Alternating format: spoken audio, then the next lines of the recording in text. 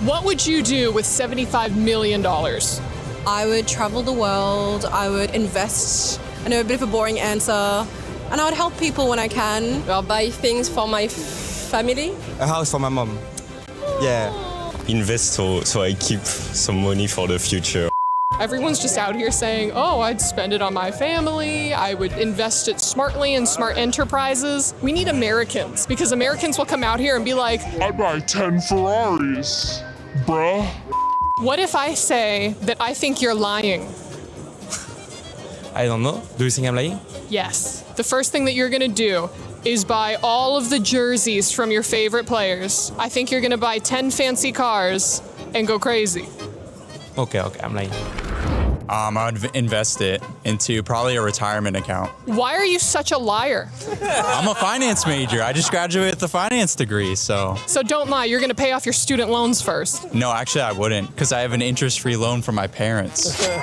Oh, so he came from money. Let's go to someone who doesn't have a silver spoon in their mouth. That's right. What would you do with $75 million? I'd buy an esports team. Hell yeah, this is what we're talking about. Why are you wearing a Teemo hat watching Dota?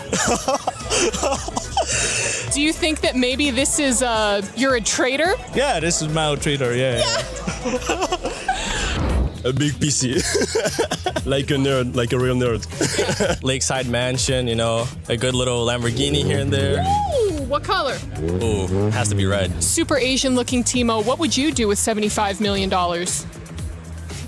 2, 3, 4. Sick. Buy my first PlayStation and Forza 6. That's it. Yeah, PlayStations are expensive right now, so a lot of that $75 million is going towards that. Okay, rejection. It's just like high school all over again. I'm all alone. I'd buy this arena, honestly. I would name it after myself, and everybody would have to play at my arena. This would just be mine now. You think that this is $75 million? A little delulu. Okay. You could buy the parking lot. Parking lot, I'll name it after myself. Perfect. Yes! Okay, now shoot.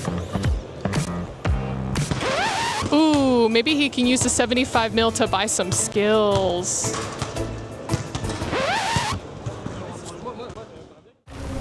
The Esports World Cup, the most elite competition in the world. Its trophy system is built to match. The Club Championship Trophy, awarded to the one club that rose above the rest and reigned supreme across all EWC games. Every participant earns a key engraved with their name. That's their right to compete. Reigning champions hold a key unlike any other. The Game Trophy is the ultimate prize for every game's champion, incomplete until a champion's key is inserted. The champion's key frame is locked into the totem, a stone marker of legacy, etched with every EWC champion. The losing keys are crushed. The champion claims 3, a personal reminder of who they defeated. The rest are preserved beneath the totem in resin. Every fallen contender captured forever. Will you be remembered or forgotten beneath the totem? At EWC, nothing is granted. Everything is earned.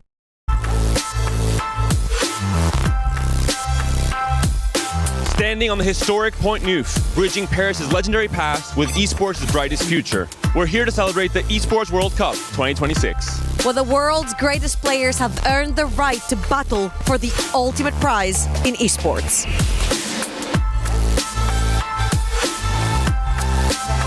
With the magnificent Palais de Justice behind us, where justice has been sought for centuries, it is only fitting to ask. After last year's unforgettable Teamfight Tactics final between Weibo Gaming and Virtus Pro, who will justice favor this year? The Notre Dame Cathedral is a place where history reminds us that greatness endures. Because nothing is granted.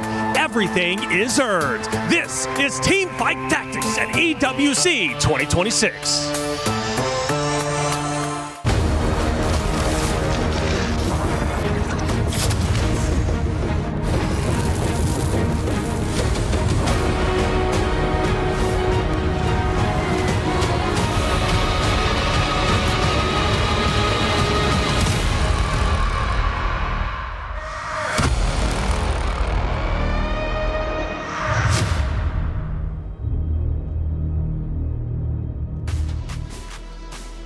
Welcome everyone to the 2026 Esports World Cup here in Paris, France. We are back with some team fight tactics for the third year in a row. What a 5 days this is going to be. We're talking not only the club championship race on the line, but also $500,000 up for grabs. Who's going to get it? We're going to find out together.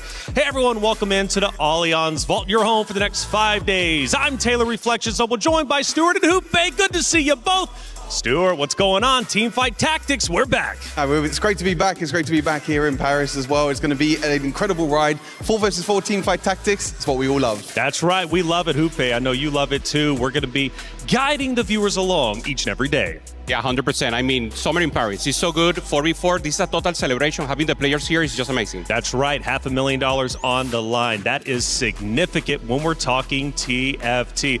Hoope, what does this money mean? Not only to TFT, but the competitors competing over the next 5 days. Personally, it's life-changing money because normally they cannot be full-time pros in TFT sometimes, and now they have the chance. But most importantly for the club, being able to get a contract long-term and of course give them points for the club championship will be an amazing feature for them, and that's the point, obviously. Quite significant, isn't it? Hey, we've got a fun format this year when it comes to TFT. Listen up. This is everything you need to know.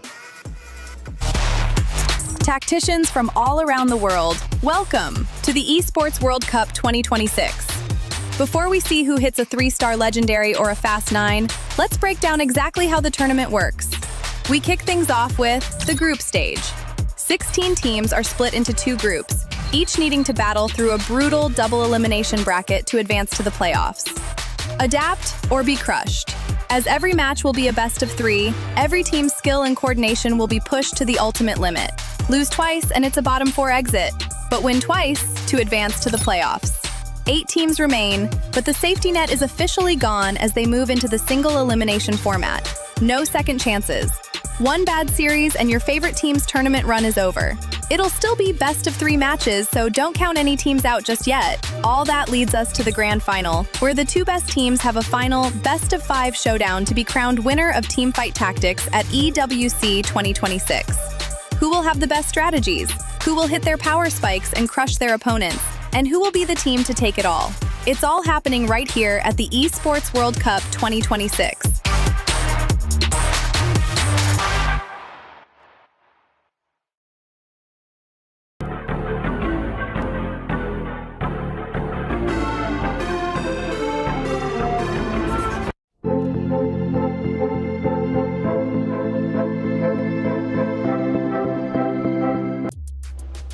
It's one of the most unique formats we have in the TFT circuit, and I am here for it, of course, with the boys to watch it all go down.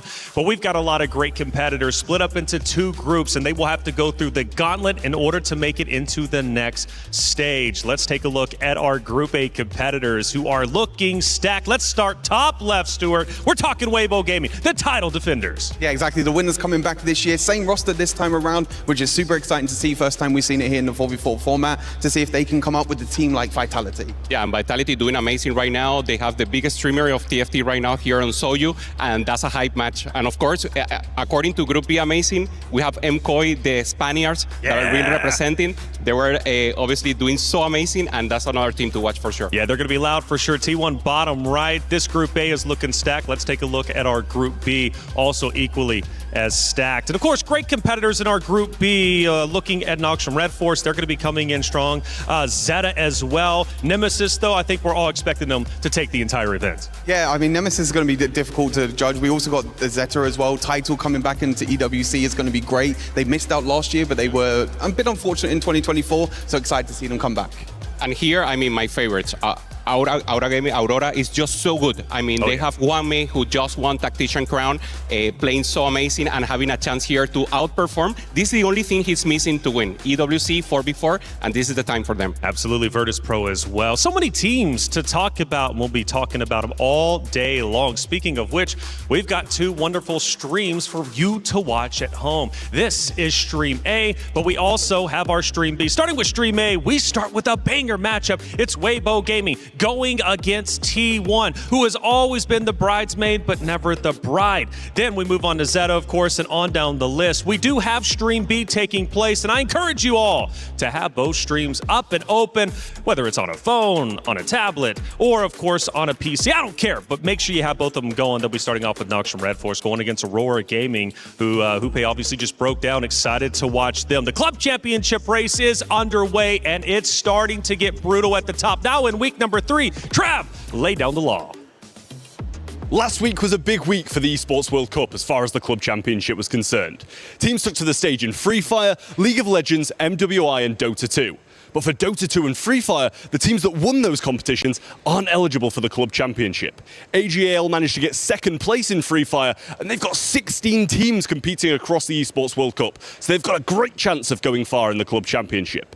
For MWI though, Team Vitality came out on top, earning them 1,000 points and putting them on the heels of Na'Vi coming into this week in TFT.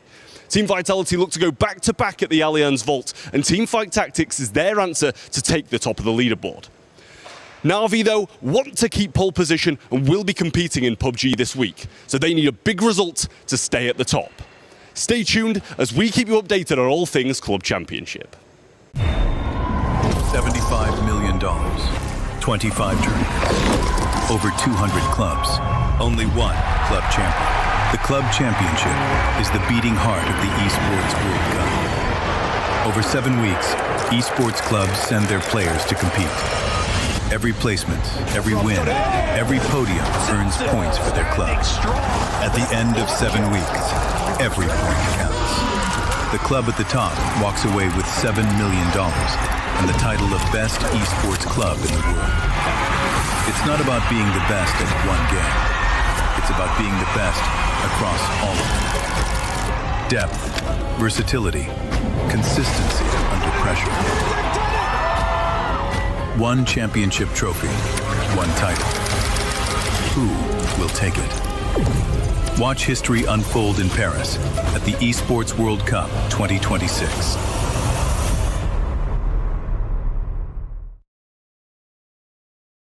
Play is in our DNA.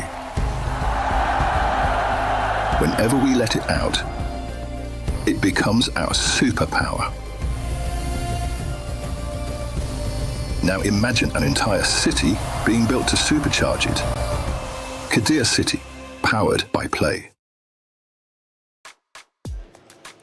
Club Championship race, it's week number 3. Things start to get serious for the Club Championship race, which is a lot of money, by the way, and a chance and opportunity to really revolutionize your team, your roster. Now, Na'Vi is in first place, but as Trav said, Vitality have been dominating the Allianz Vault. Will this be the same in TFT? And a real chance to get some major Club Championship points, because Na'Vi is not competing in TFT, but they're not the only two we're looking at. We're looking at several others. Yeah, AGAL are currently in 3rd place, also have a team in Teamfight Tactics, as well as Virtus Pro and Team Vision both joint in 5th place. So any one of them teams right now can really look to jump up the standings. Yeah, definitely so. The fact that Na'Vi's not playing in TFT is a big deal, given the fact that, again, everyone is looking to catch up to them. There's a very real chance. Now, our first matchup, though, is going to be incredible. We're talking T1 versus Weibo Gaming.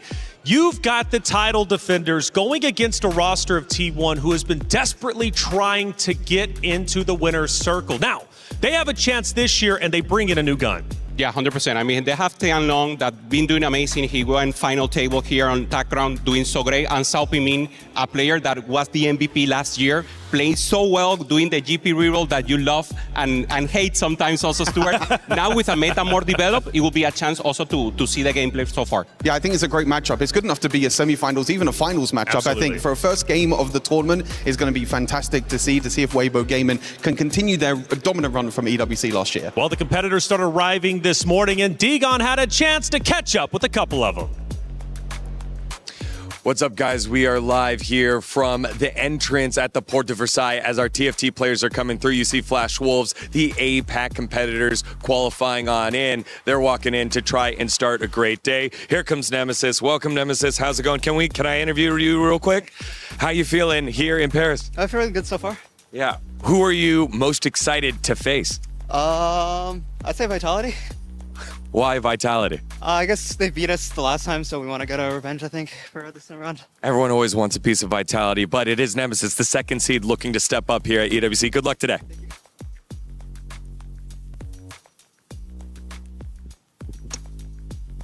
Godlike here. Godlike, how are you? We're doing good, man. Good? How you feeling?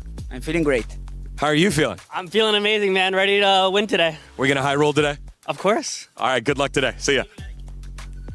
Fnatic, how are you? All right. Are you ready to go today? Ready as always. All right, good luck today. Take care, take care, take care. There goes Vitality. Vitality, one of the favorites here from America's the #1 qualifier coming on in. I'm going to go ahead and grab someone real quick. Oh, I got to grab Soju. Soju, I got to grab you, brother. How's it going, man? How are you feeling about today? I'm tired. Pretty confident, though. Tournament as a whole, I mean, this is such a stacked 4v4 event.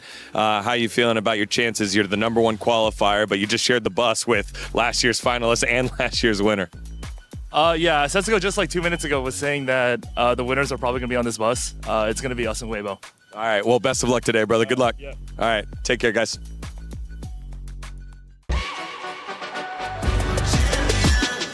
This ain't no regular thing. Came for the ring, you know what I mean.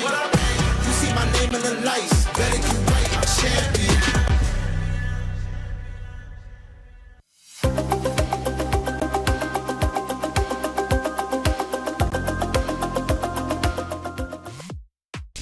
Thank you, Tigon, for catching up with the players. Some of them might be sleepy, but they'll be wide awake once they hit the stage, ready to play against their opponents.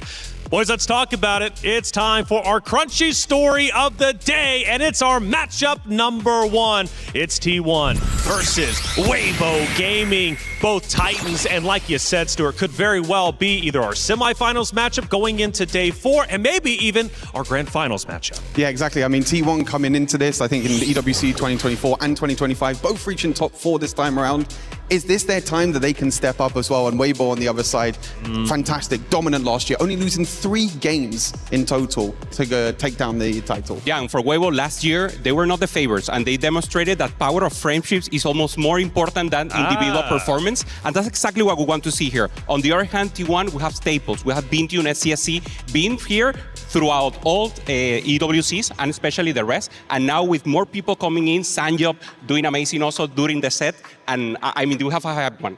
Yeah, I think the experience of T1 is going to be huge. They're the only team in this tournament where all of their players have been to every single Esports World Cup as well. With Sangyok coming in, he wasn't in T1 in 2024 and 2025, but that experience can become really, really huge in this tournament. Hupe, the power of friendship, can it take down the new addition on T1? I mean, it totally can. We know that the ego is the less important right now. In TFT, normally you want that ego. You want to be cold. Right. You want to demonstrate that you have the power to beat everyone. And now, no. Even if you're the best player in the field, maybe you have to take the defense angle and try maybe to play tower, play defense, and maybe try to go 7th, but make the other one go 8, and that's also a win for the team.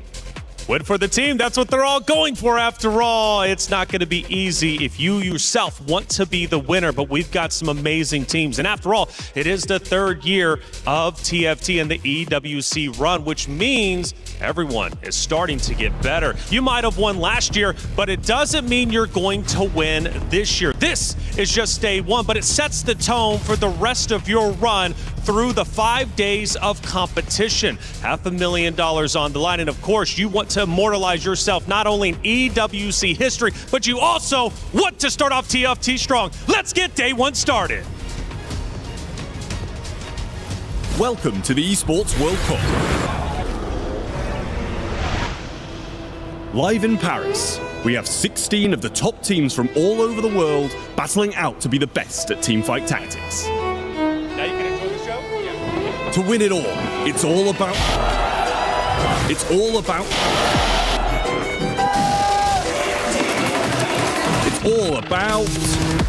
strength.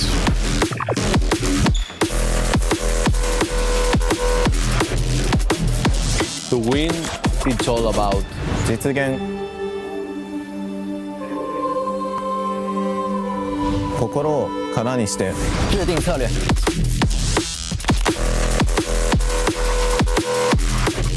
如果想赢，我们就必须 lock in。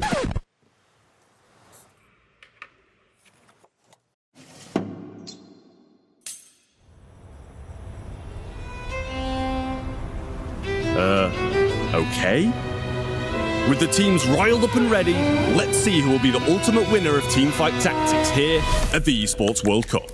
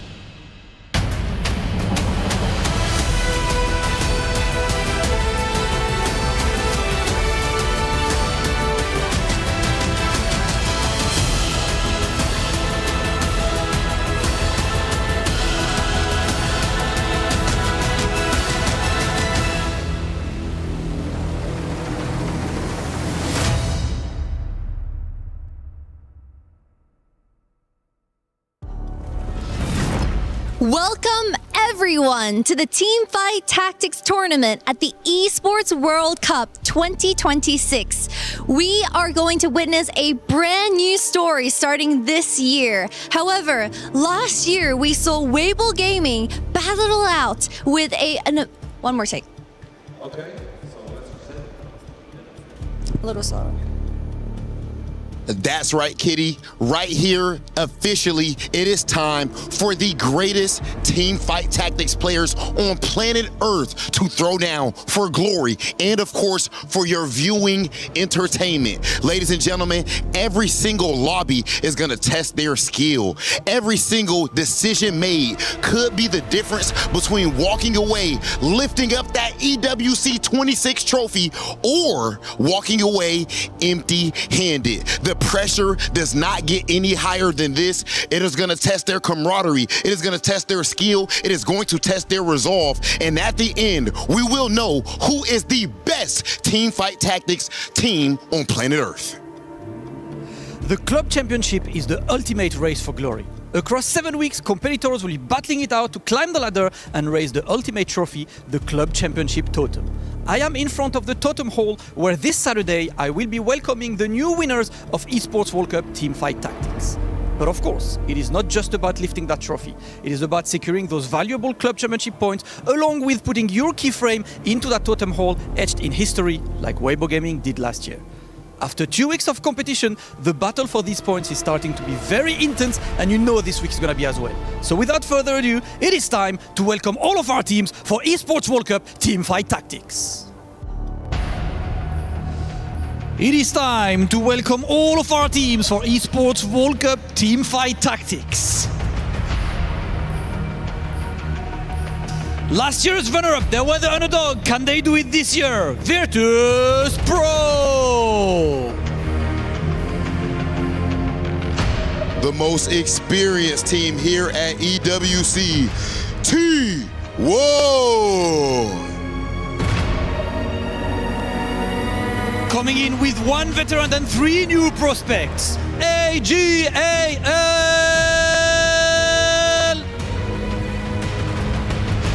And of course, the sole Spanish representative. They missed out on last year, but they're back in full strength. Movistar, Koi!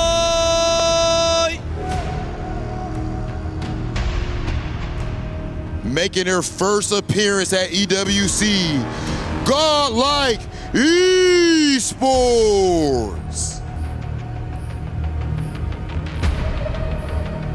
Powered by the experienced wet jungler, Mouse.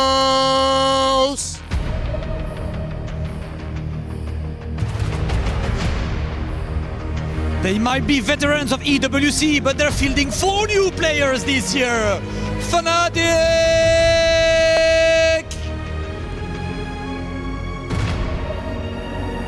Entering their first TFT EWC and the event's first mixed gender team, Team Nemesis!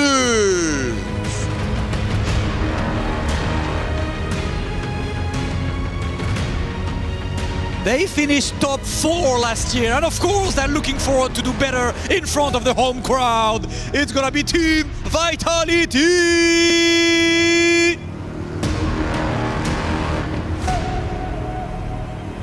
Fighting out of China, Aurora Gaming.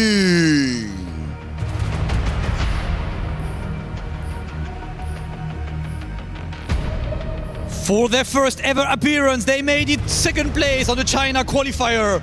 JD Gaming!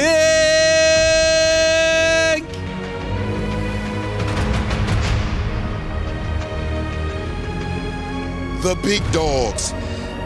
The China qualifier winner, the powerhouse, Team Vision. Qualifying out of the APAC closed qualifier. When in Flash Wolves.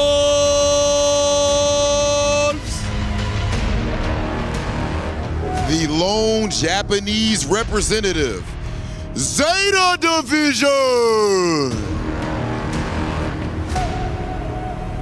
And for their first time at EWC, first at the APAC closed qualifier, Nongshim Red Force!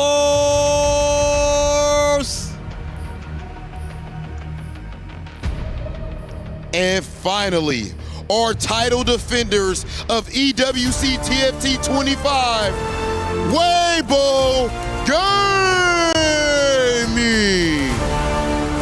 They crushed every key and every dream of their opponents last year in order to make theirs come true. And they have returned with their winning roster untouched as they aim for back-to-back titles.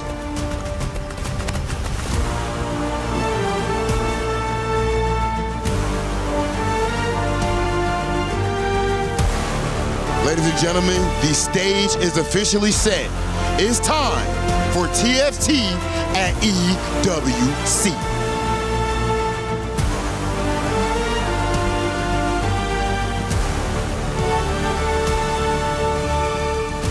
The stage is set, and the competitors are here for one reason, and that's to be the winner. But only one can truly be the winner. And will it be our returning title defenders of Weibo Gaming? We're going to have to find all that out and more. Today is going to be epic, and we're so happy to have each and every one of you along for the ride. But we've got some things to talk about. The Esports World Cup is an incredible product. Not only is Weibo Gaming about to take on T1, but there's also plenty of ways for you to get involved, including our EWC Play. There's a lot on the app that you can get involved with, including right here, our Play Pick'em. $300,000 in prizes. Scan the QR code if you haven't already and get it downloaded and get involved, because there's so much to talk about, including, of course, your picks. You have a chance to take part in picking the outcome, at least what you think will be, for the Play Pick'ems. Now, of course, taking a look at it, we've got plenty of matches for you to look at. This is going to be all the matches coming up for today, tomorrow. This includes Stream A, Stream B. All you have to do is go into the app, click on play, go to Teamfight Tactics, and then click on the outcome. Do you think Nox from Red Force is going to beat Aurora Gaming? Well, make your pick and go a little bit deeper. Pick the outcome, the series score as well. Doing so gives you an opportunity to win some of those $300,000 in prizes. But that's not it either. You also have the Pick'em tournament that's taking place as well. And you can get involved with that just as much. Esports World Cup. Plenty of opportunities to get involved with, and go ahead and submit your tournament winner prediction. Scan the QR code. It is free. You might as well get involved and take place in history here for the 2026 Esports World Cup. Now, this next coming matchup, we talked about it a little bit during the pre-show. Now I really want to hone in on the teams and what makes them so great. It's Weibo Gaming going against T1. Let's first talk Weibo Gaming. What makes them such a good roster? Hoopy, I actually want to go to you. The friendship roster. Now, from what I've been learning, when it comes to TFT, just because you're on a big org doesn't guarantee you a win. But if you have team chemistry, that takes you a long way. Yeah, anyone has to take the win depending on the spot that you have. And in this case, they have experience together with wildcards also. For me, Tianlong is the player to watch. He went to TACRAN. He played in an amazing level. It's just elite play that we got to see from him. And of course, I want to see Sao Pimin has another tech like last year, something interesting that he can maybe OTP and try to win it all. Met is very developed, so it's more difficult to do it this time. Yeah, I think when the backs are against the wall, Weibo can come up completely clutch. Like we saw Sao Pimi being a finals MVP last year. His back was against the wall. He was down to 20 HP last year. Brings out the GP reroll. Like you said, the meta is a little bit more balanced since we're in Space Gods and since we're at the end of the set this time instead of the beginning. But still, they can come up clutch when it matters. Last year, Weibo, you mentioned, wasn't necessarily a favorite. They might not have even felt like the favorites, yet they become the title defenders. What was that journey like from start to finish, and what set them apart from the rest of the competition? I think the big factor is just, like Hoope said, I think the team chemistry is absolutely huge. We talk about 4v4 teamfight tactics, about having that leader, but also having that player that can set back and be the destructive one, be the one that can set their team apart and make sure that they can put the other team behind. And speaking of team chemistry, let's take a look at T1. Now, all of these competitors have played in every EWC, but they've not all played together. There's a core 3 and a new addition. Yeah, 100%. Bintium and CSC all the time, and obviously these are the veteran players that are supposed to be the supporting one. We were expecting last year for Bintium to be the hero one, but no, Crazy Moving was the one. So he entered last year, and we saw it in the ceremony. He was the one laughing. This is the guy that gives you joy. He's always present there, and if T1 starts winning and Crazy Moving starts to give that joy, it's contagious. So I really think that's the ramp up for T1. Being Crazy Moving, the one to take it all. So T1, a storied, first off, organization, period, right? When it comes to TFT, and just in general, just playing with them, I feel, gives you a buff as a player. But this is a roster that has fell short 2 times at least, right? We're talking top 4, top 2. What sets this year apart from the previous years? Because T1 clearly have done their homework. They bring in a new addition, so they're making the adjustments, it seems, on paper to be successful. But why can they be successful this year? I think they got Sang Yop coming in. I think Sang Yop is a big player, again, with experience that we've talked about from previous years, being on different teams. They've also had a bit of a rockier time to go through the qualifiers. Yep. You know, they didn't go through the APEC qualifiers. They went through the global qualifiers. So it means now that they have more experience under their belt, more games played, and that experience can become absolutely huge. Experience is absolutely critical, especially when you think about playing in all the EWCs, because when you go out to the stage or in front of the fans, the lights are on you. It hits differently versus just playing at home. So clearly both rosters have that experience. But what does this matchup mean for the start of our tournament? I mean, we're not talking about a team that finished middle of the pack last year, another team who finished maybe at the bottom of the pack last year facing off match number 1. No, we have the title defenders going against top 4, top 2 from previous years. I mean, you mentioned it, Stuart. This very well could be the semifinal or grand finals of this tournament. But here, they're forced to knock each other down, potentially a peg to the lower bracket. The big thing as well is this is not the first time that these two also played against each other at EWC as well. In 2024, they had the same group. That was T1 taking it 2-1. Then in 2025, they also went in the same group. It was Weibo that took it game 1. So at the moment, in terms of series, they're locked at 1-1. So this is the one. This is the year. Tiebreaker. Exactly. This is the one where they can step up and they can be the ones to take over. I like it. I really do. Especially that you mentioned, Hoope, that we've been on the same set now for a considerable amount of time, which means we're going to see some mature gameplay. There's not going to be any gimmicks. This is going to be straight up action, and it's time to get the action going. Casters, start out our series of the day. Thank you so much, Reflection of the Canopy, alongside Clement for this first series. As they said on the desk, this is easily a matchup that could have been a grand finals and still could be in this tournament. What a fantastic way to start us off. Of course, we still want to bring everybody on board. Of course, we've got Ari and Thresh coming for our first game, but the 4v4 format itself, Clement, let's talk a little bit about what we've seen from that, because certainly from both these teams, particularly from Weibo Gaming, we've seen them really pull out some crushingly strong 4v4 performances before. It's a great contrast between these two sides. For Weibo Gaming, they dominated their run. They were the most dominant championship team that we have ever seen. They never dropped a match. They had the highest blowout ratio, which means their individual strength was just like a sledgehammer. They just rolled over their opponents. On the other side, for T1, the way they actually made the semifinals was they had an intricate style of dance that they like to play. They had the most tiebreakers in their game. The way they like to play is they would like to hold on to the loss streaks and the win streaks at the same time. Make sure they send someone 8th and protect their own first place player. So very different types of strategies coming into this one in what could be a semi-finals caliber match. So do remember, of course, we were seeing 4v4 for the first time. As Clement was saying, the blowout is 3 players finishing in the bottom 4, which makes it no longer possible for that team to win. We will just end the game right there because there's no point playing out the rest of it. As I said, it's a huge thing to come in and try and do that to an opposing team, because you have to absolutely dominate them and really get in some damage early on. Absolutely, and for both of these teams, they have had very glorious pasts, but right now, I think they're both coming in slightly wounded. We haven't had the best year individually in terms of performances on the side of either of these teams. Multiple relegations on the side for T1 from TPC, and in the same side, Guan has not been at the same level as he was in 2025. However, this would be a great opportunity to turn those fortunes around, to make sure those individual sacrifices they had made for 4v4 have been worth it. Well, absolutely, of course, Weibo coming in as our defending it champions, absolutely are the favorites.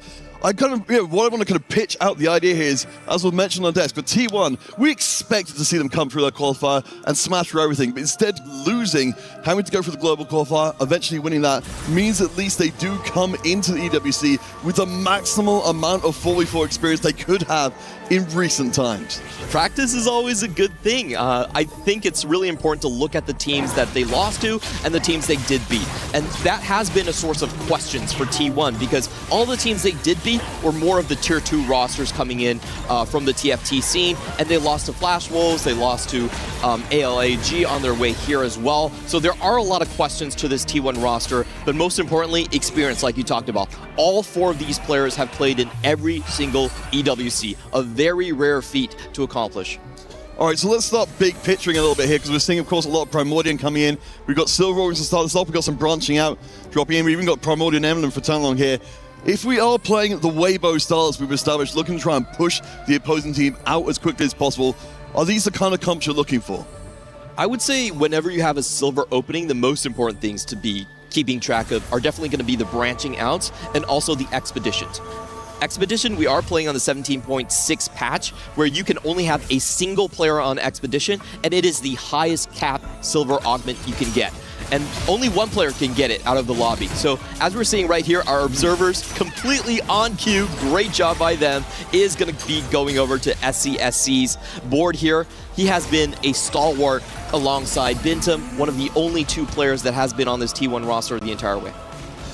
So as we're seeing these initial rounds played out, you mentioned, of course, before for T1, they're looking to try and control the streaks. That's another thing, again, if you're a first-time 4v4 watcher, you won't be able to realize, looking at all these matches taking place, is that teams are able to a degree, control who's getting the win streaks and who's getting the loss streaks, because they're playing against their own teammates.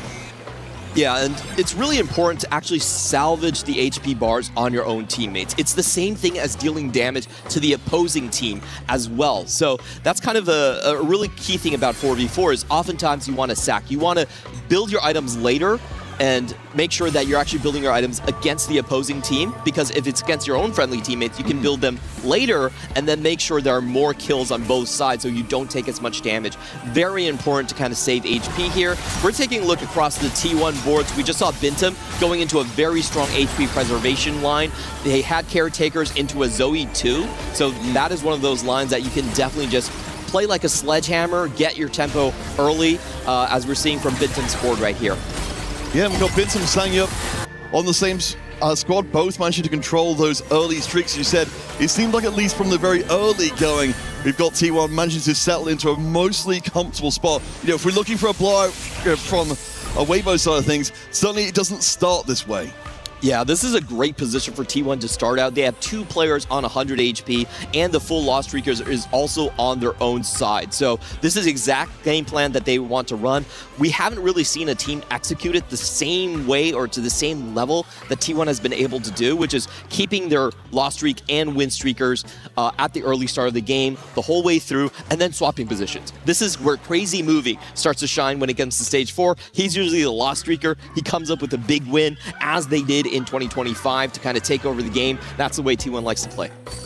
Since we've got a little bit of time before, of course, we come to the end of the round, just keeping an eye on the Bintum and Sangyup winner streaks up the top. They've managed to, again, keep hold of them. I presume eventually they're going to end up facing each other and having to seed that very top ground. Sangyup taking the level ups there, presumably looking to be the person who keeps that one going.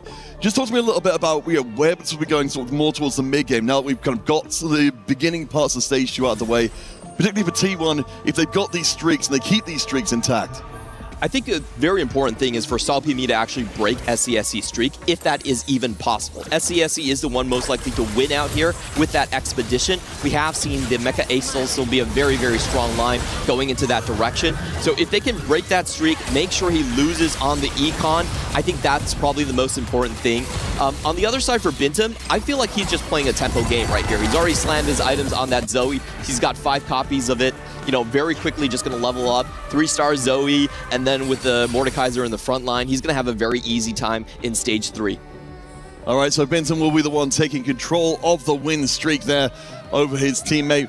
As I said, seems like the perfectly positioned to do so. If you look around more towards SalPme, with the patience is a virtue, just waiting there. Yep. To build up a little bit more economy. Has got, of course, you mentioned the lost streak intact. Our observers are spot on this game. This is exactly what I was talking about. If SalPme can stop SCSC, it breaks the lost streak, makes sure that he can't get Econ. They're both full opening.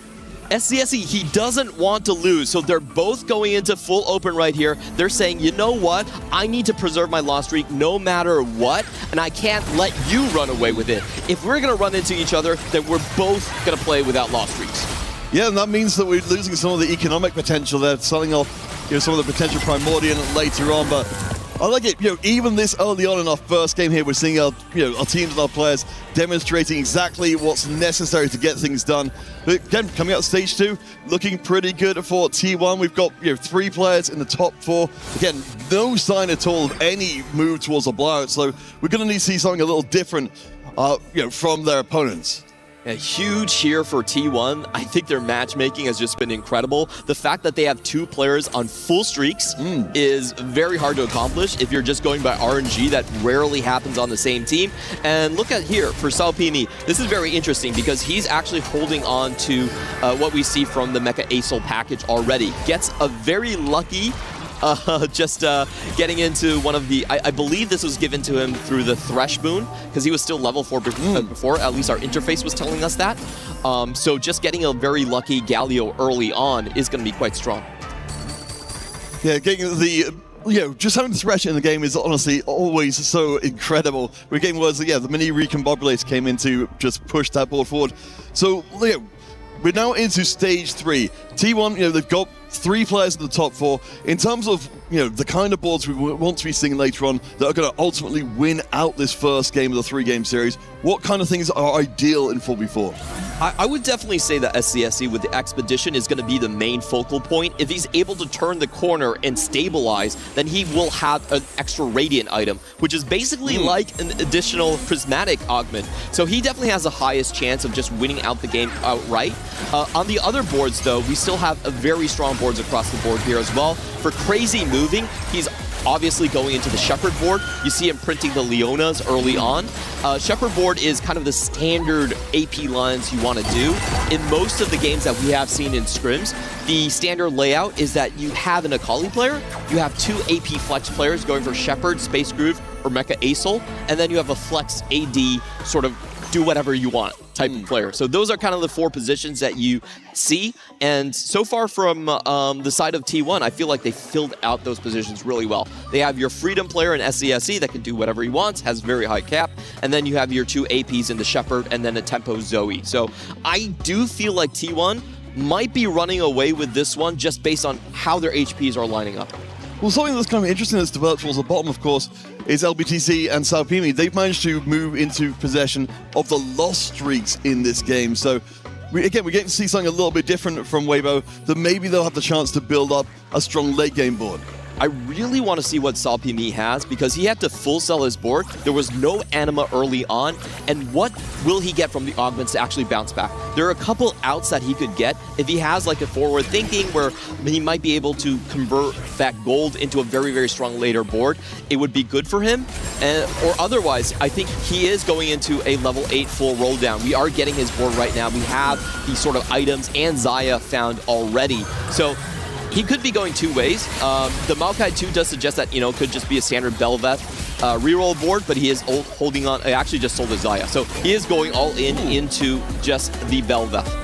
And that's fascinating to see that just breaking Bintam's win streak up the top. Of course, we knew it wasn't going to last forever. We've got other players like Crazy Moving who are, pulling out the strong board. It's kind of unfortunate. Crazy Moving definitely angling for one of the better artifacts coming in from just the LeBlanc items. LeBlanc is a great carry for it. You can get the you get the flashing blades. You can get sort of the static shiv as well. Doesn't find any of them. Just goes for a standard tank item. A little bit of a miss from Crazy Moving. Yes, and I'm sure she said looking for something a little bit more. The Construct Companion means the board is still pretty strong up against Gran in this round.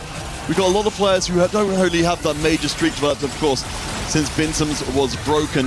We've only got the one big streak left in the lobby, LPTC towards the bottom for Weibo.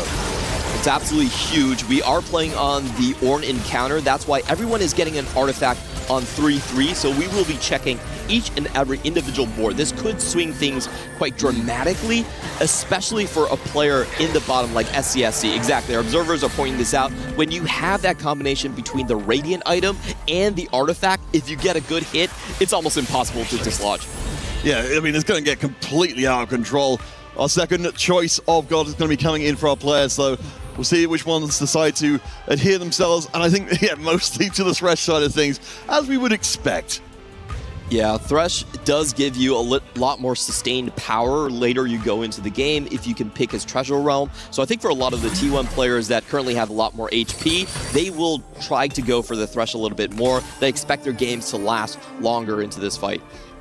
All right, we did get a chance to glance around the boards a little bit more. Salpimi, of course, we did want to see what was up with him. So, yeah, we've got a pretty strong board. Of course, Kindred coming into the mix as well. Another unit that did see a lot more play over time. You mentioned the Akali board, of course. We at least got that starting to develop here. Huge find here. He gets the Kindred at level 6, which enables this Akali board quite heavily. But as we're seeing, he's actually not going to play for it. Doesn't try to roll down here, actually sells most of his Jinx. So I think that just angles that he's going to go for a more standard, just Brawler E type of line. Doesn't want to reroll for the 2 cost. Feels like he's too far behind in tempo and wants to save his rerolls for the level 8. Well, it did spot that Bintam looked like he was going for the Brawler Marauder board. So can you tell us a little bit about how teams approach this in terms of team composition? Are you trying to contest the same comps as other people, or are you trying to choose individual lines? Well, I think it's about matching the opponent, right? If someone is running away with a certain composition and they're likely to go first place, sometimes you have to slow them down. And that's the beauty about TFT. You can have bad spots, but if you choose to play for the team, you can often salvage that. Even if you go 8th, maybe a first place player on the opposing team now goes 3rd. So just the placement differences can make a difference here. And a lot of the times it's about matchup mapping for the teams. Who are you actually matching up against on the opposing side is the big question. We're going to take a look at Bintum's board here as he heads into 3-6 with a massive power spike right here. And look at the way that he's building his items. He wants his tank to actually die a little bit sooner. He's not full slamming. So he's doing it, taking his time, making sure that his teammate Sanyap can get a couple of kills at the very least. Yeah, and of course, those individual pieces of HP can matter tremendously once we get to the later parts of the game. We definitely see people giving over rounds, giving over HP to make sure their teammate stays alive. SCSC with the Expedition, of course, is still building up there. We'll have a check on how close he is to catching that one out. And of course, as you said, becoming absurdly powerful in a hurry. Yeah, SCSC has kept his options relatively open. I would think that the Hextech Gunblade does point towards going more towards the Akali.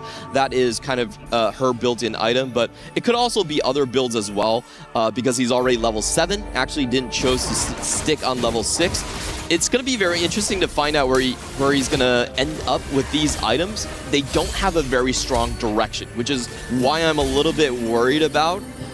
Most of the time, you still see this composition going towards the direction of the Mecha Acel, but we will see how his items do end up. So he does cash out double 5 cost right here and is able to get the Shen online, a very good item for just going into maybe like a Kindred Nova type of build where you can stabilize easily. SCSC is definitely keeping his options relatively open right here. He's still going to Radiant item, just the Guard Breaker in the Striker's Flail instead of anything else. So it looks like he's still looking to see what his second augment is going to be before committing to a comp. So, again, a little bit of 4v4 meta idea. Again, for anyone who's not seen 4v4 before, getting first place and the second place under any circumstances means your team will definitely win. From what we're seeing from T1 so far, how kind of confident are you for them to be able to move towards that kind of finish? I think it's highly likely that they will get at least one player in the top 2. I feel like Bintum's job is just to play full tempo. And for the other sides, we also saw Sanyap having a pretty good board, AP leaning as well. And this is a good gambit actually coming out from SCSC because he has so much HP on the Expedition. His teammates were able to save so much HP for him. He didn't have to decide on a composition just yet. He actually was able to see 4-2, see that he has combat augment, and then decide for a composition. So now he's going to go for Nova, sort of fast 9 board, where he's going to be very strong with the 2-star Akali. And this is something we've seen in 17.6 meta. We have seen a lot of selections being given to the Akali, so you just evaporate the enemy backlines really quickly. If you do not have a 2-star backline, the bleed damage from Akali is just going to wipe that, and we're seeing that in SCSC right now. And over on LWC on the other side, you see their boards coming together as well. We've got the Meeple emblem coming in, and we've had, of course, we had a whole bunch of them dropping in to fill out that board. We'll see how SCSC does up against Salpini in this round. We can see, there's a Radiant item from the bomb. Got a little bit lucky with the augment. So we've got actually some pretty similar boards up against each other. And look at that bleed damage on the Kindred. Kindred 1-star, you're going 15 seconds into the fight, you're now in one-shot territory. That's the power of the Akali. You have seen this over and over again in scrims. One of the newest comps to brace the convergence in 17.6. All right, so as we move deeper into stage 4, we can see each team, or at least for a moment, controlling the win streak. But Bintum will be still staying at the top. After the early dominance, he has gone for a call to chaos, found himself a RNG Golem for a little bit more power. But so far, again, we've been here for a while. T1 are still in the top 3 spots in the lobby.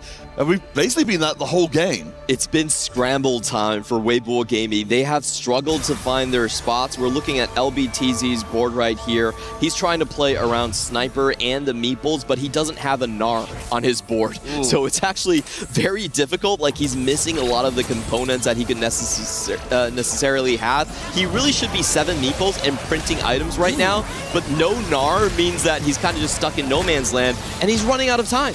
Like, he's already on 23 HP at this point, and look at how strong some of these boards are coming out on the side of his opponents right here. Does get a win against Crazy Moving, but he's still in very dire straits. And again, remember the reflection of what we were talking about before. Top 2 spots means that you guarantee a win. Bottom 2 spots doesn't guarantee a loss, but it does require your team to pull out an astonishing performance overall. So we'll be keeping a close eye on if any of these Weibo players do go out relatively early on, because that really restricts the path through the rest of this first game. Yeah, I have to say the augment imbalance was really in T1's favor this game. You know, you start off with Expedition, you start off with 4 copies of Zoe. We kind of expected this, right? I don't think it's too surprising that Weibo Gaming have to dig themselves out of a bad position, but this is the time to shine. This is the time to prove what you're made of. How do you actually claw back? It's going to start with Tianlong on our left side right here. He did have that forward thinking, rolled down on level 8, and does have the 5 Space Groove online. This is actually the composition with the highest win rate we have seen so far in Scrim. So he's set himself up in a very strong position. He's going straight to level 9. He still has 40 gold in the bank right here. So even if all things goes wrong, Tianlong could still give them a win. Yeah, and of course, he's still got the 5-round loss streak in place as well. If things do go a little bit sideways, you'll see how strong this board ends up being. You can see the front line is extremely good. And of course, the artifact to bring in an extra body on the field. SCSC has such a strong front himself, though. Even the Kindred with 1 item is still cutting through most of them. That Nami will, I think, eventually get all the way there. No, it won't. Tianlong takes another hit. And we're looking at very low HP totals on the right-hand side. We've got Weibo Gaming with 3 out of the bottom 4 slots right now. Yeah, this is very strong from Binton's position. In 4v4, you want to deny the low HP players on the other side. We saw LBTZ was kind of lost in the wilds, and this is why Binton is holding on to 2 core keys, saying that you're going straight 8th. This is what T1 loves to do. They spot a low roll, they smell blood in the water, and they go around like sharks just surrounding you. I think it's not even clear the first time you see 4v4, just that implication there of saying you've got 4 people who can grief you in a game and just completely ruin you. Absolutely right. Tianlong might be that first victim. We've got the Nami again, but that RNG gun mentioned from before will be a decent enough front line. We've got very good backline from Binton on the AP side of things. That Zoe 3, as you mentioned, from very, very early on in the game. Itemized to the moon. The Foxfire as well is doing real good work to cut through so much of that front line. Tianlong is going to take another hit. For Weibo, this is emergency stations already, our defending champions. Game 1 is looking pretty rough. Oh, and Tianlong missing on his items is absolutely critical. In Space Groove, you have an abundance of AP, AD. What you really want is those multipliers like the crit and just things that give you damage amp, right? We saw that Nami, she was holding a shred item and she had no crit. So items not lining up very well for Tianlong, unfortunately. I think he has a chance to come back if he can find the correct items right here. Unfortunately, I don't think he hit. He's actually planning to go straight level 9. So this is going to be a critical juncture. Can he actually find the correct heroes that he wants? He would really like something like a Shen. That would be a huge buff to his board. He would get a lot of extra HP and attack speed here. And you see he's going for it, but he just doesn't have that much gold to work with. This is the critical role. Can he actually find anything of use? The Morgana is okay, but he really, really would have preferred the Shen. 2-5 costs doesn't hit the necessary character here. Oh, this is a bit of a low roll. You gotta feel the pain in Tianlong. 4 HP, can he make it through? Will be up against his teammate in this round. As you mentioned before, they've got the opportunity to weaken themselves to try and stop potentially losing members early on. We mentioned Weibo fans are trying to blow out their opponents. Right now, all 4 of their members in the bottom 4. It will be a hell of a way to start EWC 2026 to be blown out themselves by one of their long-term rivals in the scene. We do have the first player going down, so Tianlong will be out. Again, that's not a death knell for a team, but it does still set the stage for the rest of the game. And this is how T1 likes to play. They like to send someone who's already low rolling to the 8th place, and then they secure their own first. Once you do that, there's only one way the opposing team can win, and that's by blowout. So if you already know SCSA is likely to just win this match, as he's already on a 6-win streak, and T1 are in a very strong position, the only hope for Weibo Gaming now is to not meet each other and then blow out T1. Almost impossible task. Yeah, I mean, everything we're seeing so far suggests that's just not going to be the case. We're seeing a spectacular game from T1. We were talking before about how they've been humbled on the way to the EWC, not making it through their own qualifier, having to come back for the global qualifier, the event, which was basically the last chance for them to get into the tournament at all. But what we're seeing from this game one speaks to a confident roster. Salpimi is going to be taking the hurt here again. Will get taken all the way down, and it will be bottom 2 for Weibo in the first game. They've got to be able to get through and land those top 2 places, or it's all over. Our MVP of 2025 EWC gets knocked out just by a tempo board. That board coming in from T1 was not supposed to go first place. It was just, hey, that's a reroll on the same time. I'm going to get a Team 03. Let's see if we can take that to the finish line, make sure you secure a top 4. They're able to do that. Now Guan might be the one who has to get a comeback win right here. He does have a strong board, does have the correct artifact, and look at what he's doing. Because he knows his teammates have already gone 7th and 8th, he is still holding on to his gold. He's saying that the only way we win is actually trying to challenge. So he's holding on to a lot of his gold, saying that I might have to go for the full cap right here, but it's a very precarious situation. How can they actually find the wins right here? They are going up against Bintam, who is playing more of a tempo side, so I do expect the Static Shift to be able to win out. Oh, that was so close. Yeah, I think we're going to be seeing a lot more of those before this game is done, if there's going to be any chance for Weibo to come back in. He said 10 HP for Guan, just a single life remaining. LBTC is at least on the win streak towards the top, so that's one piece of the puzzle conceivably in place. But he's going to eventually run across Guan and has to avoid eliminating him himself. Yeah, with Salpimi out, that changes the calculus. Right now, Weibo Gaming, they can only go 1-2 to win the game. That's the most important thing to think about. That's why Guan was holding on to his gold and going for the maximum cap possible. He does get a decent find here, able to throw in that additional Blitzcrank. Knocking the enemy tank away might expose the enemy backline. All right, SCSC is going to make his shot at trying to blow out Weibo Gaming here in game number 1. What a thing it would be if he's managing to do it. Of course, the backline has become considerably stronger since we saw it last. But Guan, so much of his AP damage, of course, focused towards the right-hand side. The front line is collapsing in a hurry. The Kindred has got the Edge of Night, will not be taken out. Weibo are reigning and defending champions, blown out in game 1 by T1. And what a decisive game coming in for T1, our most experienced squad out of any team in the EWC. They spot a great position early on. They had Printer Leona, they had Caretaker Zoe, and they had SCSC with Expedition. Just able to run Weibo Gaming out the gym.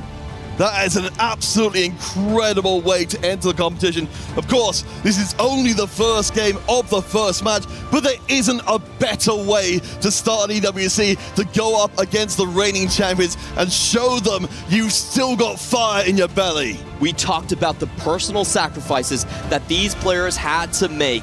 Bintam, not making it back to TPC, SCSC getting relegated for TPC because they are spending so much time at EWC. They're trying to take that trophy home.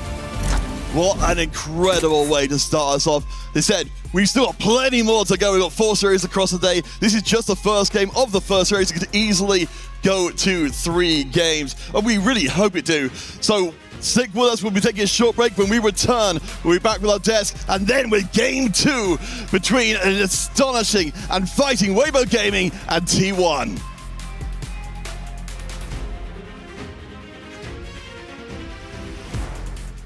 We're there. For every click, every clutch, every respawn. We were there for the years of grind. And we're here. Now. The proud founding partner of EWC. Powering the biggest event in gaming. Shoulder to shoulder with the world's best. Making history. Greatness deserves a stage. Lenovo Legion. Reach your impossible.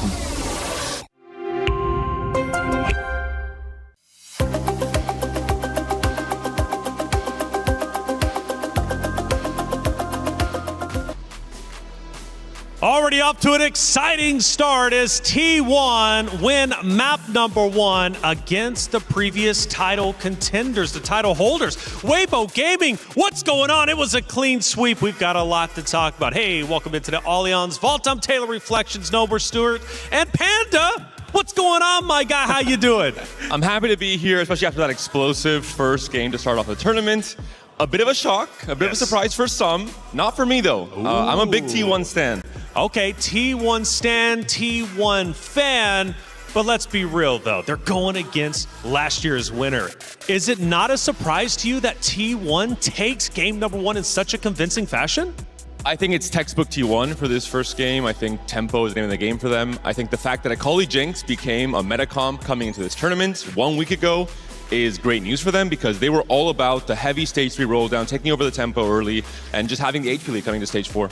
Yeah, I think that was a big difference in this game. Like Weibo Gaming especially took 2 branching outs, which means they're trying to play for the high variance. It was Thresh as one of our gods as well, so maybe trying to find the Reforgers, trying to play for the win out. But like you said, T1, the tempo game, they showed it last year as well. They like the tempo, they like to play for early boards. They had the Arbiter, the Caretaker Zoe, which was perfectly called out by the casters. That by itself and the other players going expedition with the reroll Akali, like you mentioned, was just too much for Weibo to handle. There's a lot of new viewers in the chat. I was taking a peek at what you guys were saying. By the way, keep chatting out there. We would love to hear what you have to say, and there will be times we might potentially show your comment on stream so you can get involved in the broadcast. So you speak tempo. T1 sets the tempo then. What is that? Exactly what is the tempo? What does T1 do so well? And how can Weibo counter that aggressive tempo? So it's all really about the early augments that were taken by T1 and the early pressure that they put on early on. They used their roll downs early on. They used their pressure to make sure that they took Weibo low on HP. We saw after the first PvE round, Krugs, there was 2 players on T1 that were 100 HP. That big difference that Weibo have to catch up on HP is really difficult, especially when you're taking high variance augments that doesn't have a lot of pressure early on. You're lose streaking, you're losing a lot of HP early on, and they just couldn't find their units later on to try and catch up on HP. Weibo's going to have to fight back for sure. EWC is exciting. There's plenty of ways to get involved. Check out the trailer. Thinks he can come in here and play my game. He knows nothing but go! Tyler 1, you're done. This is my ladder. You can't climb it. That's an L airline. Somebody better hold me. Okay, yeah. Do something then. Raw energy. House blow the house down.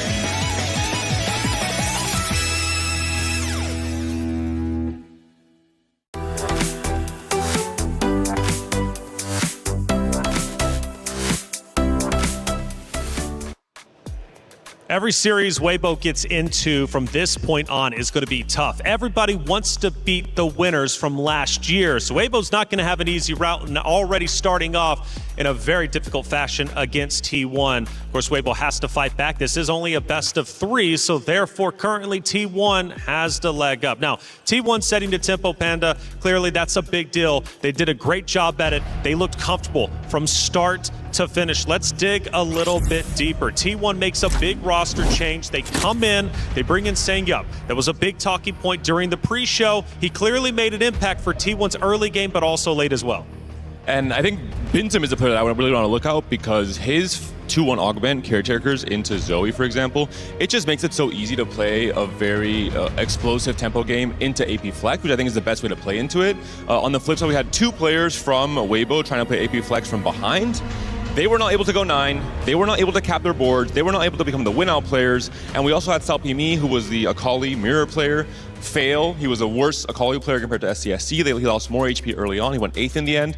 And it's just the game plan itself crumbled. Stage 4 onwards, it was done for Weibo. Yeah, and I think the big thing as well is that we talk about the 4v4 environment in TFT. Not a lot of players are maybe understanding that from an outside point of view. We saw players like Bintum, because he saved so much HP early on, he was able to save that HP. He was able to hold some of the units from Weibo as well. LBTZ playing the Corki on the back line. There was 2 Corkis on Bintum's bench. So that's a real big difference between, you know, the 1 versus 1 format that we're used to in TFT, but in a team format, denying them units as well as taking your own units, it makes such a big difference. The emotions on stage is only going to continue to heat up. And I will say afterwards, I was looking over at Weibo once they lost, and they did not look happy.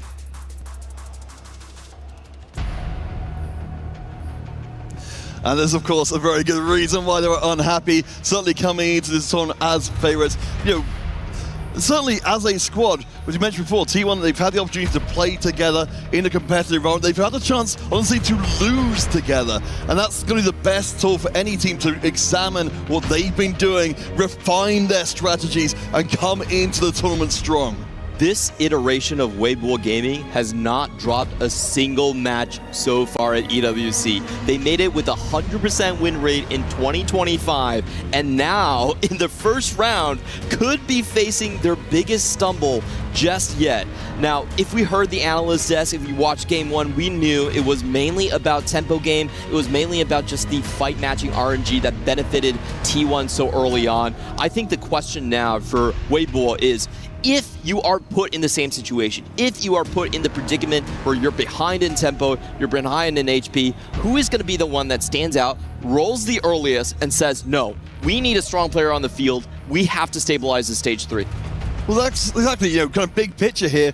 For Weibo, they're the ones now on the back foot. As much as they were favored coming to the series, they've got only one chance to stay in. I mean, if they go 0-2 in the first series as defending champions, full on morale, it's going to be devastating. T1 get to set the pace here in game 2. You know, we're talking about the idea of Weibo trying to blow people out. Strategically, it felt like, as you said, T1, they had their routes, they had their strategies. They basically blew out Weibo strategically from very early on in the game. Yeah, I think, you know, augment difference really plays a huge just kind of difference. I'm sorry, you're using the same word again and again in 17.6. And for Weibo Gaming, even if they get knocked out, it won't be over for them. We are playing essentially a double elimination in the group stages. So sometimes you have to roll with the punches. This happened to Falcons as well in 2025, where they early on, you saw Honglin with the 2-star game plank on 2-1, and you kind of knew, well, this match is kind of over already. You still have to fight through it. There is a chance to come back no matter what, but obviously, the best case scenario is we get a game 3 in this match. I hope Weibo Gaming shows us something new. And it's worth noting, you know, if we look across the history of TFT and the EWC, of course, 2024 won by the Wolves. In 2025, the roster got raided and divided into 2 different teams. This is the first time here in this EWC we're seeing a championship team return with their roster. We need to see more from them in game 2. Every single member is still intact. Their coaching staff is also their XZZ as well. 2 of their players did make it all the way to TAC round in the most recent iteration. So if you look at the individual strength from Weibo Gaming, if you look at how dominant they were in 2025, I still think that they have a great chance of making it back in this series. But they do have to talk to each other. They can't have 4 weak early games. You can't go into stage 3 at the start of it and you see 3 T1 members in 1, 2, 3 and then Expedition in 8th. You know, that is not an acceptable situation for you to be. T1 was able to string together all of the streaks that they wanted in the previous game. Of course, a lot of it did come down to RNG, but it was also about negotiating their spots, right? You have to have more people to actually contest for tempo. All right, so, if you're in the Weibo gaming side of things, you're looking to try and change things up as much as possible. We are going to get into Game 2 in just a second, because, again, hugely important. Even, you mentioned it's double elimination, but if you go into that lower bracket, your route to the finals becomes tremendously more difficult. It'll be Varus and Eve for Game 2. And this is a great game to go after Tempo. Whenever you look at Evelyn, you're thinking about Steamroll, the chance to get those 2 costs over and over again. And if you look at Varus, he does enable those reroll compositions to just pop off. So if you think about the Game 1 strategy from Weibo Gaming, no one actually committed to a reroll. I think that was a huge difference. You had T1 on the other hand going, we're just playing full tempo. We will take a gold augment just for a Teemo 3.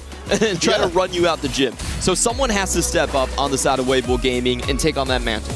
Of course, Vincent definitely felt like the star of the previous game as well. It's worth noting for anyone who's unfamiliar with his work, a 5-times crown player, just an absolute unit on the tournament stage. There are very few players who are able to compare with him.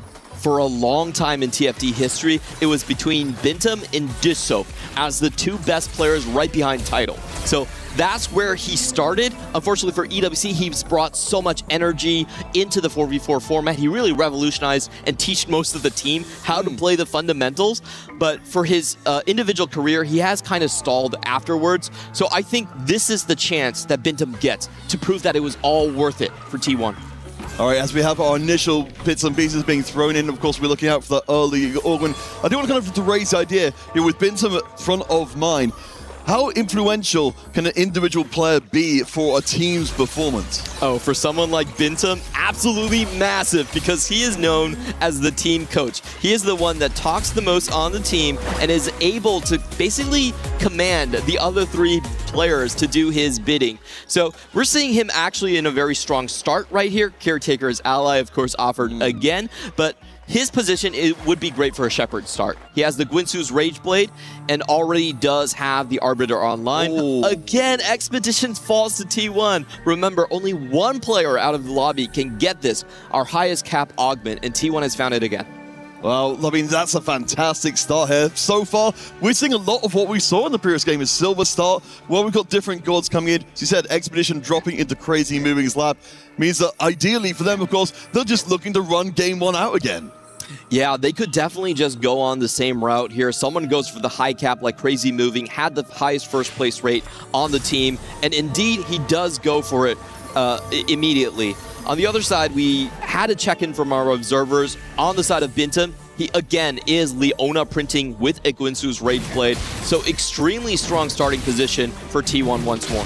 And he's taken the Caretaker's Gwen, so again, for T1, everything seems to be lining up. It's almost like looking just a Game 1 over again. Again, as much as we said before, from the Weibo side of things, it's on them to try and find an alternate route through. I mean, theoretically, if we see T1 with so many of the same pieces together, what would you want to see from Weibo in the early game that would be different? I really want to see more rerolls incorporated into their game plan. There are a couple of 2 costs that you can play. The Jinx reroll, the full commit to the Akali, they're definitely still in position. But for Guan here, unfortunately, he's branching out into an Anima. This is typically considered the worst augment to get. It doesn't have any additional combat stats, only a little bit of HP, and he's not using the lose streak anyway. So this is a very weak situation where he really needs a Reforger to get out. Yes, of course, if you thought it was hard to get an Anima cash out when just maybe 1 or 2 people in the lobby were griefing you, it becomes absolutely impossible in a lot of circumstances. I do appreciate, certainly you've got to try and go for those emblems early on. Maybe you'll find something very strong. Standing up on the other side, though, finds Primordian from the very beginning, and we'll have the stronger augment later on. This is a huge fight on the side for Guan. He's actually trying to tempo with an Anima, a fairly weak emblem right here, and does go straight to level 4. He faced Sanyap, who hits a lucky Belveth 2. He's trying to play greedy and just set level 3, but finally Guan does shut him down right there. At least he doesn't get him to run away with it. Yeah, so we'll be looking from our early game to see, again, well, I mean, sure, we're only a couple of rounds in, but we are starting to see something different beginning here. We've got Weibo up towards the top. We've got T1 being pushed a little further down towards perhaps more lost streaks. Of course, from game one, we had T1 managing to have so many of their streaks intact. This time, Weibo, they've got 3 candidates to carry the win streak forward instead. Yeah, and look at how strong these boards are coming out from Weibo Gaming. You have Salpimi in a very strong spot to go for something like the Jinx. He already has the Guinsus built up already. He could be playing for the Brawlers as well. So this is a good committal to the early game. What I wanted to see coming in from game 2 for them, you had Gwen also trying to play tempo, not completely ignoring the lost streak possibility because they know T1 is so adamant on getting an early game lead. Salpimi will not, I think, be the one to carry forward the streak. Just let's see across the rest of the board. Know as well, Tianlong at the bottom for Weibo is controlling the lost streak right now. And as we come out of the round, Weibo, yep, they've got both the win and the lost streak. A very different look from game 1. Right, 2 tiny duplicators on the left side. It's going to be interesting to see if anyone is angling for that 1-cost reroll. It could be very strong if you just want to 3-star Rek'Sai earlier on. For some of the players, we did see the 3 Primordian in, I believe, for Salpimi, who already has the Guinsu built. On the other side, the gold option, I feel like this is a little less interesting. But you can communicate, like, maybe only one player goes there, so you take less damage overall. Yeah, because see, we have got a bit of a split between them. Of course, every point of HP will absolutely count. To check in with LBTC, so will be the win streaker controller. Has the good for something, so they had a start which could easily have been much more with sitting back in the game, but has managed to put together a decent board. It did take a couple of tiny duplicators. We'll see if he can keep that streak all the way through stage 2. It doesn't look like he's actually printing on the Leonas, and this setup from LBTZ is a little bit suboptimal as he's not getting much gold from his augment. Is going to try and win streak through. Tianlong on the other side, once again, is going to be given the duty of breaking Crazy Moving's loss streak. Crazy Moving, of course, on the Expedition is going to go full loss.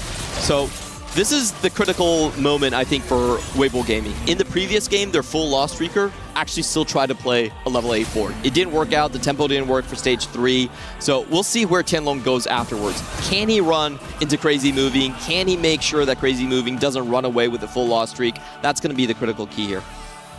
All right, we've got one more round before this stage 2 is done. LBTC stays in place. Tianlong stays in place on the lost streak as well. So according to what we see on screen right now, Crazy Moving was actually already snapped. Yes. He already had that loss streak being denied. So that's huge. That's a big difference from game 1 where you had someone run away with Expedition. So, of course, you know, from the Weibo side of things, we're looking for as many differences as possible to go in. So we know more money is coming in from the win streak and from the loss streak as well. We're seeing some aggressive board selling going forward to make sure that stays the place. Yeah, 2 full loss streakers still going to be appearing here. SCSE selling his full board. And this is the most interesting thing, right? Because they introduced the largest swings in placements for any team. Full loss streak, you don't have any of the minor champions. It's very hard to go back into verticals later on. You have to rely on luck a little bit more, and it's much more likely you go into the bottom placements here. So how they pivot out, how they use that 3-2 is going to be critical. We also have to remember, because of this encounter, also gives you an additional prismatic on 4-2. That's also going to be huge. It gives a lot more econ possibilities. All right, just checking in with Crazy Moving here, of course.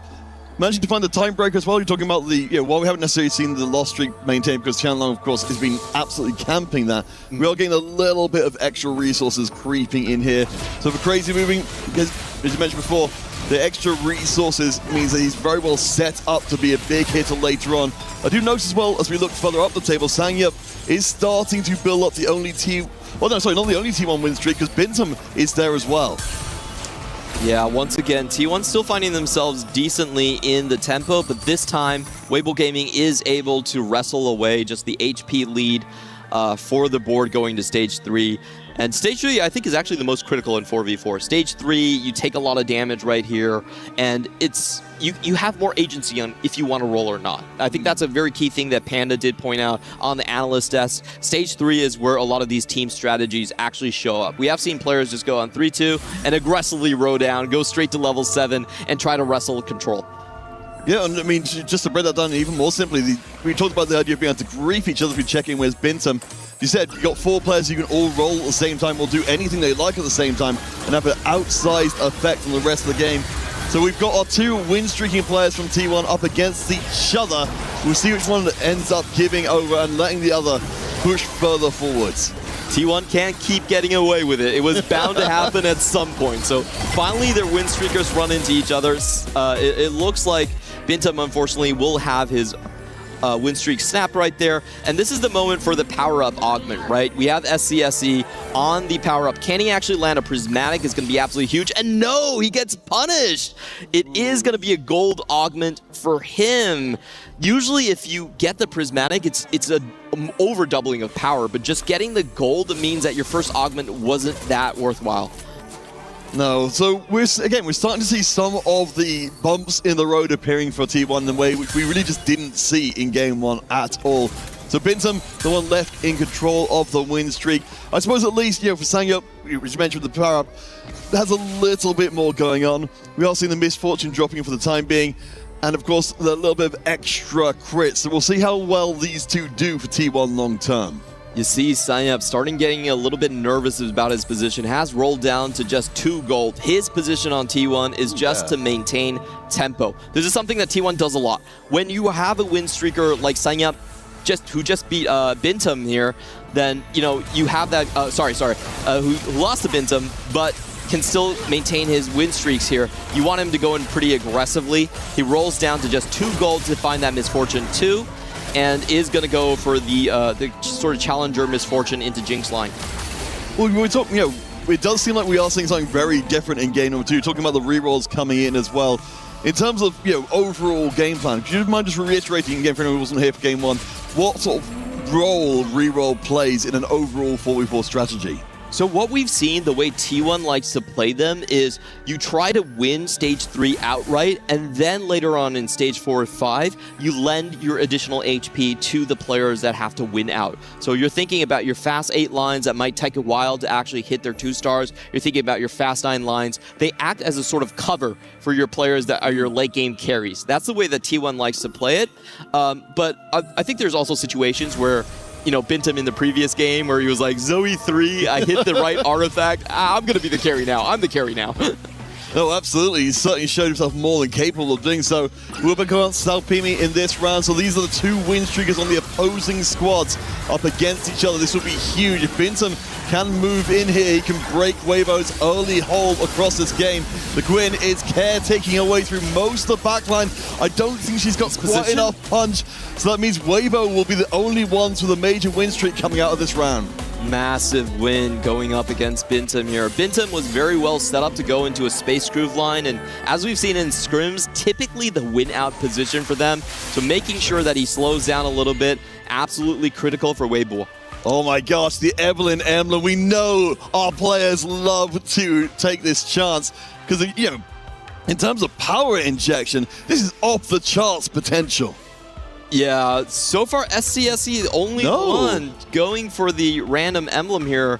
We're going to have a little bit more time to talk about the different options. We saw on Vars it was going to be Lovers, so you're going to have a 4 cost and a 3 cost of the same tempo right here. And actually in 4v4, I would say that this particular boon gets a lot stronger, because the denial factor is also much, much higher on that. You basically double your outs there. You could either deny from the opponent or you could take something for yourself. So I think that's probably one of the reasons why you saw most of the players actually picking for the Varus. Well, I suppose, yes, of course, you're guaranteed at worst that's 7 gold. Whereas with the emblems, I imagine at this point, particularly as you're looking at this across teams, particularly from the Weibo gaming side of things, taking that risk that you may end up with, say, a whole bunch of terrible emblems that do nothing for you, it's going to be the death knell for not just this game, but the series as a whole. Yeah, I feel like there are a couple of compositions that really want to go into it. I actually think like Sangyap's composition with the Jinx is very strong if you can try and attempt an emblem. You have Challenger outs, you have Brawler outs. But as we're seeing right here, this is going to be Tianlong's board building up towards the Akali. The most critical thing that he wanted to hit was actually going to be the Kindred and Maokai. If he was able to hit that Nova pair, that would be absolutely massive for his board. It would be almost as flat out close to win. is unable to tempo so far, so has to just use the misfortune right now as a secondary carry. Well, checking in with LBTC towards the middle of the table. You talked before, of course, about how potent and how ubiquitous the Shepherd board has been so far across multiple tournaments. On the other side from Guan, we are seeing more. There's Ribbon coming out with a little bit more of the AD side. Of course, you mentioned before, the Anima Emerald coming from very early on was not ideal. I think against this Shepherd board, which is most of the way there, is not going to be remotely enough. LBTZ just pulling a page out of T1's book. He's got the Leona printer online, a very strong segue directly into the Shepherd board, as you were mentioning. And then we have Corki coming up. We'll see Corki a lot more. This has been kind of an America's special when it came to TACRON. It's considered a C-tier composition. But because 4v4, everyone's cap is a little bit lower, it gets a lot better. You see Corki a lot more than you do in solos. Well, checking in with Sangyup, we mentioned the Kindred as being a chase unit for a lot of us. Our players here has got that one on the bench for the timing, so able to keep hold of it and while also denying it from anybody else. See what he does here. Sangyup on the 3-round win streak. Remember, Salpimi, his opponent, is still controlling the major win streak from Weibo and hopefully preserving a ton of HP, as you mentioned before. Salpimi is angling to be the win-out player on the side of Weibo Gaming. If you look at his items, this is a perfect Vex setup, and he has been storming in on the Econ just by playing the Primordian as well. So the 4-2 augment's going to be massive. If a 4-2 augment is something that gives him enough gold, like invested, to go straight level 9, he could be the anchor, the first place to deny tiebreaker for Weibo. All right, crazy moving. It has going to be procking down as of this round. That's the final piece we put in place. His HP is very low, though. I mean, how optimistic are you feeling about Crazy being able to turn this one around? It really depends on his roll down right now. He's 53 gold and still a ways away from getting the experience to go level 8. Hopefully, I assume that he's going to cash out this round. This is why our observers are showing us this. So we'll see on the roll down. If he doesn't manage to find those mecha units, he could be in dire straits right here. And the roll down so far, a lot of forecasts being shown, but not the ones that he really wanted to get. Still no Galio, no Aurelian Soul. It's his first copy, but that is very, very late. Just gonna have to try and make the most of it. Yeah, doesn't have the money, doesn't have the time to do too much more. So it's Radiant Juggernaut for the Bard. We've got the 2-star Nunu on the front line. Needs this round to go well. Hopefully his teammate SESC will not hand out a big loss. Yeah, hopefully that Pyke doesn't do anything silly. You're going up against a teammate. The assassination comes in and it goes up on the Bard, but there's no backline damage just yet. It looks like Crazy Moving is going to be able to sigh a breath of relief and hopefully even get some units from his Bard. That would be the ideal situation. He takes the win. We can call that good enough. No, absolutely. At this point, we're very much on the edge of our seats here with SESC and Crazy Moving, both relatively low on HP overall. Of course, at the top of the table, Salpimi still keeps up the pace, now on an 8-round win streak. Can Salpimi actually find something for his Econ? Now, we're looking over at SCSC's board, so someone different right now. Red Blue buff, he's going to be contesting, actually, Guan on the Corki line because he's already committed his build towards the Deathblade, but he just doesn't have enough gold. Doesn't find any of the copies necessary. No Corkis whatsoever. SCSC looks like the reversal has been found for Weibo Gaming. This is a terrible spot. And it's always so heartbreaking to see those last few gold dribble out of the inventory and say, you know, you're just going to have to try and make do with what you have. So bad news for T1. But Sangyup and Bintam are at least in the top 3 right now, HP-wise. But you can see Salpimi on an 8-round win streak, 34 gold in the bank. He's looking real good. We'll see if he can continue to keep that going. Where are their Corkis? There's no Corkis on the side of Guan's board either. Very interesting situation where both of the teams have been doing such a good job denying that neither of the members can actually find their allotted carries. Now, this is actually better for Guan because Guan does still have a slight HP lead. So if they can bleed SCSC out, that would be a win. Unfortunately for Guan, though, he doesn't even have the front line. No. And then when so Guan's going to be the one to take the hit instead. Oh, he's unhappy. He's mouthing about it. I do love the reaction cams. They're absolutely wonderful. So coming out of the round, Salpimi did lose that massive win streak, which means that the door is open a little bit more for T1 to start establishing themselves with some of these high HP players you mentioned that are so valuable from before. Crazy moving. It will keep us from panicking too much. The ASOL online. Huge find for him. Think about how many copies that he was actually missing in the previous round. Does get a great augment on 4-2. Commerce Core really saves him. He gets additional gold injection, uses the rolls, and he is by far the strongest board right now.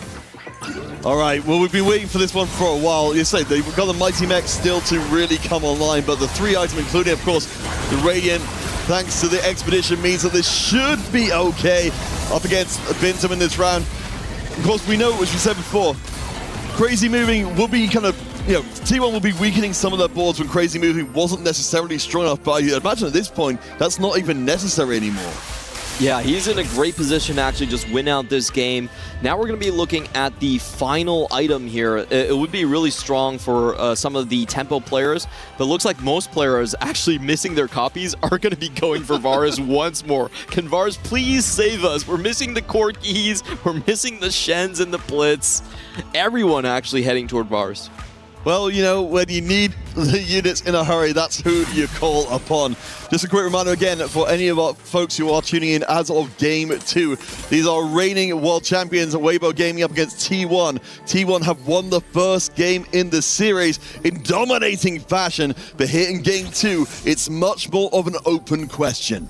And Salpimi is going to be the difference maker. We were talking him as the win-out player coming in for Weibo Gaming. He still has 69 gold, Commerce Core online. He's going straight for 9 and playing the Vex game. No one else is holding on to any of that Fast 9 component. So he still has a great position. He might even be able to take down Crazy Moving if he's able to get online fast enough and take down Crazy Moving, send him 8th. That would be a huge swing. Well, one of the players with that sort of potential, Tianlong, up at the top left of your screen, who are being informed took Call to Chaos and got 36 rerolls to bring his board online in a hurry. He needed that tempo player. You can see the power of all those found units means SCSC takes the L. And that's the power of Akali striking once again. Just the 2-star Akali with the bleed into the backline is able to take down a 1-star Corki relatively quickly. Bintam now with his Gwen 3 online in a strong position as well. We're taking a look across the lobbies just to check in on everyone's situation here. Signing up in the meanwhile, he's not really that strong for stage 4. Usually when you're playing this reroll comp, you really need double carries online. Only going with the Bel'Veth so far means that he's just trying to salvage placements at this point. Hope that the RNG is in his favor. Yes, splitting out the board presumably to allow for at least a solid loss up against Salpimi in this round. Again, we mentioned before, the board much stronger than it would be otherwise. I mean, looking at the overall field, Crazy Moving on the right-hand side of the scoreboard is starting to move up and continue to move up with their Reliant Soul board. Sangyup's loss streak is broken up against Salpimi, so we head into stage 5 with a very mixed scoreboard. More and more, I think, has to be riding on Salpimi at this point. Tianlong has rolled down. He's just playing for the Akali 3, but unfortunately, that's not usually a win-out line. It does very poorly against Space Groove that can just passively heal up their backline, so he's not going to be able to take down Bintam. I think a lot of the situations, Salpimi's roll down, when it gets to level 9, is going to be critical. How fast can he find the Vex 2? He has the items built for it, but hasn't started the roll just yet, and Blitz 2 online already, so that's a very good start for him. Is the Vex going to be there? We got the Graves too. Let's see what else we can find. Not a ton of money in the bank, but certainly enough rerolls. So much banking on the MVP of 2025. The Vex 2 still eluding him, but he has 9 more rolls to go. Those items are built specifically for the Vex. If the Gwinsus and the Giant Slayer have a home, it makes this comp so much stronger. Is not going to hit on his vital carries. Usually in this comp, you really want Fiora 2 and Vex 2 online. Those two are your most stable carries that can get you past pretty much everything. Well, 2 Vexes is not a Vex 2 ultimately, so there's a little less power. He's on the loss streak and he's got the HP to be able to shrug off a few more losses up against Bintum, who is starting to put together the board in earnest. We mentioned before we saw Nami, he wasn't necessarily built for damage, a little bit of utility. Right now, I'd have to imagine Bintum should be standing a pretty good chance. Yeah, really tough matchmaking coming in for Salpimi here. He's fighting Bintum, who's still on level 8, and I think Bintum will take this one. Just not enough damage coming out from the other side. Hitting the Graves 2 in stage 5, really not as important as hitting your damage dealers. Our first elimination comes in. Guan just creeped off the edge of the table there. So we've gone from a game which looked like Weibo were in firm control to them taking the first 8th of the lobby. That does change things. So when we look on the other T1 members currently in 6th and 7th, they are also low. Kind of a doomed game plan for Guan once again. Branching out into Anima, has to basically forget that he ever had an emblem, doesn't get a chance to reforge it either, and gets hard denied by the Corkies on the other side. So SCSC does win the matchup. This is the most important thing. Even if he goes 7th place here, because the mental mapping was against Guan, that's still a +1 for T1. Oh no, absolutely. And with Crazy moving, who's currently in 6th on a 6-round win streak, there doesn't seem to be too much chance of him dropping out and basically resetting the game by leaving us with a sandwich finish, which leaves both people the same points. The SCSC, though, very low against Bintum, and I think, yep, will survive for this round. So that's another further step forward as LBTC takes a big hit. T1 refusing to drop. Wow, and that was a great awareness play coming in from the side of Bintum. He actually removed the items on the Nami, made sure his teammates stayed alive, and right now SCSC even has a chance to overtake LBTZ. We should be looking at LBTZ's board right here. It's been a while since we checked in on all of his units. But at 8 HP, bad matchmaking could mean that once again Weibo Gaming find themselves in a must-win 1-2 spot.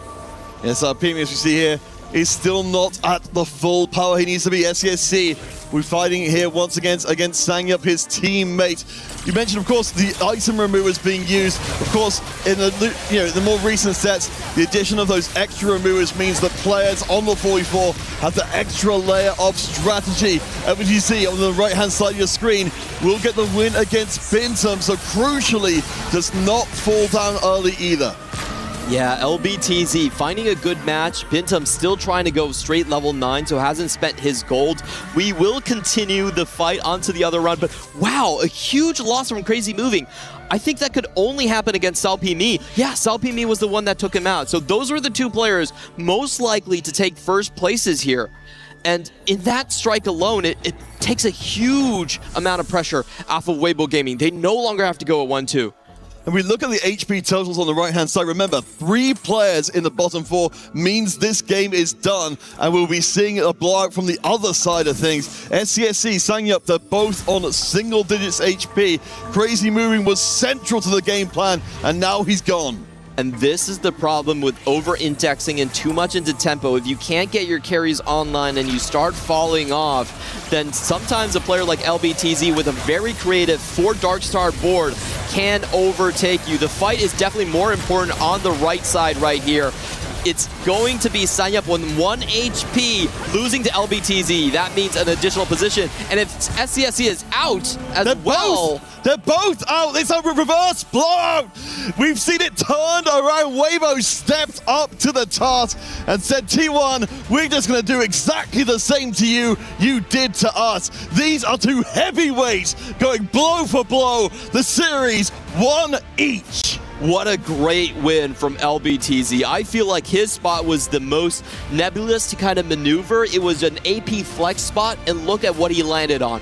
4 Darkstar with Radiant item. That's the great thing about 4v4. A lot of times you can have more space for creativity because everyone's ceiling is a little bit lower. You can see the relief on the face of the Weibo players. This could easily have been the end of the series for them if this didn't go their way. Now we're left in a position where Game 3 is for everything. Absolutely. Salpimi finding the critical win against Crazy Moving before he could scale up was the critical play of this game. All right, we're heading to a short break. Stay tuned. Our first series will conclude after the break.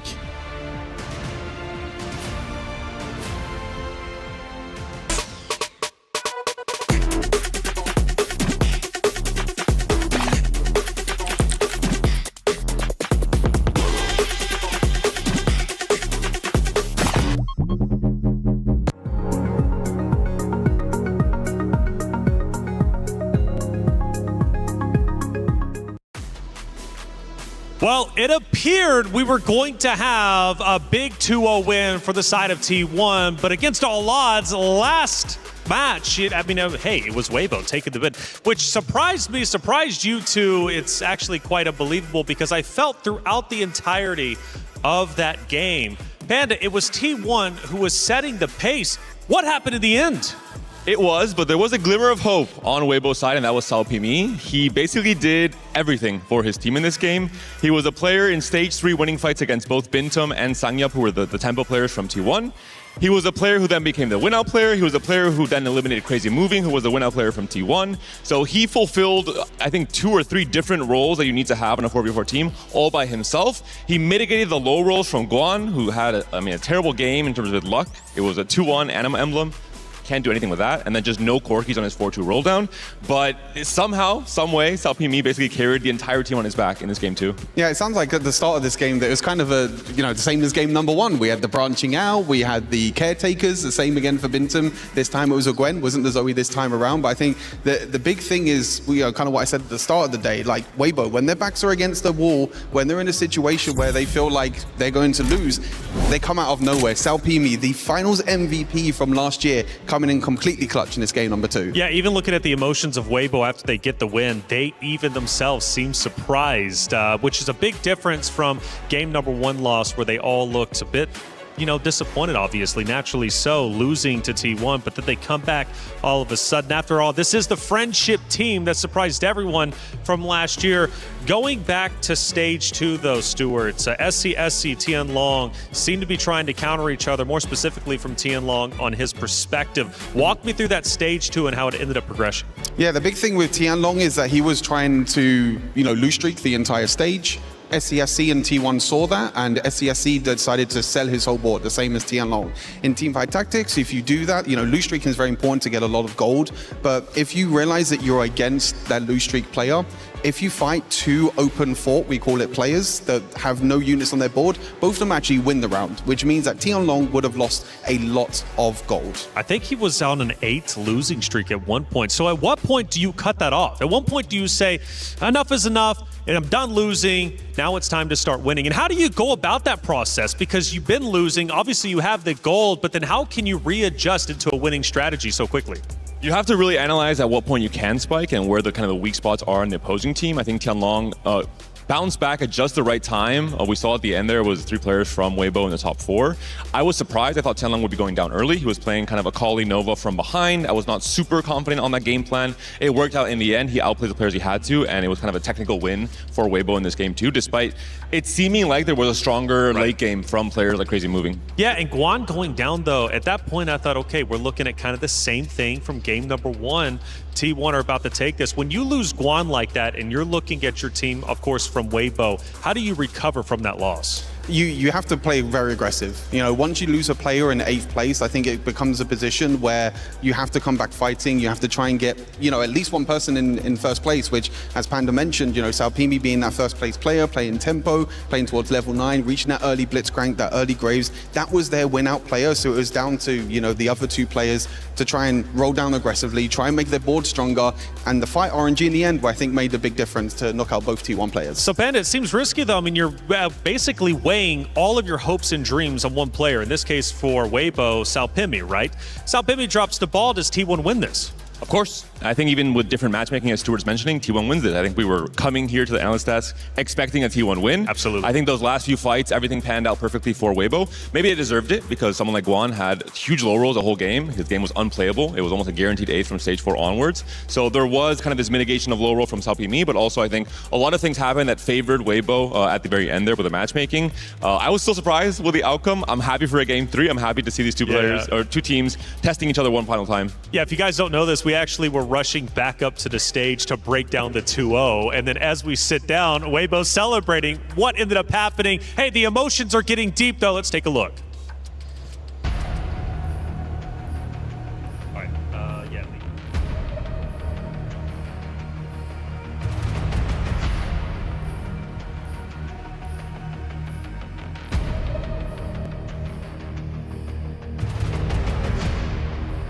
It's 1-1. Only their way. All right, back to the stage we go. The competitors are gearing up and getting ready to play the final game number 3 in this best of 3. For Weibo, all looked lost. I thought they were going to lose 2-0, but against all odds with the hero of Salpimi, Weibo ends up taking game number 2. Now, we go to game 3. T1 has been setting the tempo. But my worry, Stuart, is T1 was in the lead for such a long time. They were playing around Weibo, and then they lose in the last second. How does that affect their mentality for the final game 3? I think they just have to stick to their same game plan. We know T1 as this tempo team. We know they like to play, really aggressive and try and play for early stage 3 boards and try and, save HP as much as possible. Stick to the same game plan. I think they were a little bit unlucky in game number 2. I think if they stick to the same game plan, they can close out the series. Yep, and I feel like T1 has a great game plan. Clearly tempo is going well for them, and they're a consistent roster. But it's still scary to know Weibo can just like that take a game from T1, and that's going to be in the back of T1's minds. I'll call it now. Whoever wins stage 3 is going to win this next game. I think T1, that's their biggest strength as a team. We saw Salpimi beating both Bintum and Sangyup in that last game to take over that stage 3. That was, I think, the differing factor, the amount of HP saved and the tempo lost from T1. I'm looking at reroll. I'm looking at, does Weibo emulate or try and react with their own attempts at playing reroll? Do we see contests on Akali and on Jinx, on the MF Challenger as well? That's the big question for me. And who becomes the win-out players? Who are the players who can really come up big in stage 4 and stage 5 and win the game for their team? So who are the standout players then? Obviously Salpimi for T1. Who's going to be the hero? Bintum for me for T1. I think Bintum has taken caretakers 2 games in a row. Surely he goes off of it in game number 3. Surely he doesn't get offered 3 caretakers augments in a row. Hey, it's time to go to game number 3 to decide it all. Counterfeit Clement, take it away. All right, one fantastic series to start off TFT at the Esports World Cup. One game determines which of these 2 teams goes to the lower bracket. We did see some emotion come out of our players there. For T1, it felt like a game that was eminently winnable, being taken away from them in a hurry. I have to agree with that. It was a lot about fight RNG. If Salpimi didn't find Crazy moving that early on, if LBTZ rotates into anyone else, that game could have been a closeout win for T1. So I think emotionally, it's probably a little bit harder for them to bounce back. But they have to lock in. They have to remember their pedigree. They have to remember their history. They have never finished beyond a top 4 at EWC. No, we certainly wouldn't expect any less from them as well, but this is the toughest challenge available in the very first round of the competition at all, to be going up against the reigning and defending Weibo Gaming, our champions from EWC 2025. As David said, we will be looking at for the early game and to see whether we, particularly, we've seen so far in both games, which team controls the streaks ultimately went on to win the game. Stage 3, as Panda has mentioned, is the most important one. It's the place where teams can control the tempo. They have the most agency on rolling down and what to do. So again, I think you have to look for those setups in stage 3, especially when you think about the encounters that we just had. You can actually roll deeper for your combat augment. On stage 3, you have an additional roll for each individual augment. It really helps level up the power level.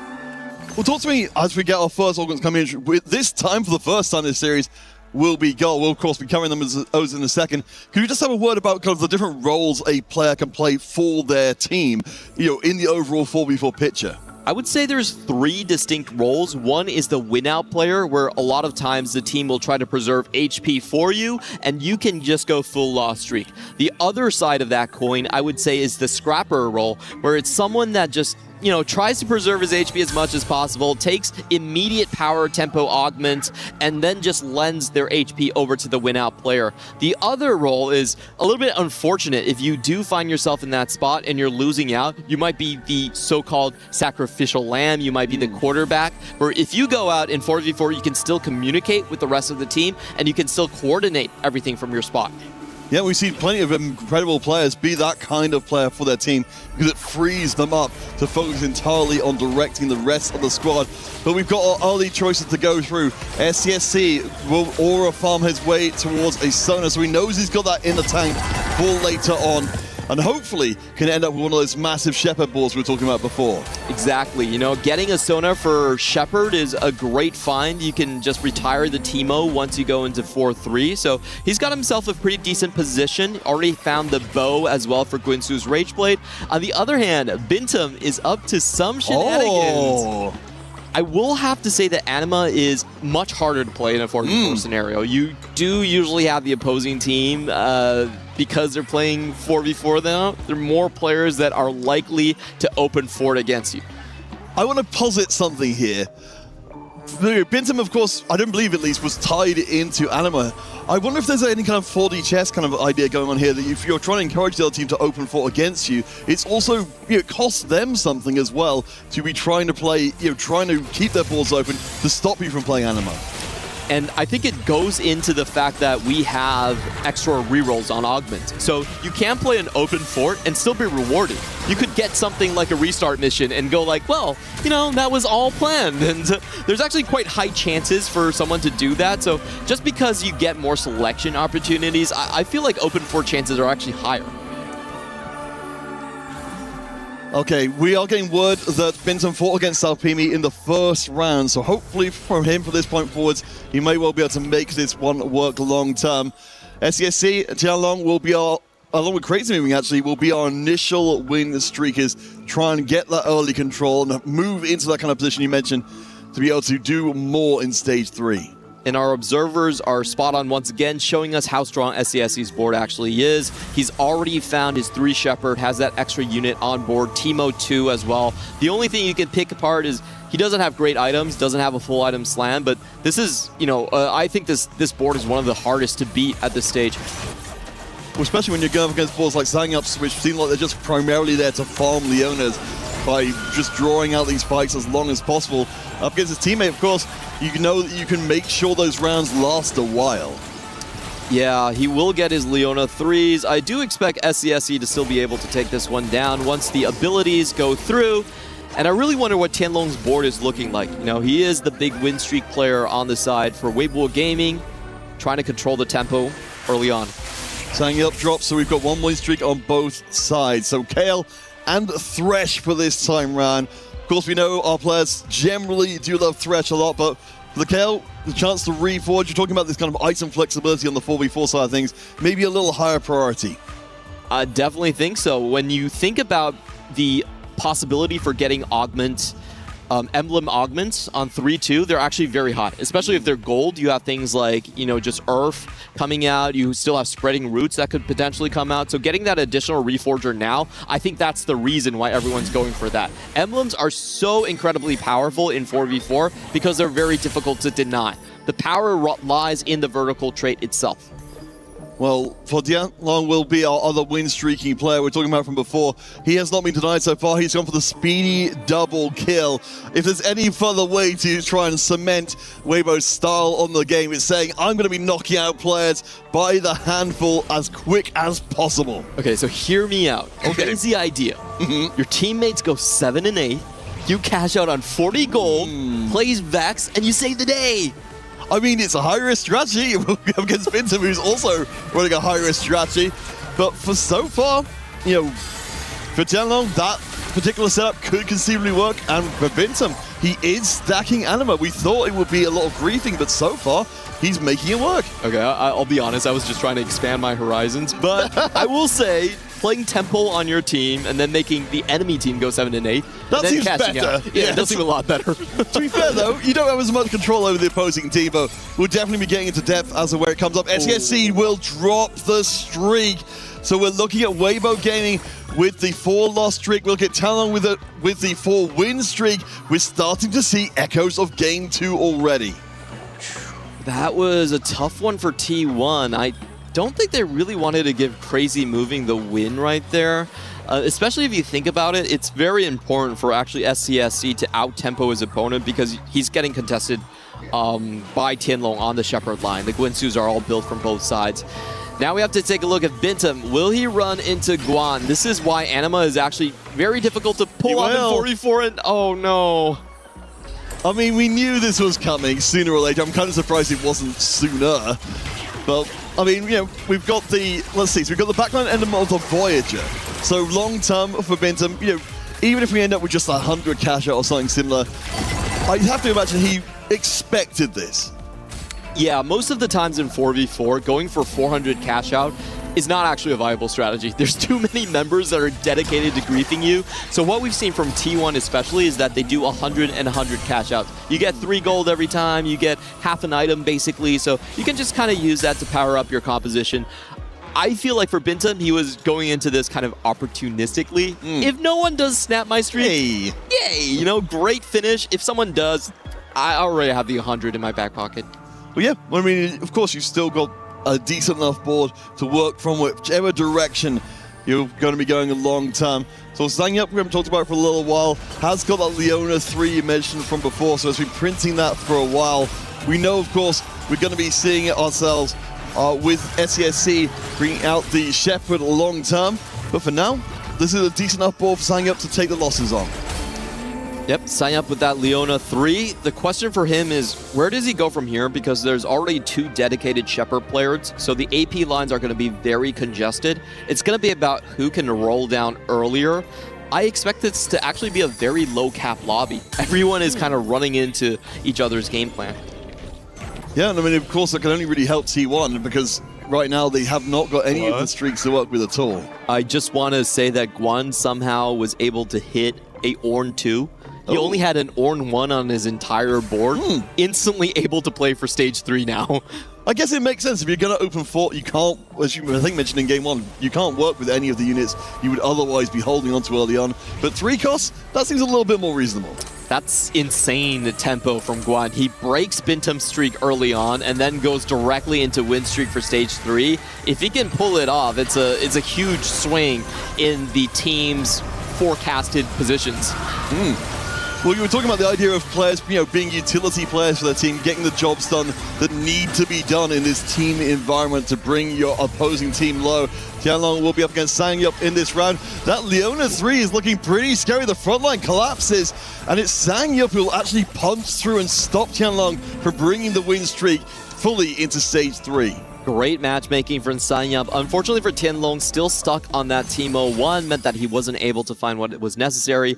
I really want to take a look at Sao P Mies because he is playing the reroll line. He has Treasure Hunter early. And if he finds a great combat augment for it, it could spike his board tremendously. It doesn't look like he actually finds what's necessary. He has to roll all the way down and doesn't find any of the reroll augments. This is kind of considered a tier 2 combat augment.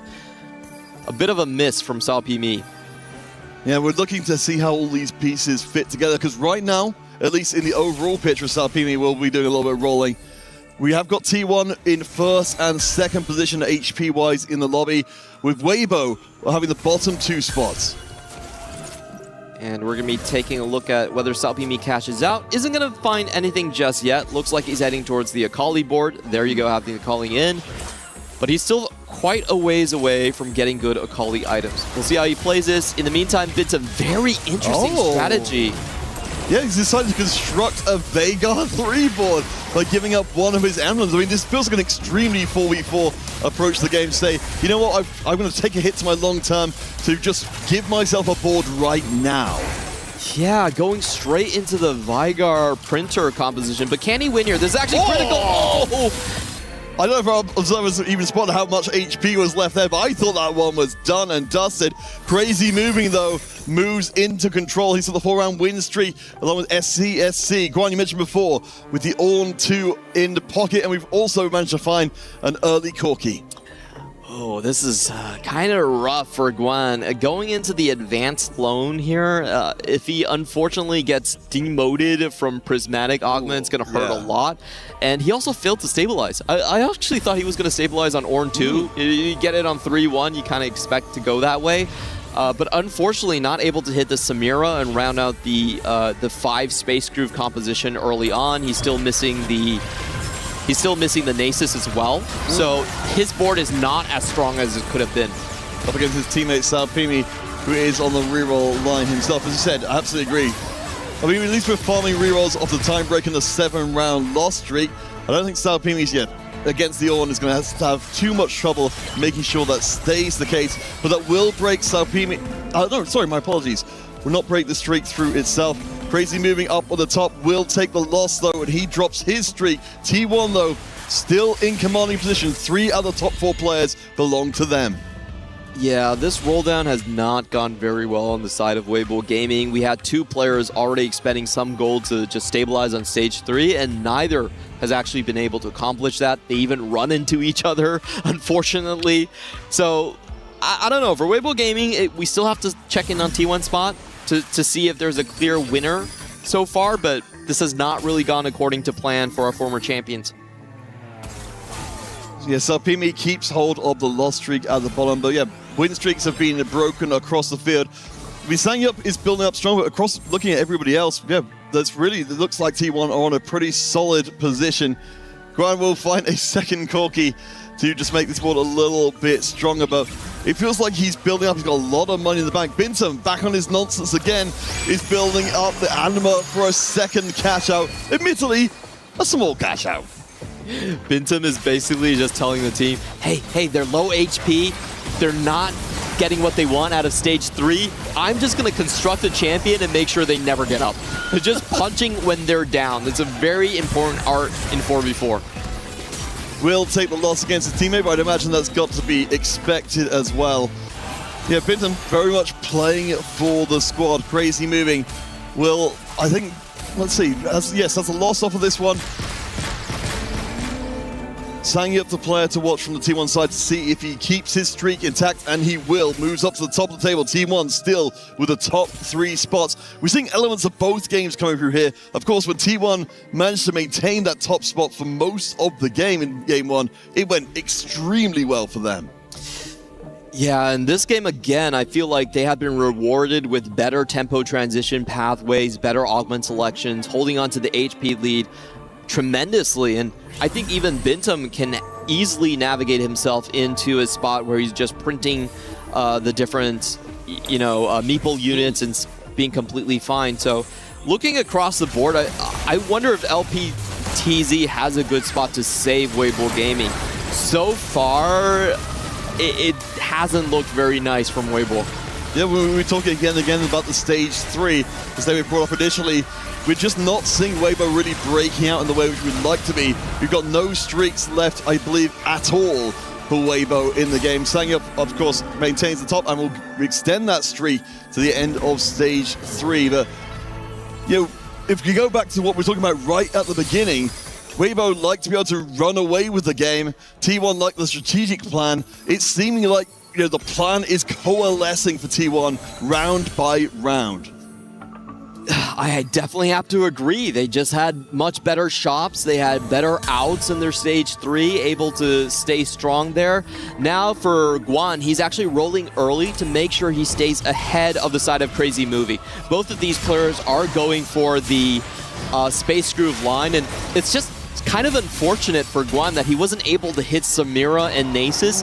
If you get the 5 Space Groove, that's when you get your stacking AD and AP, and he should have been able to win stage 3. I feel like it's just an unfortunate low roll that he wasn't able to do so. Now is his chance to kind of get back in the game, but he does need to find Nami's. Yes, so we finally get Samira showing up. We are assured that she is actually in the set. Again, a reminder, this is Game 3 of the series between Weibo and T1. Weibo are reigning and defending EWC champions coming in here for this first series of the event. It's starting to look a lot like T1 could manage to pull off the upset here, but this game is far from done. Look at Salpimi's board. He rolled down to the second Treasure Hunter cash out and still has no Akali 2. Oy. Oh, the denial from T1 is just spot on. Look at how many Akalis are across the field. SCSC holding on to 2 of them, making sure that Guan just falls down to a lower placement. Will at least be able to, the consequence, of course, of holding those units will be a slightly weaker board. SCSC stoic there as he faces down Guan. So we're not currently in the situation of being too worried about the HP. Guan and Salpimi, Salpimi actually going down to 26. We're still looking for, whether there's going to be these early eliminations or not. We get the flip coming in from Tianlong. No Radiant item found. Is bad news for Weibo Gaming again. The question now is, can he race for that LeBlanc. A lot of players looking for LeBlanc, especially SCSC, as our observers are showing us, already with the Sona just waiting in the wings here. Neither side has actually hit a lot of those LeBlancs. We have one apiece coming out from each of them, but no 2-stars just yet. I imagine a lot of the team members are also holding on to them. Well, yes, of course, that's another part we haven't even talked about as yet. People on the 4v4 able to grief each other, but also hold units and release them into the pool on command for when people will be dropping in. SCSC does have the Sona, of course, from the aura farming from much earlier on. Has the LeBlanc, at least 1 star. We'll see how he does up against Bintum, who, of course, is very much a player who's looking to be beaten by his own teammates longer term. Yeah, Bintum is just going on to the sort of slow bleed out game plan. He has found his Bard though, so 7 meeple should be online here. I have to say, SCSC is so far ahead of Tianlong. It's not even funny. He's still sitting on 22 rerolls. In the meantime, for Tianlong, he does have his front line, but he's very far away from his LeBlanc too. Oh yeah, and completely out of cash as well. We've seen that so often be the death knell for a player's performance. Just that they're going to be relying so much on RNG to pull out the rest of the game. The 2-star LeBlanc lands for SCSC. The stars are starting to align for T1. They're so close, they can taste it. The matchup mapping from T1 seems so much better. I need to see Salpimi's board to see, has he found something that can save himself? He was sitting on 1-star Akali going into 4-2 after cashing out 2 treasures. So if he can't find that Akali 3, if he can't stabilize, this could be a very quick game going in favor of T1. Well, Guan, one of those players we're hoping to see more from in this game, has got the Space Group board online up against the Aurelian Soul board of Sangyup, who is got the decent backline carries, not fully itemized as of yet. That Leona 3 has been doing work all game. The 8-Soul not quite enough damage to pull off the board wipe. So for Guan, that's a step further back into the game. Oh, what a close fight right there. And Salpimi still doesn't stabilize. Down to 17 HP. 2 potential free fall players on the side for Weibo Gaming. It's worth noting Salpimi is on the Thresh trait quest, so is looking to try and throw a bit more RNG in. We saw in Game 2, the players were not up for it at all. In this game, it seems like with everything at stake, a position in the upper bracket, which is the shortest way to get to playoffs. T1 right now is in a commanding position. Sangyup has the HP, SCSC has the Shepherd lead. Can Weibo Gaming actually claw themselves back? We're sitting on just 3 copies of that Akali. We don't have a single Kindred to replace the Caitlyn. Ooh. Oh, this is so dire for Salpimi. At least Tianlong does find the LeBlanc too. That's going to be a huge relief. But yeah, Salpimi on the left-hand side, I have to imagine is not going to find the Akali 3 for the rest of the game. Great denial job on the side of T1. The question now for Weibo Gaming is, I think you look at your bottom players and you go, you know what, Salpimi, you're the MVP, but I don't think you're making it out this game. Who else can be the carry? That's going to be the big question. I feel like Guan is still in a decently good spot. He hit his Nami very early on, Riven 2 as well. So maybe Guan can be the one to kind of sneak by. But if you're looking at his gold, he had to expend a lot of gold to kind of stabilize that board. So it's not even apparent to me who can be the win out. Oh, huge win right there. Yeah, I mean, as we look on the right-hand side, you can see the bank balance for nearly everybody in the lobby is gone. Everyone's been trying to roll so hard against each other, so they're going to have to make do with what they have. LBTC, I do spot an interesting pair on the bottom right of that board. It's the double Corki tech. I have to assume that T1 has spotted that out. But you never know. If you can sell your board fast enough, if someone accidentally dies, then you can get away with it. But with SCSC on 62 HP, it's pretty hard. He can clone that Corki if he wants to and just deny it completely. He also has the duplicator to do so. Yeah, SCSC, I think very happy just to have one of those Corkis on the bench to cut out that potential win condition. As we mentioned before, there are several scenarios in 4v4 where getting first place is the most important thing a team can do. So having something like a 3-star forecast is absolutely huge. SCSC up against Crazy moving, the teammates facing each other. Well, I have to imagine LeBlanc's going to quite be good enough, yes. As SCSC keeps his win streak ahead, Crazy Moving will dip down a little bit further. Now, Crazy Moving actually with a very strong board, even though he's contested from Guan, does manage to hit everything so far. And we are seeing the HP bars actually moving up a little bit. Bintum now down to 14 HP. We haven't seen Bintum's board in a while. He was playing the Vigar printer build, but he hasn't been able to find a front line. The Ramus 2 has evaded him. He's been denied. Oh boy.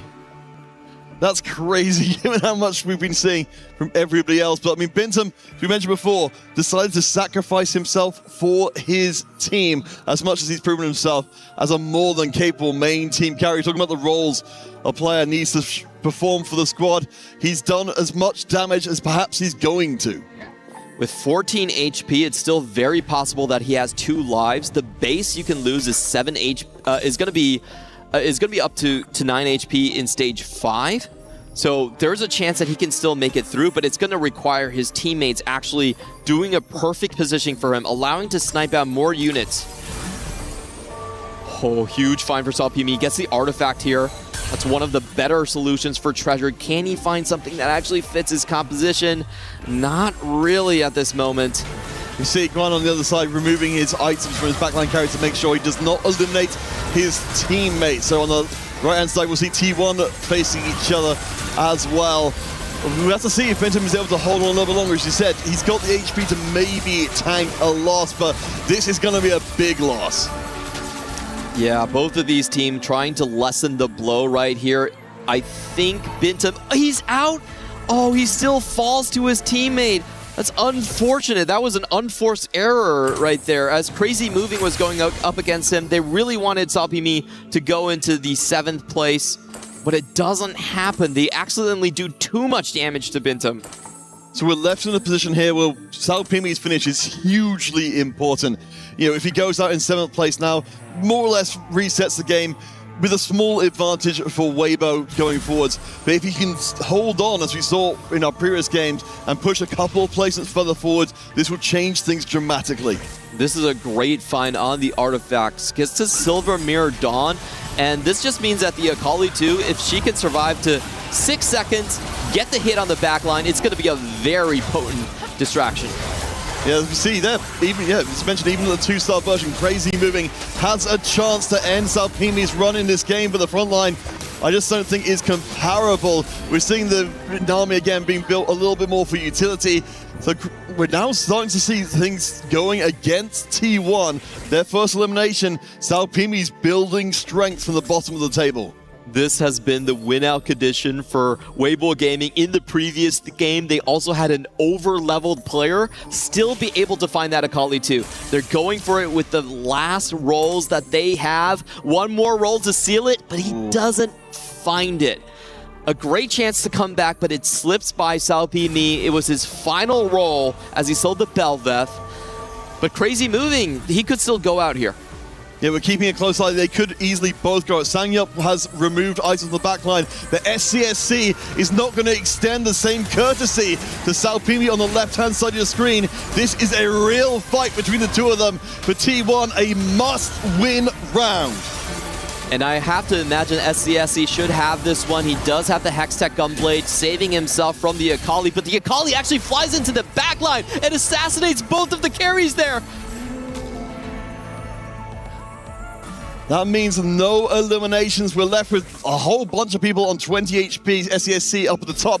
Currently, T1 control first and second place positions, which of course, if they maintain, will win them the game overall, irrespective of anyone else's finishes. But everything below there is up for grabs. Trying to prevent themselves from going into the 7th place over and over again. This is the round where SCSC really has to show up here. He has 36 HP, looking for some replacements in the front line, gets a Blitzcrank almost off the first roll. A great distinction for him. And you can see he has his items off. He wants to keep Crazy Moving in the game. It's about which team might potentially be sending themselves up for a 7th and 8th.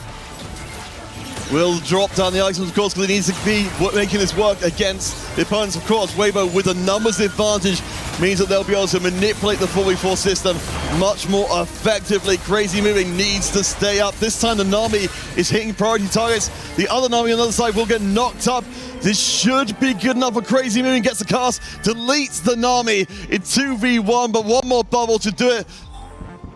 Oh, both players on 1 HP, but it is T1 that comes out slightly ahead in this one. I believe it was one of the Weibo members that did... Oh, no, it was Crazy Moving.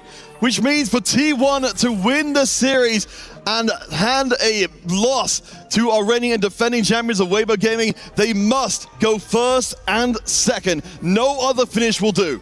Wow, that last bubble not going through for Crazy Moving. What a huge loss here. LBTZ and Salpini really not finding their stride on these roll downs, but still able to stay in the game. The question right now is, can SCSC and can Sanyup salvage the situation? They're on 2 lives each. The best situation is they don't run into each other. But Salpini, he hits the Akali 3 after a massive low roll all game.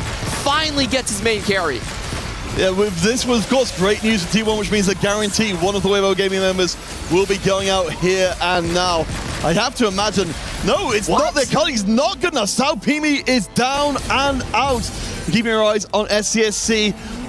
He takes a loss, but he's not gone. Sanyup is still standing. I have to say, I think that was a little bit of a mistake from Weibo Gaming on their side. You typically don't expect the double Corki board to be the one that's higher cap than the Artifact 3-star Akali Nova Emblem Treasure Hunter board. So that might have actually thrown a wrench in their game plan. They really would have preferred Salpini to be the one leading the charge. All right, let's look at the situation. 5 players remaining. Yep. T1, they need to get top 2. There's barely any HP left in the mix. What are they thinking right now? All right, so SCSC has to have the best roll down here. He needs to hit the Blitz 2, and as I say that, instantly finds it. Nunu 2 also on the way here, so great finds on the unit. They're pretty much capped out if they just complete their board on the side for SCSC, and he's done that pretty beautifully. Tianlong, in the meantime, though, is able to go to level 10. Has no Sonas, though. Oh, he's just playing a standard 3 AP flex board. So we'll see about the items. That's the next point coming in from SCSC. He looks like... Oh, no. Oh, no. It's done. Unless Sanyup can take a loss here that's small enough, but I mean, this is the thing they were trying to avoid, playing against each other. The items have been removed, so this should be SCSC holding on. I hope so. There is a chance that Sanyup can still survive. He has 17 HP, and it's only going to be a 1-unit loss. Oh, that was so close. Well done by T1. If SCSC falls there, the match was over. But that was actually a perfectly calculated loss from them. LBTC is out, so we're left with still T1 needing to get a top 2, but there's 1 life left for everybody. Oh, wow. We're resetting the matchmaking pool. T1, they have to avoid each other. If they do, they can win out the game. They should be able to avoid each other. They need to win both of their matchups simultaneously. That's the difficulty right here. We should be getting a match screen from both sides on our observers to just see if SCSC with his Blitzcrank 2, can he actually take both? We're going to get Tianlong on the right, SCSC on the left right here. Bar 2 already been found. This one's for all the marbles, as you said. T1 need to win both fights. We're fighting from the bottom on the left, fighting on the right from the top. This is against the reigning and defending Weibo Gaming. SCSC is looking pretty good on the right-hand side. The LeBlanc is staying up and fighting. Weibo is going to win the round, and I think it's going to be all over. We've got to prove T1 have not managed to pull it off, which means Weibo Gaming from the brink, your champions, will win the first series of EWC 2026. Congratulations to Weibo Gaming. It was a tough-fought series. In Game 1, they fell down almost instantly, going 6, 7, and 8. But they had the fortitude, the resolution, the ability to come back from dire situations. And in this game, unfortunately for T1, they were lacking just that a bit of power at the very end. I felt like the Bintum game plan didn't actually work at all. The Vigar pivot and stage 3, it bought them a couple rounds, but it fell flat on its face in stage 4. It did really feel like the team was missing the kind of punch that Binton brought out for the previous games, but ultimately I don't think there can be too much regret there because he made a decision for the team. We talked about for T1 the lessons learned from their losses. We saw at the end of game 2 they were looking devastated by the loss again, as we expect. They were so close to handing out what would have been the upset of the tournament. Oh, and just the tenacity to hang on. We were watching Crazy Moving and Salpimi, the two of them on 6 and 7 HP apiece, holding on for round after round. It was Salpimi at the end that did make it through. That would have changed the fortunes and the games entirely. I have to say, Weibo Gaming, this was a much closer match than it really deserved to be. I felt like they got incredibly lucky with the Akali rolls at the end. They did a great job at salvaging their own HPs to preserve their teammates at the bottom of the totem pool, and finally they show us what winners are truly made of. Well, I mean, this is what we'd hoped for from this opening series of the day. 3 more to come after this, but we're talking about some of the best teams to play in EWC. They're the reigning champions, T1, who've been in the semifinals or quarterfinals every time. We expected this level of play from them. It was so wrong for Guan in Stage 3, but he was able to find it in Stage 5 and Stage 4 and eliminate T1. All right, we're headed to break. When we return, we move into our second series of the day. This first one has been amazing. We'll see you soon.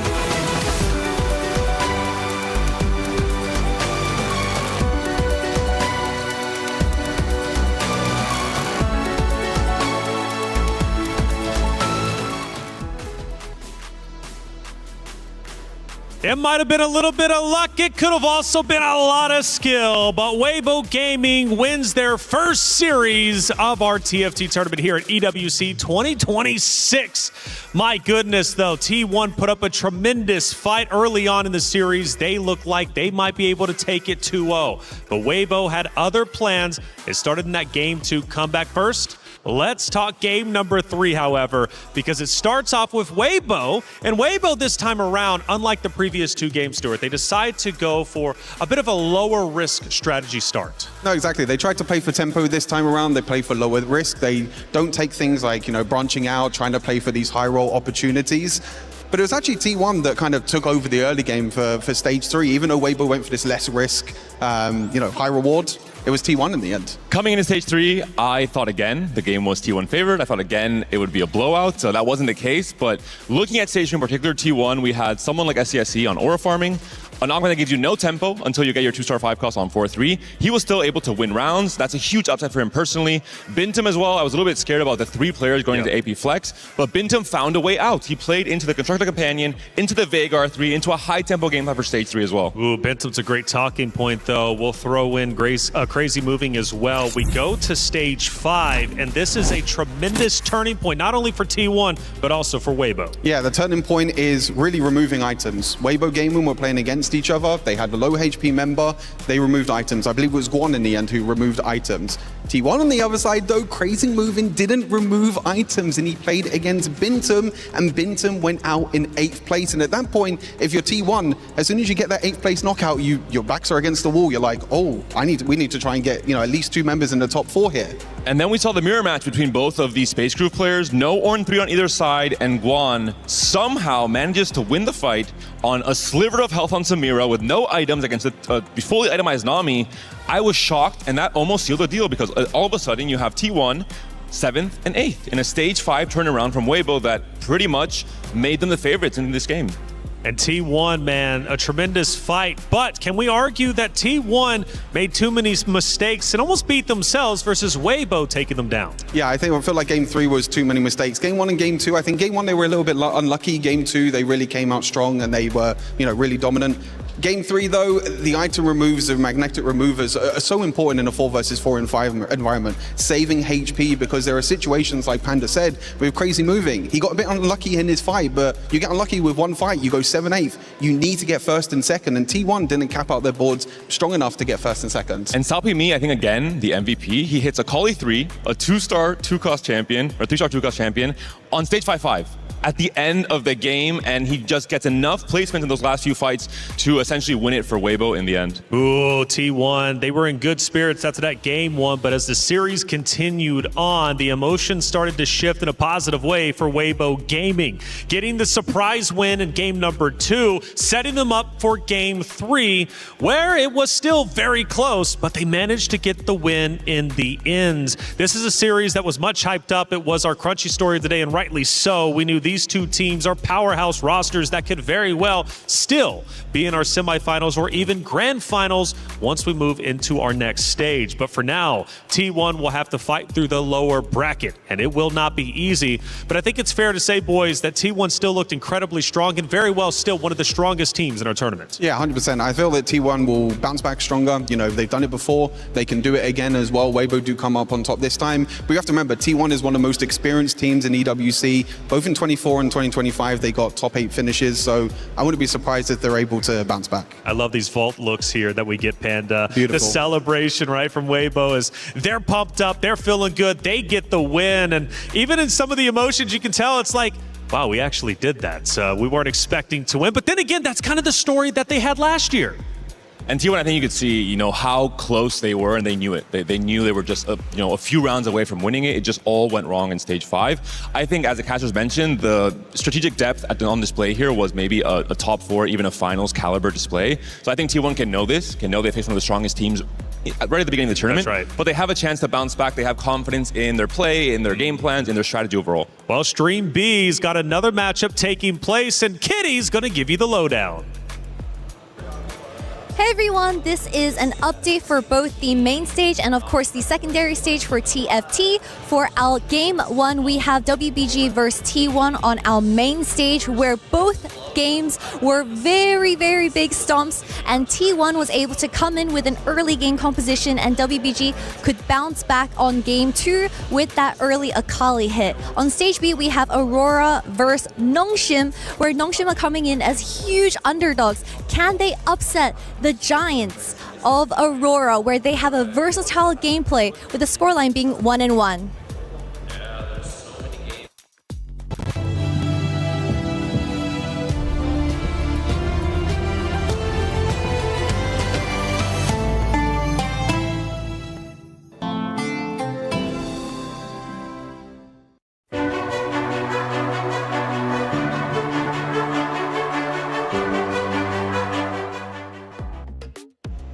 Thank you, Kitty, as always, for that update. Stream B, it's on the opposite side of the venue, but we're keeping it locked in right here on Stream A as well. 1-1 all tied up. Noxium Red Force going against Aurora Gaming.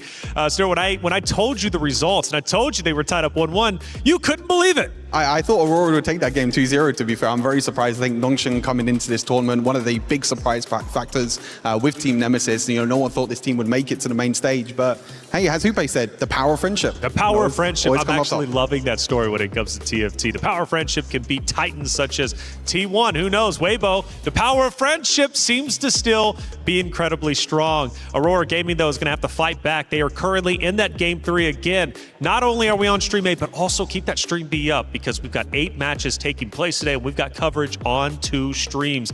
Also, an update for Noxium Red Force. They are competing in our tournament, but they're not eligible for club championship points. Just keep that in mind. Hey, there's a lot of things happening for the Esports World Cup, including our EWC play. Playing you're not yet. EWC Play is your all-in-one platform to compete in fantasy, pick'em, and quests for a grand total of $300,000 in prize pool. Build your dream fantasy team in 5 different games and track your score with live results tables. Predict the winner of every game, every group stage, and every tournament. Complete daily and weekly challenges to earn boosters that help you climb the global leaderboard. Got what it takes? Join EWC Play now.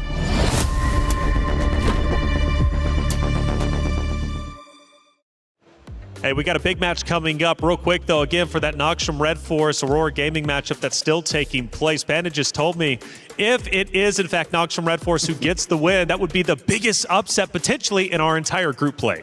I mean, you're looking at Hwamie coming off a attack round win, and you're looking at Nongshim, a team who qualified on a very different patch. It was a one-cost reroll-centric qualifiers a few months back. Coming into EWC now, it's the end of the set. Everything's been solved. It's very different, and Nongshim have a lot of players that have not been on this big of a stage in their careers, and that's the big question. How will they face against any team, but in specific against Aurora, who are just star-studded with one of the GOATs of TFT? Well, that's one of our two teams. Let's start talking about our next matchup. It's going to be Zeta Division going against JD Gaming. Now, Panda, right back at you. Zeta is a phenomenal team with a lot of prestige. They've done incredibly well. What are they going to be bringing to the table in our next matchup? I think the big question is, do they meet the expectations they've been set out for themselves in the very beginning of EWC? With 2 TAC round winners with Summertimer and Title, you would expect them to do so. But the biggest thing is the pickup of Mori. Mori, 2 sets ago at TAC round, he was the breakout player from APAC. He was extremely confident. He called he's going to play the ASOL late game, which is like the riskiest, funnest to watch comp. Before the game even started, he played it and he won the game. Just Giga Chat energy, and they immediately got picked up by Zeta Division. I think he really added just another level of depth and strategy to the win-out role in particular for that team. And I'm a big Zeta fan. I think they have their chance. Okay, so I see who you're going to be rooting for in this matchup, but JD Gaming has a fun story as well. First time in the org's history, they're playing at EWC for TFT specifically. Yeah, I mean, it's an interesting story because they were close both times. In 2024 and 2025, they made it to top 6, but they couldn't get that top 3 that they needed to make it to the main stage. So yeah, just shy both times. But they come in this time with Hong Liang and Kezi, both players that have played together on a team before here in EWC back in 2024, played for Weibo Gaming, so they have that synergy there with Hong Liang and Kezi. But I think JDG as an org, they'll be happy that they're here because they've been so close both times, and they're a team to watch out for sure. Yeah, when we talk about regions though, coming from the China qualifiers, they get second place. How tough is that region to qualify through when it comes to TFT? Well, you've seen the results in 4v4 in particular. I think it's a whole another layer of strategy and teamwork and comms and efficiency, and CN has been ahead all throughout. So I think qualifying as the second seed from CN qualifiers is a really big result and a big confidence boost coming into this weekend. Well, I got to say, for Zeta, JD Gaming, it's going to be a powerhouse matchup, and we've been asking for your predictions out there. Of course, we want you all to get involved. Who's going to end up taking this game specifically?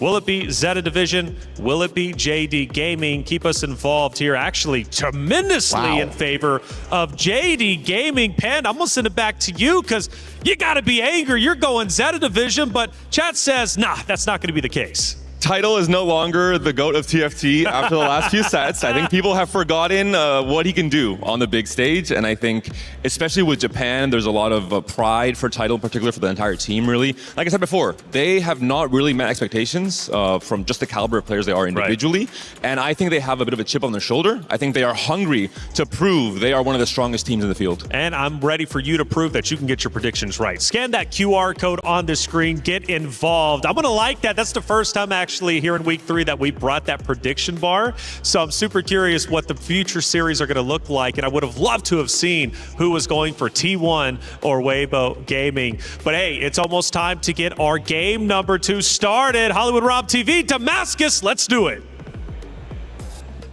Ladies and gentlemen, we are about to keep things rolling in our group stages. We started off with an absolute certified banger with Weibo versus T1. And of course, the title defenders ended up clutching it out in the end. But this next one, Damascus, is going to be just as fire. This is all we want, no good matches. I love a tournament that starts with the champion almost tripping, but then remembering we are there with the title defenders. We won last year, we're here to win again, in there. But up next, bro, 2 more big teams. Zeta Division versus JD Gaming. Now understand, this is JD Gaming's first time with EWC TFT, but of course they do have someone that has extreme experience, and actually we need to make sure we understand when it comes to Zeta Division, they are the lone Japanese representative here. They are flying the colors loud and proud. Ladies and gentlemen, the highest level of play possible at TFT is going down right here. Let's get things going with Zeta Division versus JD Gaming.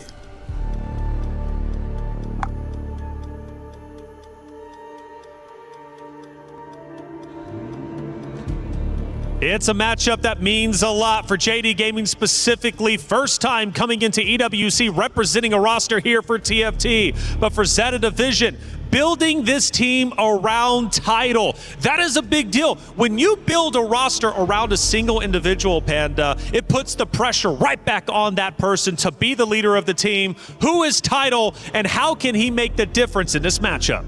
Title is one of the greatest players of all time in TFT. He's a player who has been a superstar with 2 TAC round wins as well, but he's also the IGL for this team. He's also the player who has a very strong intuitive understanding of TFT on a very deep level. So he can call the shots for his entire team. He can say on stage 3, hey, we have to adapt this way, we have to do this, you have to do this, I have to commit to this, and he is making sure there are no small mistakes being made like we saw with that Weibo and T1 match, for example. And I think he's the player who, maybe with Mori as well, has the most pressure in terms of finding ways to win out games, finding ways to become that clutch X-factor player that can win a series almost by themselves.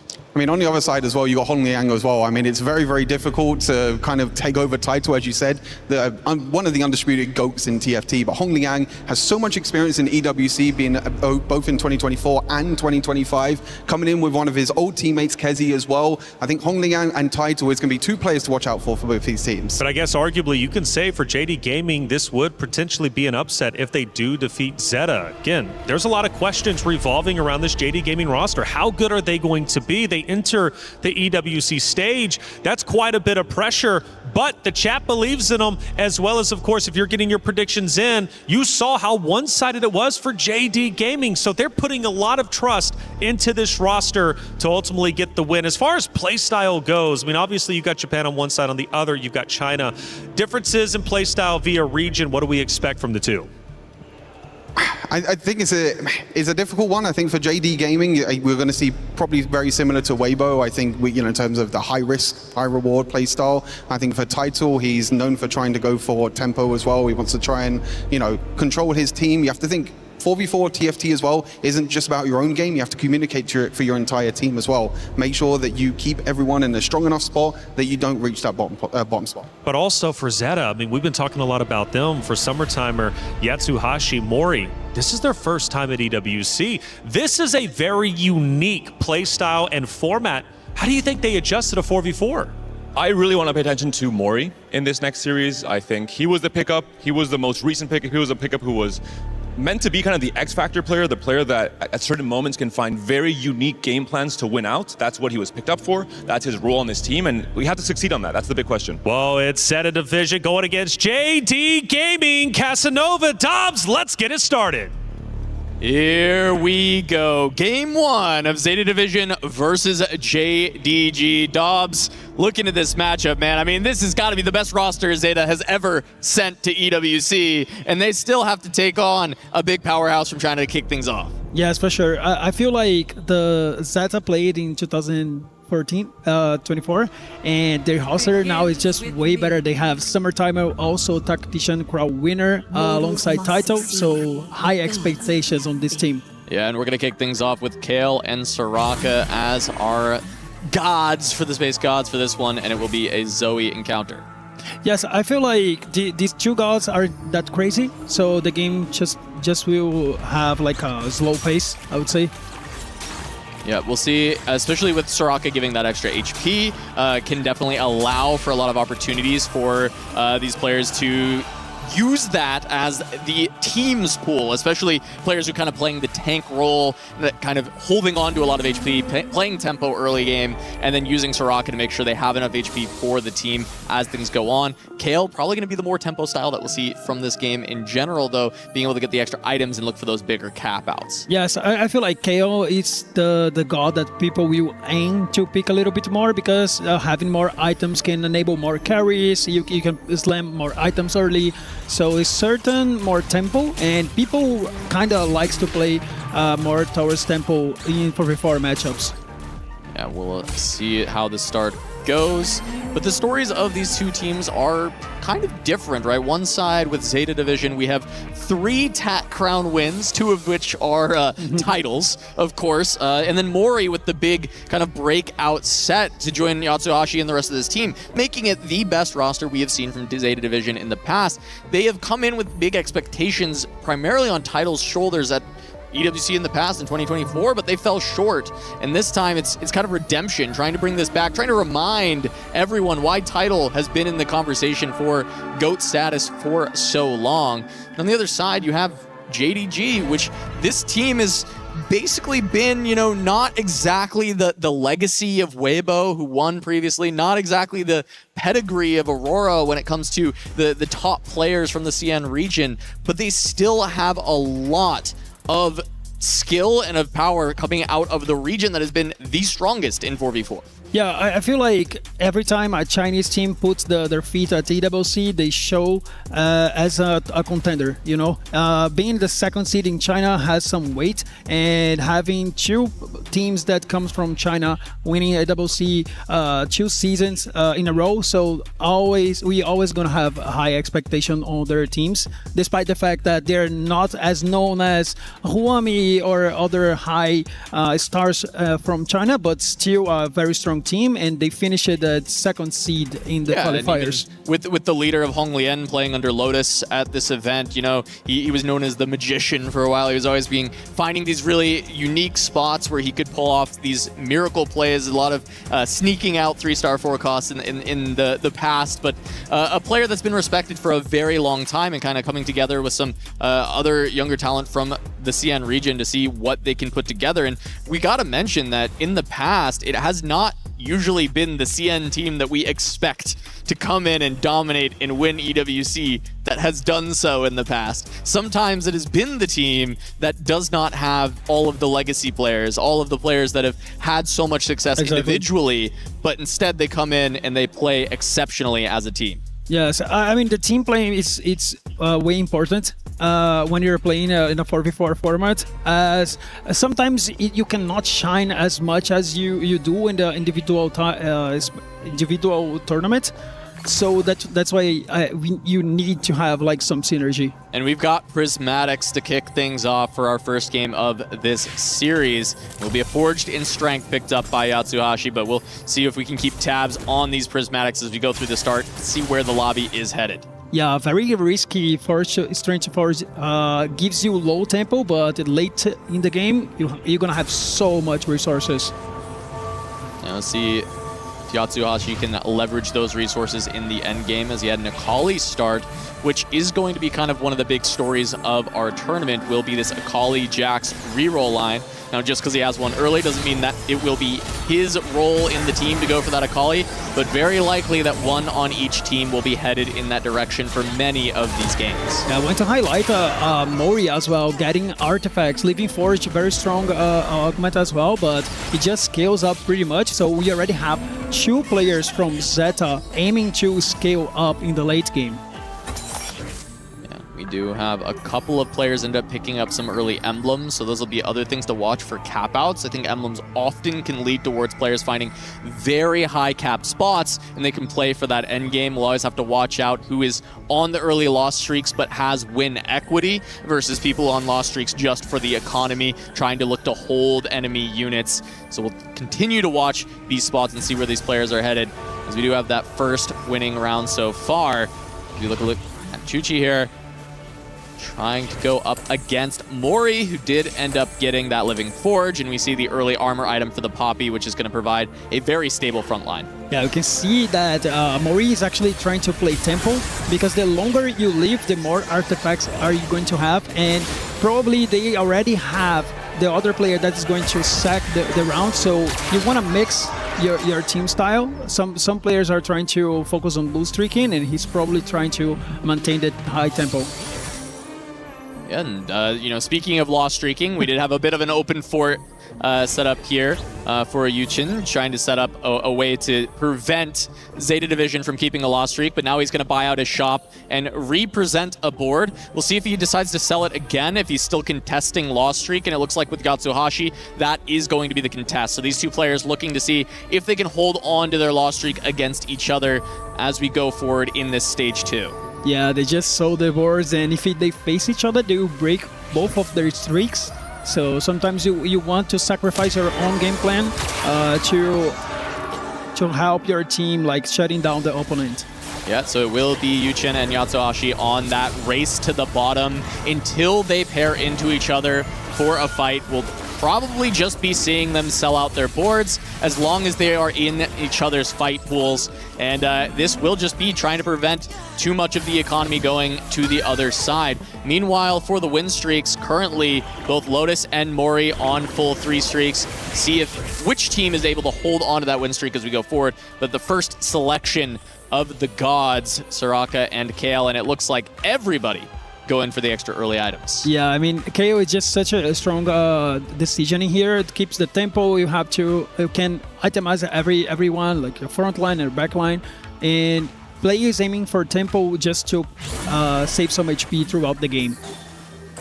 Yeah, back on board with Mori looking for the win streak against Lotus. Currently looking at this though, I would say definitely a bit of an edge towards Mori with the extra artifact on the board versus just this Stargazer emblem. I think the Stargazer emblem has a lot of potential scaling that can happen. We are on the altar, so that's going to provide a lot of power for Lotus in the late game, but as of right now, I think this artifact is going to give you a bit of an edge. Yeah, I feel like Lotus having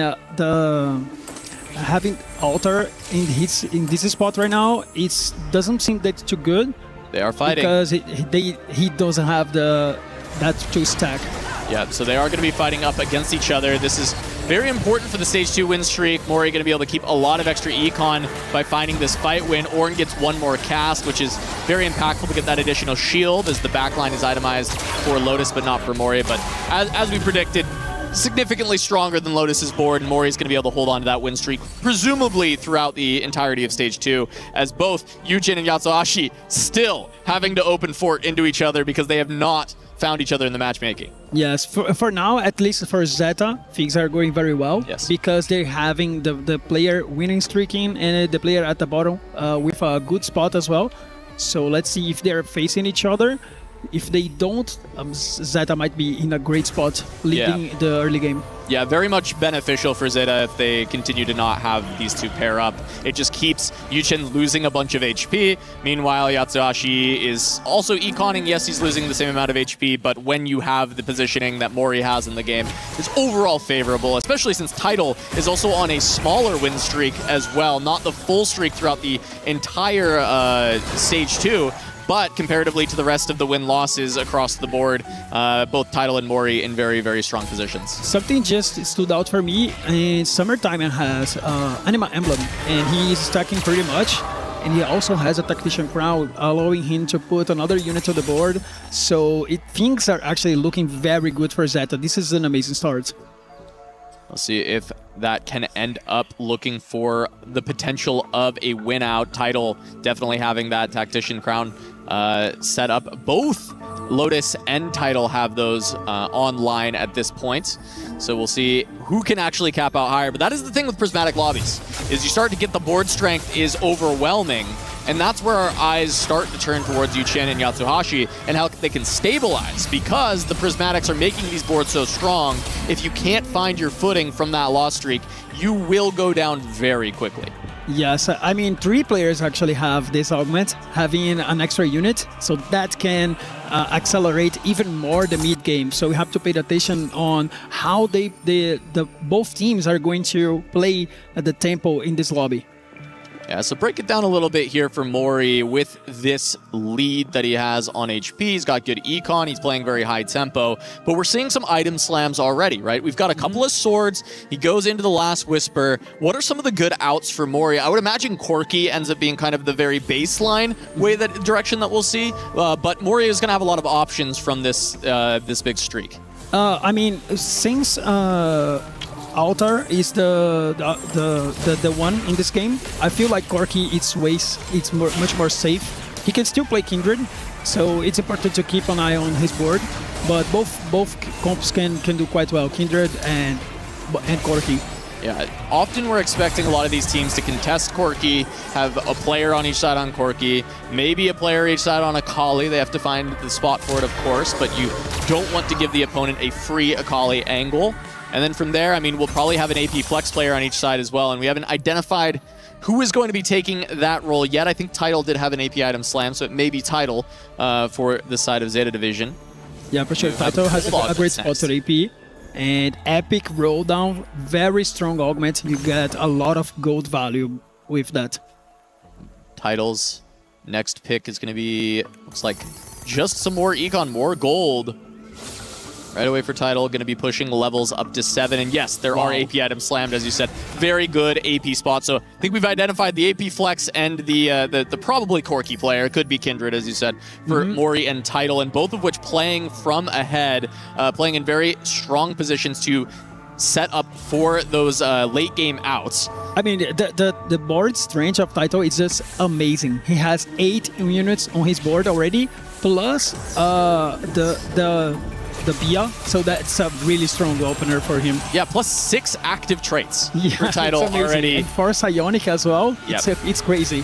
He's going to push the tempo so much. Yeah, and the only weakness that we're seeing out of Title's board is how many 1-stars he has, right? Like, that's the one thing to watch out for. Any board that has a really good upgraded frontline, good upgraded backline might be able to chew through that, even though Title has so much strength because he's on all 1-stars.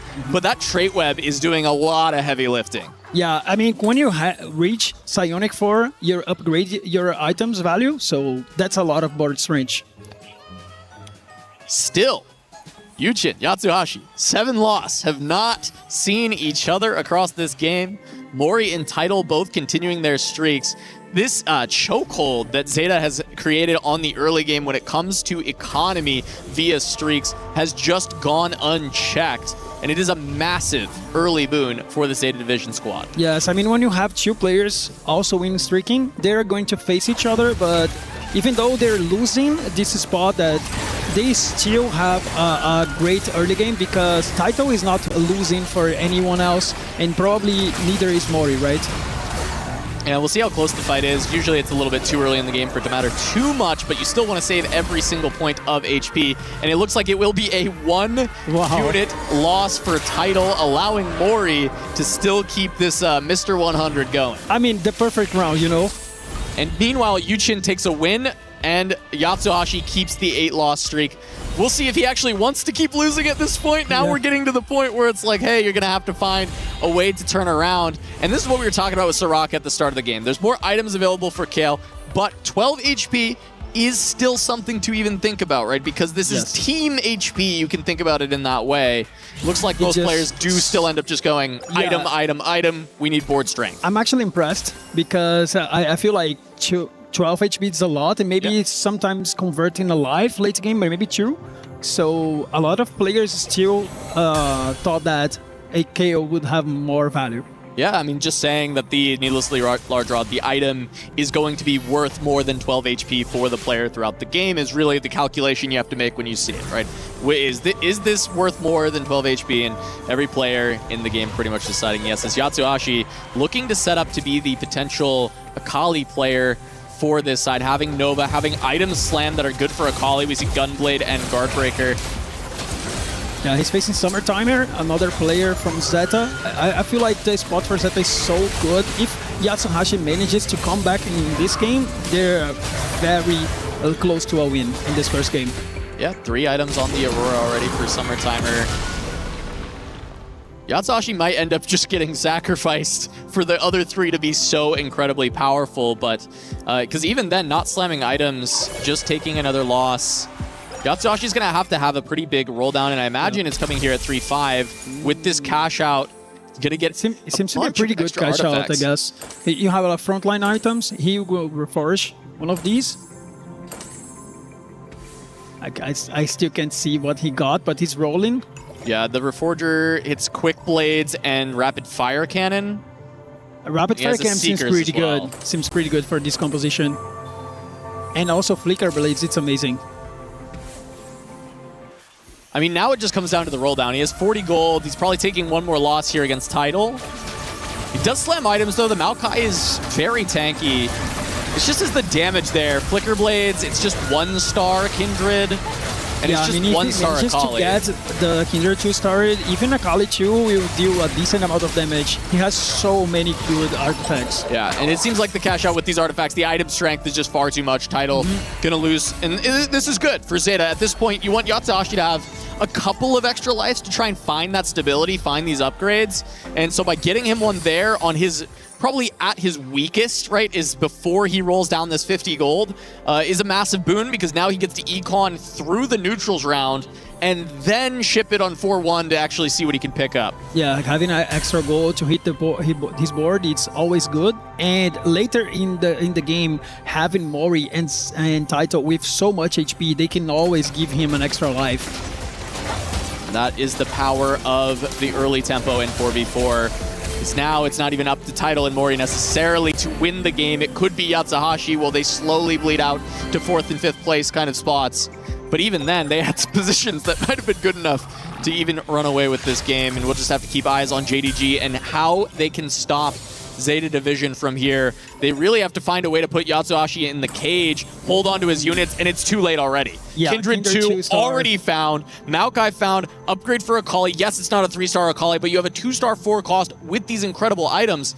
No chance for JDG to even stop Yatsuhashi before it started. Yeah, I mean, Yatsuhashi will have a great position by now. He's probably winning a lot of rounds. So I wonder if JD has the tools to come back in this game. Yeah, we haven't seen a ton of the JDG boards yet. It's been a lot of the story of Mori's 10 streak. Yatsuhashi on the full loss streak looking for the cash out. Tidal with the win streak. Summertimer also looking there, but now we're getting at least the first look at Lotus, and Lotus with that Shepherd's build. We saw a decent amount of this in the previous series, SCSC making that top 4 with it, but it not looking like the biggest cap out, and it already is losing to Yatsuhashi. Yeah, I mean, Lotus has the Shepherd build, and it's a quite decent composition to play, but it caps high, but your mid game is not that good. You might fail a little bit. And we are going to see Mori continuing on this 11 win streak, spent all his gold when he went to 8 to ensure that he can stay the most powerful in the lobby, find the Corkies early in case he is contested. And Summertimer, meanwhile, also, as you mentioned, having another one of those Tactician Crowns, that augment on 2-1, giving so many extra units, making sure the pace of the lobby is increased because there's just more damage. If there's more units on the board, there's more damage being dealt. Yeah, and he found just a lot of good 5-cost units already. A Bard and a Sona, they're quite strong, even at 1-star. So his spot is already looking good. Yeah, on the other side of that, we saw Yuchin, who's the other player that was on the full loss streak alongside Yatsuhashi in the early game, looking at a potential Akali angle, but not having even the upgraded Akali either. Really big struggle from JDG in this game. While the HP looks okay as a whole, that Mori 100 HP is a looming threat, as now we're seeing Lotus's Shepherd's board once again, this time against Summertimer. It looks like this time around, though, Summertimer maybe not having all the strength that he needs. I think he's lacking a little bit of damage as a whole. Yeah, felt like this fight went for a while, the front line holding up for Summertimer, but the damage is just not there. I think he didn't have time to move his items, so I feel like Bard 1-star is a little bit better than Aurora, and his front line was on the wrong side. And I feel like it was a great round for Lotus. Maybe he can find a way back into the game. And now we can see the artifacts he's picking. So Yuchin can have this bounce back in the game. Yeah, so he gets his cash out as well. Same comp as Yatsuhashi, but he's behind the curve. 2 copies of Kindred, only a single copy of Akali. And the front line around Jax, we do see he does sell that. He is going to be able to move the items over to the Maokai. And I mean, break down a little bit of these artifacts, because there's a lot that are hitting the board right now. There are a lot. I mean, he has 3 artifacts for the front line.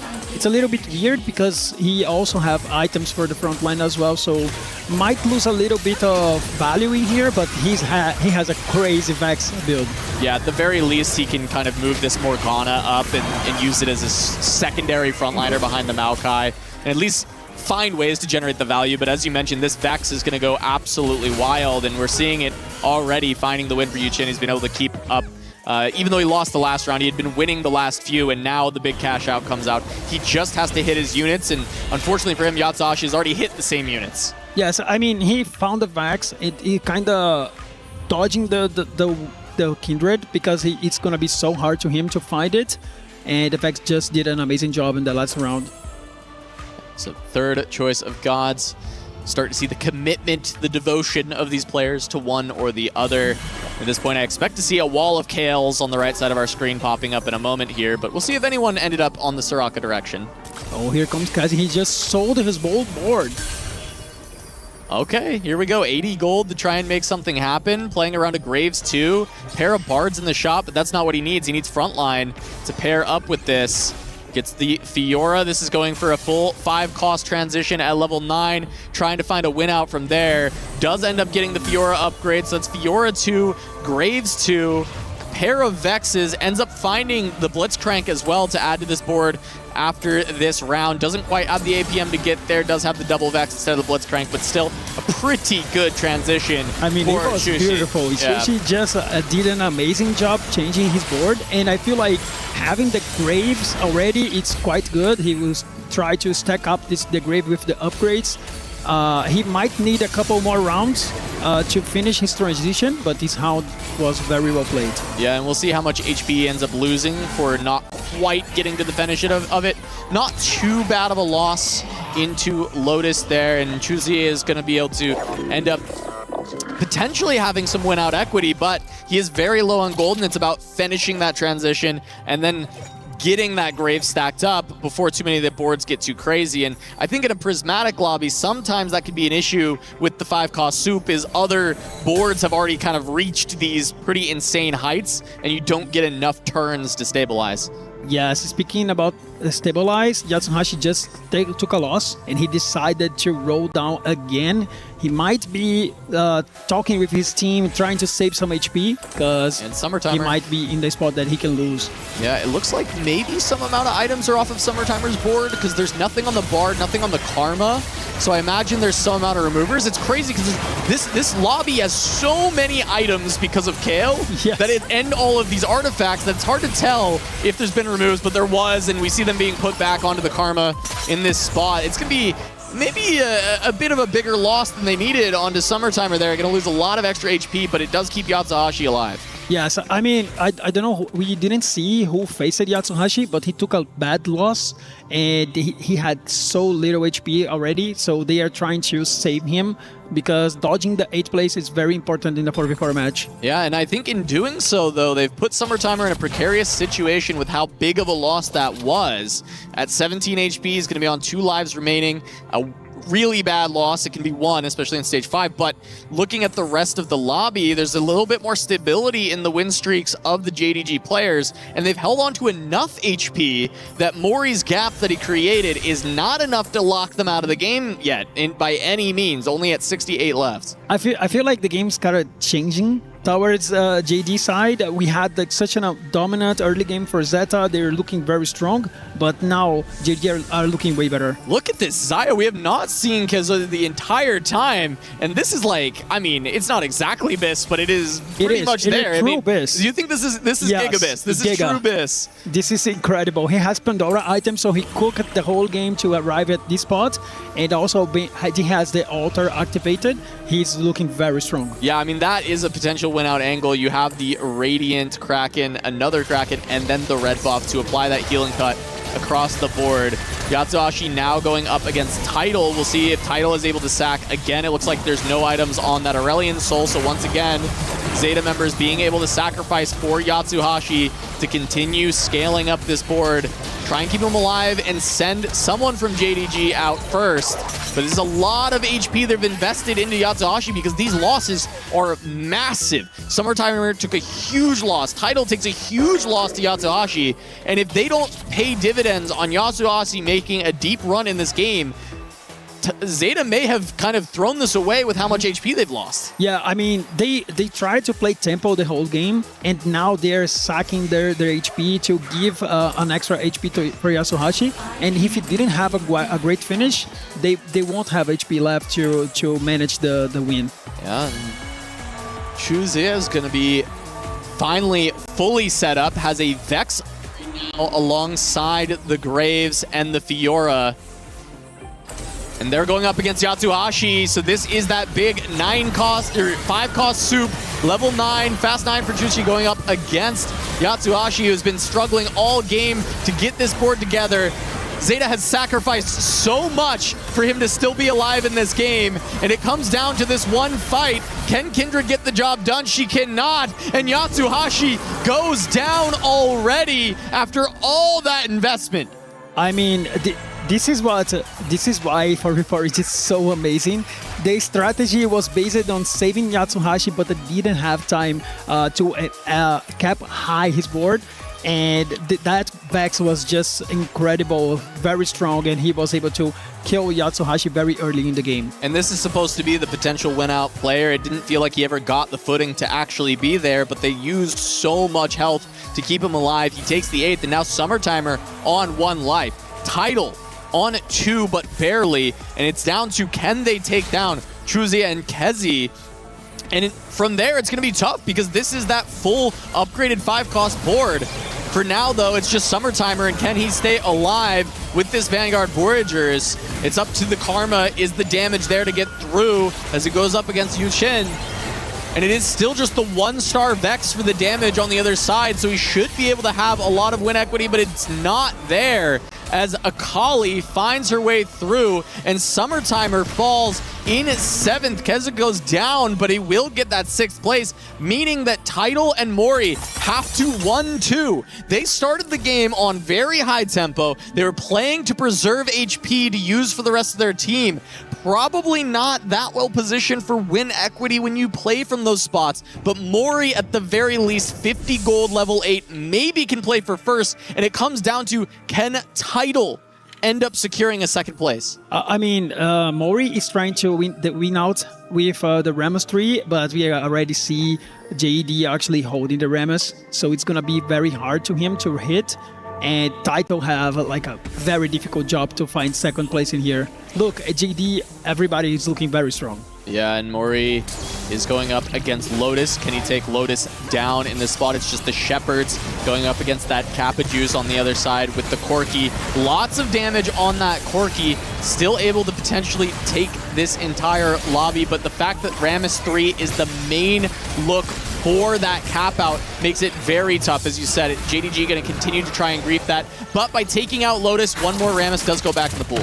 Yes, I mean, he can recover his economy and then maybe hit that later, but all comes down to, is Taito able to get the 2nd place? Look, and both JDG players eliminated, so now it really is just Yuchin versus Tidal. That's the main thing to look at. For Zeta, they have to go 1-2 with Summertimer and Yatsuhashi falling in 7th and 8th. So if Yuchin on this 7-win streak can just continue that and find even a 2nd place, he just has to outlive Tidal. Yeah, I mean, he was looking way weaker than the other player that was playing the Stranger Force, but he found that Vex wanted to save its game. Yeah, the Vex has done so much at just 1 star, and if he can ever find that last copy of Vex, we think he probably can completely turn this around. As Mori tried to sell a lot of board to end up finding a little bit of the Corki. No, not sell board. I see, he's benched the Corki. He was trying to save Tidal, but in doing so, he doesn't get to hit Yuchin.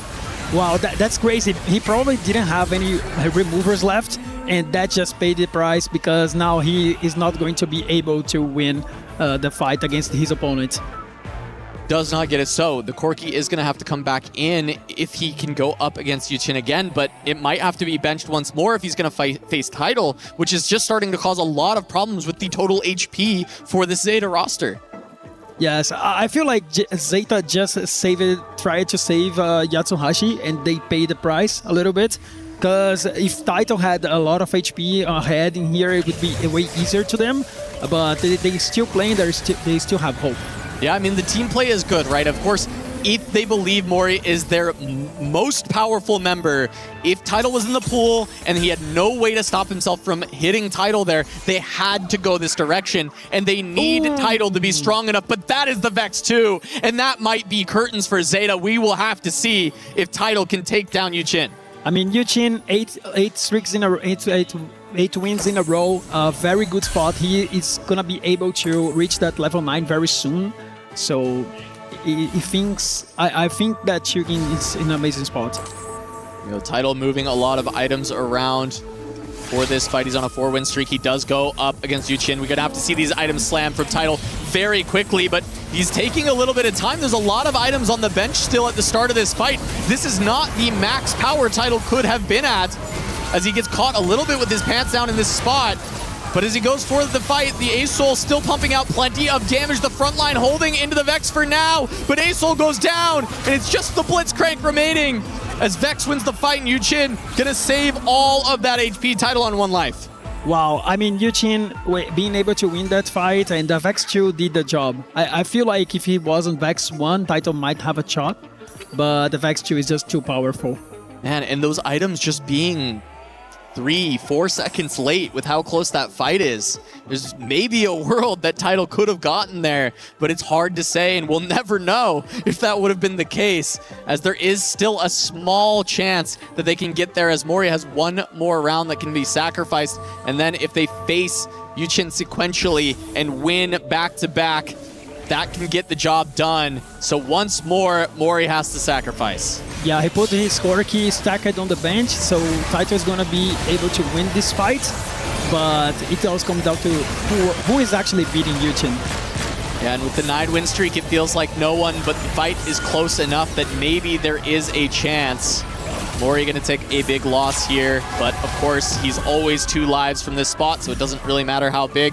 That was cutting a little bit close though. 1 life is, 1 HP is a little bit much, but see how this matchmaking happens. If Zeta can fight Yuchin sequentially, if they can beat the Ghost, it is possible. Corki 1 away. Can he roll down? Can he find Corki 3? Mori, 1 more copy needed, doesn't get there. Does he sell board? Does he start selling down to find this? I don't know if he can. He didn't aim to sell the board, and you can actually have 2 lives. It's so difficult to Zeta actually come back from this spot. More items available. It will be Mori taking the fight first. We'll see if it ends right here, right now, or if the Corkis are enough. Starting the combat, hitting onto the Morgana. The Vex is going to get the damage ramping so quickly. Ginsu, Archangel, and the front line is just holding against the Corkis. It's not even close for now, and it will just be Yuchin holding on, taking down Mori and title, and winning this game for JDG. Well, the double kill at the end, Yuchin just had an amazing comeback. JD might not had the best early game, but late game they look at quite strong. Yeah, and I think it really just comes down to these decisions to save Yatsuhashi. So much invested in him, and he ends up still taking the 8th because of some of the strength that came through for those JDG comps when we got to the end game. Really, with how the start of this game went, it felt like it was Zeta's to lose. Yes, and I feel like Zeta even invested their removers. We've seen a lot of rounds that he was benching the Corki, so he had the window to take down Yukin, but he actually benched the Corki and he was unable to win. So the removers paid the price. Still, this is one of the closest games we've seen so far today. Incredibly tight spot that we felt like early on had to be Zeta's, but they take the 7th and 8th, and then they have to claw back. From there, we thought it was doomed, but there was still a world where they could have come back and made it happen. Yeah, this is for before, right? And everything can happen, and just a small fight or just the matchmaking at the end of the game can turn things around. So it's very important to stay focused, and JD actually won it.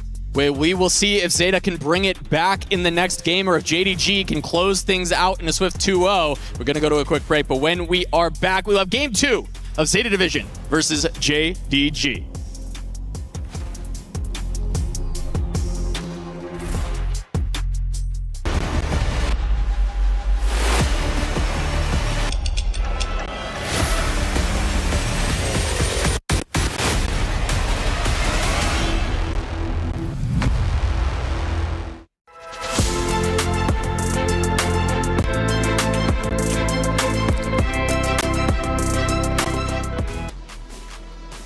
Chad, you might be onto something. There was a heavy favorite onto the side of JDG where we thought Zeta might be the favorite. Hey, you guys are right, at least for game number 1. The series is far from being done with. We learned that when Weibo Gaming just played against T1. Weibo fell early on, but they managed to come back. Can Zeta do the same thing? Hey, welcome back into the desk. I'm Taylor Reflections Noble, joined by Stuart and Hoope. What's going on? How you doing? He's back. What's up, man? I mean, that was a high pain. It was so difficult to navigate, so much to talk about, especially the early game. Lose streak for both Yatsuhashi and Yuchin, but Yuchin came into the top in a bad spot and cap it out in the end. Yeah, so talk to me. Back right at you. Zeta, dominant early game.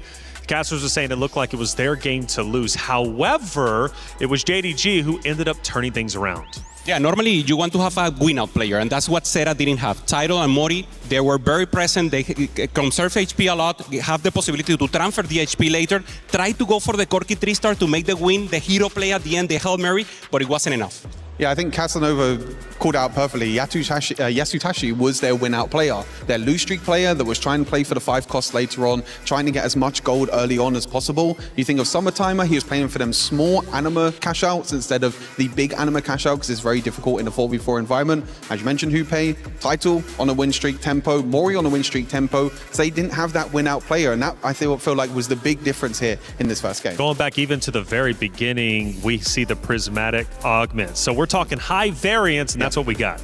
Yeah, exactly. We saw a lot of different emblems, a lot of different artifact items as well, being able to increase the power of some of these early boards, which Taito and Mori were able to do perfectly well. Also, birthday present into Graves that is normally not the one you have, but it was enough for him to stabilize. So JDG also fighting out the middle table, and that's also important. You want the points and pressure Zeta in this case to get the 1-2 in order to win the game. You had 2 denial players playing the denial game. It was Yatsuhashi onto the side of Zeta, and then Zhao Yutian for JDG, who ends up winning, by the way, and being the star player out of everyone, including that of JD Gaming. How did this denial game end up going? Because clearly it did not benefit Zeta. Yeah, I think we're seeing a sort of a tradition at the moment in this 4v4 environment. We're seeing this Akali composition, which has been very popular recently, you know, kind of this composition that's come out of nowhere since the Tactician's Crown. And I feel like with this composition, because you're playing like the Akali, you're playing some of the low costs, you're able to deny some of these early units. You know, you're able to deny some of these 4 costs and try and get as much gold as possible. As you mentioned, unfortunately, it didn't work out for Zeta because Yatutashi went out in 8th place. And I think as soon as they go out in 8th place, it's hard to find that one out. Hey, we've been paying attention to what you guys are saying out there in the chat. Let's pull up some of you. Shout you out. Hobo Meowster. All right, what's up? How you doing? Hey, wait, doesn't Zeta having 3 Worlds winners? Yeah, I mean... 3 crowns. 3 Tactician crowns, 2 for Title, and 1 for Summertimer that we were expecting them to pop off. For me, Summertimer had a good game plan. He tried to catch the Anima early, but it just wasn't enough. People are capping boards in a way that we weren't expecting here. So, I mean, they need to step up. They need to have a win-out player. Akali is broken. Chopper. That's what we said. Akali, I think, one of the strongest comps now coming into a 4v4 environment. We know that during the Tactician's Crown, it was all about, you know, the 4 costs. It was all about the 5 costs, trying to play towards these AP flex lines. But now with Akali coming in and with 2 cost reroll being so important, so huge. Very JDG has this, and clearly they did. Again, for some reason, chat, that's their favorite team, man. JDG, they're backing them all the way. It's the first time that they've taken the risk here to support a TFT team in EWC, and so far it's paying off. However, still more to go. Circus says, called it. Lich ban on Riven Broken. Yeah, normally some artifacts that we are not used to see right now, and of course you have to get anything. Whatever resources the game gives you, you have to put it in place, and he made it work. Yeah, individually as well. I think, you know, when we talk about this Zeta division, you know, Title, Summertime, as we just mentioned, 3 times Tactician's Crown winners, but the team play for JDG in the end was absolutely huge. So for Zeta, early game lead led to a late game loss. Tough break for them. It's 1-0 up for JDG.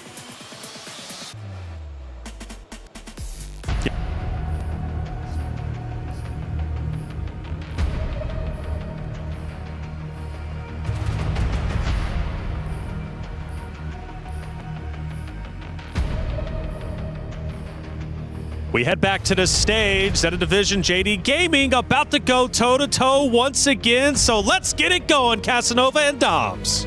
Here we go. Game 2, Zeta Division versus JDG. That last one, Dobbs, I mean, it felt like it was such a close match between these two. Zeta, that very strong stage 2, stage 3. And it just was the issue of trying to find Yatsuhashi out of that spot, let him be the win out. And they invested so much health to get there, and in the end, comes back to bite them as JDG and Yu Chen be able to find the first after sending Summertimer and Yatsuhashi in that 7th and 8th. Yeah, I feel like JDG just had a better game plan at the end of the day because Zeta tried to save Yatsuhashi so much, and they blew up the lead. And then JDG just kind of proves that why China is always contenders to the title. They just show that what they can do in this first game. Team play by them was amazing. I mean, it's amazing. Every single time we come to EWC, the CN region does pop off. They prove to be kind of the best 4v4 region. I mean, you know, even when we just come down to TFT in general, CN is very, very strong always, but it is even accentuated in that 4v4. And even when it is a team that has maybe less expectations than something like a team like Aurora or a team like Weibo coming back as the title defenders, but JDG is still here and ready to swing. They are still a powerful roster out of CN, and they proved it in this first game against Zeta. I will say, I was very impressed with Zeta's early game. I think I didn't love some of the stuff towards the end where they were trying to save Yatsuhashi maybe too hard, but I understand it. He is the win-out player on the roster. You are looking to try and find somebody who can take the first, and with the amount of HP that was saved early on in the game, it feels like you can afford it. And it really just was disaster struck afterwards. So as much as it feels like it could have been a mistake, the game plan as a whole is sound. And I think if Zeta can repeat what they did in the previous game, find a little bit more luck on the roll down for that win-out player, they can find a dominant position and take game 2 as we are jumping in Varus and Yasuo. Yes, I feel like these two gods are very good for the game. Varus can enable some rerolls, and Yasuo can enable even more some compositions. So quite interesting gaming here. Yeah, Varus going to give those extra units, and on the other side, Yasuo is going to be able to give you these hexes, these permanent hexes to buff up some of your carries or tanks to be even more powerful. And Sona is going to be our encounter. So as you saw on your screen, your level ups are going to be 2 XP less in this game. Yeah, we can expect a little players aiming to play some tempo in the game as the levels are cheaper. So it comes down to similar to the last game, the players try to accelerate tempo very much, and I feel like this game is going to be the same thing. Starting out on Yatsuhashi, this was, you know, the player with the very strong loss streak in the last game, finds the cash out with the Forged in Strength, ends up putting together a very powerful board, but got outscaled by the Vex on the other side and could not quite get over the hump of some of those JDG compositions. We'll see how it turns out this time around, as he does get a big early upgrade of 2 2-star Vanguards. This is going to be a really powerful opener for Yatsuhashi. So he was the loss streaker last game. He's very likely to be a win streaker for this game. I mean, if he finds a good placeholder item, unit on the back line, he will have an amazing early game, because Nasus and Leona 2-star it can lead you to a very good opener. Lotus on our screen. This is Hong Lian, now known as Lotus in this tournament. Storied career in the CN region. Very, very popular content creator as well. And I would say the leader of this team coming in. Probably mostly the ace of the team. Looks like he does have a full bench already. Cluttered Bind can be a consideration. Already getting a little bit of help with the XP with Sona. Not much, but it is a little bit. And when you are trying to look for a fast 8, those breakpoints of those extra 2 XP can mean a lot, especially when you combine it with something like Cluttered Mind. Because we do have an Artifact Anvil broken for Mori. What do you think the pick is here for the... I love Thresh Lantern. It's solid pick. You can put on the front line, and it brings a unit from your bench. It's a lot of board strength throughout the whole game. Yeah, and that is going to be the pick for Mori. Does end up making you have even bigger cap outs at the end game, right? If you can get like an extra upgraded 5 cost on your bench. They put a Blitzcrank. Oh yeah, that's good enough. Yeah, throw him in there. Yeah. Yeah, it's very important to note that this game, everybody just got 1 item, which means they had much more gold towards the game. So this opener, they can maximize their economy. So the game is a little bit slower. So we do have the Thresh Lantern gonna go off and throws in an extra Zoe. Doesn't actually do too much overall in this one, and the fight is gonna go to the Ginsu from the other side, but we'll see just what happens at the start of this one. Trying to take stock of some of these other augments as we get a look at some of the early boards. Double Emblem start for GG. Yeah, very quite interesting. Yeah, I feel like it's quite impossible to play both emblems in the same composition, but he can pick either one and try to make a good comp out of it. And this is Arbiter for him, he does have each interest earned 25% gain a Leona at the end of combat. Quite good to print Leona, and then you can always play Leona 3 during your game and then sell the spare units for having more gold. Yep, and of course at Arbiter 3 it does increase those chances, but those were just the selections, so we'll see. It should be getting a lot of Leonas over the course of this game. Can look to, we've seen, you know, 3-star just played from this version of the Arbiter as just tempo, because you end up getting the 3-star very early. Yes, quite good option. I feel like most of the time you're aiming to get the Leona from the Arbiter. It gives you so much value. Yeah, and with 3 Arbiter early, finding that Diana is pretty big for Chunzi. Ooh, you even take the win. And it's the perfect win, right? You do not do a lot of damage in your teammate. See the early streaks starting. Yatsuhashi, we mentioned, expected to be an early win streaker. Here's Yuchen from the last game getting the win. And he is also going to be on a win streak for this time around, playing around in early Psionics with the Victor. And once again, having the same artifacts that helped him win in the last game, the Foxfire.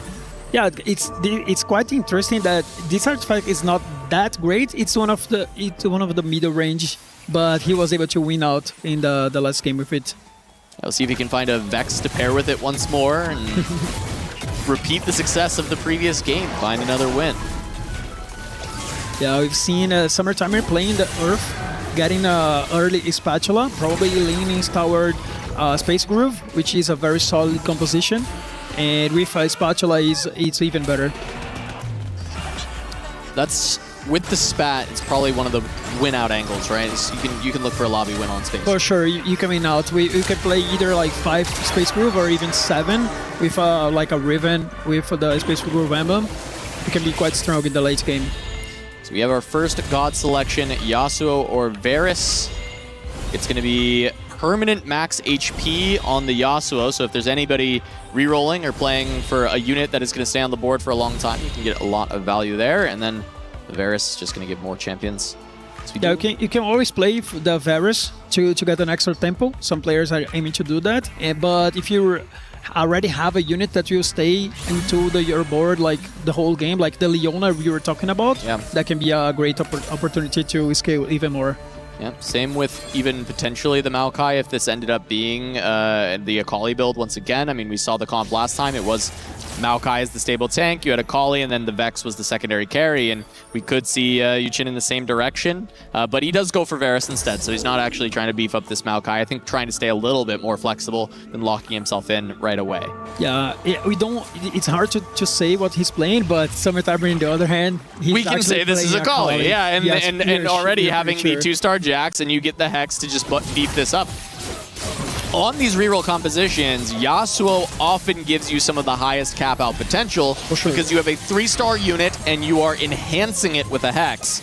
And this is happening once again here with a Jax. Now, it's not immediate power, but it will give this Jax a bunch of HP over the course of the game, allowing Summertimer's cap to be even higher than some of the other Akali builds have been. Yes, and also he has a spatula. He can make a Nova emblem, which is pretty good. And here comes the Akali 2-star already. So this early game, it's very good. Yeah, this is very good for Summertimer. This is a great spot for Summertimer for this game. Last game, you know, honestly, his spot was feeling pretty good, and he ends up going 7th in the previous game. And I'm not sure that exactly was indicative of his build overall and more just some of the team play they had to do, losing a massive amount of HP, keeping Yatsuhashi alive in the last one. And this time, can play a little bit more for himself because the team is going to want to enable this Akali to do everything it can. It is a comp that can win a lobby, and at the very least, it's going to be very powerful. He will be contested.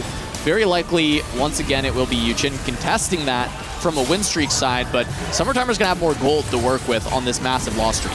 Yeah, as he already have both Jax and Akali 2, I don't think that he needs to roll a lot on 3-2, so he's already have like the upgrades, so he's looking quite strong. Even though he has like 4 lose streak. Yeah.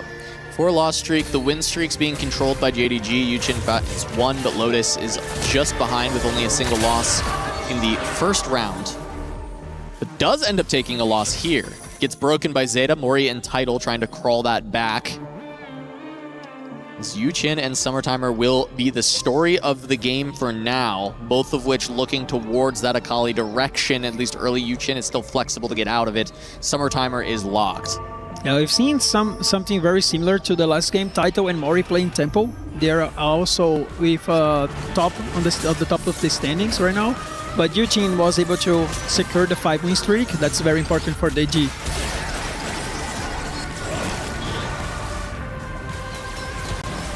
Chuchi is looking at what items he can get together for this one. Does have a belt still on the bench. Do you think, okay, looking at both the Meeple and the Darkstar emblem here, which direction can we even go? Because there's no items yet, but the 2 anvils allow you to kind of pick and choose. I feel like you're waiting until you see your augment, because if you're able to get another spatula, you can try like the 10 Meeple win out or something crazy.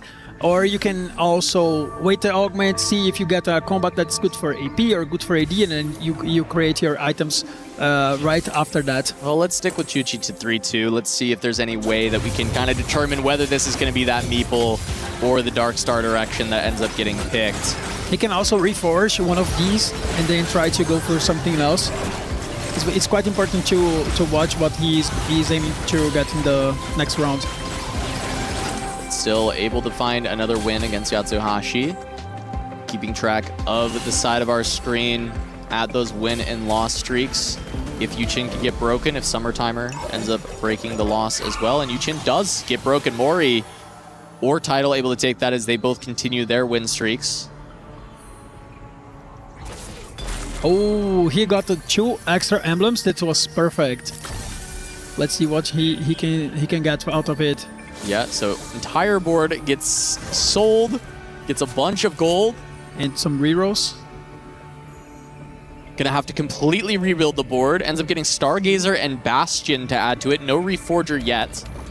Yeah, that is actually quite good for Corki, because you have an extra Meep, also an extra Bastion. So it's probably what he's going to aim for. All right, so looking for the Corkis on this roll down. Level 7 roll down for now. Yeah, I like this kind of play because he just sells his board, but he do not want to lose tempo. So he rolls his sphere rolls by now, trying to have a board as soon as possible to not have the other teams save HP. Yep, but he will be running into Summertimer, who does have that upgraded Jax and Akali, i.e. already completed on Akali and halfway to the Gunblade. It's going to be a big loss for Chuzi, but still, all of those emblems do give you the opportunity for pretty massive endgame boards. You can create a lot of endgame power with the emblems, so we'll have to keep an eye out on if Chuzi can look for the potential of a win out for JDG. If you got a Nunu pretty early in the game, maybe you can fit as well. Oh, here comes the huge Leona. Yep, and that is with the Space Groove emblem. You were talking about how this is another opportunity for win-outs. So JDG having a few different players that can look for it, as it is going to be Lotus. And, of course, taking that Yasuo spot to continue to buff up this Leona in the front line, but now shifting it over to Ornn. And I want to call out something that I'm noticing in this matchup. I wonder if this is going to repeat across the tournament. Both teams are actually rolling deep on level 7 a lot.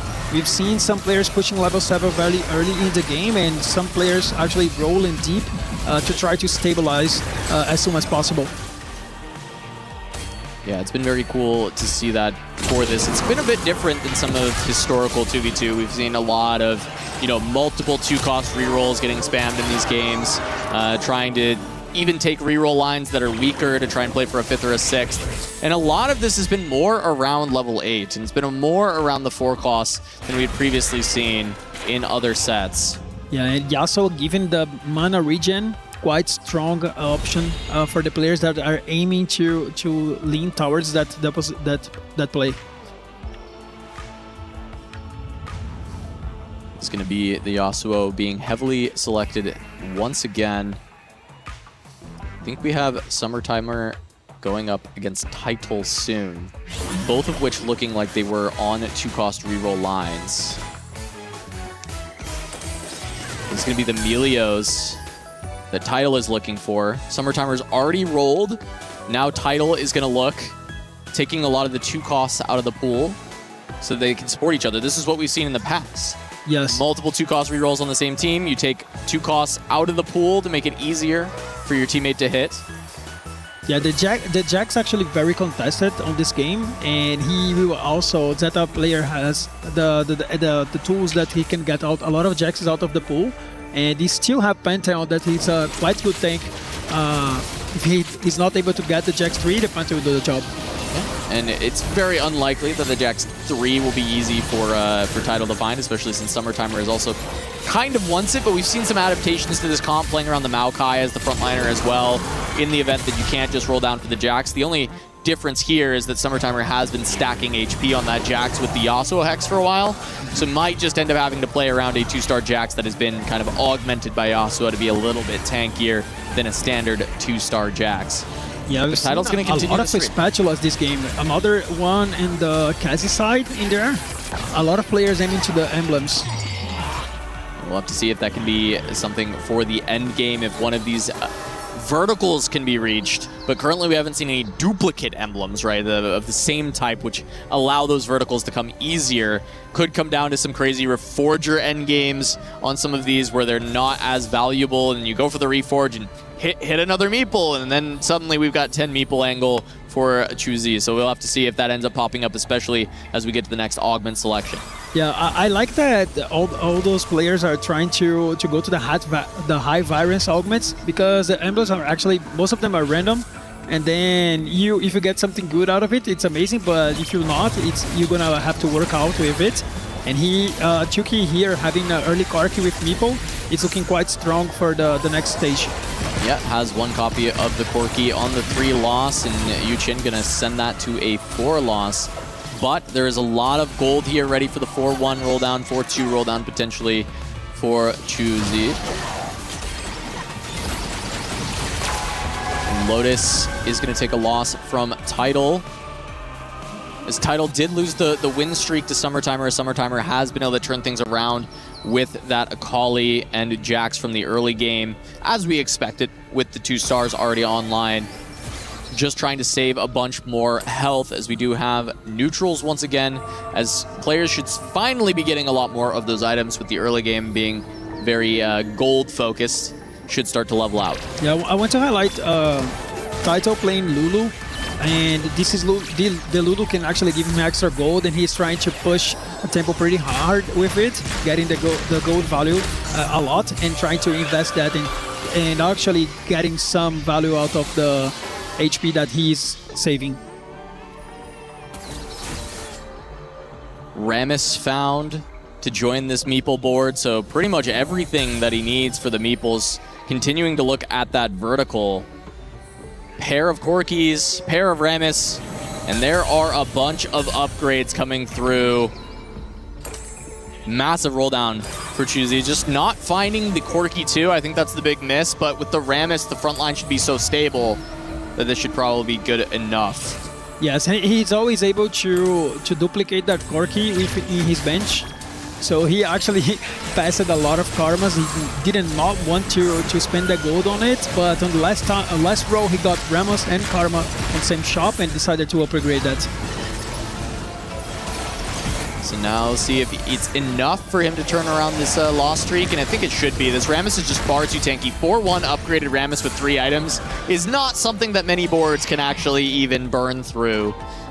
Even though some of this lobby has potential to really cap out high with these emblems, currently the spikes aren't there, and we'll see 4-2. This is the chance for some of these boards to go nuclear, as we do have the option of picking up a ton of additional power, especially if you can find some more emblems to pair with what was already there. Yes, I feel like there are a lot of emblems in the game, and that can dictate the late game in the lobby. And we've seen some role in here for both sides. Helio 3 for Tidal is found. Important. He's 1 Lulu off.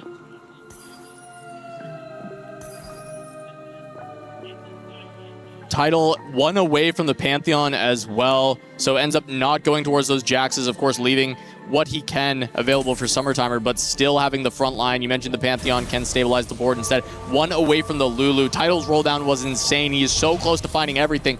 And he will have one more chance, one more look at a Varus God decision that can find the last little bit that he needs to 3-star this. Duplicators are very common out of Varus. Yeah, what you mentioned is quite important because you have to remember, later in the game, he will get a boom out of the God that he picked. And Varus is quite strong when the more you have 3-star units, the stronger you get. So having this spot that he can get Lulu, Pantheon, and also Milio 3, it's quite good for him. And meanwhile, taking stock of the HP, Summertimer and Tidal holding onto the top of the tables. We do have, it looks like towards the bottom was going to be JDG. And overall, Zeta once again controlling the health as it gets towards the mid to late game. As Tidal not going to need to roll much more at this point. He's just at 0 gold. He's just going to be rolling everything he has every turn until he finds these 3 stars. One additional roll, but doesn't quite get there. And looking at the other side of Summertimer, he's used a remover on the Akali, looking to try and potentially sack for a teammate. 40 gold, 6 win streak, so still potential to look for another roll down, but he might even be considering going to level 9. He hasn't been rolling for Akali or Jax. He's just been pushing levels. So maybe looking to even play that Vex endgame that we saw previously from Yuchen to win on the previous game as he goes up against Yatsuhashi. That's who he was sacking for on the Shepherds, playing around the LeBlanc. I feel like the Shepherds are quite strong comp. The stage 4 it's very good, and later in the game you have 2 options basically. You can either add Vex on the board, or you can play like a Sona, so he has a lot of options. And here comes the duplicator you mentioned. Yep. There it is. I mean, that's exactly what he would be looking for, right? You just get a bunch of these duplicators, you find the upgrade, and there you are. His title will likely go in the Varus direction. So he got it. Yasuo picked up by Summertimer, just continuing to find more of these hexes, especially since he didn't end up re-rolling. He didn't go for the Akali 3, he didn't go in that direction, especially with the Jax potentially being 3-4-way contested in this lobby. Ooh. And there we go, there's the Lulu hit. I mean, that shop was so good for him because now he's able to just duplicate the Pantheon. He even rolled it a little bit more. I wonder why. Yeah, I don't even know what else he'd be copying after the fact, so just going to be able to get that Pantheon off of the duplicator, and that is 3 stars on this board. Massive spike for Tidal, who is already near the top of the tables when it comes to HP. And really, it's Mori and Yatsuhashi who they have to be able to get out of there, as Chuji is at the bottom at 16 life. That's who they're looking to try and trap in the cage, send him 8th place as Summertimer and Tidal face off once again. I guess he was rolling for either the TF because he has the tiny duplicators as well. So if he found like the Pantheon natural, he could duplicate the TF and got another 3-star unit. Yeah, it's heads up. I mean, you would expect to just jam it, but looking for even more outs to get more power, considering he may need to win the game this time around, as Chuzi is going to take another loss. Mori as well. Looking at those two at the race to the bottom, but if Mori can just hold out a little bit longer, 7th place is good enough. And he's a 2-star Graves that's getting upgraded, just found a 2-star Sona, so there is still potential for this board, especially if he can find the Nunu upgrade. It's just a single 1-star Nunu. He does have the pair in the shop, and that can stabilize this board quite a bit because the damage can be there through Graves, through Sona, through Karma, and it really is just the front line that seems to be the weakness for Mori's board. 20 HP can mean that he have like 2 or 3 lives, so he's in a very good spot to have a good placement. And the many emblems not able to get the job done for Chuzi, and he's now just playing 6 meeple instead of 7 for this fight. I think they may just be letting him go, as it doesn't look like any items were taken out for Kezi, and they're just saying, you know what, it's not worth it. Cutting their losses, unlike what Zeta did with Yatsuhashi in the last game. Not even looking at this as, you know what, the chances of you capping this thing out are way too low. Cut our losses, keep the HP on the rest of the team. Yeah, we couldn't even see he had 3 items on the bench of his front line. So the opposite play from last game, they decided that he was already dead, so it's better just to save the HP. So they just sacrificed their own teammate for the team to have a better chance to win. And Lotus has the Yasuos, and it is going to be 2 frontline hexes and the mana gen on the back line. So this is a really good Yasuo for an AP flex line. You get a lot more damage from the mana gen, and it has the Space Groove emblem to try and continue to beef this up as well. Plus Blitzcrank was found. So a lot of value on this board. This front line is deceptively very tanky, even with only the 2 items there, because those 2 hexes are providing a lot of value. Well, did he forgot that he already had Void? He just make another one. Oh, he just made one? Oh, no. Yes, yeah, it's 2 already. Seems to be a very good item at the end of the day. It's not going to be that bad. But his bow strength is quite good. Breathing 2, very good. The emblems that he has can help a lot. But let's see if he's going to be able to reach that level 9 because JD just got an 8, so they have to aim to win the game. Alright, but going up against Yatsuhashi, this is going to be, a lot of stakes on each of these fights whenever JDG is facing off against Zeta. It's so much HP that they need to preserve at this point. The total life totals are actually quite close, even considering Chuzi going down. So there's still a lot of game to be played for JDG, but this is a big loss for Lotus, and Yatsuhashi going to put the punishment down, and every single one of these victories for Zeta just puts them closer to a victory on this game. Yes, I feel like it's quite difficult to Lotus to reach that level 9 with this board already, and he was actually waiting to the items to rotate with the Pandora, so having one less item is quite bad on this stage of the game. And I think Mori's comp has continued to come together. A bunch of those upgraded 5 costs, and he's stabilized on that 20 HP, the 2 lives being enough that now, even if he takes a loss, even if he has to sack for an ally at some point, he's very, very powerful. As Summertimer as well as leveled up to 9, not playing the reroll, but still the Akali Jax just doing enough. At this point, he's played tempo throughout the game. He's not going to cap out so high because he didn't go for any 3 stars, but just looking to see if he can find maybe one more fight win, hold out long enough to outlive Lotus, and that's exactly who he's up against. The Nami trying to chunk through the front line, but it seems like a lack of damage overall for Lotus, though the Akali being the main carry is going to struggle to chew through this front line and does not get through very easily. No damage left. Summertimer going to take a big hit, going to just be down to a single life. Yeah, this is a pretty common 4v4 kind of play, that you aim to play the 2-cost line and then you save a bunch of HP, but instead of re-rolling because you don't have many units, you just push levels to play some tempo, and then you give HP for your teammates that you save it in the early game. And he outplaced Chuki, so it's already good enough. He did his job, so he can now trust the other teammates to finish at the highest positions and then secure the win for the team. Yeah, the biggest thing he can do now is take one more win against the JDG player and just keep dealing some damage, as we do see he picks up the upgraded Fiora, which can maybe add a little bit of damage, but no items for her. And does end up going against Yuchen, so this is exactly what he would want to try and find a win. But Mori, on the other side, took a loss in the last round, is actually on a single life, playing around that Graves and Bard as the carries.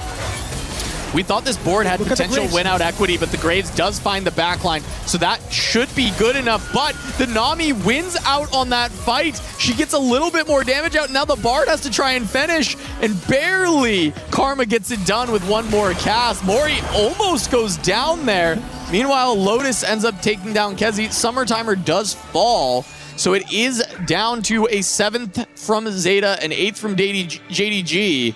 The rest of the HP totals looking a little bit tough for JDG, but Yuchen at the top of the tables with 44. Mori on a single life, and even though there are these 5 costs that we thought, hey, maybe this is stable enough, still no upgrade on the Nunu, means that Mori is still in trouble. Took an earlier loss. If they fall in 6th, the door is open for JDG. Yeah, I think it's still anyone's game. That fight was so close. It was like back and forth, whoever was going to take the win, and it was crazy that the Graves survived long enough, and then the Bard did the job. Yeah, I mean, Graves wrapping on the backline, but not winning the fight against Nami was very scary. You'd expect more damage out of this 2-star 5 cost, but he does have a tank item on him. He's not that big of a carry. He is kind of more of a bruiser, doesn't have a ton of burst, and it's kind of down to the Bard to deal enough damage as he goes against Kezi, and you're seeing the weakness of that 1-star Nunu. It goes down already, even into just the Kindred and Akali. The damage is not there, and Mori's board deceptively looking strong, but really quite weak in the rest of the lobby. Goes down in 6th. Lotus taking a loss as well, though, so JDG not out of the woods yet, as both Kezi and Lotus are on a single life apiece, and Yuchen is finally taking a loss. Wow, look at that Akali. She had so many hats. The more hats she had, she'll have much more damage. So that fight was crazy. Akali just did an amazing job, and he's look quite strong at this point. Yeah, taking a look at Lotus's board once again. Not able to find a Blitzcrank 2 to really tie this all together with the Space Groove.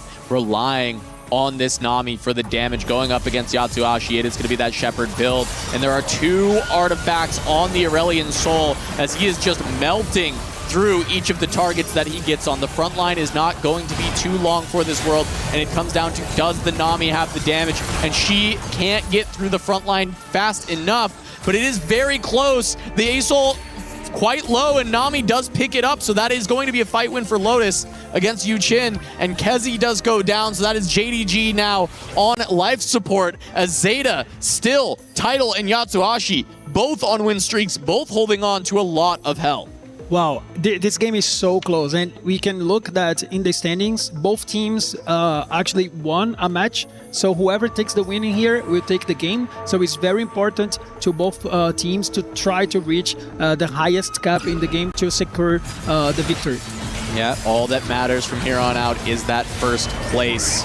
So if Lotus can look for a win out, if Yuchen can look for a win out, either way it works, but for Lotus to get there, it feels like it has to be the Blitzcrank upgrade to have any chance. And there is a pair, and there it is! Gets both the Tahm Kench and the Blitzcrank upgrade. There is a world for Lotus to turn this thing around. Well, I'm amazed because he was second some HP at the early in the stage, but he was able to go into that level 9 just after that, found the Chojin for the Nami. Her build is quite strong. He has the front line, has the Blitz too. He's looking very good right now. Yeah, as close as some of these fights were before, now that is a big power upgrade. Going up against Yatsuashi now, and those Shepherds did end up finding the Sona finally to add to that board. We'll have to see if the damage is there from the Blitzcrank and the Nami. The Nami going to be continuing to chunk through. So much mana generated through not only the Yasuo, but the Shojin. Overall, just creating so much power on this board. But the extra life coming through for that Morgana, she's so tanky. It's an incredibly close fight once again, but Lotus hangs on as Yuchen falls down, and Lotus is the last hope for JDG in this fight. Yeah, Taito took a huge win against Yuchen. It was such one-sided fight that Lulu is quite strong. I wonder if Lotus can actually outplace him with the Blitzcrank. I mean, he still have the tools to do so. Let's see the last fights. Yeah, he was able to take down Yatsuashi in a very close fight, but we have not seen him take down the terror that is Tidal. He has even 3-starred the Twisted Fate at this point, which did allow for even more power from the Varus. Actually, no, he's Yasuo. He has 2 Yasuo locations, so he's not the Varus. Doesn't get power from the extra 3 stars, but he has been scaling this Pantheon the entire game. So much health, you can't even count the bars on that Pantheon. And it is just going to come down to, can this Lulu do the damage through this? Up against Yatsuashi for now. The Ghost giving us a little bit of a preview fight, but it's not at full power from Tidal, and it's already close. Yeah, it's very close, but it all comes down to how it's going to be the fight against the real one, the positioning, and whoever takes the win here, we win the game.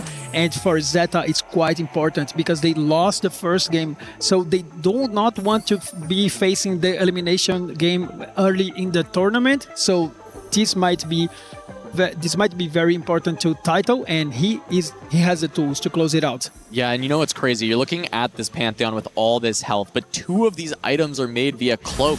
This is a lot of magic resistance already on the front line. And yes, there is Shred, but that is going to be so helpful when the only threat remaining to you is an AP composition, and you have so much of this already built. Just comes down to the damage. Frontline versus frontline. Pantheon in good position to just be tanking Nami over and over again. There's not any attack damage really from the other side, so it is just coming down to these abilities, and it is so much tankiness. The Pantheon, it's not even close. He just keeps healing. It just comes down to the backline access, and Nami takes out the Lulu, but it's not enough. Tidal takes the game, and Zeta's gonna send us to a game 3. We'll send it down to Damascus on the stage as we continue on, and we get our next one. Zeta clutching it. It came down all the way to the final 2 players on each team, but Tidal clutching it, and Zeta stays alive for now. An important first match to avoid going immediately to an elimination match tomorrow. Zeta still alive, and it's time for the members of JD Gaming to take a moment in the dugout, reconsider, re-strategize, because game 3 is coming very soon. Time to go for a new strategy.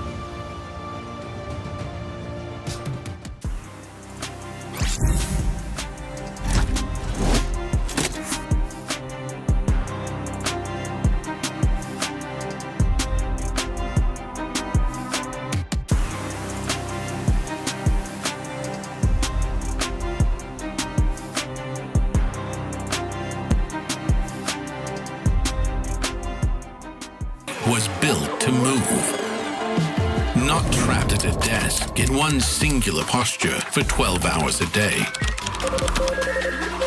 It's time your chair evolved. This is Secret Lab Titan Evo.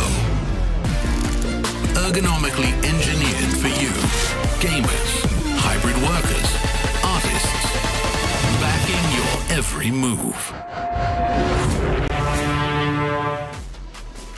Zeta Gaming answers right back to tie the series up. We go to once again another game 3 to determine who will be moving forward and who's dropping down. This was probably one of the most normal early games we've had, Stuart, to begin with, but it did get quite chaotic towards the end. Yeah, the early stages were definitely very normal. There was no like open forts this time around. There was no one going for like any crazy loss streaks or win streaks early on. It all really came down to the emblems. There was a lot of players taking a lot of emblems in this game, and with all them emblems comes high variance. It depends what you get, depends what you reforge into.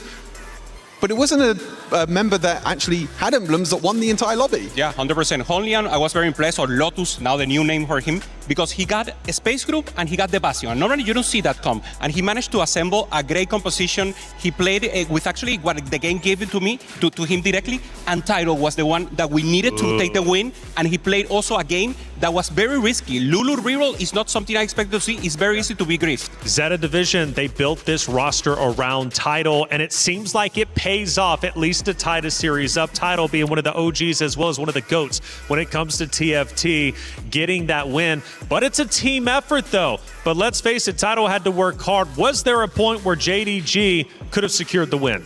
I think during the early stages, they didn't really have a lot of win-out players, to be fair. You know, when it came to it, you know, we've been in the bot 4, two members. It's very difficult to try and get that win-out, especially when Tidal has so much HP early on. You know, he has so much HP, as you mentioned, Hoope, the Medallion Lulu, which we don't really get to see too much. But Tidal bringing it out just shows his variety and his variance in his compositions, that he can pick up any composition he wants. And speaking of variety, there's a lot of variety when it comes to the Esports World Cup. Plenty of games taking place, and the Level Up documentaries got you covered. A lot of people are haunted by their past. I'm inspired by it. They're not just playing for themselves, they're really playing for their entire family. They have defeated their demons! They have crushed the curse!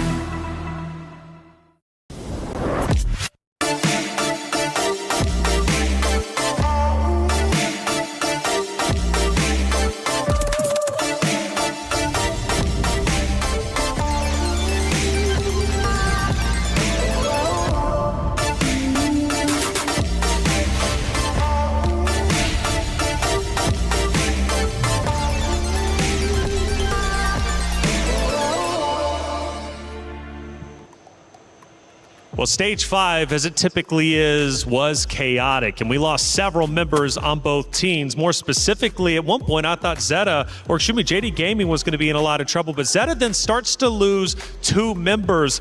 It took a lot for them then to come back. Now, when you lose 2 members, especially in this 4v4 style, are you knocking on the door of death? How do you come back from that? Stuart, we'll start with you. Yeah, you need to try and win out the entire lobby. You know, when you have 2 players in the bottom 4, that's kind of the stress levels start rising. You know, everything becomes under pressure because you need to make sure that you have that win out. You go to that 1st and 2nd place, but you need to make sure if you get the bot 2, then you try and win out. We saw Mori here tanking a Nunu over the 3. I mean, he wanted the CC from Nunu. He wanted to make sure the Nunu was doing the CC, the crowd control, to get additional value, so I think it's not the worst decision. I think it was a bit unlucky that he missed the Nunu 2 as well. You know, he had the Leona 3, but wanted the Nunu 2 star, like you said, for the CC, for the extra tankiness, but not enough. This one's fun. Lotus messing up his items, kind of lost the game. What do you think about that? We're getting some analysis in the chat. Do you agree with it? I think the items are really important, especially when you're trying to itemize your carries as well. You know, making sure that you have the right items, you have the right carries as well. For Lotus, unfortunately,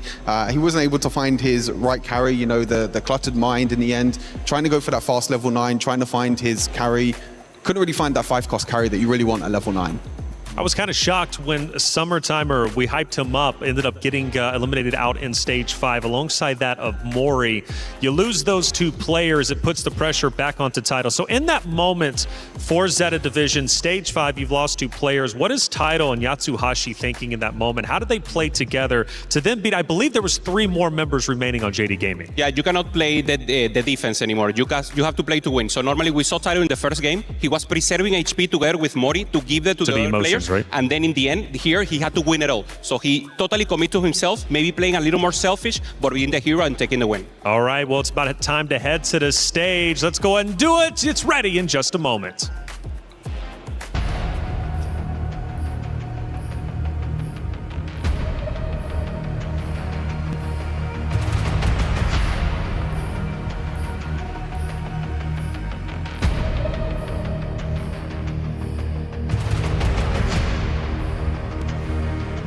Ooh, we're back. The competitors are getting situated and ready to go very shortly.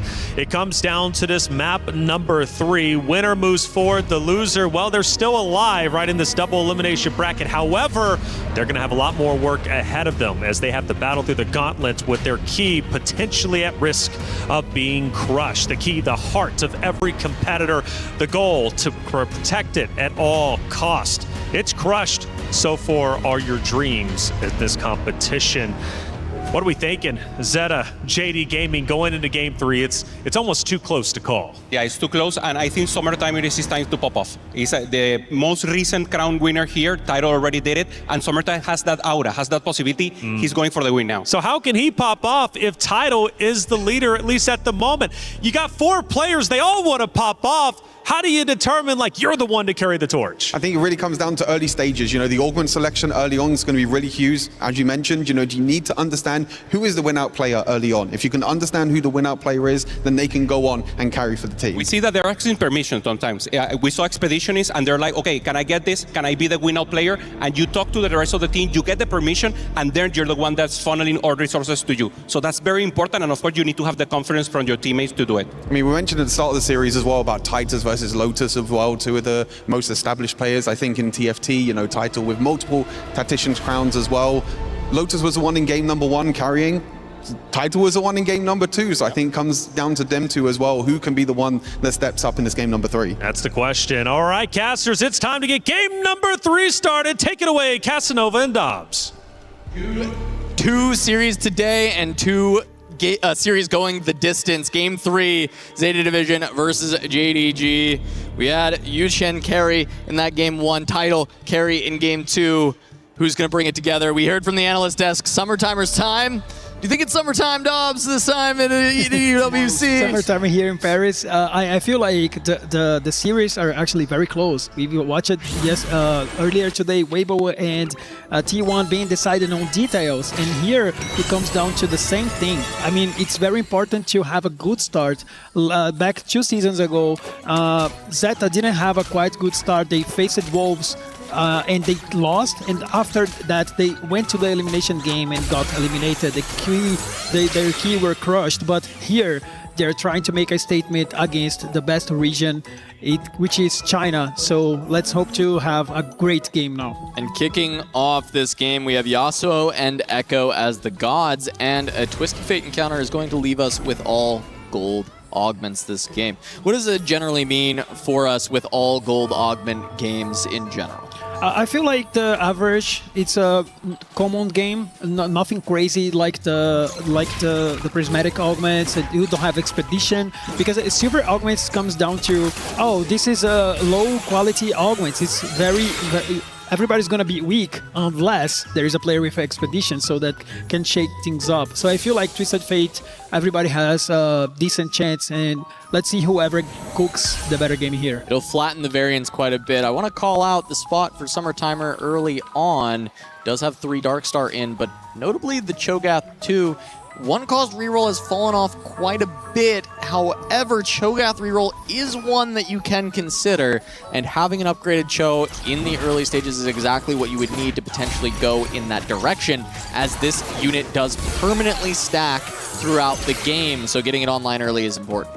I feel it's kind of augment dependent. If you have like a treasure hunt augment, that can be a thing. Oh, early learnings. Early learnings, that is a potential go time, but he does not want it, and instead has Frontline Foundations as the pick, and it's another Cho'Gath.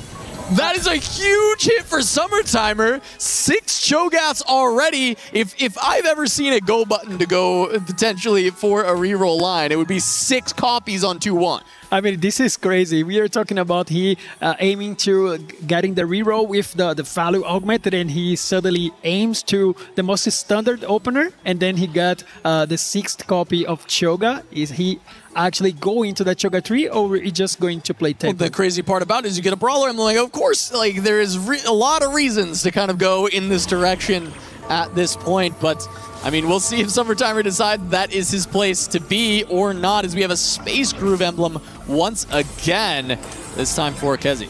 Yeah, I've seen that Kezi already slammed Shojin, which is an item that it goes pretty well with Nami, and having Space Groove emblem is one of the best emblems to have in the game right now, because you have great shots to stay in the middle placements, and also it also have a great win rate chance. Goes alongside the Stargazer emblem that is with it.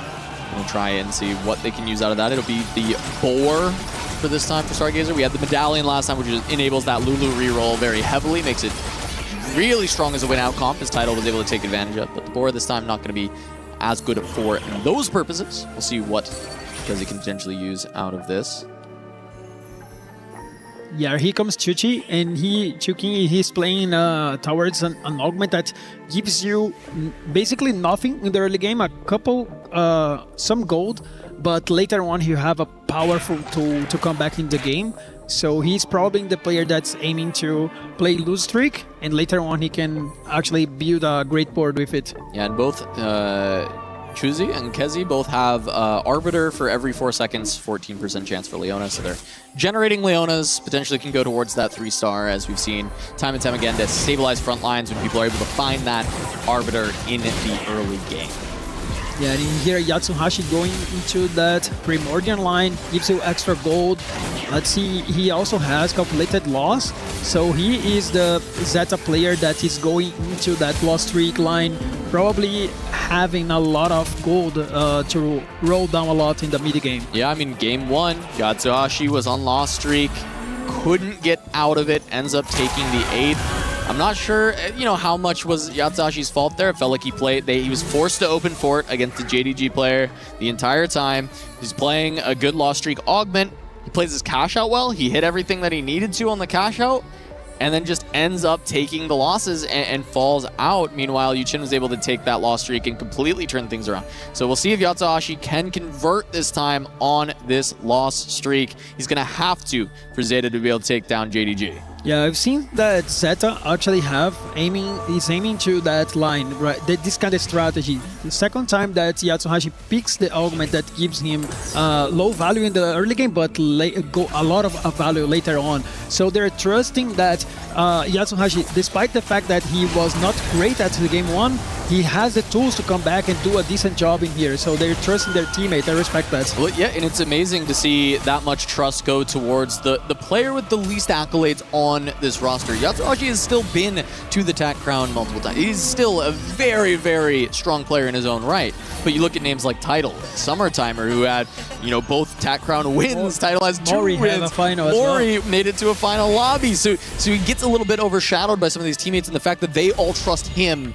to take the lost streak augment, look for that potential win out in the end of the game is amazing to see. So we do have God of Time for Echo is going to be an artifact after 8 rounds. I think a lot of players will end up there, but I didn't see which hex it was. I don't know if you caught it, but we'll see it in a moment. I'm sure if we do, is a lot of players are also kind of going on Yasuo. So pretty decent split between the two. Yeah, I mean, over the course of the game, players that are selected artifact, they will scale a little bit more because the artifact is such a powerful items, but the twist is that you're just gonna get that later on. It is going to be that same hex that we saw in the last game, scaling up data HP. If you're looking at a frontliner that you're going to be using for a long time, this becomes a very appealing selection. Yeah, for sure.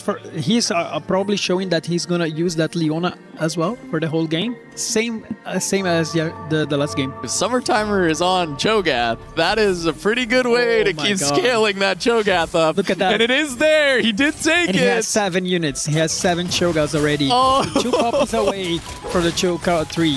So this is maybe optimal circumstances for the 1-cost reroll, kind of the last 1-cost remaining that we've seen as far as the recent patches. 1-cost has had some very powerful times over the course of the Space Gods, but this time it really is just the Cho'Gath Lysandra comp that we're seeing a little bit left over. Yeah, I wonder if he is going to aim to get that Lysandra 3 as well. So quite important to know that he can play either Lysandra or another unit, like Karma carry or maybe Jhin, depending on the items he has. So it's important to keep an eye on his game plan. Yeah, it may just depend on how fast he hits the Cho'Gath. If he hits the Cho'Gath and he's on like 3 copies of Lysandra, just push levels and try and find something better. But if while rolling down for the Cho'Gath you see a lot of Lysandras, then you might end up sticking around and try and finish that. Yes, that's a great approach. We've seen Lotus here not aiming to hold that Lysandra. This is a kind of play that usually the players hold units from the other team, but the 1-cost is kind of difficult to hold because there are so many in the pool, and then he's not aiming to hold that. That's why historically we've seen 1-cost compositions pop up in 4v4, especially when you can kind of roll them together. There's so many in the pool, and it was a big strategy of Nongshim Red Force and their qualifier to kind of get here. But that patch was way better for 1-cost, and so we haven't seen much so far. And honestly, we probably won't see that much over the course of this week, but the fact that we get a Cho'Gath is such a treat, especially with those conditions that Summertimer had, as Lotus is going to complete the win streak in Stage 2. Mori and Tidal having small streaks, and then Yatsuhashi is our sole full loss streaker. Chuchi was able to take a 4-loss after just a round 1 win. 1 Cho'Gath away for the Cho'Gath 3, but I want to just talk about Lotus. He is the ace of the JD team, and now he is in a great spot, great early game. So let's see if he can cook up a win out of this. Yeah, but Summertimer on your screen, as you mentioned, 1 Cho'Gath away, has the Brawler emblem, so as soon as he can find that last Cho, I'm expecting this to just be a level up angle, considering there's only 3 copies of Lysandra. There's always a chance that you can kind of have a bit of unlucky rolls on the Cho'Gath and just find a bunch of Lysandras instead, but we're going to see if Summertimer can find this quickly. He is going to roll down on 3-1 and just try and find it right away. And there's the Cho'Gath 3 on 3-1. And Summertimer can already push to level 5, and he's going to start to look to push even further levels from here. Yeah, it's quite good. I think he didn't spend a lot of gold on it. And let's see which item he's going to select here. That can be a hint to see which line he's actually playing. Yeah, that might just be a Dragon Claw on the Cho'Gath. Get the extra HP regen, help him against the AP compositions. Not going to slam it yet. There it is. Yeah, so it is just going to be the Dragon Claw. He was waiting to see if he was facing his teammate, and in order to give more damage on the setup player, he just slammed the item. But it's still possible to him to play either like a bruiser line with some random carry at the back, or maybe depending on the next augment that he can get, he also can play Darkstar. Yeah. The longer these fights go, the better for the Cho'Gath. More casts, more scaling, more feasts. Every time it casts that ability, it is going to scale some HP. Every time it gets a kill with that ability, it's going to scale even more. And with the HP scaling at the start of each round, this Cho'Gath can get pretty tanky for Summertimer over the course of this game. Even potential to win out with the Dark Star, especially if he can end up maybe scaling towards the Karma or the Jhin and find it early enough that he can continue to push those levels. Yeah, I'm impressed that he actually took forward thinking, because the thing is, when you're playing Cho'Gath 3, you want him to be strong in the early game. And when you click forward thinking, you're sacking your gold and just getting that so late in the game. So you're gonna lose tempo. And then I don't think that it's something that you want with Cho'Gath. I wonder what he's planning for this game. No, I fully agree with you. Usually you would want to be trying to level up very quickly, make sure you can get stuff around the Cho'Gath, and in this spot, there becomes the world where Cho'Gath ends up in a position where he can't stack anymore because you get outscaled too quickly. And maybe he just thinks that he hit early enough that the Cho'Gath is going to do well enough for the next few rounds. And the last few rounds of forward thinking, you're like, hey, it's okay, because I'm going to scale to that end game that we've been talking about. Forward thinking is certainly a way, though, that Summertimer can try and convert this board into a win by getting all that extra gold. So maybe that is the consideration, that Cho'Gath will scale enough from the Yasuo Hex and through at least some of these first few rounds that it can get you there. Yes, I mean, he will have a bunch of gold, so it ends up if he can actually reach that level 9, or if he's spending the whole gold on H to be strong in the 4-2. So it's important to keep an eye on him, because he's actually trying to cap the board very high, picking this augment. Yeah, but both Kezi and Chuchi both are on the Leona 3. We saw them both with the Arbiter early that gave that extra Leona per round, and they've both been able to scale up and get those 3 stars. We also have a Teemo 3 for Chuchi, which is going to be that Shepherd comp. But this is early enough that the Teemo is going to be a really nice stabilization piece. Yeah, he just find his way into that augment that gives you a 3-star one cost. So the Teemo was perfect because it matches a lot with the Leona, and you can add a LeBlanc later on in the game, and you can transfer your items. So the game plan that he has in here is to scale a little bit up. And then he had so many losses, and getting the Teemo early can help him to reach the final levels in the game. I didn't even notice, because it seems so natural to have a Teemo on that board. So that makes perfect sense, and he's going to be able to scale up. And that makes more sense that he's level 6 already, because he wasn't even looking to roll at all, just gets all that value. Meanwhile, Summertimer is still winning some of these combats. He lost the last one, but he's able to pick up this one even without having to spend any of that gold. So if this was his plan, feel like the Cho'Gath is stable enough and he can win a few rounds while still getting towards that forward thinking, it can be so powerful. But Blazing Speed for Echo is going to be another way that you can empower some of these 3 stars and continue to just get even more value out of single units that you've been focusing the entire game. Fun fact that Echo sometimes give you a buff that gives extra XP, extra HP, so he could have that for the Cho'Gath, but we can see the third option, maybe it is. Yes, maybe. There's a chance that we can see a super big Cho'Gath in here. Is going to be taking a look at Lotus, who has kept the 8-win streak throughout. Still deep into stage 3, having that. Playing around just a Lissandra 2, but with very good AP item slams. Going to be able to pivot this into just the AP flex. We talked a lot about how each of these teams will likely have, maybe an AD flex playing Corki, AP flex playing around probably Nami, Karma, could be Aurelion Soul, right? And then you'll probably have an Akali player, and then maybe the miscellaneous piece, right? Is the average meta game that we have for 4v4 this time, and it is going to be Lotus in that AP flex slot for JDG for this game.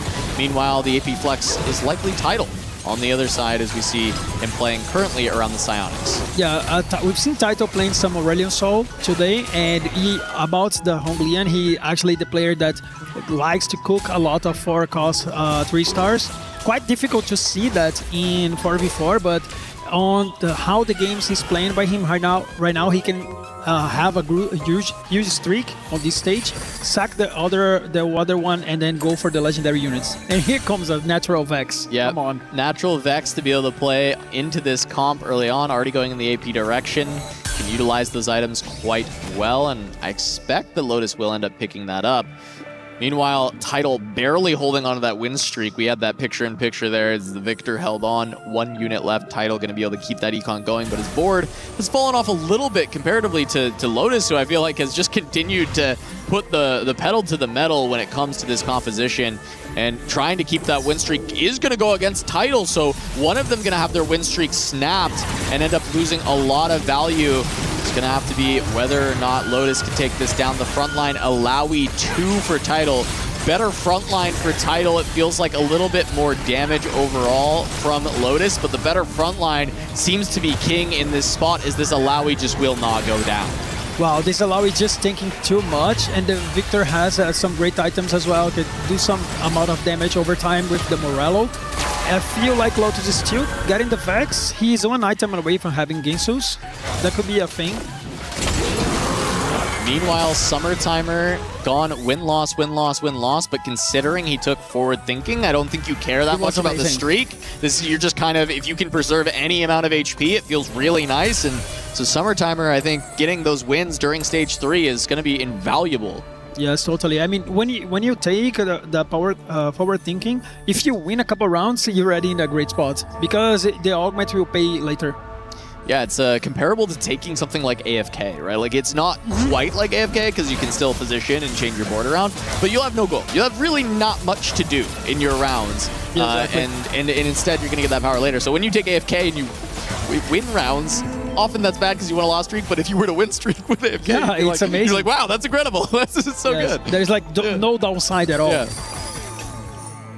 All right, Riven 2 found for Yatsuhashi, as well as a Tom Kench 2, so going to start potentially transitioning this board as Yatsuhashi has to find this big roll down. He is in the loss streak position, was playing that calculated loss the entire time, and has to find something that he can put together to not just take the 8th place as he is down to 17 health already. Wow, this board can cap very high, but he's very low on HP, 10 loss streak, so the Zeta division actually needs him to come back. Yeah, and I mean, he's going to have to fully stabilize because Juji and Yu Chen are both at 55 and 57 health respectively. It's going to take a lot of time before anyone else is threatening to go 8.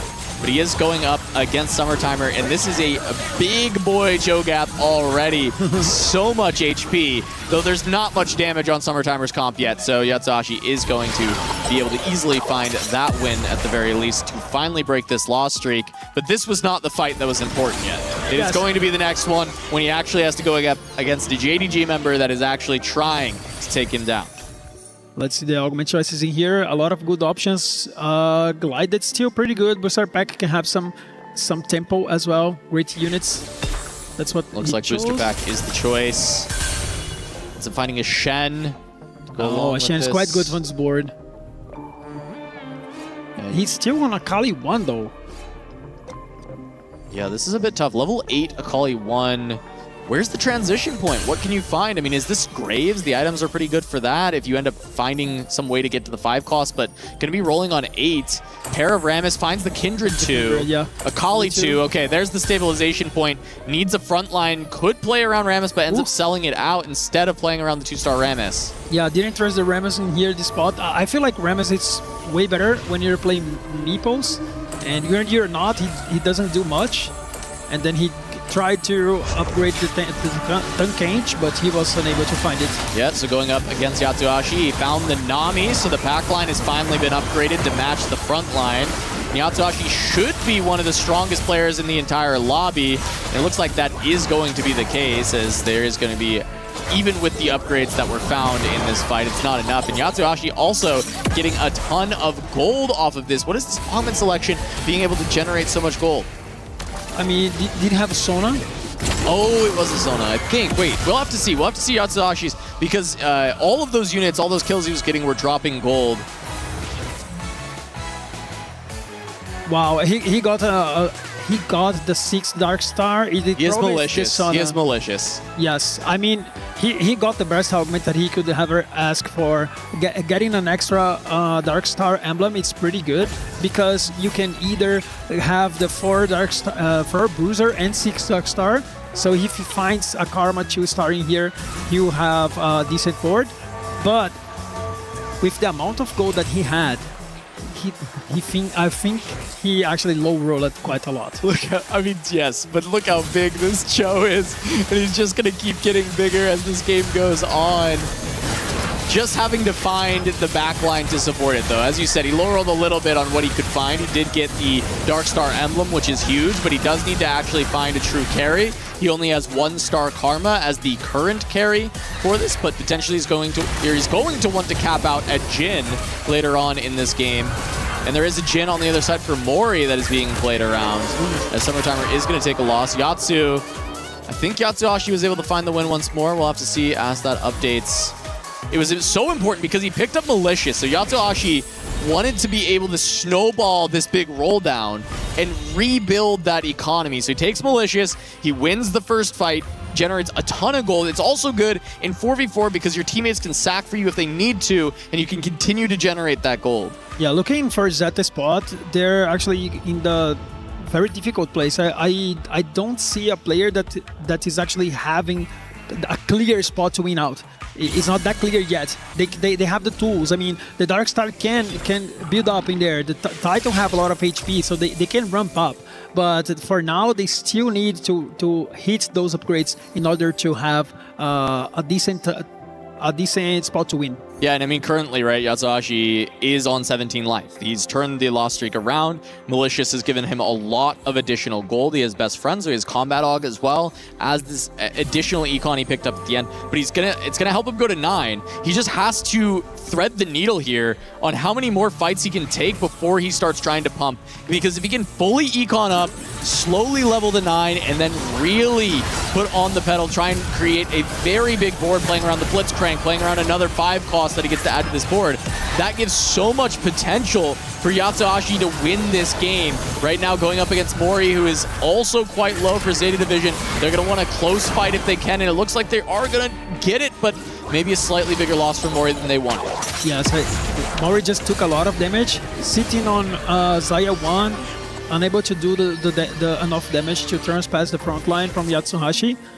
And I feel like Kazi, as an example, has a great spot to contest the Space Groove as well. So the game is very, very close.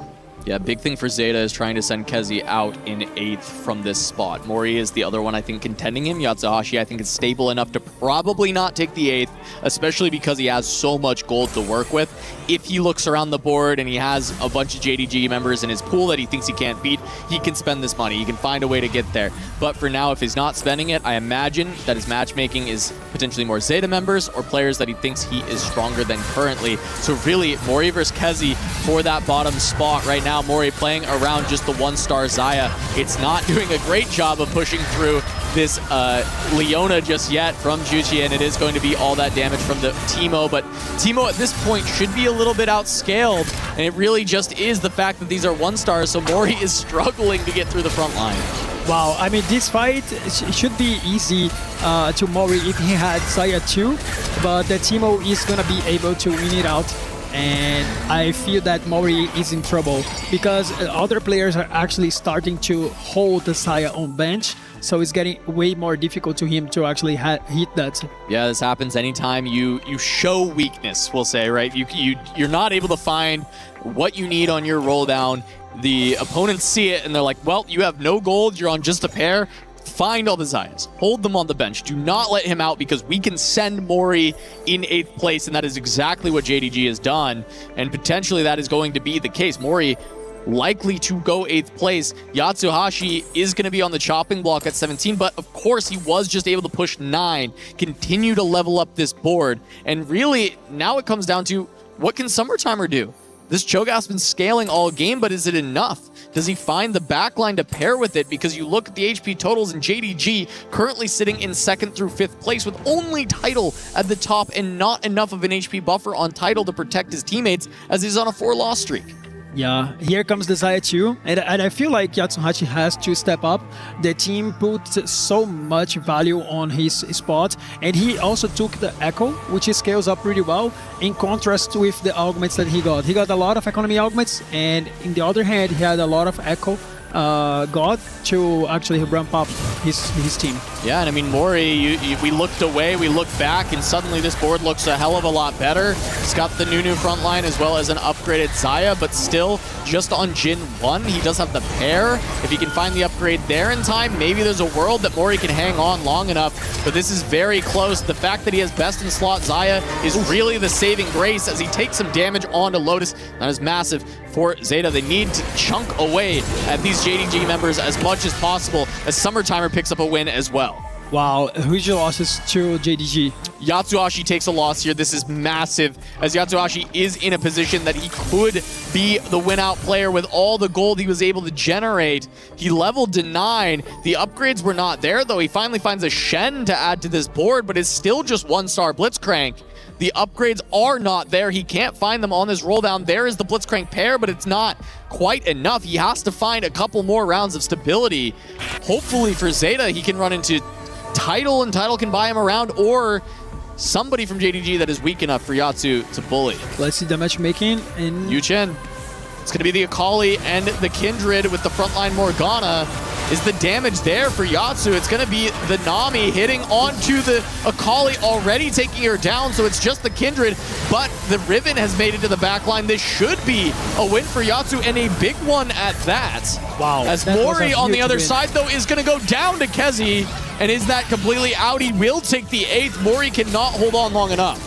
Yeah, Mori didn't find a way into coming back, but at least Yatsuhashi didn't took the loss, because otherwise they would be sitting on 8th and 7th place. That would be almost the end of the line for them, but Yatsuhashi taking the win. He has one more shot to get into that Blitzcrank 2 and then turn out the game. Meanwhile, Tidal on a 6-loss streak just took another big loss. He just spent a ton of gold. He had 60 gold. He just spent all of it. So hopefully for Zeta, Tidal has been able to stabilize and turn this around, because he was in free fall alongside Lotus for the side of JDG, and that's who Zeta needs to fall immediately, is this Aurelion Soul from Lotus. Going up against Tidal, we just saw Tidal spend a ton of gold. He is also on the Aurelion Soul. Doesn't look like the board took that many huge upgrades, but he did go to level 9, so able to get some additional traits in. And it looks like it is going to come down to the Aurelion Soul battle, who can take down the front line first. But there is a Dragon Claw on the front line for Lotus in this AP mirror match. Is it enough? It is not. Tidal going to take down Lotus, and it looks like you'll be able to send him to 7th place. Oh my god, that fight was actually so close, and whoever would take that win could change the whole fate of this game. So Tidal secured a very important win in that round. Yeah, meanwhile, Yatsuhashi faces off against Summertimer, and they get a very good loss on a Summertimer. Only a 2-unit loss. It's a lot of HP saved for the side of Zeta in this round. A very big win for them, as JDG does have the advantage of overall HP at the top of the tables with Kezi and Yuchin at 35 and 32 respectively. Look at that Blitzcrank 2-star. He has Ultra BIS. He also have the Anomaly, which is pretty strong. That Ornn is quite strong as well with 2 artifacts. So Yatsuhashi might have a great spot in here. Yeah, he's turned it around. That extra gold from Malicious, taking as his 3rd augment after he had spiked. He knows he's going to win some fights, gets so much extra gold to allow him to skyrocket to level 9. Now he faces off against Tidal. Tidal did not remove anything for this. They're keeping full power on both sides, believing that Yatsuhashi should be able to deal with it, and considering he does have an artifact that does give a lot of magic resistance, putting it right in front of the Aurelion Soul makes a lot of sense. It's a huge loss for Tidal, but they did need to keep Yatsuhashi alive, because they can send Chuzi into that 6th place spot, and it looks like that is what happened here. Wow, look at the face of Tidal. He knows that it's quite an important fight. Yatsuhashi looking very strong. Chuchi just got into that 6th place, so Tidal can actually push Tuking to the bottom side, and if another player of JG falls down in bot 4, Zeta division will be the winner here. And Yatsuhashi just fought Title. They likely shouldn't hit each other. We did have a player eliminated, so there's a small chance they can find each other again. But if they don't, they just have to keep winning their fights, as Yuchen could lose 2 in a row and completely fall out, or one big loss at 17 can be enough. We're going to see who his fight is. Looks like we're not seeing him here, as Yatsuhashi is going up against the Kindred Akali. On the other side, it is Title versus Kezi. We're just trying to see if the 2 Zeta members can stay alive for now. Title having to break through that 3-star Leona with the Space Groove emblem. The rest of his front line has fallen down, and it's up to his damage dealers if they can get it done. The Nami with a little bit too much. It looks like Title is going to fall, and we still have a game, as JDG is able to eliminate Title, as well as Yuchen falling. Title just had to live a little longer, and he could have gotten it done. And now we're at the point where all that matters is the first place. If Kezi can hold on, he can clutch it up for JDG. I mean, what a series. It all come down to the very last fights. It's very important. Zeta bet on Yatsuhashi comeback, and he's still alive. 4-win streak. Kezi also very strong with that space. Yatsuhashi is saying Summertimer has the best chance. Wow, I'm impressed actually. He eliminates himself on Dragon. Yes, probably they know that Summertime has a better shot against Kezi, but I'm actually very impressed. Surprised. I thought Yatsuhashi looked strong. I thought there was a chance that they'd just kind of play for it, but recognizing that really all that matters is your strongest going up against this, facing this as much as possible. And the Cho is so big. Our analyst said it's Summertimer's time, and it is summertime here in Paris for this Cho'Gath. He's growing like a weed, and he's got a backline protecting him with that Karma trying to get the job done. This fight's gonna tell us what we can expect, because both players can survive a little bit longer. See how the Cho'Gath survives going up against this Nami, but it is an AP comp with the Cho'Gath having a Dragon Claw to try and tank up against it. He should be able to hold on for a very long time, giving the Karma everything she needs. And this first fight does not look close. It seems Zeta has made a very good decision in sacrificing Yatsuhashi and leaving it to Summertimer to win 2 in a row, because I don't see how Kezi stabilizes from that fight to a win in 1 round. I mean, the fight was so one-sided that it's so hard to tell if he can actually come back, even with the Chen 2 stars. So I feel like the Cho just scaled it too much already, and he still can upgrade the Jin in order to be even stronger in the next couple of rounds. All the conditions, all the stars aligning for the Cho'Gath, right? Finds the natural 3 copies, hits it off your augment to get 3 more and a brawler emblem. And then from there, the Yasuo gives you the scaling HP for the entirety of the game. And now this Cho'Gath is such a monstrosity for Summertimer to try and take this game for Zeta Division so they can take down JDG and advance on the winner's side here at EWC. And it looks like Kezi does not have the damage. The Cho'Gath is too tall, he's too strong, and he's gonna nom all of JDG, and Summertimer's gonna take it down. What an amazing series. And when you have 2 Tactician Crown winners, Title and Summertimer, you have so much, and you can count on these players. And Title won one of these games, Summertimer clutched it out. So amazing play by Zeta game. Relying on those 3 TAC Crown wins, 2 of them from Title, 1 from Summertimer, knowing that these players can clutch up when they need to, and they absolutely did. Such a great performance, I feel like, from Zeta, and they actually lost the first game trusting the strategy. Didn't work out, but they have the ways to come back, so they trusted Title, and then later on Summertimer. This very last game was amazing because it was very close, and JDG was very close to win as well, but the way that the Cho'Gath scaled was scary. He was so tall, he had so much HP that was impossible to kill. I want to give some flowers to Yatsuhashi as well. First game, they put him in that position to go lost streak, and it goes bad. It goes bad at the end. He ends up taking the 8th, and it doesn't matter. It doesn't shake him. Game 3, same position. Go for the lost streak, goes down to 5 HP, and is able to bring it all the way back to a 3rd. And from there, as a team, they recognize we have to sacrifice Yatsu. and let Summertimer finish it. I feel like Yatsuhashi was even stronger than the player that finished second, but you actually want to sacrifice the player, so you don't give a chance today to succeed. So it's important to let the strongest to kill him. Yeah, the matchup was so good for the Cho'Gath, and Summertimer takes it down. Zeta Division picks up the win. We're going to go to a break, but EWC at TFT returns after this.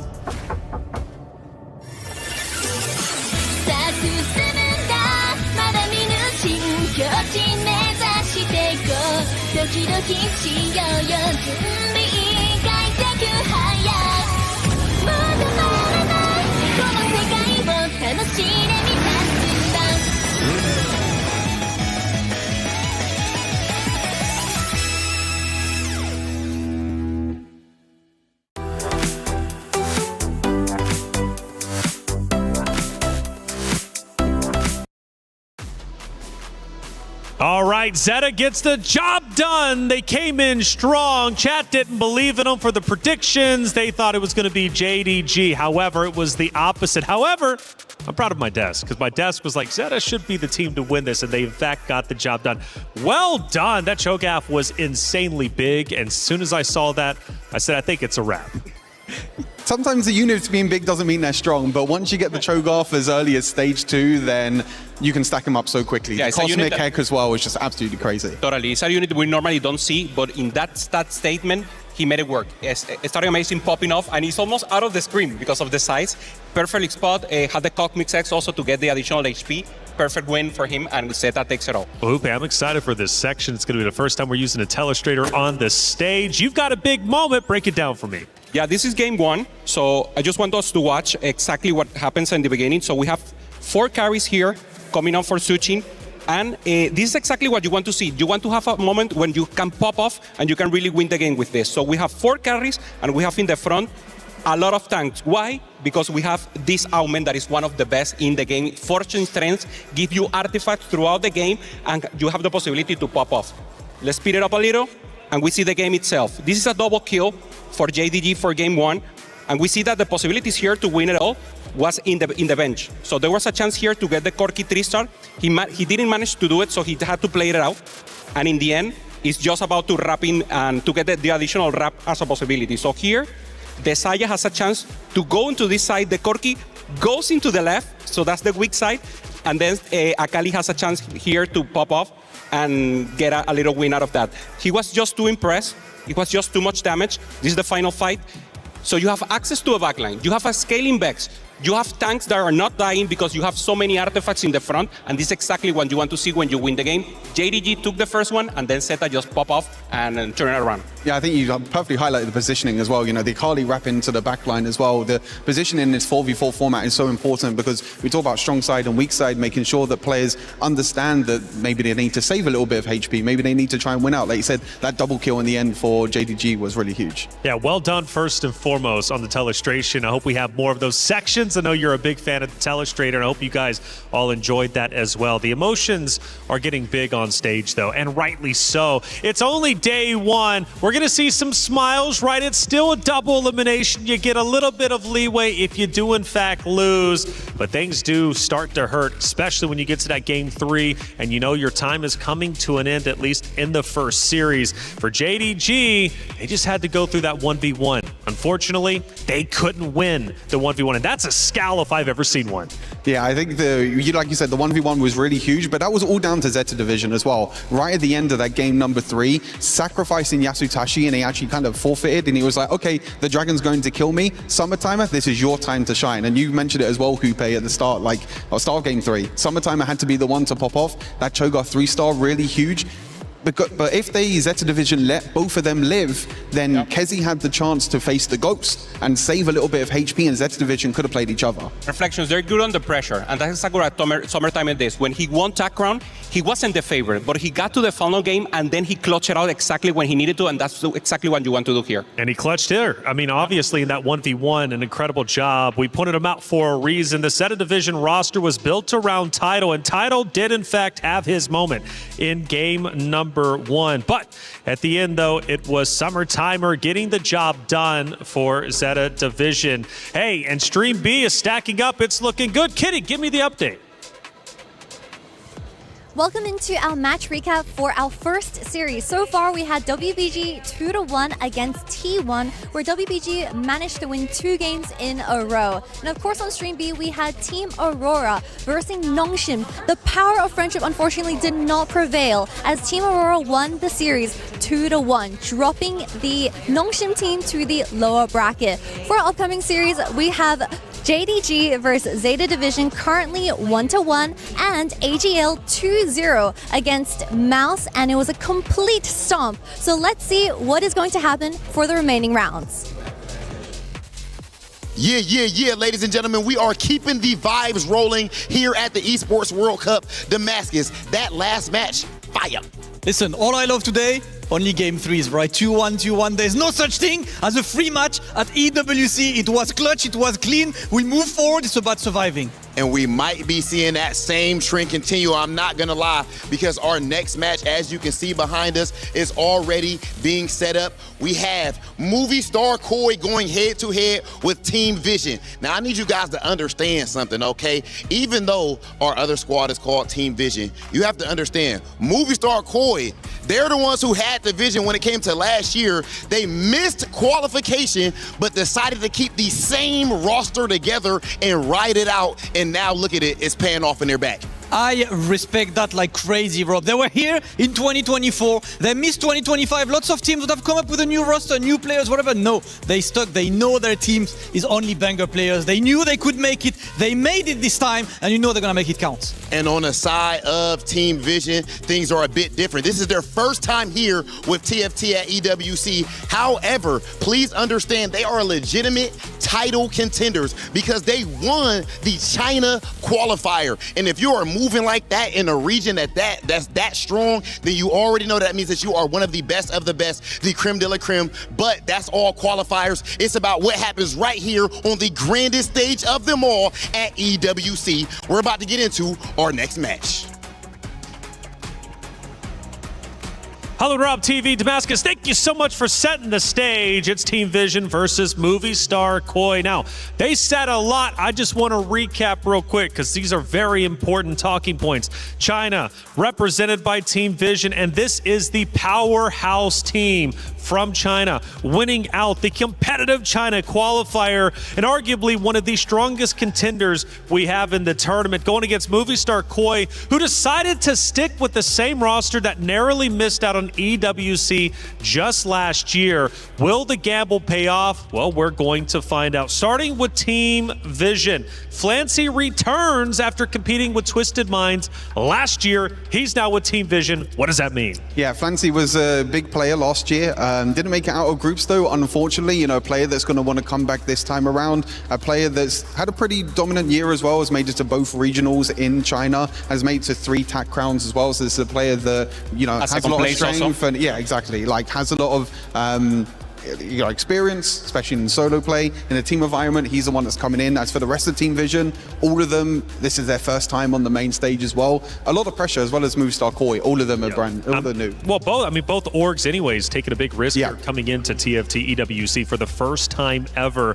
And for Movie Star Koi, again, sticking with that same roster, I mean, that's a big risk. Is it a risk that pays off? I mean, this is the best roster Spain can ever accomplish. So the Spaniards are here and they're friends. Daleson, the Japper, they're in the second place. Reven, the biggest content creator right now for TFT in Spanish. And of course, Safo, who just went right now to Tactician Crown and did a great run. So they know each other. They're able to jab. They're able to be comfortable with conflicts and discussing. And that's a strength here in 4v4. I mean, the story of Reven is absolutely crazy as well. You know, being picked for the TPC as well. And then his kind of story developed from there. He hasn't had the best of most recent performances, but I think it's a player that can definitely pop up as well. And like you said, you know, that full Spanish team, I feel like Reven really revitalized the kind of scene in Spain as well.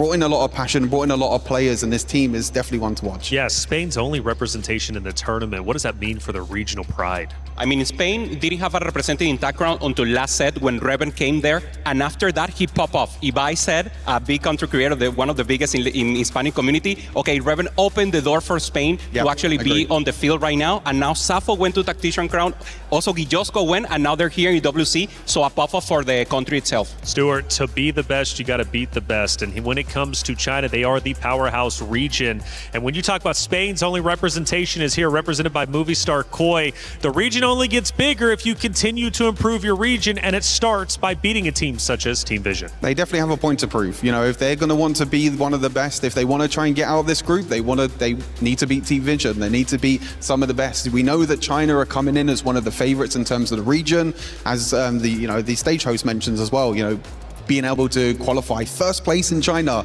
is no small margin. Yeah, with Flancy in the forefront. Flancy is a player that every person in the Chinese region learned with him. He's a big streamer. He's a person I learned also to learn TFT. The tech from the CN region came to the West because of Flancy, so it's great to have him here, and now maybe he has something up his sleeve that he can show us. It's fun watching TFT and hearing the stories about the friendships, but also how big some of these players are when it comes to their streamer profiles, their streamer base.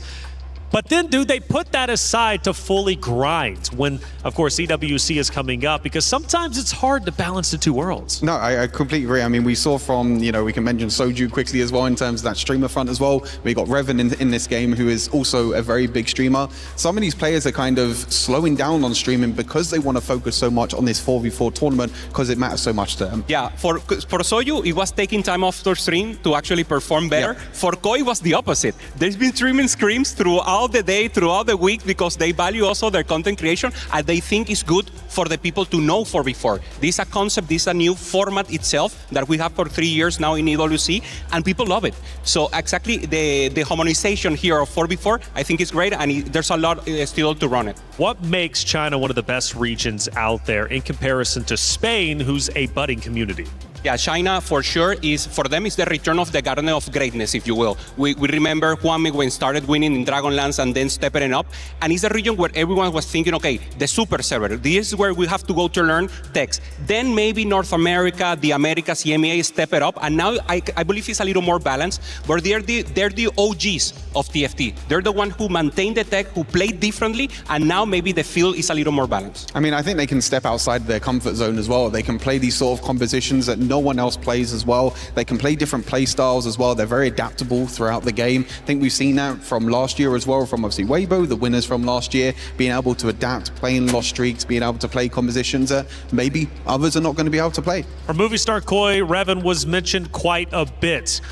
As far as play style goes, where does he feel the most comfortable? I mean, he's very OTP normally, so he likes to get a comp and really resource management. You're really good at line selection and you can play anything and you can see all multiverse. Reven is the opposite. Reven goes for a comfort zone, but he knows exactly how to play that line and how to play that playstyle. So expect to see him maybe going for reroll angle as a specialty, or maybe he has something up his sleeve that he really wants to play. Yeah, I mean, you also have the other players as well on Movistar Koi. Dalasom as well, I think, is a player that, performed pretty well in regionals recently for Space Gods. So these are players that have a lot of experience with this set. Obviously, this set is a lot more balanced. We're seeing some different compositions coming out, like Akali, which we didn't even see at regionals and Space Gods, and there's some adaptation that you have to do from that 1v1 format. It's going to be a close one. I think, Team Vision will probably take this one, but I think Movistar Koi are no doubters. All right, well, it's nearly time to get started. We'll be heading to the stage in just a moment. Welcome one and all back to the hydration station. Of course, with the sun bearing down, we need to stay hydrated to keep our performance absolutely top tier. But fortunately, that's exactly what we're going to be doing here today. My name is Kanafit, joined from Koi. We've got Dalasam, we've got Safo as well. If you get that correct, you will take a drink and score a point. Once all of your drinks are gone, you will be the winner of the game and we shall celebrate at the end. Okay. Which champion generally has appeared in the most TFT sets? Yes. I think can be Yasuo? It is not correct. Is it Lux? Also not correct. It's Jinx. EWC 2024. The grand finals. Who was the runner-up team? Was a little fuss. I saw you scratching your eye, but I'm not sure I'm going to take that one. T1? It was correct. Take your first drink. Okay. Okay. I see the grimace. In which TFT set were augments introduced? It was 6. It was set 6. Is that your final answer? Yes. I think so. Gizmos and Gadgets. I think so. The Dragonlance TFT set poster, which dragons were featured on there? I'll say Aurelion Sol and Shioyu. I will give that for the... We only needed one, and Aurelion Sol was correct. What's the maximum Voyager you can play that still does something meaningful? 6. Correct. What is the name of the universe that Teamfight Tactics is a part of? Runeterra? Yes, correct. Nice. So first of all, I'm going to ask for a champion's attack range. Is that understood? Yeah. Okay, and the champion is Vex. Okay, Vex? Ooh. Think can be a lot of rounds. Is it 5? It is 5. Sappho, you're the winner. Take your final drink. There you go, it's a little tactician's crown for your head. So Sappho, as our winner here, 5-4. Yep. I've got one last true or false question to ask you. Movistar Koi, they're going to be the winners, or you're going to be the winners of EWC 2026. True or false? That's the easiest question you have asked. It's the true. I'll drink to that. Let's go.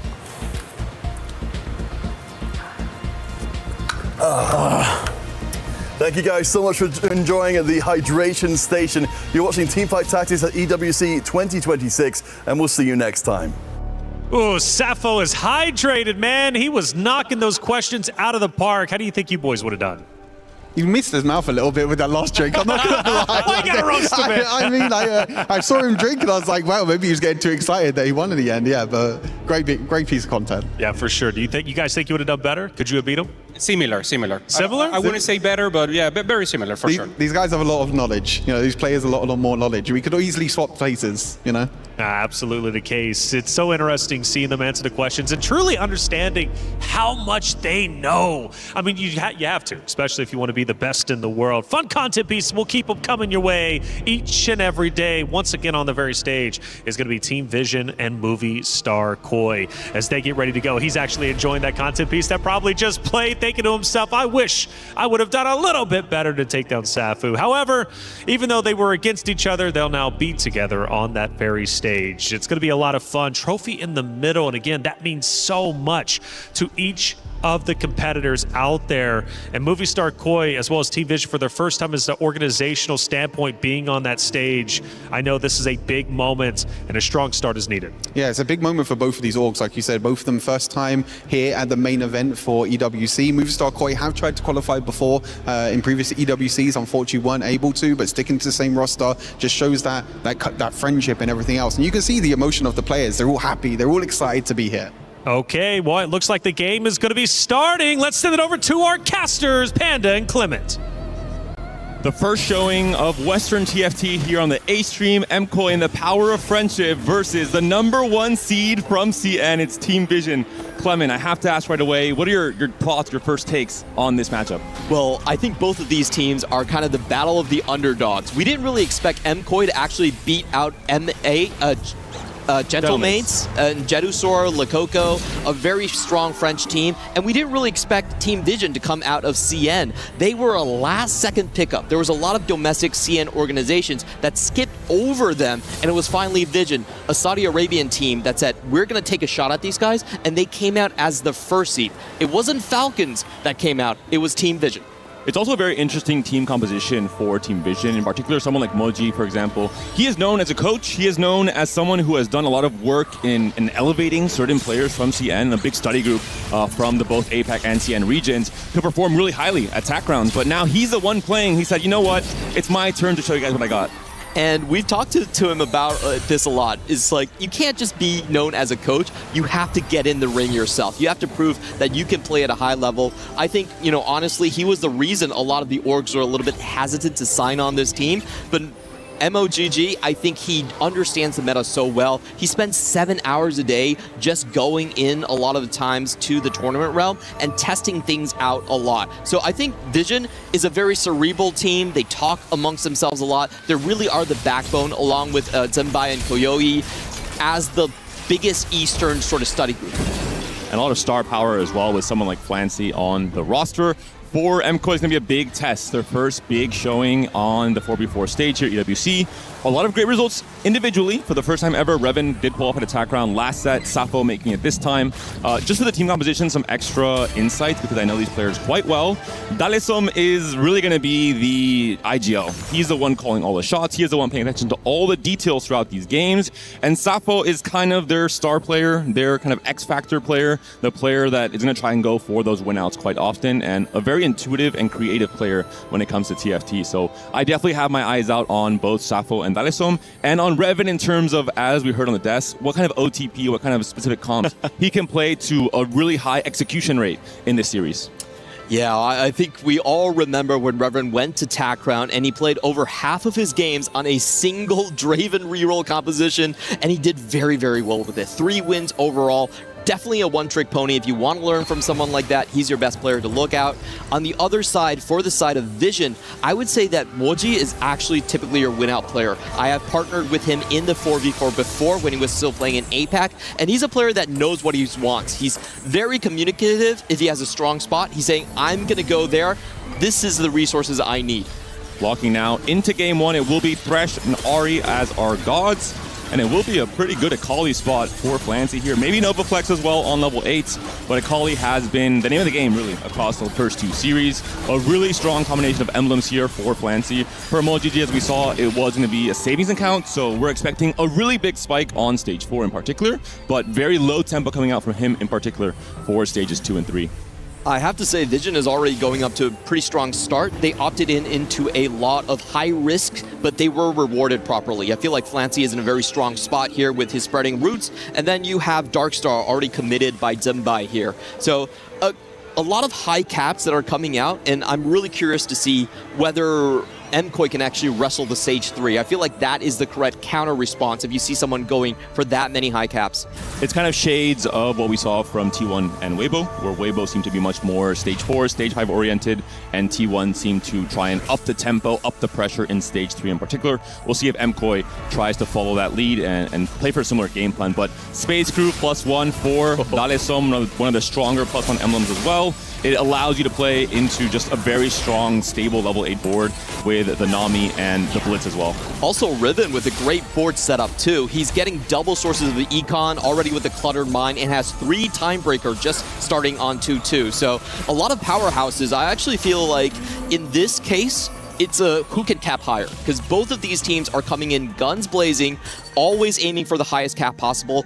They're probably not going to play too hard for tempo.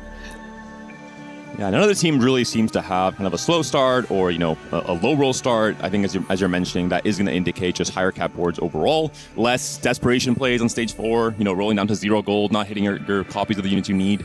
But we'll see what Dalesom can do with his talent in particular. One of the best item holders, I think, throughout the entire set in stage 2.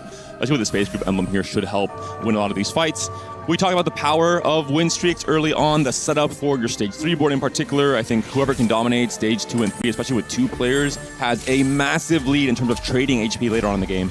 Yeah, and Koyoi also up to a pretty good start. We actually saw 2 2-star units being upgraded on the side of Team Vision, trying to wrestle away that stage 2 advantage like you were talking about. And I really like Salvage Bin for 4v4. It's one of the best augments because you can build early, and once your other teammates find great spots, you can fill in the rest and reforge your items.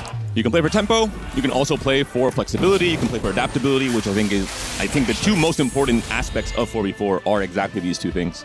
Ooh, Mini Recon Bob is going to be absolutely spicy right here, because as we were talking about, we do have those 2 Team Vision players. They're sitting on that Milo 2, and they also have that Mordekaiser 2. So are they going to take a shot at that, or are they going to just stay in their own lanes? Koyoi with the Mordekaiser 2 already opting in to roll the dice. If you are playing for high cap, if you are playing for level 9 board, of course, trying to get 2 Ahri picks at some point in the game for the Ahri boon is really important, so players have to factor that in as well. If they are split on this decision, maybe just going for Ahri is a safer play. Let's see what they get. It was Ari. Okay, never mind. Sorry. XP. Thank you, Clement.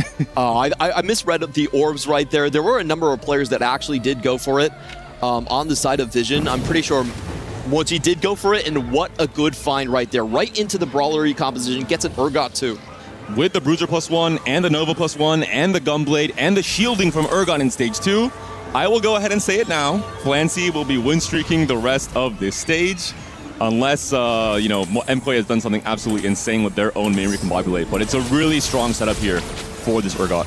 Yeah, we saw a pretty even split across the teams. It mainly has been the side of Vision that has gone for tempo play and going for that Thresh. On the side of MKOI, a lot of them actually opted into more econ options. It is a Victor here with items. Is there going to be enough shielding and healing from the Urgot? He's moving on to that backline already. And yeah, the Victor's not doing quite enough burst damage. It's just the Omnivamp coming in from Urgot here is there's not enough DPS really to take him down at this point in the game.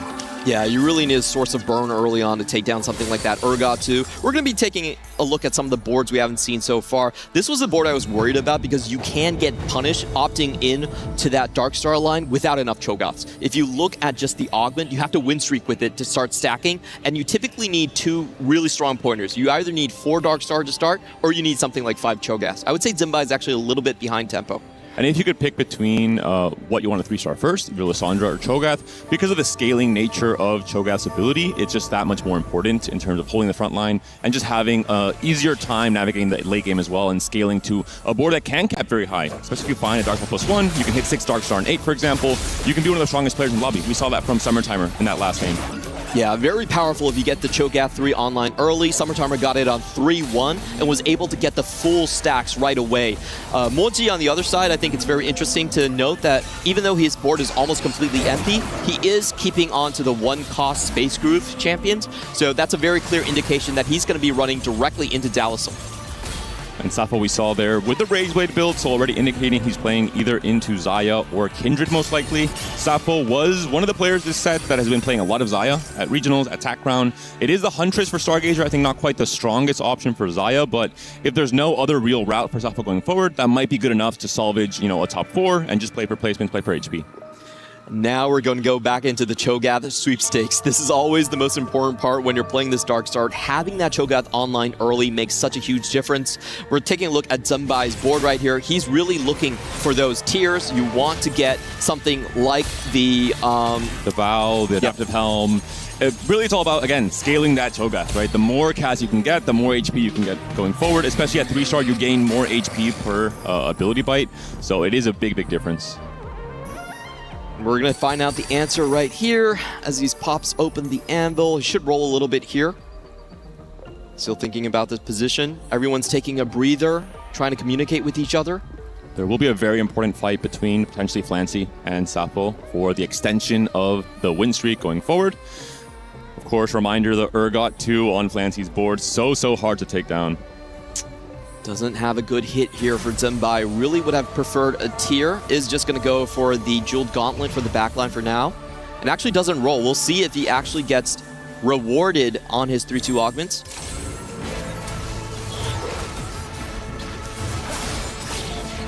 Koyoi still one of the, fully open players.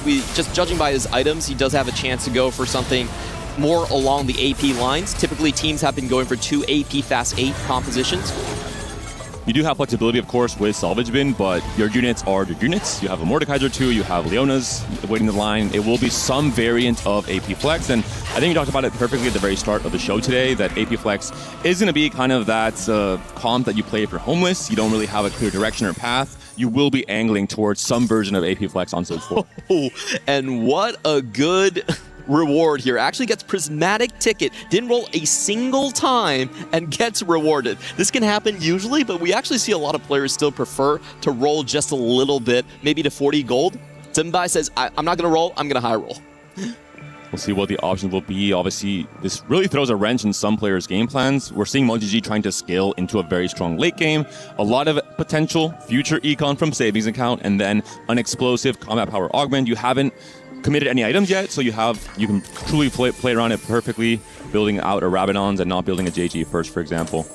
Oh, and actually Zumbai chooses not to take Prismatic Ticket, is going to roll his emblems. Does he find a Dark Star or a Brawler? Those are the twos he's looking at. Oh my Wow. goodness. Dark Star +1 and a Rogue +1 to pair with a Kaisa later on stage 4.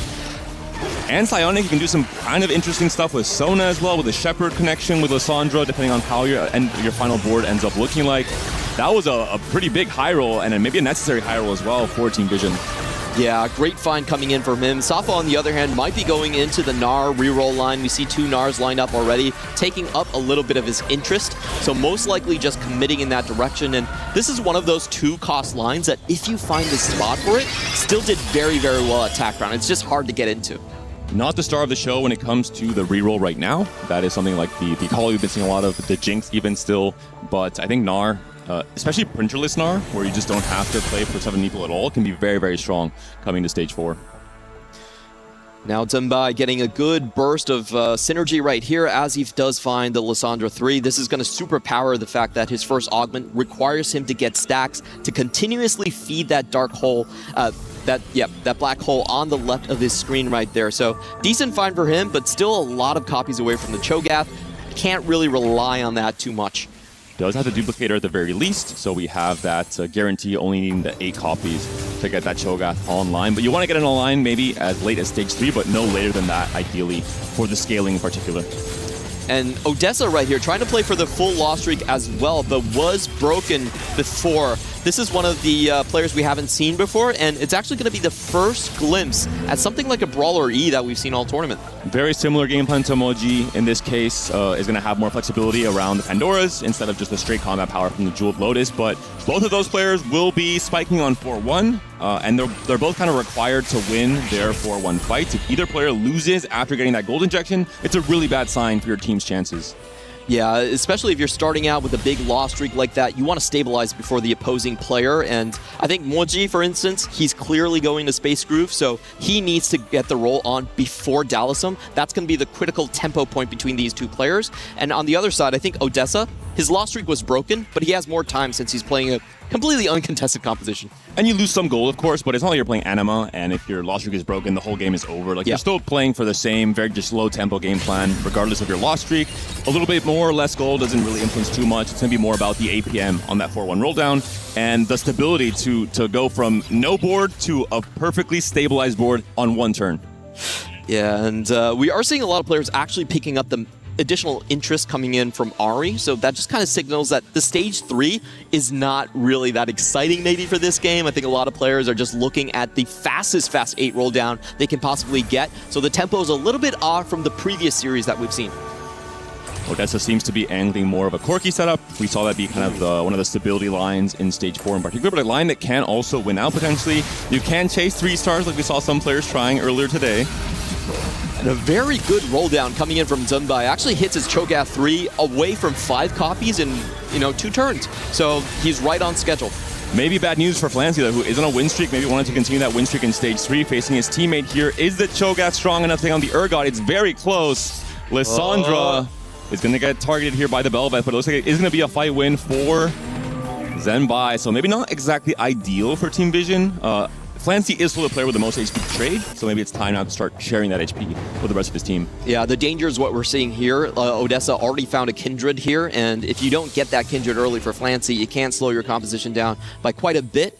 I do expect him to still pick that one up unless he's angling for something like the Corki, but that's kind of a weird direction to go when you have a Gnar player on the side of Safo. So this is one of the most interesting spots actually early on. You can tell where they're trying to go. Picks it up last second. He's going to hold both options. I think it's going to be important, at least for the first part of your roll down, to flex both. And then once you start hitting a lot in one direction or the next, you can just pivot off of whatever it is you're low rolling on and go into either Corki or the Master Yi. Yeah, it definitely makes a lot of sense. He's on 50 HP. He wants to keep both of his options open right here. So trying to hold on to both.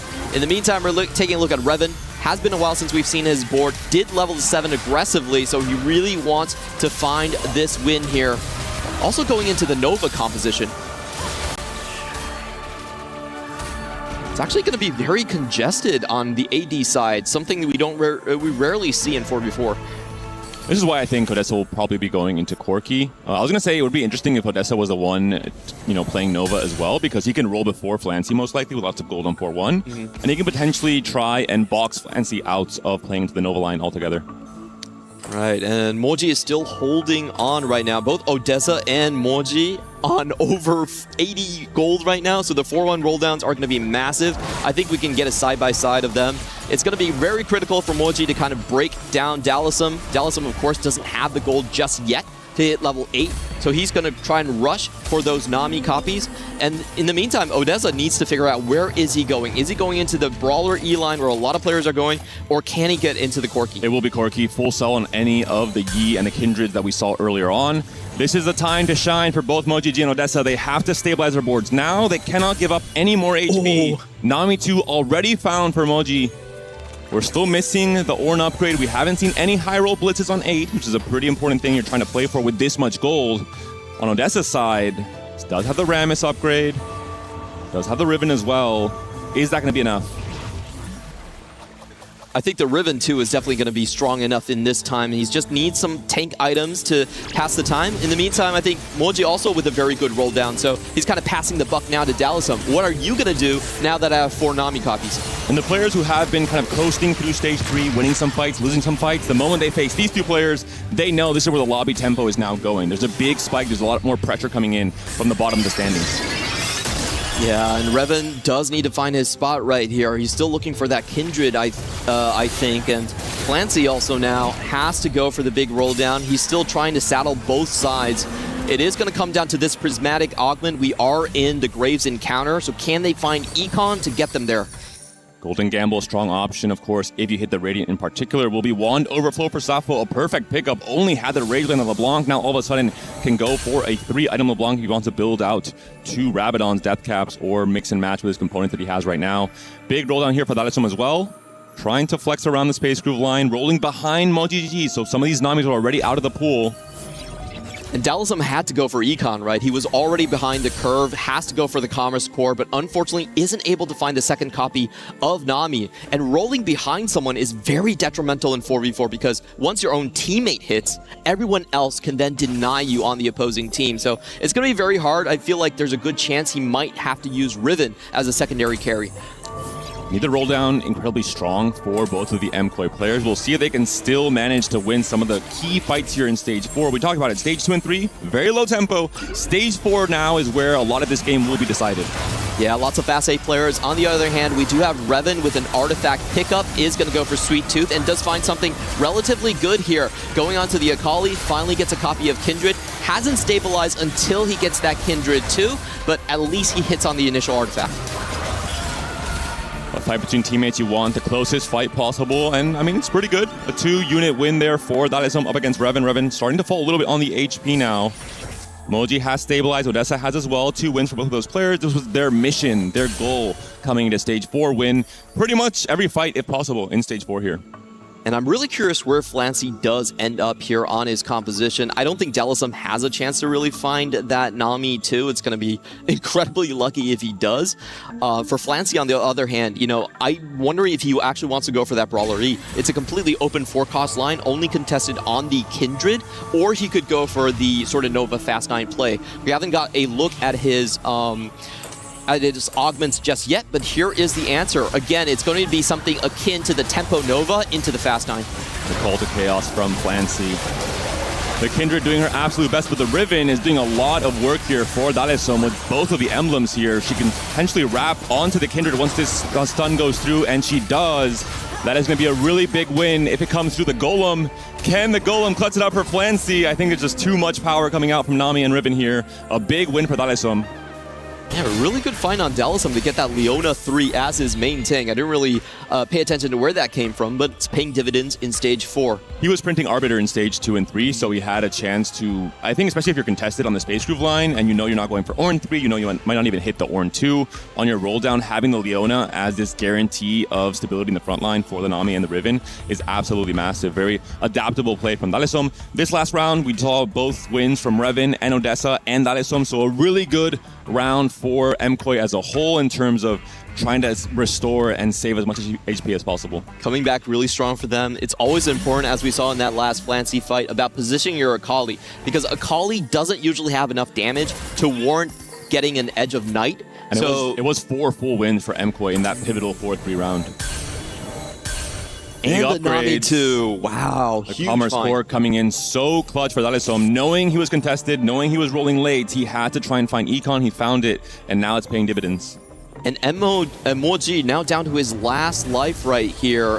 Flancy still stuck on missing one Kindred, trying to deny Dalisom. He can sell his Namis at this point. He's going to go up against Koyoi with combat augments going into the Shepherd 2 line. Very strong for him as well, as you do have extra units just in the front with the Teemo. And of course, your Shepherd. Both players here looking for a long, dragged-out fights for very different reasons. LeBlanc on one side, and it's the Golem on the other for Flancy. But it looks like Koyoi's LeBlanc 2 is just strong enough with Hold the Line in particular. A perfect augment for LeBlanc as a whole. Really synergizes really well with what the comp wants to do. Ooh, Moji takes another loss, down to 3 HP. We just saw Flancy with 3 items on his bench because he knew that he didn't want to put items back in when he didn't have that Kindred 2, when he was still trying to lose for his team. So Moji going 8th would be absolutely huge right here. I feel like Moji played a really strong econ game, good roll down, but didn't really find a secondary carry. Not trying to run the Riven here. Skipped over the Shen earlier on. This could be a pivotal fight in terms of how the game is going to be structured for Stage 5, in particular how the teams have to adapt. And it will be the mirror match between both Space Groove players, Dalisom versus Moji. The Nami and the Gwen targeting the Ribbon right away from Dalisom. That could be pretty big. The splash damage coming onto the Ribbon despite the Rogue. But the Ribbon stays alive. So much extra healing, so much damage coming out from the Ribbon that not only finally takes her down, but the full health Nami from Dalisom is going to clutch up the fight. It seems like it's a very close 1v1 at the end. But Moji does go down in 8th. And a very strong message being sent by MKOI coming into Stage 5. Yeah, even coming in from behind, still able to stabilize on that Nami 2 and clutch out the matchup. Takes Moji down to 8th place. It opens up a whole host of options for MKOI to play this game. Odessa on his way to 9 as well. This is one of the ways that you can actually try and play for a higher cap on Corki. You don't over-roll on 8. You're not donkey rolling the entire stage trying to find Corki 2. You find it relatively early and then you can push 9. You can add in the Bard. You can start adding in a little bit more firepower in the backline. So I think this game for MKOI right now is pretty much in the bag. They have the best cap out. Now Dalisom has won the mirror matchup in the highest sort of cap board that we've seen in the Space Groove. And now they have a player that is, guaranteed going to be in top 4. Moji's also in 8th place. If you have those 3 conditions, you just need one more player to get in the top 4 and then you're safe.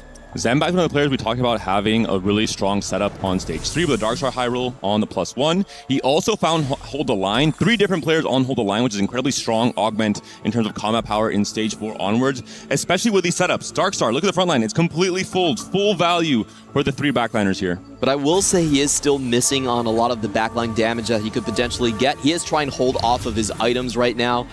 Most likely to keep Koyoi, I think, into some sort of curve. If Koyoi can hit that level 9 Shepherd, you can add in Sona. He does have like the psionics for a higher cap as well. So he's just trying to make sure that the player with the highest potential cap can also join him in that top 4. And we're seeing the gold here, right, from Zembai. There's clearly a lull in the pressure being added from Team Vision. They're waiting for a big spike, potentially on 5-2, with the deep roll downs and going to 9. Ari Boon on a lot of the players as well, so some extra combat power coming in from the gods. This is really important. I think it really separates the good team from the great teams. When you have a player going 8th, you have to know that a lot of times it forces you to go for those 1-2 spots, to go for higher positions, and you have to take damage in order to reach higher cap. Now is their roll down. We get the Bard immediately, enabling also just the conduit to be online. A Bard 2 would be a huge high roll here as well. A Jin 2 potentially. Revan could be on 1 life. We're now in Stage 5. He's on 15 HP, so definitely a player to watch out for to see if the score will be evened out with Moji and Revan potentially going down in 7th and 8th. Yeah, very late.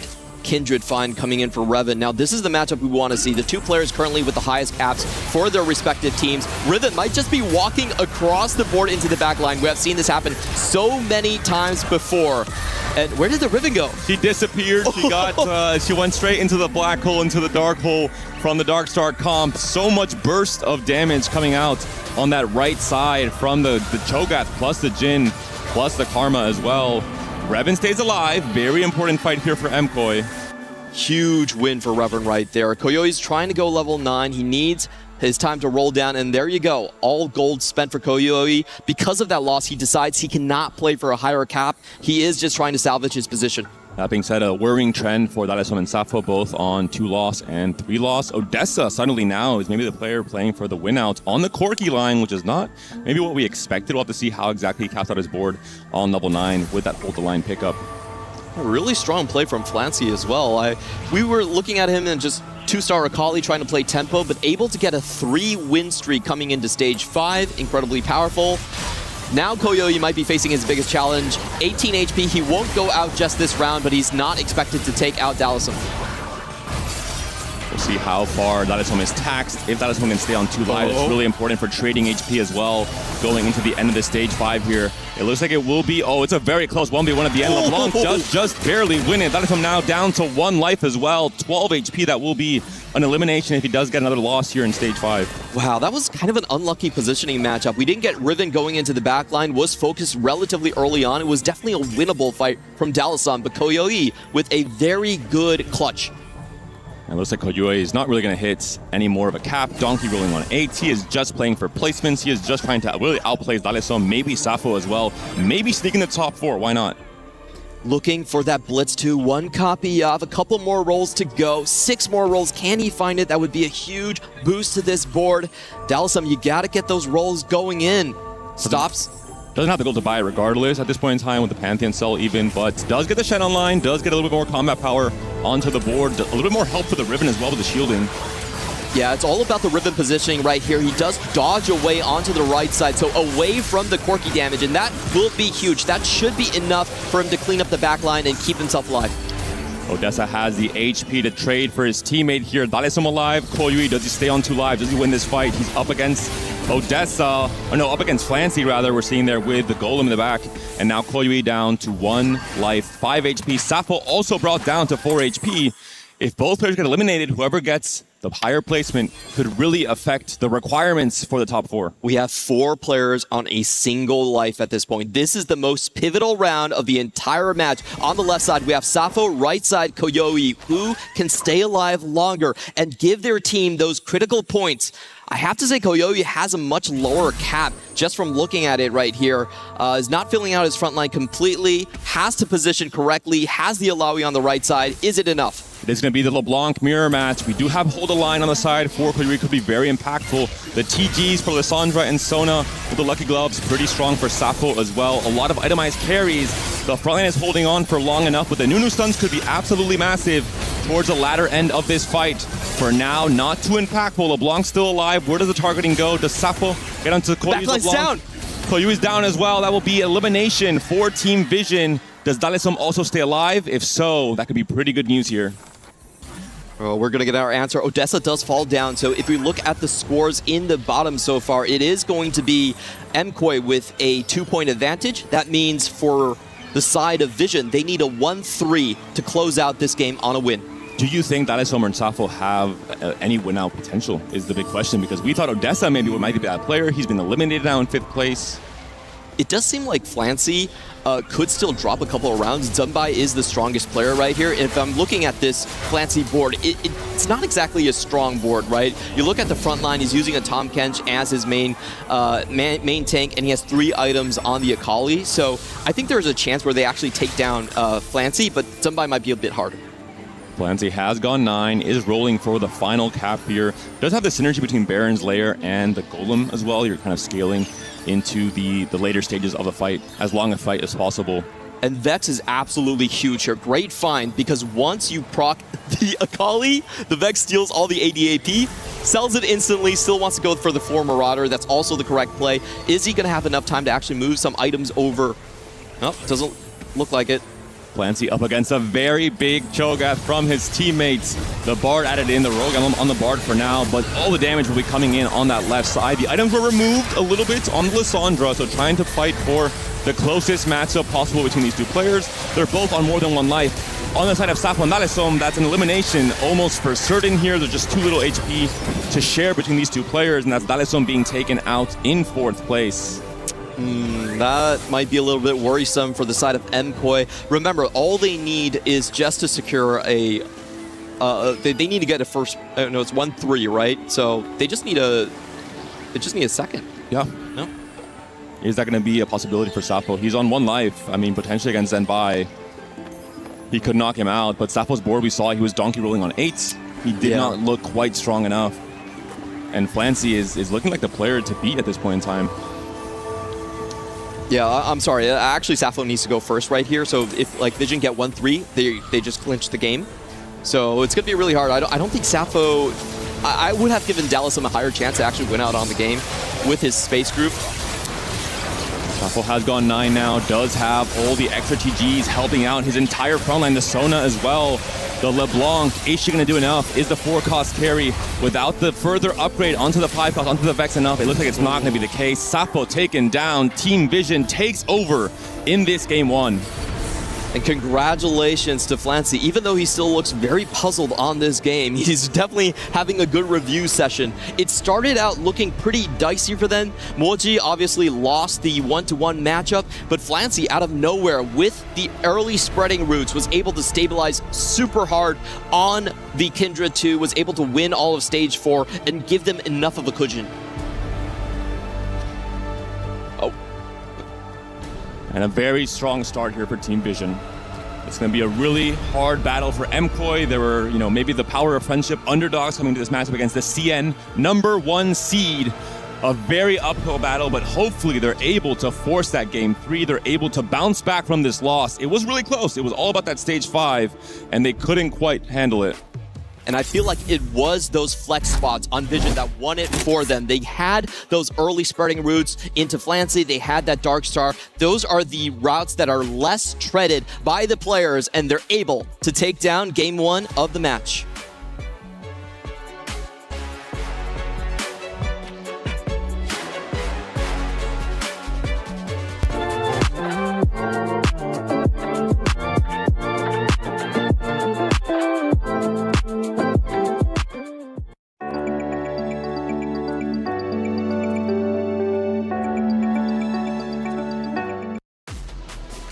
Well, there it is. Game #1 has concluded. Team Vision up 1-0 over Movistar KOI. It seems like the Chinese region is looking like the best so far, but what can the Spaniards do to come on back? They're going to have to send your energy their way so they can do their best in the next matchup. Hey, welcome back to the Allianz Vault. I'm Taylor Reflection, Snowball Counterfeit, and Dobbs with me. Good to see you, boys.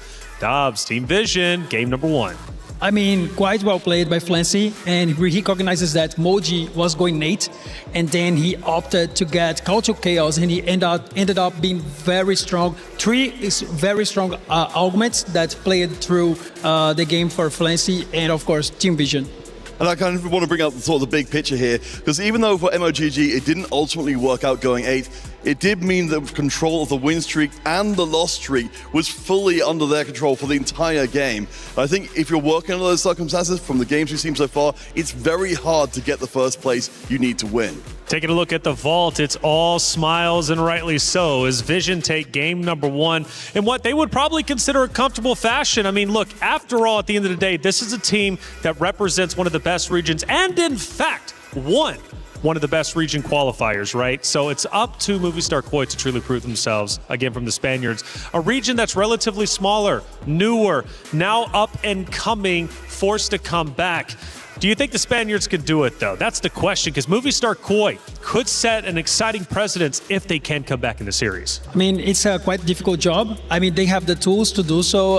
They're the up-and-coming Spanish players. Their team actually trusted them. Last year, they didn't quite well in the qualifiers, but this year they were able to be here, so they deserve a shot, right? So it's going to be quite difficult to take down the first seed in China, but I think Daleson and Raven can do some quite good job leading the team to a win.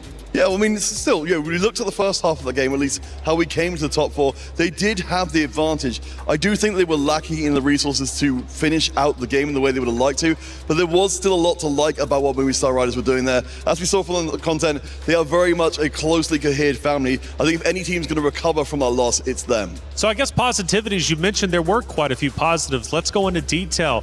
What do you think they did right that they can apply, of course, going into the next game? Well, I think for me, the HP preservation was very good. Even though they were missing out on the streaks, they made sure they kept multiple different players in position where they could conceivably do very well and win out the game. I mean, ultimately, I'd love to see that combined with at least having one of the streaks, but that's something positive. Well, I feel like I watched a couple of screams from Movistar Koi, and what stands out for me is that Dallison is very communicative. He's very good at shot calling the game, and the other players they're so good at communication. And I feel like this is one of the best tools that you can have in the 4v4. Well, the club championship race is well underway. We're in week 3. Trav, give me the updates. AGAL have been presented with a golden opportunity this week in the Esports World Cup. But it's not just that. They come along with strength, confidence, and very good standing in the club championship at the moment. Currently, they're sitting on 1,100 points, with another 1,000 available from Teamfight Tactics if they put in a good performance this week. They absolutely breeze through the qualifiers with 2 2-0s and demolishing their competition. This week, they're presenting 3 fresh players and 1 veteran to try and settle them down into the competition. With this being 4v4, we don't see it too much in Teamfight Tactics, so it could throw a bit of a spanner in the works.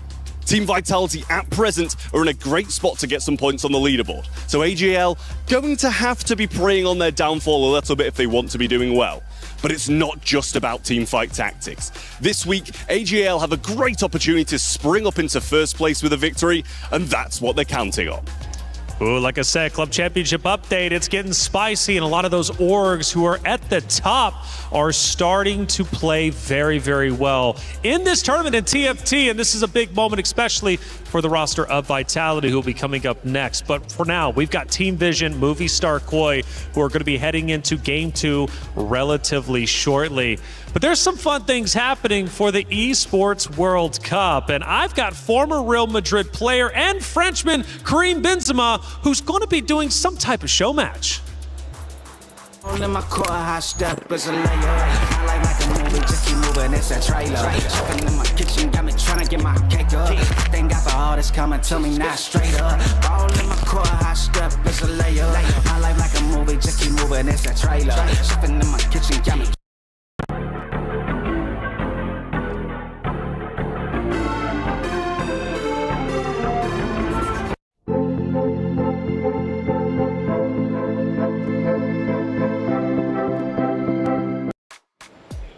EWC, you never know who you're going to run into, and you never know what you're going to go see. Karim Benzema coming through. That's actually big news for the Esports World Cup. Getting lucky, though, sometimes is a fantastic element when it comes to TFT, and you think one of the players actually did get a little bit of luck on their side. Yeah, I feel like clicking on Singularity for Zembai, and then right after that, he was going into the roots and getting a bunch of emblems. And one of the emblems just comes out to be Dark Star, and then his spot just skyrocketed, and he was in such an amazing spot to help his team to close out the game. And I wonder if this is a thing that Team Vision wants to keep doing, or if they are going to risk it all, or just play safe in the next 2 games. Well, for Vision, they don't necessarily have to risk it all, at least at this point, right? It's Movistar Koi who's got to try and risk it all to come back. And after all, look, they in fact are the underdogs here. Let's face it. So going in to game number 2, it is a must-win, or else they move down to the lower bracket. What are the adjustments you want them to make?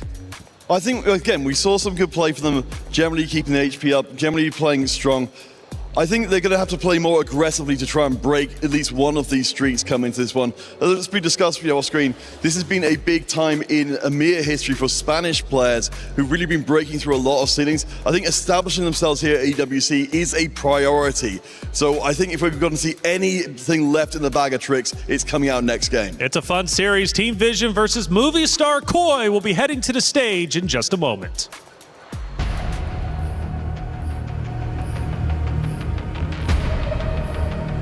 Good job, boys.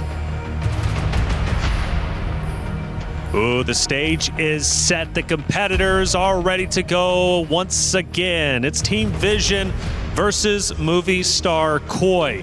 This is not going to be easy for the Spaniards, Movie Star Koi. Not at all. They've got to come back in this series and tie it up 1-1. And then after that, they've got to win another one. But Team Vision, they are looking poised and ready to go. Coming out from one of the strongest regions TFT has to offer. It's Team Vision versus Movie Star Koi. Game number 2. Panda and Clement, let's get it started. Movistar Koi needs to play for the comeback, needs to play for the game to win, and I think the biggest change, they need a win-out player. We had no win-out players in that first game. Very strong stage 4, but all of a sudden, when it came to stage 5, Zenbai and Flancy absolutely took over. And it really was the difference on what you're doing with the players that are playing from behind. If you looked at what Vision was able to do, they actually matched the front runners on the enemy team. The top 2 players were Safo playing Shepard, and it was Dalasan playing Space Groove. They matched that with Moji, and they matched that with Koyoi. So they made sure that the players that could get high placements were always going to be dragged behind by the players that weren't doing so well. The problem, I think, was with Safo that he was stuck on 8 for a long time. He couldn't really hit the high cap that you'd expect from that AP Flex player who becomes the win-out player. We'll see if things change here in this game, too. It will be Thresh and Echo as the gods. Echo allowing players to play into kind of that lose streak, huge cash-out stage 4 spike that we saw from both Odessa and Moji last game with savings account. Yeah, there's a lot of different ways that you can play around with the Echo. You do have artifacts. You do have the 30 HP boon that gives you equivalent of 25 gold. So there are a lot more bounce back mechanics in this game. And from what we've seen in Game 1, I don't think either of these teams are super heavy on the tempo pushing. They're more about reaching their respective caps. The Stargazer will be Medallion. We did see a title showcasing just how strong that can be with the Lulu setup earlier on in that Series 2. We are going to have, of course, a component anvil start that we're seeing here. So reroll, a little bit of a benefit in terms of trying to find your best in slot, trying to have that, huge carry online as early as stage 3 with 3 items, potentially allowing a lot of tempo to the game. Oh, Revan did actually have a chance to pick up that Milo, decides against it, and I have to agree, Medallion, whenever you see it, it's very, very powerful as that one of AP flex outs. A lot of times you don't want to contest a level 8, you would rather go onto the Lulu tree right here, so maybe Revan is leaving it for someone else. Especially with component anvils, right, where you can itemize both the Milio, the Lulu, and the Jax early on, as early as stage 4, really. Yeah, I was kind of surprised that he didn't attempt to at least save the Milio, especially when he was holding on to the Lulu. But bygones are bygones. We're now looking at 3 different options here. This is the most important round. Everyone has to start communicating who's the most likely win-out player, who's going to play for the tempo. Now, Revan has a chance to get a lot of gold, and because he is on this Space Groove line, might be considering going for something, as we talked about, Space Groove, usually the highest cap of the boards. There will be some risk involved with picking up Advanced Loan, of course, on terms of the stage 3 augment that is offered. We're seeing yet again savings account picked up by a player from Team Vision. This time it's Flancy instead of Moji. So it seems like the team overall really values what savings account offers in terms of having that one player who is happy to lose streak stage 2 and stage 3, but then they're able to hopefully come back and take over in stage 4. It wasn't the case last game for Moji, but Flancy is hoping to turn that around. From what we've seen, Vision really likes to overwhelm the opponents with the number of high cap situations that they can build. We have the savings account, we have a lot of opportunities to go into branching out or going to spreading roots. That's the game style that they like to play. And if someone fails, they are just the griefer against the enemy team. So a very interesting way to play, and that's why they're the first seed. A scaling Arbiter here for Dalesom, mana spent into permanent max health. It is a Zoe pair with some great utility items already slammed here and the concentration augment picked up. If we find the Zoe 2, this could be one of the win streaking boards with some frontline upgrades as well for Dalesom here. And most likely, well, certainly, he will be one of the AP Flex players coming into stage 4. It's kind of interesting to see someone pick this augment up. It's generally considered only pickable if you have the tempo to go along with it. So I think it has to be some sort of like a team negotiation where, hey, we really need someone going into the Fast 8 AP line. Can you kind of cover that spot for us? Maybe it's a game 2 gamble where you say, hey, I have a Zoe pair. If I hit the Zoe 2, all of a sudden I could be that win streak tempo player. Looking at Safo, he is not the win streak player. It seems like he's on the 2 loss. The open 4 does play now the Cho 2 plus the Pantheon. We'll see if he tries and just fight for some HP preservation here. Has the spatula, has the chance to play into one of the verticals. We'll see if that'll be Darkstar. And we have Flancy's typical move right here. He's trying to front that he's not going to sell his units, but I'm pretty sure he will if it is the last second and you have Safo in your pool. I guess he just didn't have... Maybe he faced Safo before? He didn't actually sell anything. Very interesting. We do have the Bruiser +1 for Zembai. Most often, this is played into Yi across this entire set. Just the best holder for it. Of course, with the Akali build coming out, 5 Nova being a comp you can play for, there are a few more options in the late game. Flancy is going to get his 3 loss streak, even holding 4 units right there, so a good find on his part. In the meantime, Koyoi will fall to the advanced lone. Ooh. Once again, mini Recombobulate is offered and Divine Intervention from Echo. A perfect setup for Flancy. Most likely a reason why Flancy picked up Savvy's account in the first place. He said, hey, I might have some extra synergy coming in from the God Offerings. And this is one of the ways players have found a bit of an edge, a bit of value in this set, trying to align their game plan with the potential God Offerings coming through. Yeah, you really want to find some potential for late game scaling. That's how TFT works. If you can delay your spike, you usually are rewarded handsomely. And Flancy with Savings account into the Echo Boon God, exactly planning that game out. Only one player going for the mini Combobulator, so we'll see who chooses to spike their board. And for Flancy, his Arbiter is going to be some gold gain off of the interest you have. You have a 9% chance to gain 2 gold, so that is why we're seeing Flancy still playing a board, not fully open to forwarding, and having 3 Arbiter here as well, so bumping up that percentage a tiny bit. Really trying to maximize the gold gain, maximize the chance to get to 7 interest with the savings account. Trying to be a little bit greedy here for his team. Yeah, I think this is easily punishable, but you could also actually just get ahead because you're getting so much gold. So it's a bit of a risk-taking move on the side of Flancy. In the meantime, Safo, a little bit frustrated. He's not running into Flancy and breaking that streak off of him. Mochi, on the other hand, is also trying to go for a full loss streak. Will get broken right here, but he already has his 3 Primordian online, so I don't think Mochi's too unhappy with that. Also is picking the Warlord's Honor, so most likely going to go for a 2-cost reroll. Most likely that will be Akali, of course, for the board he has currently set up. Does have the 2-component Anvil still unpopped, so has some flexibility around either the Akali or the Jinx, which we haven't seen too much of since Akali became kind of the star of the show in the 2-cost space. Can Flancy actually get away with this? He's playing super greedy, getting maximum gold from his Arbiter, and still playing a bunch of units when you have Safo in your pool, when you know he's trying to break your streak. This is a calculated play by him. If he gets away with it, then it's genius on both ends. We'll see if the matchup will come through. Both players on their 4 loss, trying to maximize the econ generation. Safo does not sell his board. Flancy does. Oh, okay. There we go. And they do not face each other, so Safo is rewarded with his frontline Caitlyn. He will be losing this fight, of course, against Odessa, who we're seeing now is playing towards a replicator backline at the current moment.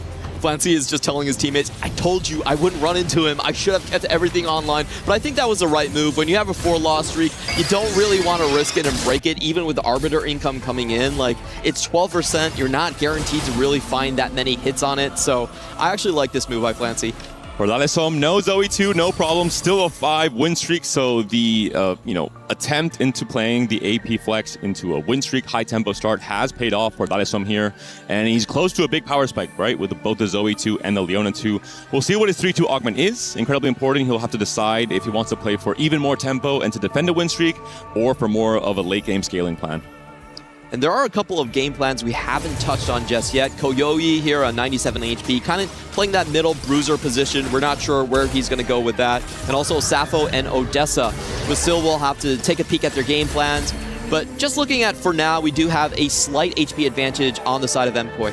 Leona 2 is big here from Lalesom from the Orbs. Doesn't have a Leona Prince, so pretty impactful to just find it naturally, help out the front line. Of course, he does need some backline, which is why the Victor comes in here to try and help the Zoe dish out some important damage in this conduit line. And he's found great items as well. Gets the Jeweled Gauntlet while 100 streaking. You can't really ask for more in this sort of position. Can Zembai beat him if they face off here on 3-1? Those are the two players who are really trying to play for the high tempo win streak, who are trying to preserve HP for their team as a whole. And Dalesom says, I'm going to put it all in. I get a Gwen too. Does he put it in time? I don't think he did. He plays the Cho'Gath, it looks like, instead. Is that going to be the fight difference? You are playing up against Zembai here, who has slammed all of his items onto the Briar. Yeah, and Zembai is heading just for the Space Groove composition right here. The Briar has not been focused down just yet, but the frontline difference is so massive for Dalesom that he should be able to just crunch through Zembai's composition. Hogui slowly becoming a win streak player now as well, on a 3-win streak. The 3-2 augment round coming through. It is going to be gold augment, so Revan is not quite punished. It's going to be hitting a silver augment here. I think the best possible outcome you could have hoped for. We'll see what Revan can do to turn this HP around for his team. Does look like he's just opting into the Lulu line here, but when you're playing Medallion, you really want a lot of these extra copies, right? Every single 3-star is going to give that much more damage amp to your comp. Rolling down heavily really wants to find either the Milio 2 or the Lulu 2 to kind of stabilize his backline items. Hasn't hit either just yet, but he should be fine. Stopping at 40, I think, is a great call. Lulu pair, Jax pair. The Lulu would be big because you just print more gold as well with Medallion. And we do see the Revan does find the Lulu too, so really important. It looks like it will be Revan, and that is what I'm trying to add some pressure, add some tempo to the stage 3 here. An early ASOL for Dalesom. 4 Conduit already online for the win streak player from MKOI. Very good news for the stage 3 here. Yeah, and I don't think I've seen many people actually go into this augment, picking up a double Arbiter catch-outs right there. That has to be some 4v4 secret tech that we're seeing here. And reminder for Dalesom, his Arbiter was every 4 seconds you have a... No, actually it was the 50 mana gain permanent max health. So Dalesom is really trying to scale into the late game with his current build. Super interesting builds coming out. In the meantime, for Moji, we kind of expected him going into this direction, playing around the Akali, but no Akali 2 after rolling down very, very deep. That's Dalesom's shop. He found 3 Zoes. He picks them all up and slows down the opposing potential 2-cost reroller, playing on the Zoe while also thinning the pool for his own 2-cost with the Akali. So a really important pickup there for Moji. Yeah, but can he actually win streak with this board? After you roll down, after you hit Warlords, you really want to start taking over the game here. He's still missing on that Guard Breaker, Striker's Flail, and missing on the Hextech Gunblade. So I'm not sure the items are actually enough to wrestle stage 3 away from the opposing players. Facing off against Odessa, we're seeing here he is moving into the AD space with the Last Whisper with the Striker's Flail, most likely indicating that Odessa will be playing into the Corki line yet again. That was the spot he played for last game. It worked out okay, he ended up going 5th. Odessa might be the OTP AD flex player potentially on the team. I was kind of surprised. I felt like the Corki should have done better being completely uncontested with the Radiant item hit, but it was still 5th place. But it just goes to show you why a lot of these players are going to go for the potential for the AP flexes mainly. We do have the just the magical box being selected mainly by all of the players here. People don't want to sacrifice rounds towards Echo, want the immediate power. We'll see what the mystery loot ends up being for the players who are hoping to add a little bit more variance to their game even. Yeah, typically you just get a big bunch of gold. You could get a 5-cost, which is also very important. Oh, Flancy is sending a message to the rest of the lobby. I'm playing Misfits, I'm playing Fast 9, I have savings accounts, I'm maybe skipping level 8 altogether, and playing for the true 1 HP win-out type of game plan. High risk, high reward. If he makes the level 9 board with all the different unique traits coming in, it's so much extra HP on the board. Double Rage Blade Slam here on the Milio. This is some risky business coming in from Flancy. I really appreciate this so far. In 4v4, a lot of times, if you can communicate with your teammates, you know your teammates aren't playing a super heavy stage 4, then you can kind of do this. You can get away by matchmaking, but he's going to be so rich. He's level 7, 70 gold, savings account not procced yet, Arbiter printing gold, Time Breaker already online. Ooh. It's a lot of econ generation coming out from Flancy. He has moved the slider all the way to the end. Maximum econ gain and maybe maximum risk as well if he misses on his roll down on level 9. It might be a 4-5 potentially, depending how much gold he's going to have. We're seeing already the proc coming out here with Flancy. He could stabilize on 8, but I don't think he's rich enough to heavy roll on 8 and then still make it to 9 and play for 5 costs. Yeah, I feel like you have to go straight level 9 at this point. The 4-2 augment's going to be huge. I feel like he does have enough gold to actually make it to 4-2 before he starts that roll down, but if he misses on another econ option, this is not actually enough gold to stabilize on a fast 9 board. Also the Sterax and the open cloak and the glove is great for TG, but we'll see what he ends up having for his natural components for tank items going into the stage 4 as well. Up against Zenbai here, who is playing around the Brawler +1 on the Gwen for now. This is very good positioning from the side of Zenbai. He's actually feeding a couple of spare units to the side of Flancy. This is something that Vision really likes to do in their scrims, or it's just like, hey, I'll put a couple of units here, you can take them off the board. Unfortunately for that, still not enough damage, but the idea was there. LeBlanc comes in here. You can play around the Arbiter as well. You have the Rage Blade Slams, can potentially be a segue unit in stage 4 instead of the Milio here. We'll see if you can fit it on level 8. Should be a pretty clean fit here. And you're almost going 8 above 70 gold here for Flancy. And we have to see what he hits on the Divine Intervention. One of the few players to actually pick that one up. You can get a lot of extra gold for it, so maybe that was the one he was playing around. About 20 gold, there's no champion dupes, so I think he just got straight gold. It's a really interesting, just overall game plan from Flancy. Great vision to pair all these different things together. His augment selection, the tempo of the lobby, his god picks as well to try and play a very risky game plan. Does get the TG, does get 2 more component anvils as well. Great vision for the team vision. Am I right? That's the alley-oop, Clement. You got it. Okay, thank you. There was no defense. You scored, buddy. All right, we're going to be taking a look at Odessa and where he pivots his game plan to. He still has an open, but no Reforger, though. And no Corki. Is holding Nami's, potentially no one on MKOI playing into Space Crew, so they're trying to deny immediately right away, but that is sacrificing. No Nami's. Who's your carry here? It's going to be Riven and Milio. You're making the Nami 2 here. It's going to be a really shaky stage 4 from Odessa, who's at 45 HP already. Yeah, he really needs to hit on the next augment to get a Reforger, get better chances. He really wants the Meeple coming in here. He can build a Rogue if he wants to here, but no Corki, so he's still looking at his options. Odessa trying to make this a pretty clean loss, or maybe even a win if he feels he's already too low HP.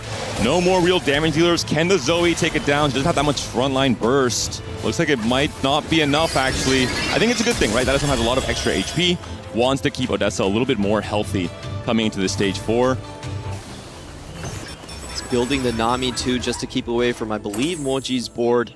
We are going to be taking a look at Flancy's side to see if he can fit even more econ. Doesn't find it just yet, has malicious monetization, is thinking about it, is forced to go into it, and here we go. The biggest roll down to see if he can find all those 5 costs with the unique traits coming in. Graves already found. Wow. Graves 2 on 4-2. Wow. Fiora pair as well. He finds Fiora 2 that could be enough to stabilize. No copies of Vex. Remember, he did build 2 Rage Blades, so he is really indexing on finding a Vex as his main carry throughout the stage 4 and the stage 5. Missing a lot of frontline upgrades as well, and the gold has already disappeared. Could be a little bit scary here for Flancy. On the side of Koyui, he's also holding 3 Corkis, making Odessa's life as difficult as possible, but he also has not found his upgrade on the Blanc, so we're seeing a lot of low rolls on the roll downs for both of the players here. Everyone just punching down at this point. Koyoi trying to play around that Lysandra 3 as his main carry. On the other side for Flancy, he's trying to keep his tank line alive, trying to buy time for that Vex to actually come in onto the board right here. The Graves 2 is huge. Once he gets a couple of tank options going, I believe you get the Assault Frame. That should stabilize his board good enough. Akali does not kill the Graves. The Graves does stay alive. It should be a win here for Flancy. He does stabilize. This would be an enormous win if Sappho was able to take down Flancy to potentially 1 life in this stage 4. But Flancy has done enough. He's bought some time for himself here. Right, and we do have the Assault Frame just coming through. The next question is, can he just find any of those Vexes? That's a big hit for him. Blitzcrank going in over the Kindred. Should sell the Kindred. If he can hit Vex 2, that would also be... get Jin 2, that would also be good enough to stabilize. Last rolls coming in. Doesn't find it just yet. A tough shop here. Might have to lock if he wants to preserve everything else. The Ross is really the only thing in the front line holding it down for the Graves. The Sterax on the Fiora will help a tiny bit off of this TG, as will the red buff here. Getting some anti-heal online up against Odessa. Odessa has found at least 1 copy of the Corki. Is that going to be enough? I think it's another big test for Flancy. Both players on the bottom of the HP standings right now. should be kind of difficult for just the one-star Corki to be taking down this front line coming in from the Misfits. 3 costs. Yep, sorry. Looking at Safo, he did lose a fight against Flancy. We're seeing the Heavy as the Crown onto Koyui's LeBlanc. Is it enough to scale into the fight? No, the Kindred does win. Safo, a very important win against Koyui here. Look at the HP totals for Team Vision. Zembai is looking healthy, but everyone else is on the bottom 4 of the standings. Yeah, we have 3 members just clustered around all the way from 5 to 7. Next boon coming in here is going to be another Thresh boon. Didn't really catch what it was. I feel like it was another mystery box. We do have a duplicator still here for, I believe this is Dalisom's board with a 5 conduit. Big question, Revan, Dalisom on the Zoe and the Lulu, have they hit their upgrades? And right now the answer is no. 1 off of the Leona, 1 off the Mordekaiser, 2 off of the Zoe. We know Moji was holding a lot of the units. He was the griefer for Team Vision, and we're seeing so close yet so far for both of these players. Yeah, I feel like Dalisom's game plan is really slowed down. He does still have 1 extra duplicator here, so is going to use that for the Zoe when he finds the last copy. But so far, this is not going to be able to make use of his augment to actually win stage 4. Low roll augment as well for Dalisom. 4-2 Pandora's is never a good sign for a high cap game plan. We've talked about the no win out players in game 1 for MKOI. It might be the similar case in this game 2. Team matchup between Dalisom and Safo on the left-hand side. Revan printing some gold with a Lulu, but we're still missing the 3-star copies. Is this board strong enough to win some fights in stage 4 against the level 8 4-cost players? The answer right now is going to be no. Yep, Akali not focused on early enough. Flancy continues to scale up, actually on a 4-win streak, very clearly now as the win-out player. There's a Vex. Also the Fiora too, so I think Flancy is set. We don't even have to look at his board. I feel like he's just going straight first at the moment. The question is, who on the side of MKOI can actually stop this? Who is the win-out player once again? And if Flancy's going first and Zembai is this healthy, it is looking pretty good for Team Vision, no matter what Koyui and Moji do, despite them being on 2 losses right now. I think Moji has been kind of the econ player holding down so many of the units, trying to grief, just trying to get maybe an outplacement on Odessa, for example, and his job, his duty is done for this game too. Yeah, we have seen a lot of these Akali players. They just play tempo Akali, they get the Akali 2, they straight level, they make sure the HP is high enough, and that's just a job well done, finished already. On the other hand, for Zembai, even though he hasn't been able to hit his Nami 2, it's been denied very heavily, he's still super healthy, and he has enough combat augments that I feel like he's going to go get a top 4 regardless. And he has a Blitz pair on 8s, always a good sign if you're a Space Group player. If you can high roll a Blitz 2 somehow on level 8, you are in a very good position to go straight to 9 and to stabilize your game plan as well. Odessa does get the Riven 2. Is that enough to continue this little win streak that he has going now? Playing around for their 4 Bastion Riven. He's still missing a lot of his frontline upgrades and a backline item coming in for his secondary carry right here. So we'll see if this item is enough. He instantly took it because he still needed gold. So a lot of times when you do that, you're just like, you're just kind of forced into that situation. It seems decent enough though. TG built already, has another damage item. I feel like this was a decent prime from the Treasure Realm. Matchmaking going to be really important here. Moji, on his last life, has still not given up on his griefing duties. He's still holding the Zoes. He's still holding, well, just hold off the Lulu there. If Moji goes down, those Zoes are back in the pool. If Dalisum is not hit yet, that could be his chance to hit his next big power spike. Yeah, we do have 2 players. Safo trying to sack for his teammate. 3 items on the bench right here. In the meantime, Moji, he's just trying to keep himself alive as soon as possible. This is how Vision plays. They scout who's your best player, and then they just try to drag him through the mud. Dalisum is not having a good time facing up against Moji. It will be Zembai versus Moji. Items have been removed from the Blitz, it seems like, but not from the Nami. Is this board going to be strong enough from Zembai to maybe accidentally eliminate Moji in 8th place yet again in this game 2? A very important fight here for Team Vision. There is a world where you could take 11 damage, but isn't looking likely so far. Zembai is just going to crush Moji. And the question now is, can Dalisum actually stay alive after this pivot? If he can find that brief window before getting eliminated or hitting his Zoe 3 and stabilizing, it could swing the game massively. He held on to 10 gold at the very least, does find the Zoe right away, does have a duplicator, does have the Zoe 3 now. Is it enough? Is the Leona going to hold on for long enough? Remember, she has been scaling with a permanent max HP that he's had in from the very beginning of stage 2, but it's a 6-loss streak. Is the Zoe going to magically fix this?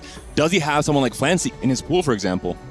Yeah, I can't believe this is just giving me deja vu. The same game plan. Moji runs directly into Dalisum. He's like, oh, you're the team's captain. Well, I'm actually the least individually accomplished member on the team. I'm going to run into you over and over again. Uh-oh, it's Revan versus Dalisum. Revan has the Lulu 3 now. Hasn't removed any items. Is Dalisum strong enough to survive it? He's on 15 HP. He could take a very small loss and still live for one more fight. Look at the gold generation from the Lulu on the medallion. The cast comes through from the Zoe. One last cast could maybe save this, but no. He does stay alive though on 1 HP. A calculated loss if I've ever seen one. Wow, Revan actually slammed 2 items after spotting Dalisum, and he still doesn't eliminate his teammate. That was some expert level calculations. Optimal fight judging. Odessa has also turned things around. A 4-win streak now for the Corki player, just trying to fight for extra placements. Flancy, as we know, he is one of the strongest players as well. I think he'll be soaring up the HP totals coming throughout the rest of this stage 5. Can MKOI come back, Clement? That's a big question. Ooh, they definitely can. Odessa has a very strong board at the moment. Double carry's already leveled up, but it's about who runs into Flancy. And this is the best situation for Flancy. The Ghost gets to run into Dalisum. And Dalisum might not be strong enough. There's so many 5-cost upgrades. The Fiora dishing out damage, the Vex dishing out damage, so much extra HP from Misfits. Look at these HP bars. The units are not being taken down. The Zoe has been vanquished by the Fiora, and that is Dalisum being sent out in 7th place. Odessa also takes a loss. He's down now to 3 HP. Safo and Revan holding on, but I mean, Flancy, he's coming for you guys.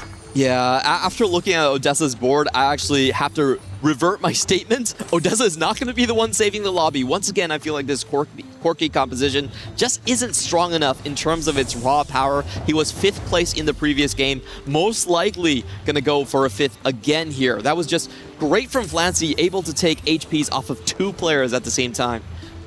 And I'm starting to get deja vu from game number 1. I think it's going to be a very similar situation. Not enough of a high cap game plan from Safo or Revan. Odessa going out in 5th or 6th. And in the end, this might just be a Team Vision 2-0 sweep against MKOI. We'll see what Odessa can do here. As you said, he's too far away from level 9. He's too far away from the Bard 2. That would be the next big cap.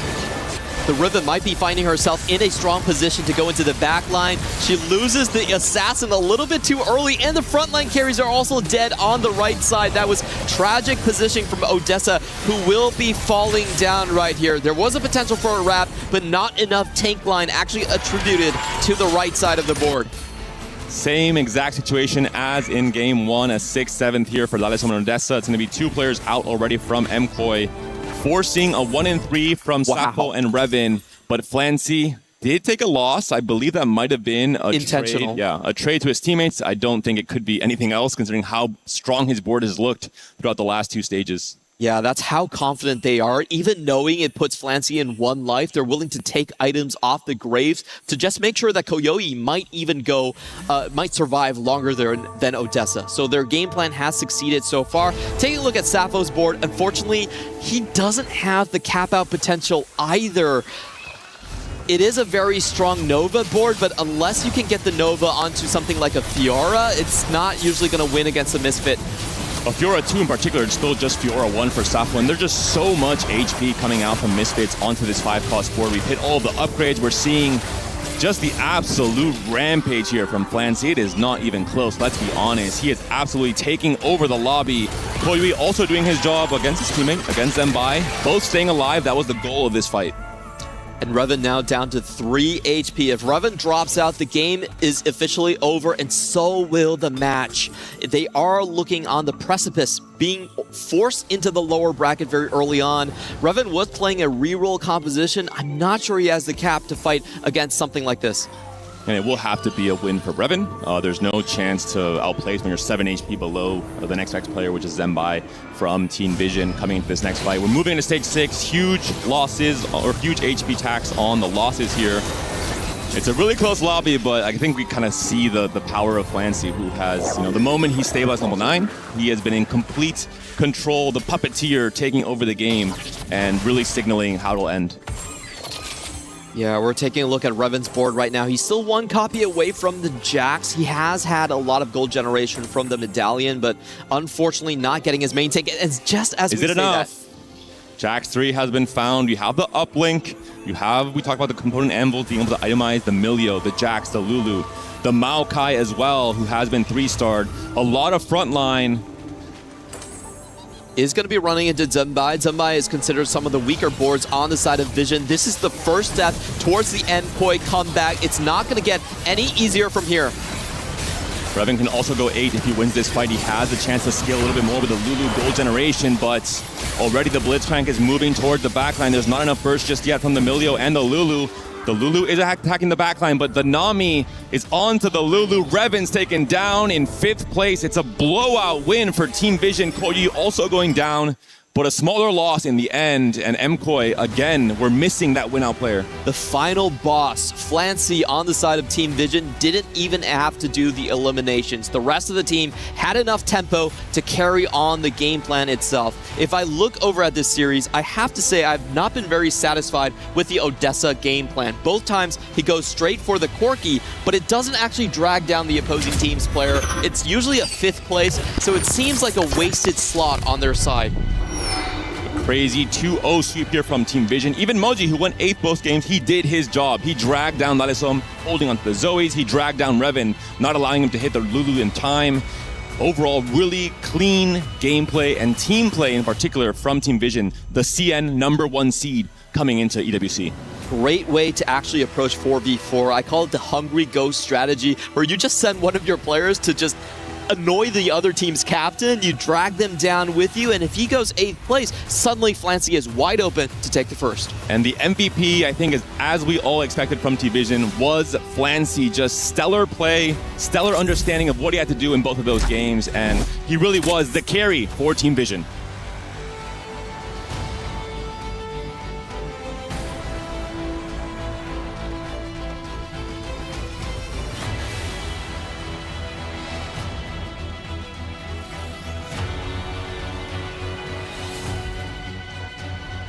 Play is in our DNA. Whenever we let it out, it becomes our superpower. Now imagine an entire city being built to supercharge it. Kadir City, powered by Play. We knew it was going to be a tough series for the Spaniards and movie star Koi, and it indeed was. Team Vision get the 2-0 win, and they will officially be moving forward. However, movie star Koi, if you're a fan of them, don't worry, it's double elimination. They still have a very real chance to continue in the tournament, but they're going to have to play seriously and protect their key because they will now drop to the lower bracket. Team Vision, a team that went through the gauntlet, were the most dominant team in their qualification for their region, and rightly so, the winners of this series. And Flancy, we hyped him up, man. This guy was incredible. I mean, his first game, he showed an amazing game. And in the second one, I think it was even better. Because on the early game, he got an economy augment. And then later on, he saw the angle to play Misfits, which is an incredible augment. And I think the Movistar Koi didn't have the answers to fight Flancy back when he had such an amazing spot like that. Yeah, Flancy was set up for top 1 very early on. You filled me in on that, Counterfeits. And obviously for this, for Flancy's perspective, is it a bit risky to commit everything, put all your eggs in one basket and bank on the fact Flancy finishes top 1? Well, I mean, you've got to put your eggs somewhere if you're going to be able to win the game. As it was, that was so much better a game for Movistar Koi. They managed to break the win streak. They broke the loss streak as well. They had everything they needed to get that Game 2 victory. So that does necessitate taking larger risks on the side of Team Vision if you're going to close out the series, because that was so much better than them for the Spanish guys. Better, but not good enough. You were praising Dalisum over in the green room. You think he did incredibly well. Oh, yeah. I mean, he was doing absolutely amazing, especially picking up the concentration, going there into the Divine Environment as well, just finding a route that wasn't available to anybody else. He had such a good ball, but dropped off so harshly towards the end. An interesting point that I thought was really cool, Dobbs, was the fact that Dalisum has actually coached and mentored champions in the past. When is he going to be a champion himself? I mean, he still have a shot, right? Sure. I mean, you're not out yet, and going into the elimination stage makes it a little bit harder. Your key is on the line, as you said, but they have the tools to come back. They have more than a year together, so they know each other very, very well. And of course, they were facing one of the best teams. One of the best. And they still have the tools. They need to find the force to come back in the series. Now, Moji got a lot of attention by you, going right back to you, Dobbs. Now, Moji, first out, I believe, in game one as well, or at least one of the first two. He goes out first this time around. Is it intentional at this point? Because I understand there's sometimes some teammates need to drop off for others to rise up. Is this the case with Moji, or is he dropping the ball sometimes when it comes to team vision? I feel like Flancy got his back on the first two games, and I feel that at least for the team visual, it opens up like a flag, you know. And sometimes you can go wait when you have like a great spot to win it out, but you have to be careful. Sometimes it won't work. I think I'm starting, as we see more and more of these games come through, I'm getting less and less worried when a team does have a player like that who's playing utility, goes 8th. As we saw, it is a very recoverable position, because we're used to in regular TFT, going 8th, of course, being the worst thing that can happen to you. In 4v4, as it is, it's a very manageable position where you may well have done enough for your team already that actually it's very recoverable. Who was the star player out of the lineup of Team Vision for you guys? I heard the casters discussing it. Who do you think you had to go with? I mean, I think it's an easy answer, and Flancy just did an amazing job. 2 win-outs with crazy boards, and he played like 2 different strategies. He was able to cap very high both of the games, and his augment selection was good. He clutched out both games. It was amazing. Amazing indeed. Flancy is that guy so far. We'll see how far Vision can continue to go. But for Movie Star Koi, I think there are some positives to take away. You mentioned their early game. They were definitely looking strong. Going into their future series, though, it's not going to be easy. What are some positives they can hold on to as they head into their next series? I mean, as we were talking about before, the game 2 was dramatically better than the game 1. The only problem is, of course, with this, even with this being double elimination, there are very few opportunities for them to learn their lessons. In this case, I think they learned a lot coming from game 1 to game 2. Maybe if game 1 had gone differently, we could have gone all the way to a 3-game series. But hopefully the lessons will stick. Well, we had one series on Stream A, but Stream B also has their own programming. Kitty, give me the update. Congratulations to Godlike for the 2-0 win against Fnatic, and Fnatic will be dropping into the lower bracket moving forward. This was a really stressful tournament for the Godlike esports players because we had late arrival on Dasik. However, he really delivered on that game 2. All prismatic augments, and he was able to go on a 9-win streak to really seal the deal. The players looked hyped, the momentum was running, and I can't wait to see the rest of the games for Stream B. This ain't no regular thing. Came for the ring, you know what I mean. You see my name in the lights, better get right, I'm champion.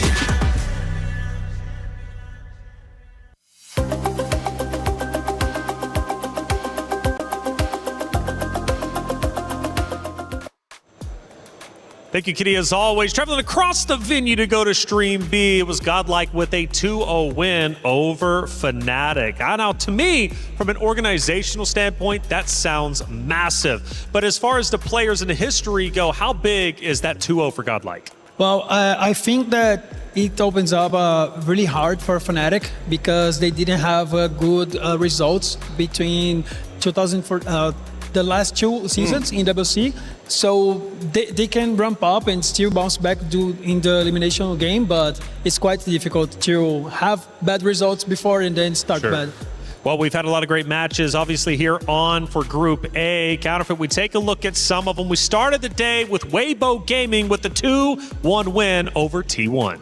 Yeah, and that was incredibly close. What an astonishing way. We could be living in a world easily where our reigning and defending champions had gone down to the lower bracket, but they fought their way back. I think God, like I said, especially having to substitute a player at the very last second to be going up against Weibo in their next match, that's going to be an absolute banger. Scary, though. Isn't it scary? Oh, yeah. For Godlike, come on. Can they put up more of a fight than T1? I mean, there is a very cool story about Godlike. I want to know how they actually played because they had a player that was being unable to come in here to Paris due to visa issues, but in the last minute he got in, and despite the fact that he didn't have enough sleep due to travel, but he still maybe have overcome that. So this is a thing that can also motivate his teammates to help him reach the win. So I feel like it's going to be a great match against Weibo. It's crazy if he's already like under, he doesn't have a lot of sleep. He's coming in. And imagine what he's going to be like on day 5, especially if he can make it all the way. That's pretty spectacular. We take a look at our Stream B, equally as impressive with our matchups. And of course, for the B bracket, let's take a look at the group and see how it's ended up playing out. Of course, though, at the top, that's where we started off the day, was Mao's AGAL. AGAL do get a big win. Now, for our club championship race, AGAL is an org and a roster that we need to look closely at. Now, the one coming up, though, on the B stream, Team Nemesis Virtus Pro. That's going to be a fun one. I've heard a lot of cool and crazy things about Team Nemesis. We'll have to check in with them a little bit later on. But for Zeta, AGAL, that's going to be one of our first decider matches coming up in the future. What do we think about that one? No, I think it's going to be fantastic. As we saw, Zeta Division, they've really have struggled before to make an impact. Certainly Japanese TFT, we've had, of course, multiple crown winners. We're having multiple of those crown winners in that team. So I really hope we get to see some very big stuff from them. To go, of course, straight to playoffs with the superior seed is what our teams are really hoping for, the shortest route there. That's right. Well, we've had 3 great series here on Stream A, 1 more to take place on B, and 1 more to take place here. Luckily, we're giving all the coverage with our great interviews. What's up, guys? We're here with one of our final matches to start the day. It is Vitality and Flash Wolves. I've got Soju. I've got AQ1H here with us. Soju, what do you think of this matchup here with Flash Wolves, one of the representatives from APAC? It's kind of lucky that we played them first. We respect them as good players, so yeah, we're like kind of confident, I guess, but not the most confident. Jin, you want to get the translations there? 那前面搜剧这边说，感觉第一轮打你们，感觉还是比较幸运的，比较庆幸的。虽然他们比较有信心，但是也不算是满怀的信心吧。然后也想听听你的这边的看法。我跟搜剧的看法一样，我觉得我抽到 VIT 也挺幸运的，因为我们觉得 CN 队比较强，所以其他队伍的话，感觉训练赛中的话。虽然我们没有跟 VIT 有训练赛，但是我感觉以过往的经验来看的话，我们觉得我们可以轻松拿下。Well, we are of the same boat. We definitely feel pretty happy that we got matched up against these guys. At least it's not a Chinese team because we think that Chinese teams are like super strong this tournament. We haven't scrimmaged against them yet, but based on past tournament, I guess, meetings, we think that it's going to be a fairly simple victory for us. Any final words to AQ1H? Yeah, so we scrim China a lot, and we actually just beat everyone except for one team in China. And I've been asking around, and everyone says that it'll be an easy win for us. 那他这边也说，他们其实跟很多中国的战队都就是打过训练赛，然后基本上除了一支战队以外，其他人全部都被他们疏通了。所以他感觉，对他们来说，对他们而言，而且他也问了他一些朋友，他们都说跟你们打也算是他们轻松能获胜的。那你有什么想回复的吗？我觉得训练赛叫做训练嘛，所以正赛见吧。Well, scrims are scrims, and tournament is a different matter. So we'll see you on the arena. All right, spicy here with our words. Let's see if it gets spicy in game Vitality and Flash Wolves. Fighting words from both players. Shout out to Digon, of course, for the interviews. 3 match down, only 1 remain. And you know what? We just had our first 2-0 Team Vision. They got the motion today, Rob. Yo, our first 2-0, of course, there's been a whole lot of 2-1s, and we did see that movie star Koi, they're trying to come back, they're trying to fight back from a disappointing match that they had last year. There's a whole lot of action here at the Esports World Cup, but just because there's action does not mean you're gonna have a movie ending every single time. 2-0 domination. Welcome to the real world, baby. Absolutely, that's what it is. And right now, final match incoming for our Stream A. There is, of course, a match happening on the Stream B side. And on one side, it is the org, it is the home org. They're actually ranking really high on the club championships. It is points that they need. Rob, I know these guys will make some noise throughout the week, and I'm looking forward to them. Vitality. I mean, Vitality, their third consecutive year here at the Esports World Cup. And I'm going to tell you something. Experience matters, ladies and gentlemen. And you know that they're riding high right now because even in the club championship, they got a whole lot of points. And y'all already know it's $75 million on the line. So there's a whole lot of pressure, glory, etc. Team Vitality is poised as one of the favorites here. Absolutely, and it's hard to not root for them, right? We've seen how much noise they can do. We've seen a lot of them, winning a couple of the other events as well. So they're here to try and snatch that title, but they've got to face a big client, Rob.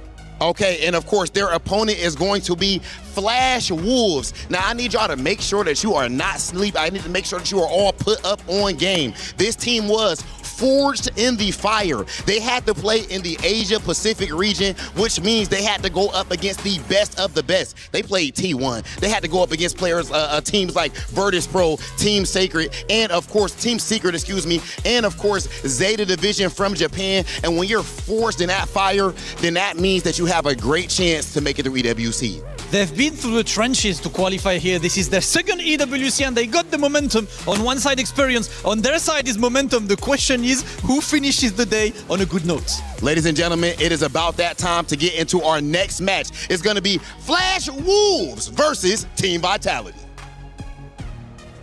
Thank you, Hollywood Rob TV. At Damascus, the veterans return. The Wolves arrive. This matchup is the last matchup here for the day, but a great one nonetheless. Team Vitality, I feel, has unrealized potential. Last year in their group, respectively Group A, I feel like they were in the group of death. They had to go against Weibo Gaming. They had to go against T1, two Titans that made it not only top four, but also, of course, ended up winning the entire event. This roster has yet to prove themselves on the EWC stage. However, this is the year they return with the same roster to make history. How we feeling about Vitality this year? Well, first of all, I'm speechless because I was not expecting that trash talk. That level of trash talk was amazing. Yep. I didn't see that coming, and I feel like Soju was pretty confident what was saying, as well as AK1H. That's right. So I feel both teams has the tools to fight for the win, and I feel like whoever have a better execution can have a better spot. That's right. One of the things said by Hollywood Rob TV was the fact that Flash Wolves were forged in fire. And he's absolutely right. T1, Virtus Pro, Team Secret, Zeta Division, that was the qualifier that they had to endure and go through. And they ended up making it here for their second EWC appearance. Forged in fire. Is it enough to take on the veterans? I mean, I think coming into this one, you have to think that the Wolves, they've got, of course, half of their roster being brought in for this event in particular. AQ1H, of course, we saw. I always enjoy trash talk by way of a translator because it helps really drive it home. It was very deliberate. But I think with Ironbog, of course, being a big hitter for the team, with AQ1H in there, it's a very fearsome opponent to face up against. But, to just touch back on what you were saying about Soju, of course, for anyone who's not aware, did just make through to the top 8 of the Tactician's Crown, the only America's player to do so. He's a player very much in his growth stage as well. Let's talk about what else is on the line here. For Team Vitality, yes, they return, but Milk isn't looking to return next year. He has announced that he is looking to retire, which means this is his opportunity to go out with a bang, and it starts beating down the Flash Wolves. Well, Milk always meant to be like a player that loved it for before. He has always said that on his streams and on Twitter. And I think they're playing with their friends. We know that these guys are very close, Setsuko and Soju and Prestivent, also and Milk. And I feel like this is a great tool for having in 4v4. Sometimes you have to trust yourselves, and then this is a great thing that they can show. To add another layer here in the Allianz Vault, we've continually said it, we'll say it again.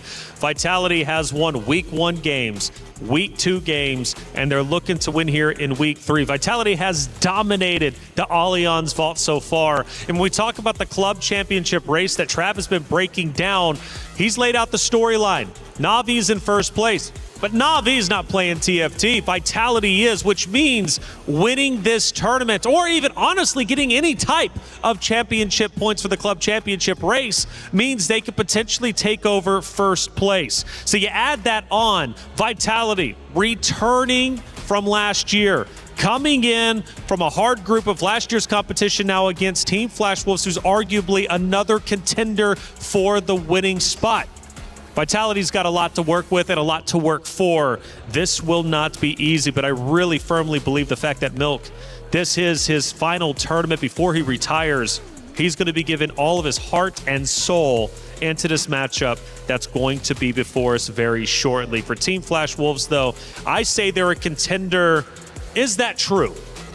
Oh, yeah. I don't think anyone can seriously suggest they were not. I think they'll be coming into this one all guns blazing.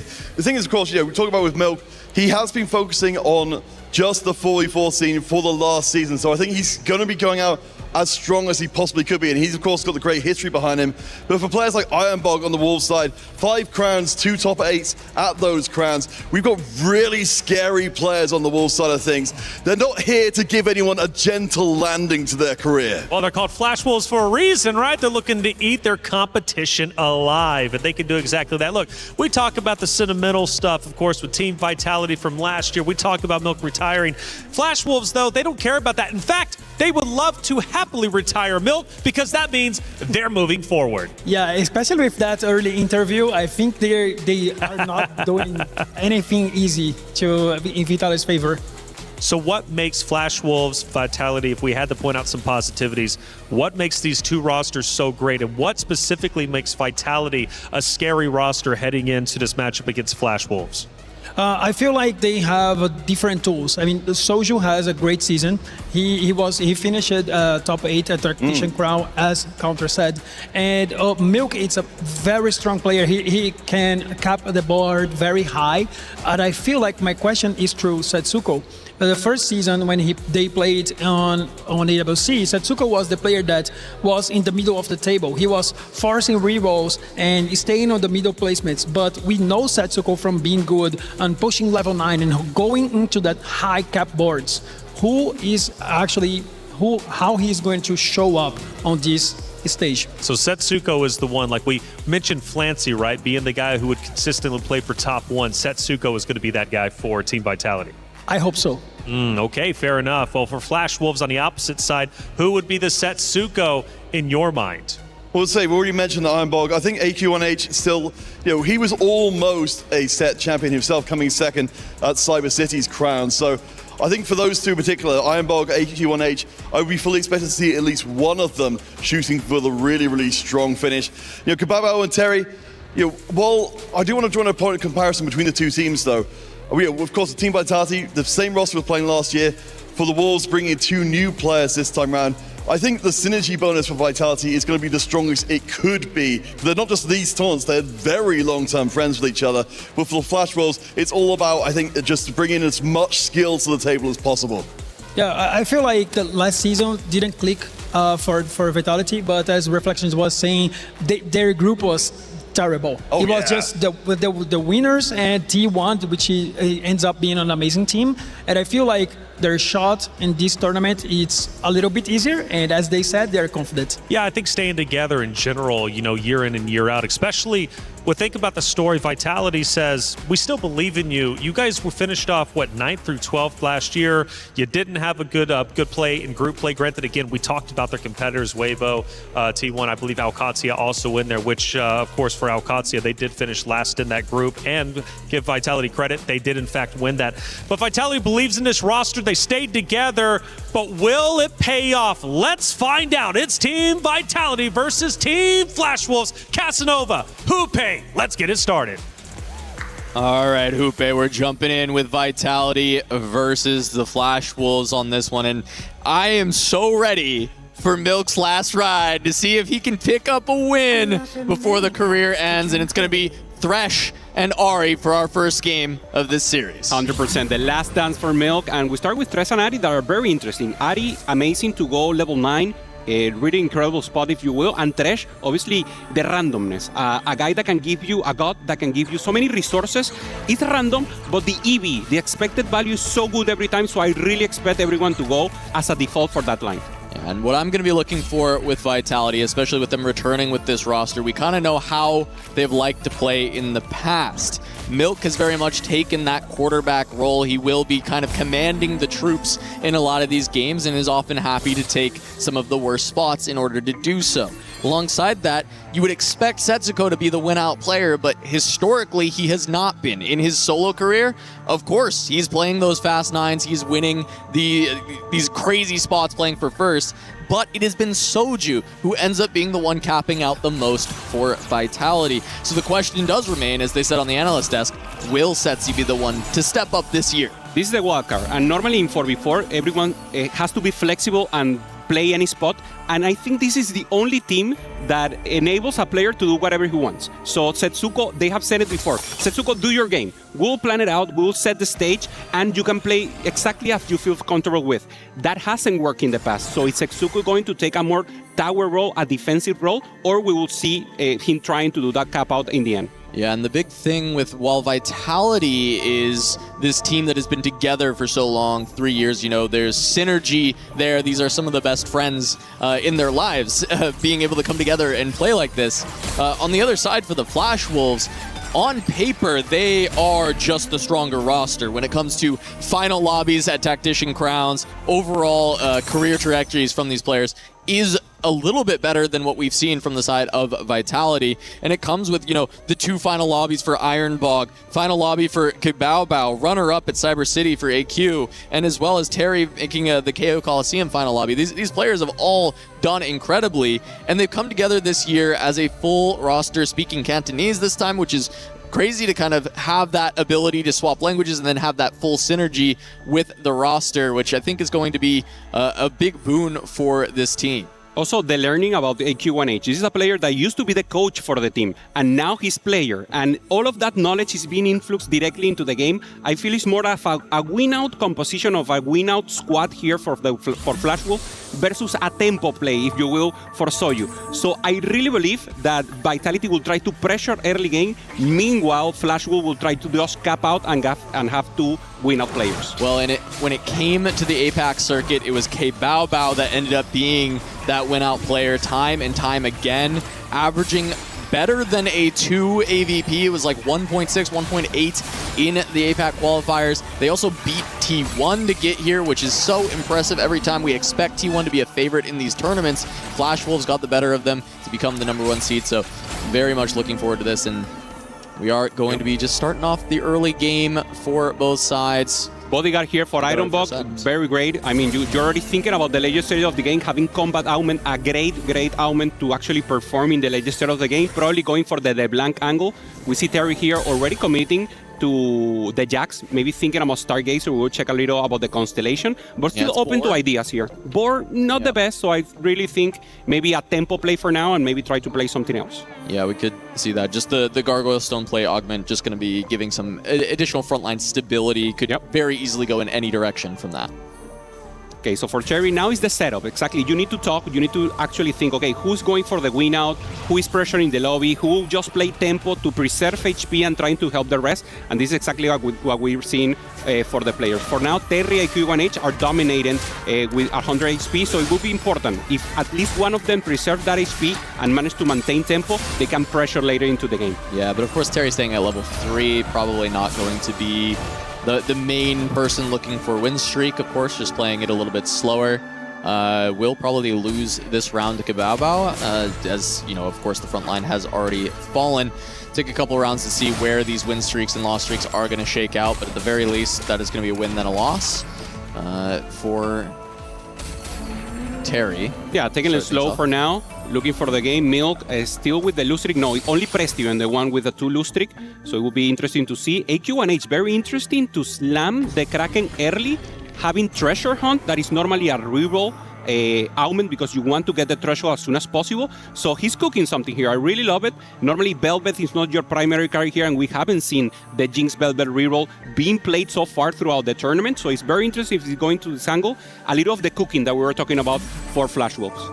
Yeah, so we'll see if he ends up going in that full direction or if this Kraken Slayer ends up just being maybe a Xayah late game, but often you need some additional item correction to get to that Xayah angle to feel good. You just need so many bows for that composition to really come online. And yes, you can start with a Kraken, but who's to say you're going to find the 3 more bows that you're going to want for that comp? I mean, yeah, Xayah is what makes more sense because of the item, but the augment is telling you to go reroll. It will be very interesting. He slammed it directly, so he's thinking about tempo. Let's see what he does. Setsuko directly here, slamming items, trying to be the one who's pressuring the lobby, and he's maintaining win streak, still the only one. It will be very important to him to then preserve HP for the rest. Yeah, he's the only one who went to level 5 on 2-3, just really, really pressuring as hard as he can. Meanwhile, Prestivant keeping that loss streak going. We'll see if he can hold on to a full loss, and if Vitality can hold on to both the top and bottom end of the lobby in Stage 2, as we do have the first choices, and Thresh has been pretty popular selection, and once again, it seems the entire lobby are heading that direction. We can think about Ari as a miss here, only giving the rerolls. That is good if you're going for the reroll line and you're rolling right now, but obviously Thresh, you want the variety, you want the volatility here, and of course the special economy that you get to the threshold. So yeah, 100% Thresh selection. We'll see if that continues through the rest of the game, but I feel like often when we see these Thresh lobbies, it is very much 8 of 8 Thresh consistently throughout these, so see if Ari ends up being enough to change anyone's mind as we look at Setsuka's board once more, and he already has a Zion board, not likely to commit to that composition, but so early having a 4-cost and a 3-cost paired for the snipers, just giving so much value with an upgraded front line of Pantheon and Aatrox. Yeah, holding also the Lulu and the Jax, maybe only playing defense in case someone on the Flash Wolf sides is going for that angle. Holding a Poppy also that probably is going to sell, managed to get 20 here. Yeah, there it goes. And now he needs to be winning here. Gets the strong side, and AQ1H taking away the Kraken, puts it again, trying to win against Setsuko.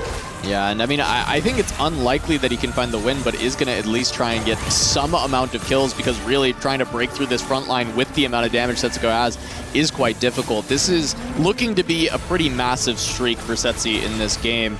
Meanwhile, Milk was on the other smaller win streak, and he is going to lose it, so no full domination for Vitality just yet, but it is still going to be the loss streak and the win streaks both controlled by the Vitality side. We saw a little here about Soju having already the Aris Blessing, having a good possibility here, good tempo, and just maintaining it. And here's the important part. Prestiven with a loose streak, just opening up with Primordial, perfect gameplay, just trying to hold on. Has a Spatula later to cap out, probably going into the Space Group line.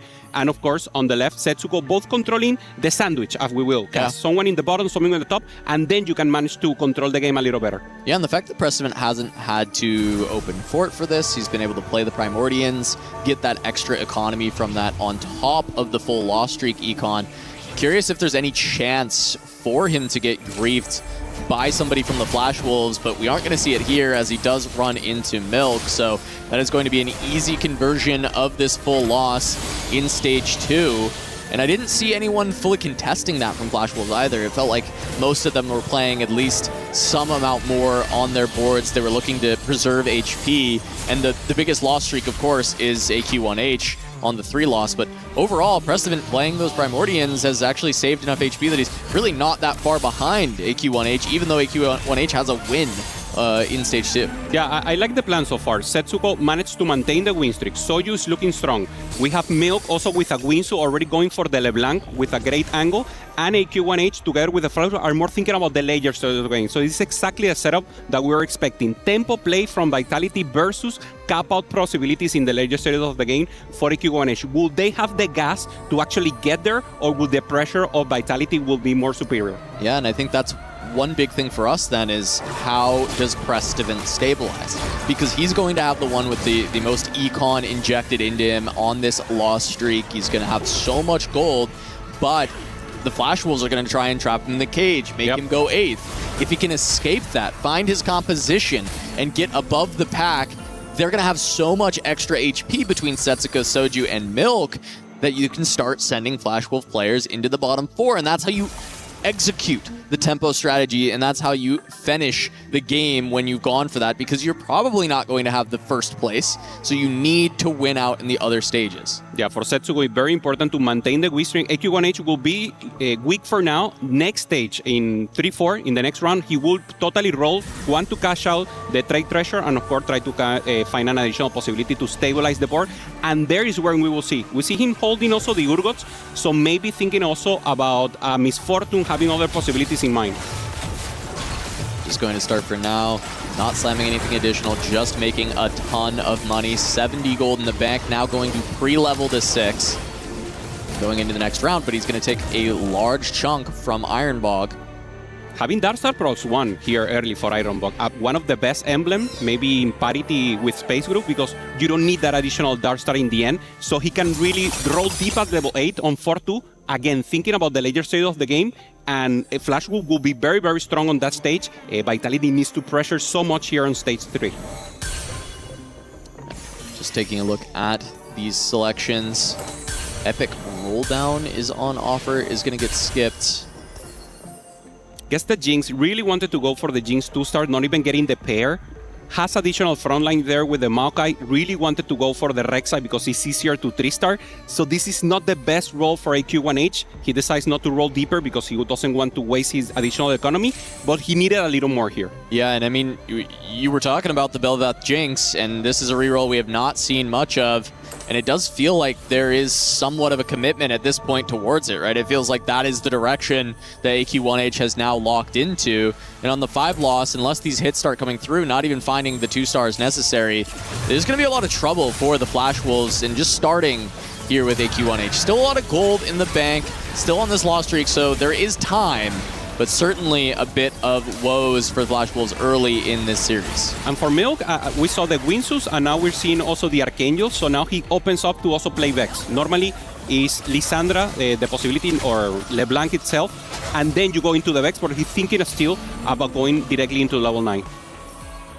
Got Setsuko going to take another win over Precedent, continue that win streak, as Precedent has started to find some upgrades to his board. Akali is looking to be the angle for P-God here, as he does have both the Kindred and the Akali. The Akali currently paired, and he's holding on to these extra Bel'Veths to try and slow down AQ1H. Going directly for the Nova standard, if you will, one of the new comps that was assembled last patch. Also a defensive comp, especially to maybe avoid the 8th place and try to pressure in the middle stage of the game. Once again, the tempo. Setsuko finds the Windsor here, still maintaining the Saya and trying to keep pressure. Now, Precedent once again facing off against the teammate, so he's just going to continue that loss streak and keep the win streaks alive for Vitality. Meanwhile, Setsuko going up against Ironbog. Ironbog trying to snap this win streak, but it is not going to be close. The Xayah with the 2-star Maokai in the front line is still just far too powerful for anyone in this lobby, and Setsuko taking big chunks out of everybody he runs into.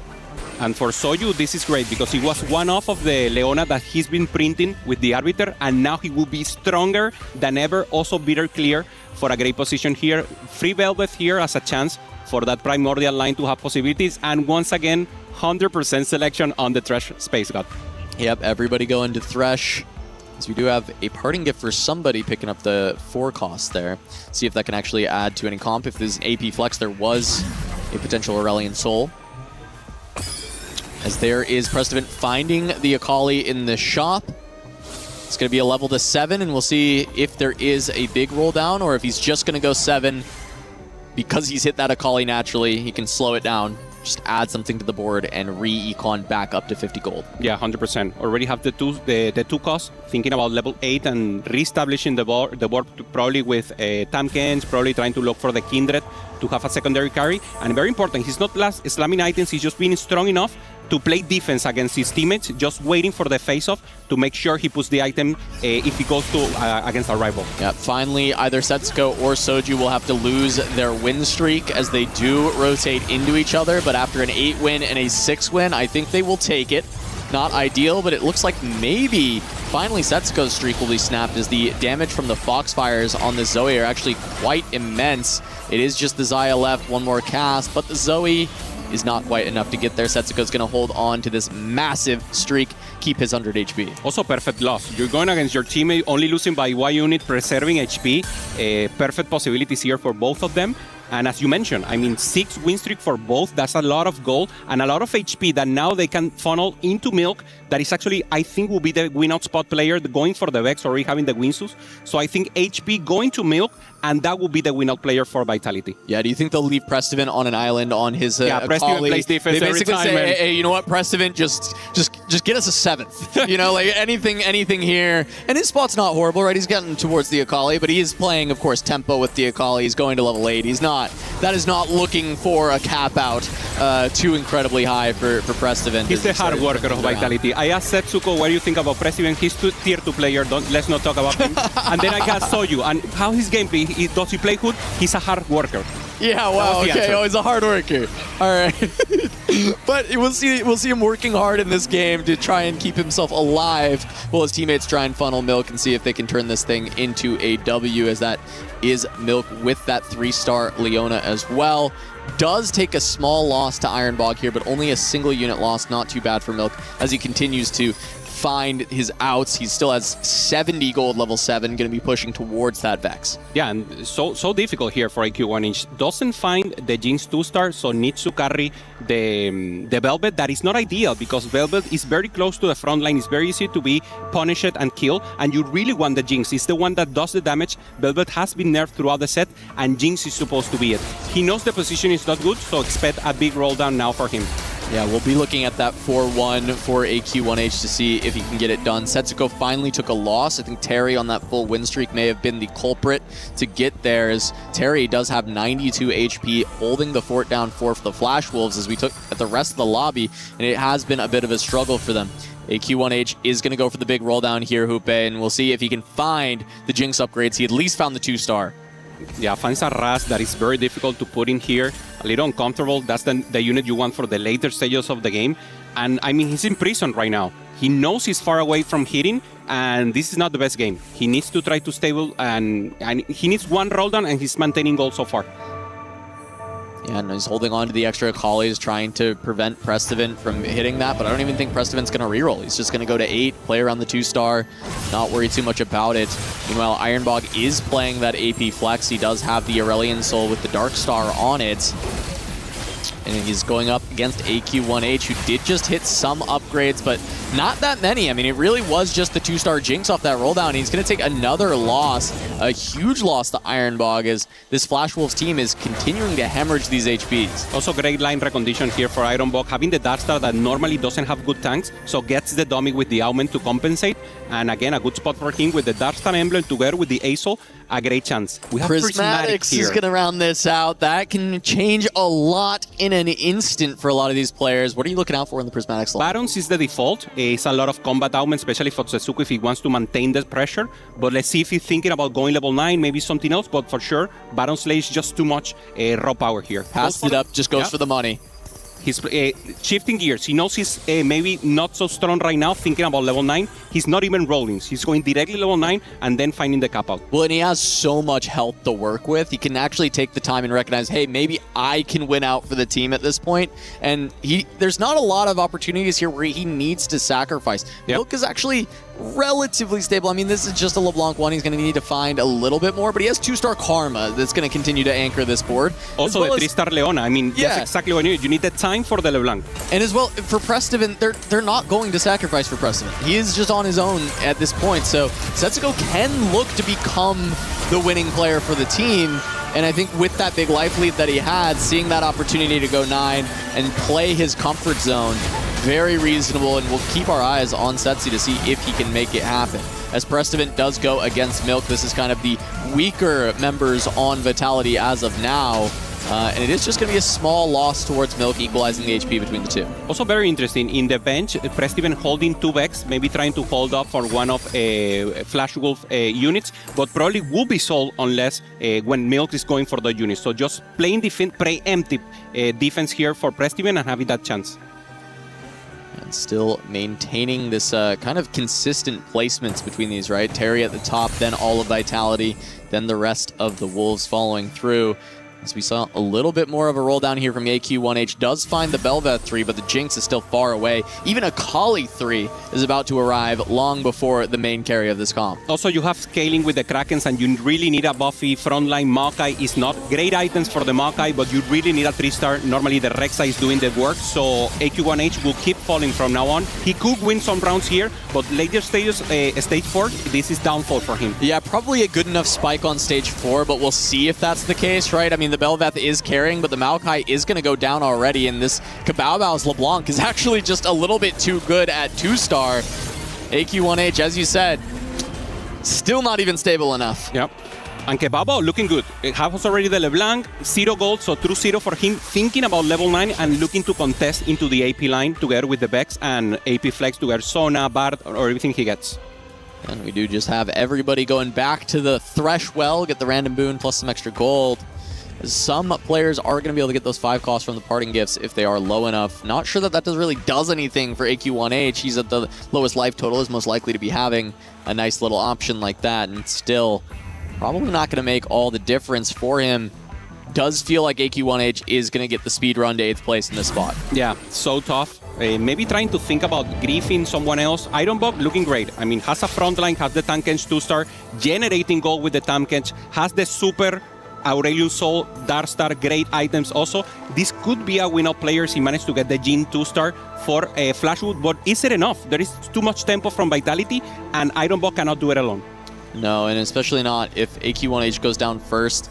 Ironbog and Kebabo both being pretty strong is a boon for Flash Wolves, though, because they're starting to try and rubber band this HP. See if they can pass up Milk, pass up Pressive, and Setsuko in free fall, but we know why. He's got 83 gold in the bank. He's going to be going level 9, so he's going to take a couple more losses, and then he's going to look to slingshot for a first place. But Ironbog going up against Terry. We haven't seen Terry's board in quite some time. It looks like he's been playing around the Akali from a heavy tempo standpoint because it's only 1-star with 3 items. So very much relying on just the power of the itemization in the early stages. And now Terry is going to fall off a cliff when it comes to power level in this game. That is a worry for the Flash Wolves because they do have some good strong points in Kabebo and Ironbog, but Terry is not far enough ahead to really maintain for a board that looked that weak considering his gold state. Yeah, and now the huge roll down here for Setsuko. Finds the Vex 2-star, finds the Fiora, finds the 2-star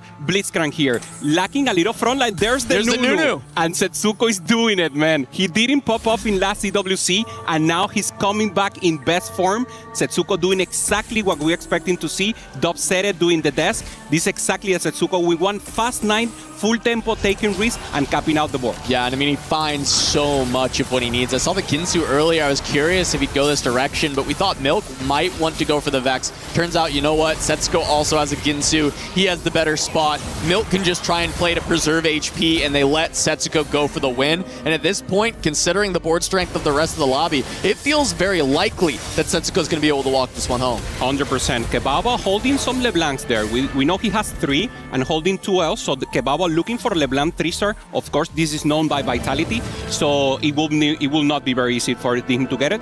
And Ironbog, this is not strong enough. He needs to get the Jhin 2-star. He's thinking about level 9 and maybe try to compete against Setsuko that is just too strong. He's going to send it. Only 10 gold left afterwards, so not really a good chance to go for that Jhin 2. But still, having that level 9, if he can turn the corner, if he can high roll a couple of Jhins really quickly, there is a world that Ironbog can start to contest. Big notable thing, though, for Vitality is Prestivant has gone on a 2-loss streak recently. We didn't expect him to be long for the world, but the hope for Vitality was that he could outlive AQ1H. And with the 2-win streak, with the Flash Wolves finding the pickup on the Belveth 3 and potentially even that Akali 3, certainly finding an opportunity to escape the clutches of that 8th place. 100%. These are the eyes of a winner. Look at Setsuko just focusing locked in, knowing he's level 9 and being so flexible, being sure that he's not being wrapped maybe by Ganakanji or anything. You really need to protect your Vex. And Ironbog needs to face him right now, maybe to have a chance, but I think until now I don't see no one that is stronger than Setsuko. Yeah, Ironbog's combat is going to be Milk instead. Milk still on the 1-star LeBlanc, not able to ever find an upgrade for that carry.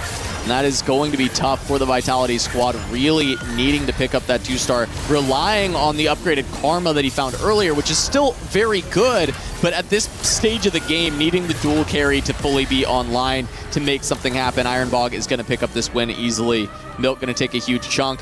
Prestivan, we'll see if he is able to hold on for one more round. He does find a win, but Milk is going to be on his last life, and AQ1H able to find the win once more. And we know Setsuko is strong, but if Milk and Prestivan go holding hand 8 and 7, that would mean they will only win with a 1-2 for Vitality. That's the worst spot you want to be. They can manage to do it, but it's not what you want. You want to at least have another one take the 7th and have additional possibility cast. So these are the players that could make the win or loss here for Vitality. Yeah, the saving grace is Soju, level 8 with over 60 gold. Potentially can go to 9 himself and look for a win angle, but it is going to be Milk versus Soju and Prestivan versus Terry. See if Soju is able to sack at all for Milk. It doesn't really look like it. Feels like all the items are on the board. We'll see if Milk takes him down. Meanwhile, Terry, this is going to be just a straight fight. Prestivan trying to hang on. Does not really have the damage to get through Terry's front line, because that is just the 3-star Jax just holding out, and it is just far too much. Looks like Prestivan will fall. We already saw the drop from the side of Milk. Maybe Prestivan actually gets there. There was a wrap from Akali, so now it's just the Jax. And even though it is Akali 2 versus Jax 3, Akali is the damage dealer. And once we get to overtime, Prestivan holding on is massive because Milk is gone. Total massive win, and AQ1H takes the L, so that's only 6 AP. 1 life for AQ1H for Vitality. So important to play strongest ball right now and make sure to turn AQ1H on 7th place and then have a clear chance to take the win with Setsuko. This was a huge win for Prestivan, because now if Prestivan can hold out just one more fight, 1 or 2 more fights, Setsuko just needs to place first, and Soju has the buffer to be able to go third. He could go second. He might have the board for it. He did just go level 9. He's winning, but being able to have that buffer to go third is so massive. AQ1H gets a ghost, it looks like, and it is just going to be Prestivan then. Has to hold on. AQ1H should probably win this. It gets Prestivan's ghost. Yeah, and Prestivan is not strong enough. He has a great front line, not enough damage there with the Grinded, but we saw the front line making good damage. Akali is the one to see here on the left, but it looks like it's just not enough for the raw power of 3-star from AQ1H. Yeah, it's too much, and he's going to hang on. Now, Ironbog is another player who could fall very soon. He's down to a single life at 9, but does Prestivan go down? He does. That is a 7-8-4 Vitality, which means Flash Wolves have turned the corner. 4 life on Ironbog, 6 on AQ1H, and Soju lost his last round, which means he is nearly on 1 life of his own. He could take a softer loss still, make it 2 lives, but Soju is going to have to hold on for a 2nd place. Setsuko may now even need to look to sack for Soju, but he needs to be dealing damage to these other Flash Wolf boards. 100% AQ1H, the leader, if you will, for the team, used to be the coach and played it perfect. I mean, he maintained it. He low rolled a lot in the early stages of the game, maintained with the line, and now already getting a 6 guarantees is a win for Flash Wolves. Yeah, he found his hits. We'll see if Terry can even potentially sacrifice for him a little bit. Doesn't look like many of the items came out of any of them. Having that Jax 3-star, still a pretty powerful board for Terry as a whole. Soju going up against Ironbog. That is still the Jin 1, but the Riven got to the back line. It looks like Soju's carries are all gone. He's going to take a loss. It's not big enough to end the game right here, right now, but Soju is now on a singular life as AQ1H finally falls. Yeah, I mean, Setsuko can win the game, but without Soju going second, it's just a loss. He's thinking about popping off a little more here, cast, trying to find the second. No, he decides to sell the Sona here. Has a bar 2-star, has the Victor still as the secondary carry, has a good tank, but it just doesn't look like it's enough. Pair of Blitzcrank doesn't find the additional one. Yeah, and even then, Setsuko lost that last fight, so somebody out of K-Bao Terry is actually strong enough to contend, and they still have some gold to work with, so not looking good for Vitality. You drew it up at the start of this. Tempo game plan versus Cap Out. Tempo was holding on for a very long time, but Flash Wolves turned the corner, and now Soju on his last life has to face off against K-Bao. Still hasn't found the 3-star LeBlanc, but has found the 2-star Sona for these Shepherds. Really put together a very powerful composition that Soju is just not able to stand up to. Bard goes down, Victor falls, Soju is out, and that is going to do it on this first game. As we had Prestivan go 7th, 8th, Vitality needed that 1-2, and they can't get there. Yeah, 100%. Here's Setsuko knowing that it wasn't just enough. Kebaba doing great. Playing exactly the way he had to, thinking about augment of bodyguard, thinking about the later stage of the game, and AQ1H, a player that low roll, maintain his tempo, maintain exactly what the team needed here, Cass, and take a fixed place to play defense and take the win. Yeah, I mean, this is playing from a knife's edge for the Flash Wolves, right? Of course, they fell so far behind in the early stages of this game. There was such a huge HP advantage for the side of Vitality, and even then the pivot to putting Setsuko in a position to look for the win out because they felt like Milk or Prestivan could hold on, weren't going to go in that 7th, 8th, but just no one would die at that point from Flash Wolves. It was just one life for AQ1H, one life for Ironbog, but that is all you need if you can turn the corner, and they absolutely did. Yeah, only needed a little more, and of course the chance to do it here. There was final fight here, Soju just trying to step up, but was doing amazing, but it's just not enough here, Cass. Yeah, and we'll see if Vitality can bounce back in the next one and convert on their high-tempo game plan, or if the Flash Wolves will take it in 2. We're going to go to a break, but TFT at EWC returns after this.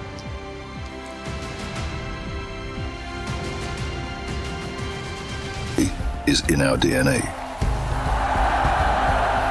Whenever we let it out, it becomes our superpower. Now imagine an entire city being built to supercharge it. Kadir City, powered by play. We talked about the team that was forged in fire. Team Flash Wolves get the job done. Now lead 1-0 over Team Vitality.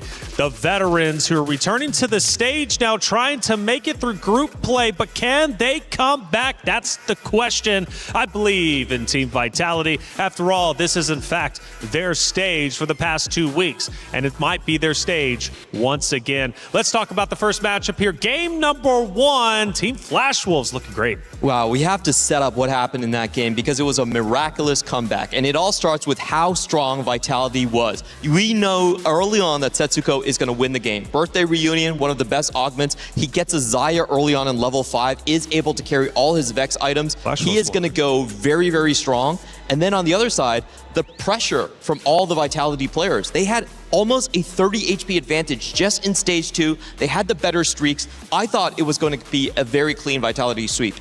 I mean, I think nobody would expect that A1 KH was going to come back, and then suddenly he got the Akali tree, and he was able to save that top 8 and even get in a top 6 finish. And you know, even when you have the winner that Setsuko was going to close it out the game, you still have to focus on that middle placement, and Flash Wolves that just took the win out of that.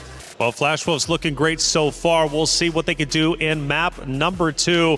Obviously here, though, the series will continue. However, the Esports World Cup, there's a lot of things happening. Check it out.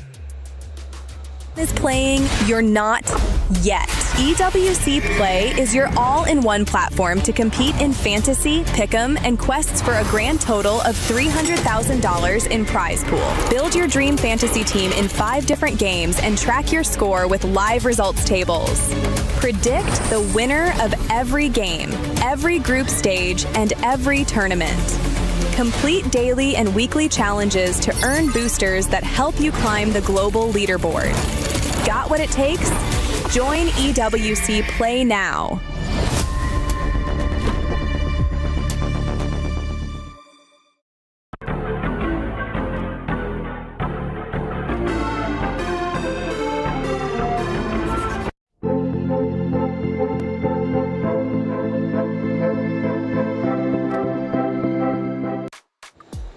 Well, Vitality's looking to come back, and we got just the man to talk about their comeback. It's Danny Ingles, CIO of Team Vitality.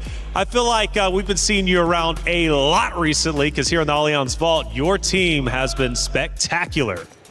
Yeah, you see with my outfit, I'm definitely enjoying my summer vacation in Paris, you know. Now starting TFT and a heavy week for us. I think we have 14 in total this week. and looking forward to more club championship points. Yeah, I know you guys have invested quite a bit for the club championship, and you're nipping on the heels of Na'Vi for first place, which, hey, let's see what your team can do here for TFT. And speaking of which, you have trusted this core roster since 2024, which is quite rare to believe in a roster. Last year, obviously, they had an earlier exit, but we've highlighted the fact that they had unrealized potential. They had to go through the gauntlet. Weibo Gaming, T1, it wasn't easy for them. But, I guess, with the rosters changing so frequently, how much of an advantage do you think the continuity of this roster gives you and your roster, and where do you feel the chemistry shows the most? Yeah, I think especially in TFT, there's a power of friendship, and our team in particular now qualifying for the third year in a row as the first seed of America definitely shows that they're here to represent North America in particular. Not the start that we wanted, but they also have a track record of always going down the first game and then coming back to one, so I'm hoping that we see this again. Not happy for my health and my heart because it's definitely nervous for me, but it's not over yet. Well, it's double elimination, right? So even if they do, in fact, drop down, which we're not hoping they do, okay, to be respectful, I'm not looking to fight on the desk with you, Danny. But if they do, obviously, they're going to be just fine. But it is more heartache for you, obviously. Yeah, absolutely. But I prepared the secret weapon backstage because we actually have the MLBB women's team here. The champions of last week are just backstage to give the boys a little bit of tricks and tips, hopefully, how to win on this stage in particular. And let me tell you, I think personally they gave the best championship walk. We're probably going to have all of EWC. Those ladies, they're absolutely spectacular. But looking back at your previous EWC appearances, what's the biggest lesson this TFT roster has learned together and are applying this year for 2026? I think what is so interesting this year round is that we are on a whole different timing of the set, right? Like the last two EWCs, there was always a new set coming out, meta was shifting regularly, and last year that made us really nervous because we didn't really figure out the meta going into the tournament.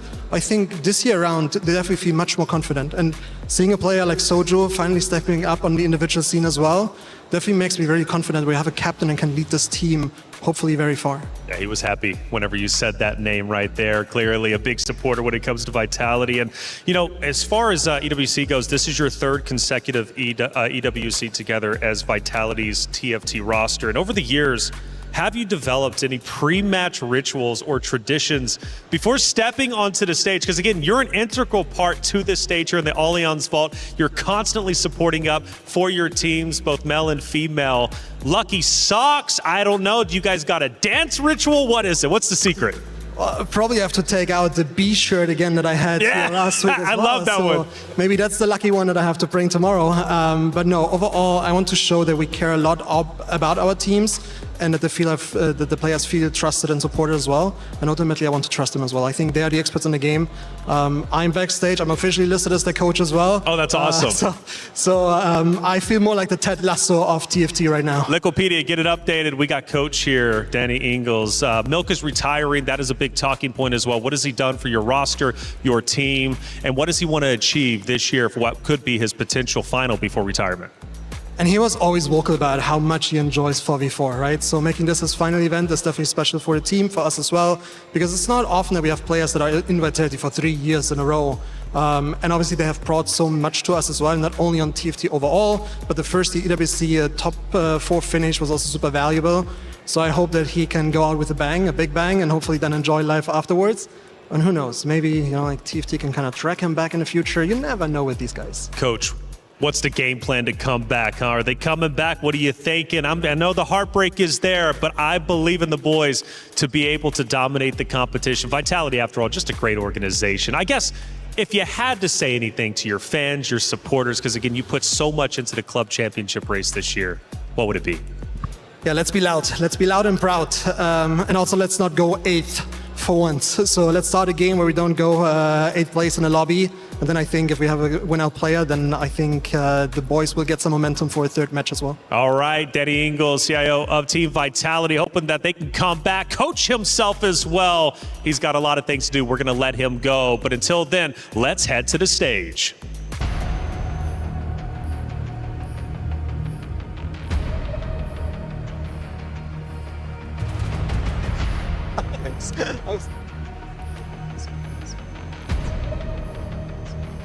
Here it is, Team Vitality versus Team Flash Wolves once again. Flash Wolves, they strike hard and fast in game number 1. They now lead 1-0 in the series. But Danny said, look, Team Vitality, They're used to the heartbreak.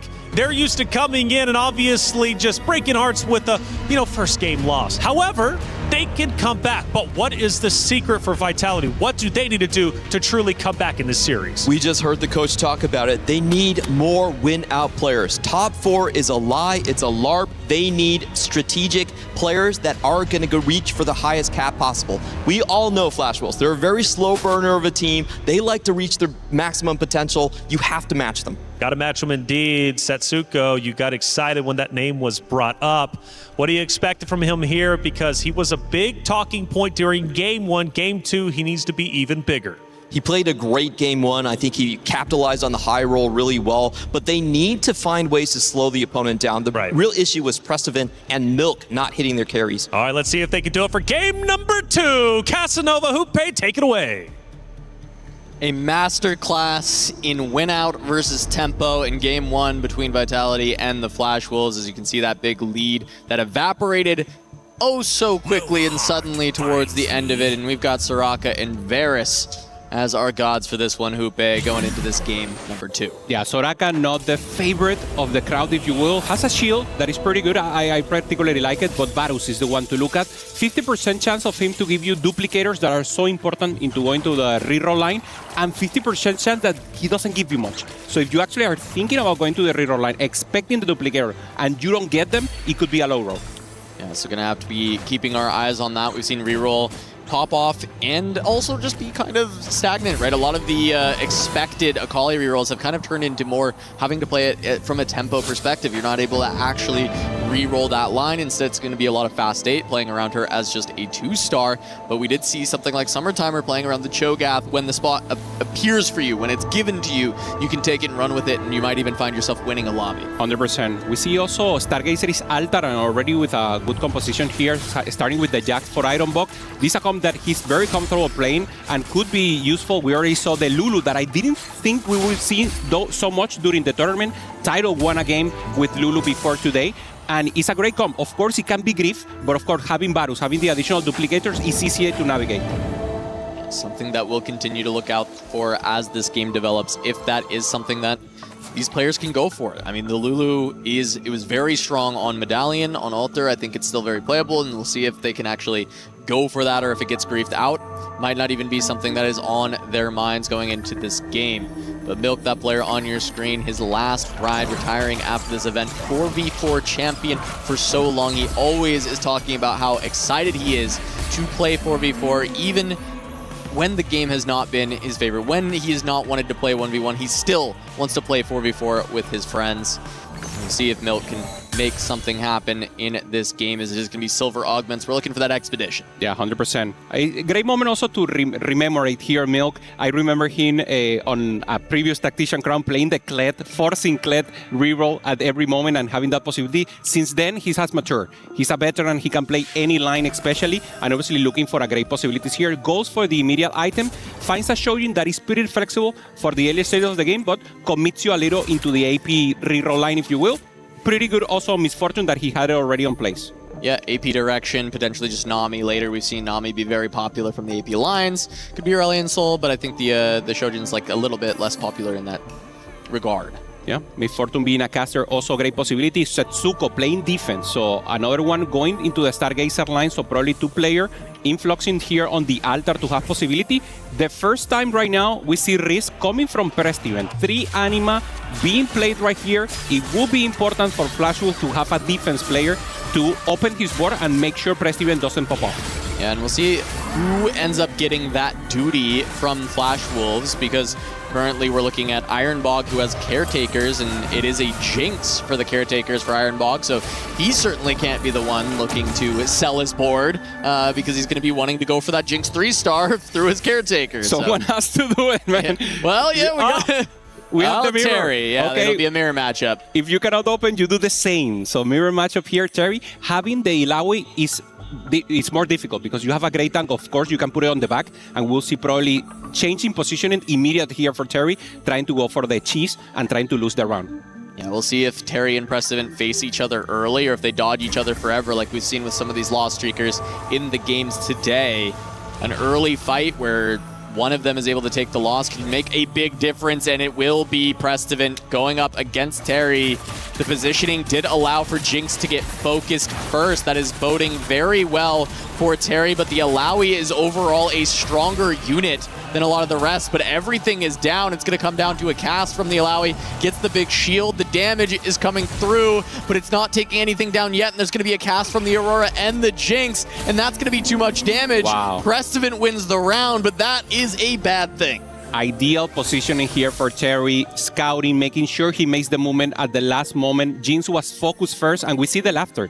He's smiling, he knows this is perfect, and we know Vitality has a great possibility of ramping up. They want to go for the comeback, and now Terry in a great position because it's very difficult for Vitality now to grief an additional player, knowing that you don't have the couple player on Prestivan. Yeah, and Soju's going to be the one to do it. Has to, man. He's pretty much sold everything out. They have to stop Terry in his tracks before he can go for just the biggest cash out imaginable, and this just hurts their game. It hurts so much, as Soju may have been looking for a loss streak anyway, but now he just takes a bunch of damage for free because he does not rotate into Terry. Wow. Dire position here for Vitality. They can still pop off, but they will need tempo play, they will need a win-out player, and they need to stop Terry. And it's just going to be Setsuko going up against Terry, and Setsuko, of course, cannot sell out of his board even if he knows he can rotate into Terry. He has to play for the full win streak. He's on a 3-win streak, but AQ1H is also currently winning, so it will be contested between Milk, AQ1H, and Setsuko for the full win, as we do have duplicators coming from Varus, just the tiny duplicators, though. And then Prosperity on the other side, which is going to be looking to buff a champion you're trying to keep for the long haul, so kind of overall weak options between the two, but we might see Tiny Duplicator just come into play to help beef up some of these boards. Yeah, I mean, going for the tempo. No one going for Lissandra, Cho'Gath, but as you mentioned, just going for a little strength. You're having your ones cost immediately to 2-star and having a little more presence in the board. It's very important now in the beginning. Yeah, a few players, though, considering Soraka. We'll see potentially if there are some reroll lines available for the Flash Wolves, or if they already have a tank that's going to stay for much of the game. You often see that with just Arbiter and having the Leonas, but I don't think I really saw that many Leonas just yet. So, yeah, for Soju, open fort angle immediately here. He can put something in because, I mean, 3 units from Terry, but he wants to make sure that Terry knows that he cannot be stronger and hold maybe additional units. So all the bench will be sold for Terry just to not get an additional one or having that possibility. And Soju full open, making his self-crit, and he needs to be faced now. The later that he doesn't face the Terry, there was, and there it is. He got him. Okay, so this is a huge save for Vitality. They really needed Soju to not have to keep open forting for a very long time, and they need to stop Terry from continuing to get this loss streak cash out for the Anima. Prestivan is going to go back into the loss streak, but he's going to be extremely low when he goes for a cash out, unless he can do just a middling one to save HP later on and just hope that Terry can't go all the way. But Soju stopping him in his tracks for now is at least going to prevent the worst case scenario where Terry becomes an unstoppable force. We see the health here. Milk, 100, AQ1H and Setsuko, so a priority here, if you will, but once again, the sandwich. Vitality holding the stronger line, Soju and Prestivan on the lower, and Terry and the rest with good cap-out possibilities. So a little of edge, if you will, for in the start for Flash Wolf, but with good possibilities for Vitality to ramp up.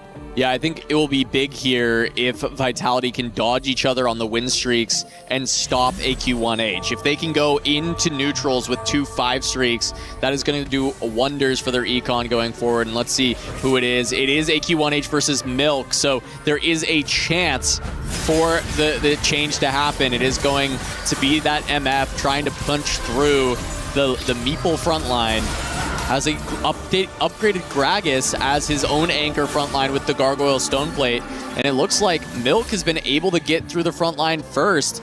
If he has enough damage, it feels like Milk is actually going to do it. And with Setsuko winning on the other side of our screen, Vitality is going to keep 2 5 streaks going into neutrals and prevent Flash Wolves from even having one. Double streakers, and also remember, Prestivan lost the early stage of the game, or won with the Anima, but now he can wrap up again. So maybe he will not go for the 400, but he can still make 200, maybe 100 a few times. It looks like he got griefed again, though, or he just decided to not play for that deep Anima because he takes a win in this final round. I think that's going to completely lock him out of taking a big loss streak for the Anima. He now has to play it from a tempo perspective, or at least it has to be trying to change up the game plan because it can't be full loss streak. Yeah, level 5 here for Setsuko, trying to find an angle here. And what do? Do you expect something? Do you find an angle and maybe greet a little the economy, or do you just try to ramp out together with Milk and just take a chunk of AP of the rest? That will be the decision for this stage 3. That will be pivotal for the result of this game. Yeah, it feels like historically we've seen a lot of when you have this kind of opener, you just try and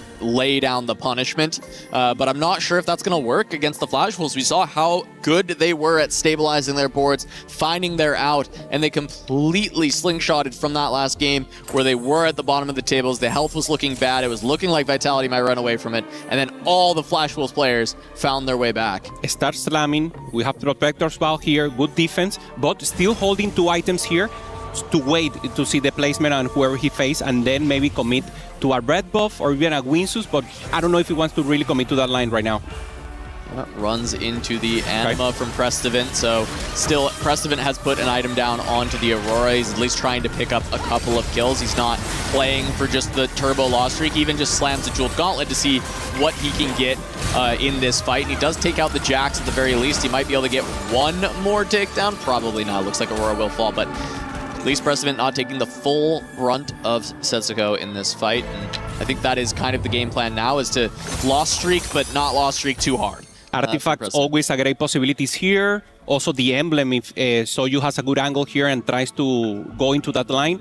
Ironbog with good possibilities, also trying to find something interesting. Heavy is the Crown, very good into the LeBlanc if he has the angle to go for it, but decides to go defense. He's going to go for frontline. Just safe frontline pickup. Gets that for the Jax, which is a best-in-slot item for Jax anyway, so it's already something you're excited to have. And he already has Akali too, so he is going to be playing around the Akali with the Caretaker's Jinx. So he's going to be getting a lot of these extra copies of Jinx and kind of play in that direction. Yeah. Iron Block trying to get stronger here, finds the Jinx, finds an early Morgana that is the best tank in the game.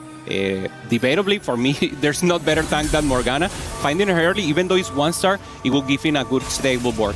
Soju is the direct contest. He ends up finding a pair of Akalis and an early Kindred to match up with his board at level 6. The stage 3 should look pretty good for Soju, especially if he can 2-star that Akali. But the items are already good, and it is a collector, so a way to kind of restabilize the econ, get even richer, and really level up Soju's spot. Yeah. For challenger players watching the game, you already know this, but for the new guns, for the people enjoying the show for the first time, Akali is a unit that already gives precision, gives crit damage to the whole team, so everything crit additional that you give to her, like Collector, like the Striker first, is even stronger. So, as you said, Akali 2-star will be a menace to the enemy team. Yeah, and I mean, we already saw just with the 1-star, Soju was able to win, and he can start to turn around this big loss streak that he started the game with. I think he preserved a decent amount of HP considering how big of a loss streak this was. He's in lockstep with Terry and Prestivant, even with his open forwarding to try and grief Terry. So I think Soju's position overall is actually quite good, and it is just a matter of he's contesting into a member of the Flash Wolves, and can he hit first? Also the communication, Cass. They keep talking every time. They're thinking about what is the matchup right now, how do they want to position. The talk at every moment of the game is so important at being able to preserve HP and then try to pop off. I mean, Setsuko once again potentially just looking to go towards the Vex endgame. He's level 7 already. He's on this huge win streak. I don't think he even rolled much. I think he just leveled to 7 and is pushing the lobby in that way. He does have the 2-star Gwen that he can just anchor around for the time being, and I think that's probably enough for stage 3. Setsuko might have just a repeat game of the last one where he just tempos out the early game, uses that HP buffer he gets to go 9 and play around the Vex. Yeah, especially if he finds a good economy augment to do exactly as you mentioned and look for the pop-out spot. Once again, Varus as the priority, but no, more Soraka right now, just getting a little more stats and great possibilities here to maybe have more presence into the game. Yeah, mostly Raka ends up being the choice. I believe that was the edit 66 HP and 33 HP, you get something, so looking for just more power long-term instead of the quick buff that you get from the Varus. Terry is going to end up taking this little cash out here. Yeah, second one. Already having good stats here with the first one, now an additional one. So yeah, he knows that he can, it's not possible to go because of Soju. I mean, the great defense play from Soju makes Terry do this. And we have seen that this pop-off is not good enough. Normally, you really need something else to support the game. So this is not enough for Terry. Low in HP and trying to avoid the 8th together with Prestion. Yeah, it's going to be a fight between the two to see who can get that 7th place. And I haven't seen Prestivan spot in a little bit, but Terry is looking rough there, and only a 2 HP buffer between him and Prestivan. It is just going to come down to who can make the stronger board, as we do have Kabao going up against Setsuko, seeing if he can stop the streak. But the Gwen 2 is just far too strong. The damage is there, and there is no stopping Setsuko once again with this massive win streak, as he did in the previous game. I mean, the CIO from Vitality said it perfect. The comeback possibilities here, we just need to not go 8th and have a player pop up and go first. If we manage to do that, the plane plays by itself, Setsuko being that win-out player with good possibility, and Prestivan, the one who has to avoid the 8th. Yeah, he has to fight against Terry to avoid this. They're both in free fall, down to 36, both of them losing out in stage 3. And yeah, there's not a lot of upgrades on this board, just the Leona anchoring the front line, and then you have the Nunu that was found, so at least there is some opportunity for Prestivan to start to find some stabilization around that strong frontline tank, especially if we can find a good damage dealer to go with it. So we are in the final round of stage 3 before neutrals. Terry versus Prestivan. This is a big fight. Prestivan wins. He's going to gain a big life buffer over Terry.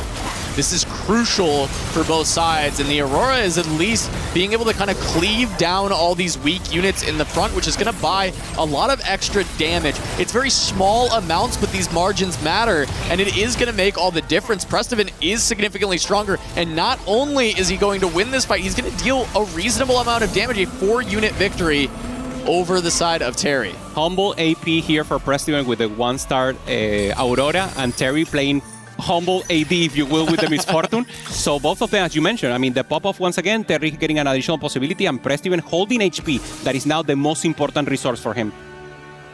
Yeah, he's got a 9 life buffer, but he's actually tied for Kabao as well, who is very rich, level 754 gold. Same with Terry. There's a lot of room for these players to start to cap their boards, and the 4-1 roll down is going to be critical for Terry, Prestivan, and Kabao to see who can stabilize the best, and if any of them miss, they will free fall this 8th. And for Terry, he had the LeBlanc 2-star, knowing that a teammate is going to that line, decides to sell it entirely. He's low in HP, and he knows he cannot cap the board. Great defense there. Recognition of exactly what you have to do in 4v4. Look at those gold numbers dip immediately. Terry sending it, as well as Kabao on this round. Full sell from Terry into a pivot. We'll see what he can end up finding. It looks like a pair of Namis, ends up swapping over to Corki. I think he had 80 items, so it needs to be the Corki instead. Gets to the Corki 2, finds Fizz 2, finds a lot of the Meeple, gets the Rammus to stabilize around. I mean, a really great pivot from Terry. Finds just about everything he needs except for the Rammus 2. He does have great frontline items, and that might just be enough for stage 4. He has 2 ambuls to find a sword. It shouldn't be difficult, but of course, there it is. Immediate sword here, so the Deathblade coming into here for the Corki. Decides not to slam because he's going up against his teammate, and he wants to avoid friendly damage as much as possible. Meanwhile, on the other side, Setsuko goes up against Prestivan. Prestivan does have a lot of items, ends up actually getting this win over Setsuko. Setsuko was able to keep some amount of items on the bench and save some HP for Prestivan, and Prestivan held strong. 76 gold. He did not go when Kabao and Terry did, and he gets to win his round while Kabao loses one. Now he gets to see the Prismatic before he sends it, and this is a big advantage for Vitality. What is the option? Goes for investment. So thinking about capping up. Rose here at level 8 and just trying to find the better placement here. This is flexible AP, as we were mentioning, Cass, so he needs to propose anything. Karma is important, any front line that he can find. There's Karma 2. Nice. Finds Karma 2. He's still anchoring around this Leona front line, which is not ideal. He needs to find probably something to replace this, but Aurelion Soul 2 hit as well. All of the AP threats are being found, and really it is just a frontline issue now for Prestivan. Has the Laoi 2-star. It's not enough, but it's pretty good, at least decent for the start of stage 4. Obviously trying to look for something else, then Nunu will be ideal. But this is massive. He saw where Flash Wolves wanted to go. He can pivot the other direction. He plays around AP, recognizes what AP threats are still open. Okay, it's Karma, it's Aurelion Soul. He finds both. Okay, now going up against Ironbog, who had the Caretaker Jinx, already 3-star. Playing a tempo for now, no items on the Jinx. Just thinking more about the Akali, that is the one doing the full damage there. It's not wrapping still. The Lawi looking damage, but the Leona holds strong. And for now, a great win for now for Preston. I didn't want to call it out soon, but yeah, it's good enough. He's got it. He's just fine there. I mean, Ironbog finally finding a 3-star Akali. We haven't seen so many of them today as much as the comp has been very relevant. It's just the 3-star has eluded players for a lot of the day as Ironbog does find it, but I think Precedent made such a great pivot there, going away from the Anima early game. Everything was tragic there. He loses the mirror to Terry. It finds another win randomly throughout, but it saves enough HP that he can just go for this full pivot into the AP flex, and he's put together a very powerful composition with that extra gold, and he's still making econ. Yeah, having the chance also to get the Corki 3-star. Obviously, Loki for now, 3 missing here. On the later stage, on the last game, Ironbog was the one playing Darkstar emblem on the ace, so a knock Bao, taking one from the book, and of course with a great composition that lacks a little front line, but it's very good, already having the dark holes in the front for the tankiness. Yeah, pretty much the same setup as Prestivant, just a different frontline setup, and both of them kind of having not the most ideal front lines, but at least good enough. Meanwhile, Terry has picked up the second Corki 2. There's a world where Corki 3 can come through, but surely Vitality is aware and is starting to try and grab any Corkis they can, so it will just be a double Corki setup instead. 4 Tiny and 1 Lesser for Varus. Not the ideal one, but of course helps. Maybe try to find that Kaisa 2-star that you're missing, maybe a little frontline to help, and of course everyone going for that place, either for the unit or just for the gold if you sell it directly.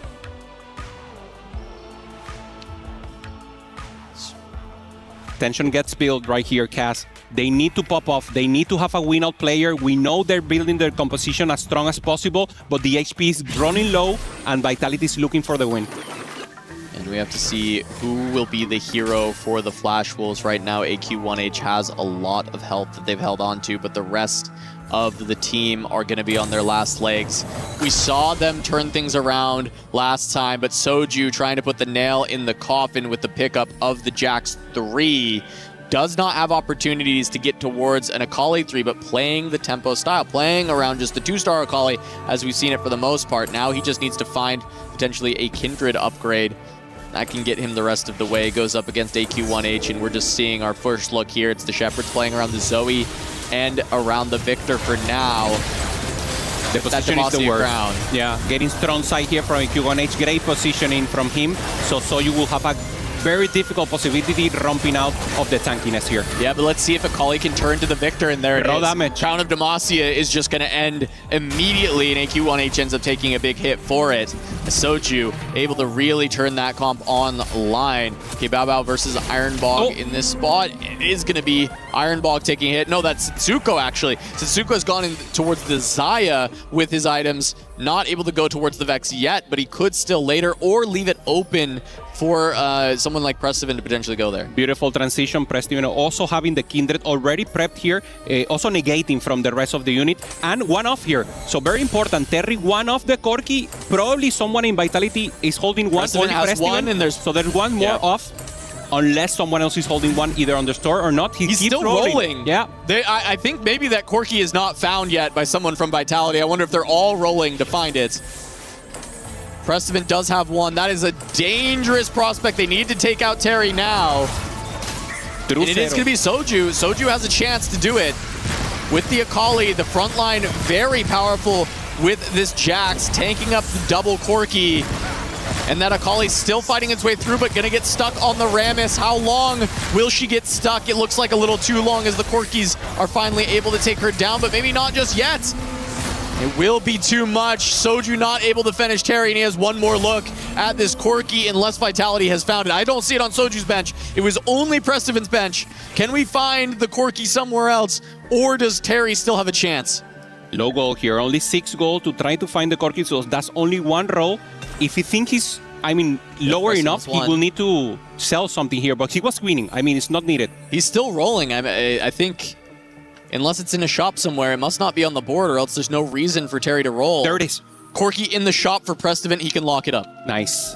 Great defense play here for Prestivant. You're having the possibility, finds the Leona 3-star just to have an additional tanky here, makes the switch, and now has a real tank to go together with the Aurelion Sol. He's not out of the woods yet, though. Prestivant very low on HP, and while he is currently blocking both of the Corkis, if he goes down, Terry has the opportunity to find his way back in, because that would be both in the pool immediately. So Prestivent right now has to outlive Terry for the chances of Vitality, because if Terry can live, finds that Corki 3, the game is over. Split screen right now. You place it perfectly, Cass. This is exactly the two players that we have to watch right now. Avoid the ace is so important, both because Terry wanted to win the win-out spot one-on-one, and of course, try to avoid Flashwood for taking the win with the Corki 3-star. Prestivent's matchup is going to be Setsuko, and Setsuko's sacking. He's taking items off of his Xayah. He's going to be able to get Prestivent a win. Meanwhile, on the other side, looks like going up against the Ironbog's board, who I believe is sacking as well. Only 2 items on the Jinx, but he only had 2 earlier, and that's the full 3 items on the 3-star Akali. Yep. I don't know how much he was able to sack, but it looks like it's enough for Terry to hang on. The double Corki still powerful enough to get the job done.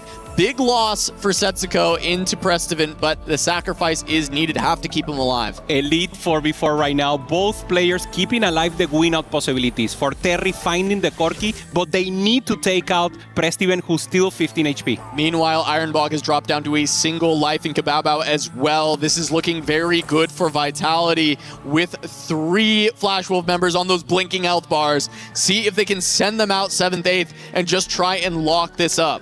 Pure muscle. Also saw you with a different composition, playing Nova, just playing full flexibility, pressuring the lobby when he must, and Milk playing 6 space group right now just for fun, has the Kindred, has the Riven, and has a great front line here to step it up.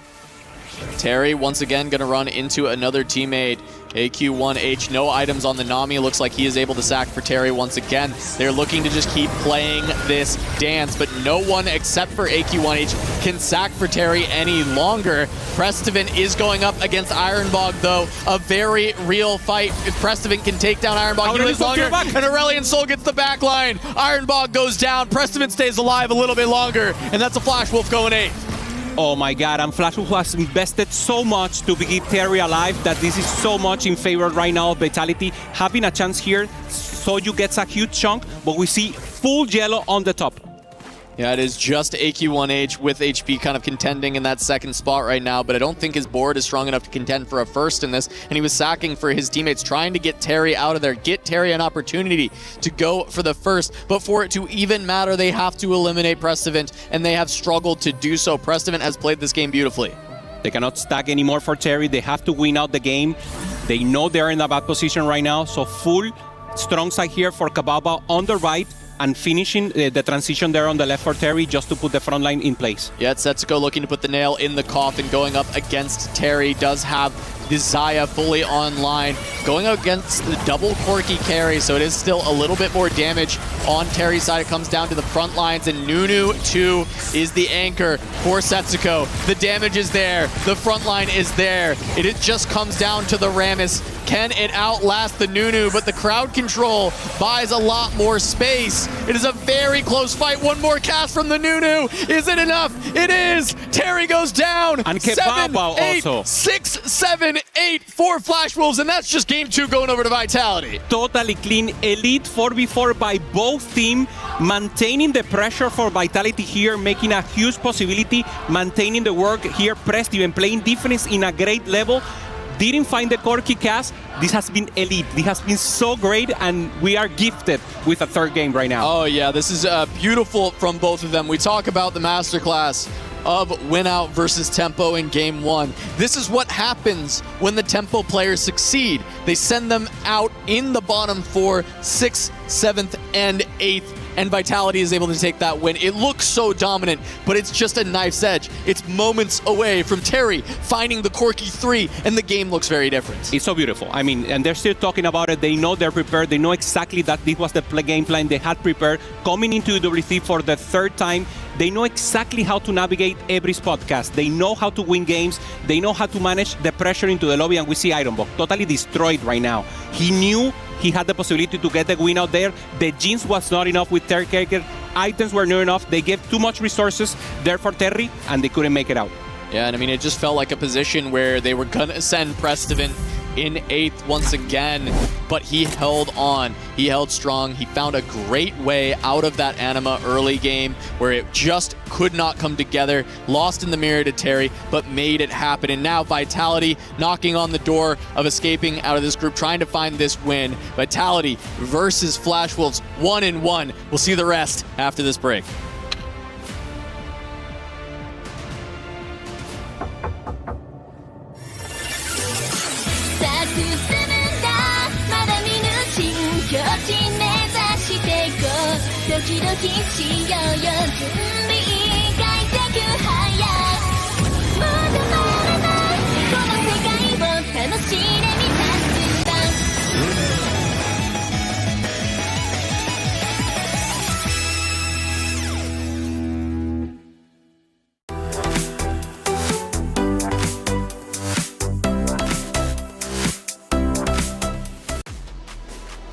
Well, Denny said it best. Team Vitality, they got a habit of losing game one, but then fighting back, and that's exactly what they do in this series against Team Flash Wolves. The series count now 1-1. The question is, who's going to take the last game of the day? Well, let's find out together. But first, to recap game number 2, Vitality, exciting stuff. They come back. However, Dobbs, Terry, if he would have hit the triple, man, if he would have hit the 3-star, things might have been different.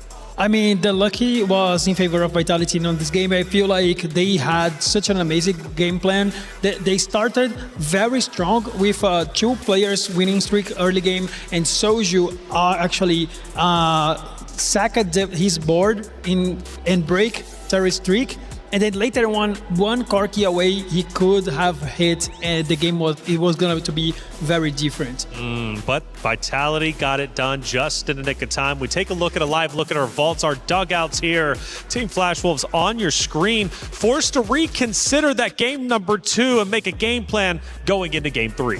Yeah, and Flash Wolves have been just playing at a very, very slow pace. They want to play for the cap-outs, but unless you have the augments for it, I feel like they need to pick up the pace. They need to fight for the stage 3, as most other teams have been doing in 4v4.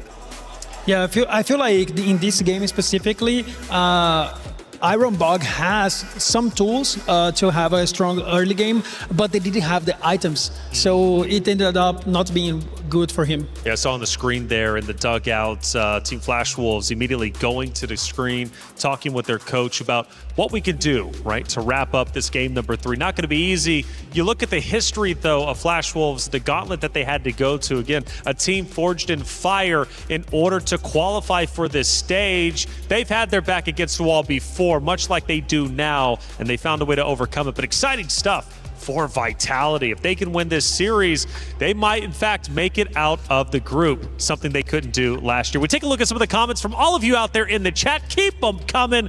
This is one of my favorite segments to see what the chatters are saying. Milk, the savior of NA. Cliff Teasy, what do we think? I mean, hey, this is, in fact, his retirement route. He's retiring after this, so he says anyways. I feel like Milk has a great spot on that team, but I feel like the spotlights are always into Soju. He had such an amazing season so far. The set Space Gods, he's doing amazing, and I feel like he is the greatest player in the team. You could take this one. I saw you laughing already.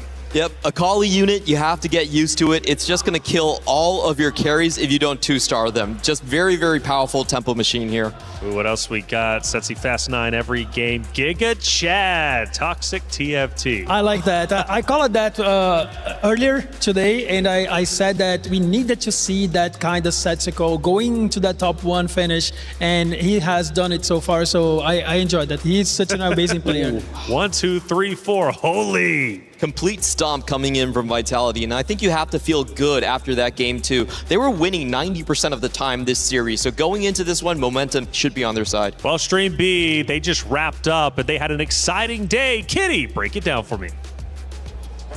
Final update from Stream B, where we just finished Nemesis versus Virtus Pro, with the score being 2-0 going over to Virtus Pro. Game 1 was an early Belveth hit for Virtus Pro, where they were able to get the ball rolling very early on with that Belveth early tempo. And of course, for Game 2, it was a complete sweep for Virtus Pro, with 4 of the Nemesis players in the bottom 4. So as the schedule updates, I'm looking forward to see how things turn out for tomorrow. Thank you, Kitty, for the update. Of course, Stream B working incredibly hard over there across the set. Sad for Nemesis, though. Virtus Pro, however, it was to be expected. Virtus Pro, they move forward. I feel like Virtus Pros being the runner-up of the last season, they were the favorites in that series, and they cleaned it up 2-0. It was a statement. Which is big for Virtus Pro, especially when we talk about the club championship race. Trav, give me the updates. Sitting in second in the club championship with 1,400 points, Team Vitality have got a unique opportunity to bolster their title charge this week. They're in all 4 of the games being played out. However, over in the Allianz Vault, they're looking to switch their focus from MWI to TFT. In 2024, they managed to crack the top 4 and get some good points, but in 2025, they fell short in 9th to 12th. The question remains, will the home crowd advantage allow them to get over the line and take the club championship? Stick around to find out. Final series of the day, Team Vitality versus Flash Wolves. We head to the stage in just a moment's time.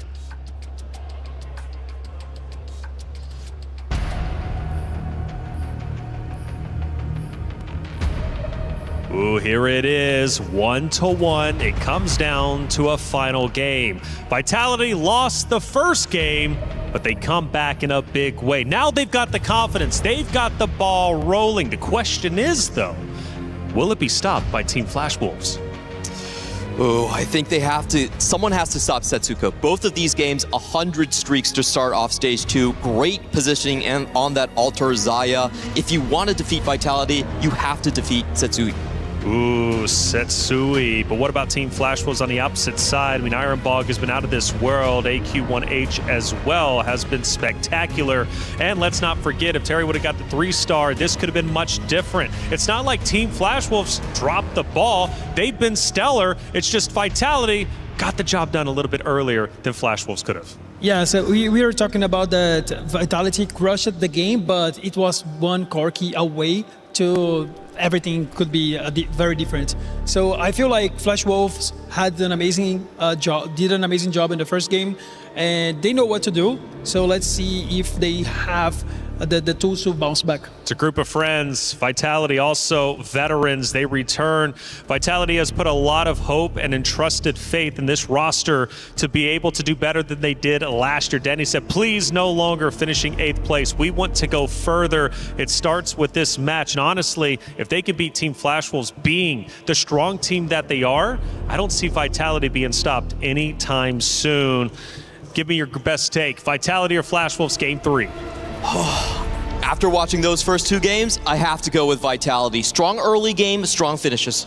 Yeah, I feel like I'm with Vitality as well. I feel like the first game, they were on an edge of winning. Of course, in the second game as well, but I feel like they're doing a great job so far. Vitality has been spectacular here in the Allianz Vault. They've in fact won weeks 1 and week 2.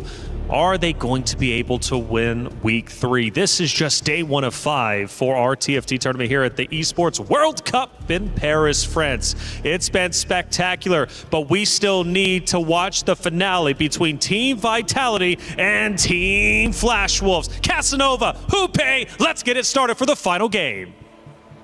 Hoope, let's kick things off. Varus and Evelyn are the gods as we go into this final game between Team Vitality and the Flash Wolves. Vitality, disappointment last year at EWC, this time trying to change history by starting off with a big win against the Wolves. They said it perfect, Cass. They want this to be their redemption arc. That's what Steven is saying. That's what the CIO was saying here for Vitality, having that possibilities. And you mentioned it, Varus and Evelyn. Varus, more influx into the reroll line. And Evelyn, if we get steamroll, that will be tempo play. I know this is the favorite god from Vitality if they manage to get the angle. Yeah, I mean, with the early tempo we've seen from Vitality, Steamroll could be a way to completely shut this out. And Steamroll is just giving all that extra gold if they can find it.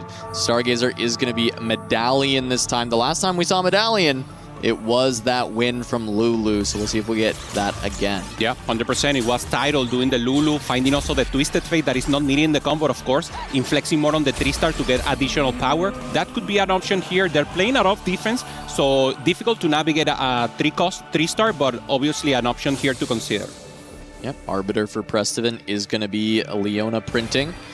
So for each interest you would gain, you have a 20% chance to gain a Leona at combat end. It's going to be a little bit slower on the Leona print than some of the other versions, but it will still potentially get you to that 3-star. Yeah, if he manages to maintain great economy here at the start, especially with good economy augments in the beginning, he can get into the pop-off as soon as possible. It's tight here, Cass. This is the final round for them. Of course, trying to avoid going to the lower bracket and maintain that win streak possibilities. This is a flashy, Vitality has always been like this. I mean, they start losing, they pop off, and the excitement, the tempo for them is the name of the game. They're going to have to dial it in for this one after that game one. Could not close it out. Flash Wolves ran it all the way back, going from those low HP bars, but it is going to be a Prismatic to kick things off, Hoope. Yeah. Great possibilities here. Shimmer Scale also good with the economy that we know Prestivan is looking for. He's asking the rest of the player, can I go up Gorgo Mobility? Can I be the win-out player? Or someone has a better angle here? Just waiting to see whether he's going to do that or if it ends up being even something just like expected unexpectedness.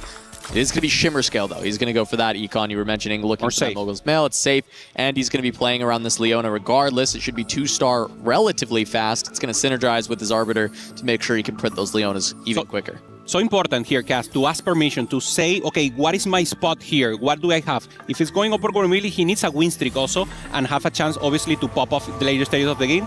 Setsuko, I mean, thinking about Fortune Strength, so this is great. This is an artifact now, and then you get artifacts every few rounds. If he managed to stay alive until stage 4-5, for example, he can be the strongest in the lobby. And we saw just the power of this in the series earlier between Zeta Division and JDG, and it was in that first game that we had 2 players, one from each side, going forged in strength, and one of them was able to take the win after the big loss streak between the two. So see if if Setsuko once again can be that win-out player, but this time not from tempo. It will be from the loss streak. Similar for Terry here with Combat Story, trying to cap out the game in the later stages of the game. Shimmer Scale also for AQ1H, so also thinking about economy and maybe playing it slow. Clement said, I mean, Flash is playing maybe too slow. They need to tempo out. They maintain the slow play cast. They are thinking about the later stages of the game. Yeah, but Vitality also slowing things down. Only Soju with a win. They had the double win streak in the last game. At least at the very start here, I'm not even seeing many levels be pushed by Vitality. They're actually matching Flash Wolves' pace instead, with only 2 players going to level 4 here on 2-2. Soju and Ironbog both looking for those win streaks, and everyone else playing slow, playing for their economy, and playing potentially for those major cap-outs around the Prismatics. Yeah, having that chance for obviously challenger players already familiar with TF, they know this, but just to explain, Comeback Story right now for Milk, what it does is for the much speed you lose, you get additional stats. You get attack speed, you get strength for your game itself. So the lower they are, the stronger they are. So we have players that are going to stack fully the early stages of the game, and they can win out. All right, so that's going to be the Arbiter build, I believe, for Soju now. Looking at his bench, he has a pair of Gwens. We saw that Gwen be the main carry for Setsuko's comp for a while in the previous game, but gonna have to sell those out to make Econ. Just playing around the early Vanguards and hoping the Zoe has enough damage, but Soju not the strongest board. I could see somebody have a stronger board in this lobby, but it is just gonna be Setsuko for now, who is at level 4, but only with 3 units, still just looking to loss streak and play Econ. Yeah, I mean, normally with the first artifact, you're not strong enough. With the second one, you really need to pop off. So for Setsuko, Stage 3 will be the name of the game. That round will be the influx, and he will start popping off. Meanwhile, there is the first Akali for the game. Going to be Terry holding on to that. Has a pair of Akalis potentially play into that line. Somebody will be going for it, as the options are going to be Blood Pact and Super Parting Gifts. So no steamroll just yet. Okay, not having that chance. That, of course, will be ideal spot right now. Deadly or Dead plays here for one of the players for Flash Wolf. Very good tempo, also good possibilities, and stacking onto the later stages of the game. Normally we see Corki on this line, but he could stay on the Akali. We know she's very annoying, and she can really tempo it out on the middle stages. Just looking for the final choices from these players. Saw a pretty good mix between the two. So we do have an Evelyn, at least for Soju. He is just looking for that extra money to try and continue playing to push levels and keep the win streak alive. Evelyn is going to tax HP as a resource, though, in this team play. So, of course, it is going to be about equal, though, because everybody is going to be looking towards this Evelyn. So all it does is just reduce the total amount of HP in the lobby. Yeah, and for Soju, I mean, this is exactly the way he loves to play. Tempo play, keeping himself flexible, opening himself for the Vanguard AP line that he loves to play, because there's so many variations, Cass. There, you can play it any when you can, and you can really be a little greedy with the items. Decides to slide the Rabadon, slams also the blue buff, and try to pop off here and take a good chunk out of Kebaba. Yeah, and I mean, he's going to do just that. Not a single takedown for Kebaba. It's going to be just a full hit onto that side. And Soju just continuing to look for this win streak, try and be that anchor for the team, as Ironbog on the other side has that 4 win as well. Flash Wolves this time did overall have the early HP, but we'll see how it's kind of all fallen once we get that big look at the entire lobby, because it was pretty much every player in the lobby taking it slow except for Soju and AQ1H. For Ironbog, we're seeing there good communication, a player that has been to Tacrown so many times, a player that lacks a big result, a big win. EWC could be that big win for him. Soju, as we mentioned, maintaining tempo, trying to look for something, and Setsuko playing defense here, or just making sure to be the one in that perfect lose streak position and get the economy. Yeah, Kebaba is the only one kind of contending with him, but Kebaba is on worth the wait, so not able to actually kind of sell out of everything. It doesn't really make sense to do so. So it will be a good opportunity for Setsuko to just lock in that full loss. Soju runs into Ironbog, so we'll actually only have a single full win streaker, and Soju, having slammed all of these items on Zoe, should have plenty of damage, but that is a Radiant Giant Slayer on to the Bel'Veth, and it just comes down to, is the melee going to be too much of a problem? And it is not. Ironbog going to keep the win streak for the Flash Wolves, and Soju going to lose out on this one. This is the first time that Flash Wolves have controlled the early game. However, Vitality has been able to maintain the loss streak, so one streak for one when it comes to this stage 2. This is what Clement was saying about Flash Wolves. They were playing slow, and they had a chance here to play a little more aggressive. Ironbog looking for that possibility, and you said it, Cass. He managed to make it, and now we have 2 players, Ironbog and Terry, preserving HP, punishing the lobby, and this is exactly going against Vitality's plan. It could be difficult to navigate from now on. Soju trying to play that AP flex line immediately on level 5, finds a Nami. Not necessarily ideal with the blue buff versus the Shojin, but it's still very good, and it is an early pickup of that 4 cost. 100%. Having a chance. Also, he only had the Zoe still, so having a 1 cost, 1 star 4 cost looks amazing. Ironbog also trying to look for Orgraves. He will wait 1 more, and we will see a deep roll down for him on stage 3-2. Yeah, meanwhile, Kebaba, with that worth the wait, does finally get to the Zoe 3 here on 3-1, so is going to be able to play around that. Should have good opportunity to try and win out stage 3. Exactly as Clement wanted. A little bit more fight in stage 3 from the Flash Wolves, and Ironbog, Kebaba both going to be doing so. Vitality this time are the ones on the ropes when it comes to the health totals. But, you know, with Setsuko's spot, we identified early on he's going to have really good chances to go for a win-out angle. He's done so in the last 2 games from win streak, but really what Setsuko's known for is doing this from loss streak, and this is absolutely going to be the comfort zone. They need to stop Ironbog here as soon as possible. No, this is friendly fire. This is perfect for the Flash Wolf. Ironbog takes the win here, Cass, and has a perfect spot to roll down and maintain the win streak even more. And we'll see who can end up breaking that, as Soju takes a loss to Prestivan. Not sure how powerful Prestivan's board was, because I expected Soju with the pickup of the Nami to be quite strong, but he stayed level 5 on 3-2, whereas Prestivan did go to 6. So we do have Prismatics once again. We are going to see the next pickup of these augments. Just a bunch of giant belts for Milk, just trying to stabilize that board around the Akali. Trade 3 for Terry here. If he managed to accomplish something interesting, Marauder, something that makes sense, could be amazing. And of course, he can really miss. Maybe Meeple, also an important opportunity if he managed to go into the Corki angle. So Milk ends up finding Akali 2. Gets Jax 2 as well. Did roll down quite a bit, though, down to 20 gold. Looking to stabilize this board. He should be relatively stable though from there after finding those 2 stars. Okay, finds the meeple here opportunity to try to go for the Corki, and also has a chance to stay here and just play a little more flexible into Master G, a unit that we haven't seen so far, and I don't think he will influx into it. So I really think this should be a meeple angle and then transfer into Corki.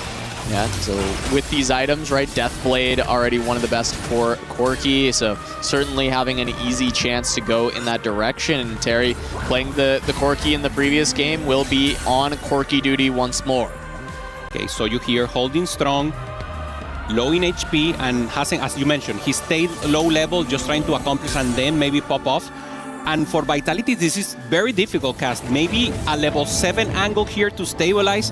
Ironbog looking pretty good, has the Baron Slayer, so also scaling Augment here to get powerful in the middle stages of the game. The roles have been reversed between these 2 teams. It's Flash Wolves playing tempo, it's Vitality looking for the win-out angles, and Setsuko is going to be the leader of that with this massive loss streak, with the Forge and Strength, and that's really the big thing we're looking at. But Vitality has to continue to play around that, because they can't go 7-8 and force a 1-2. Setsuko may have the best angle in the game currently to play for first, but that does not mean you can get complacent. The rest of Vitality has to get the job done. We're seeing Prestiven right now. I mean, no presence. You have a little strong board, you have the Zoe, level 7, middle placement, so thinking about stabilizing on stage 4.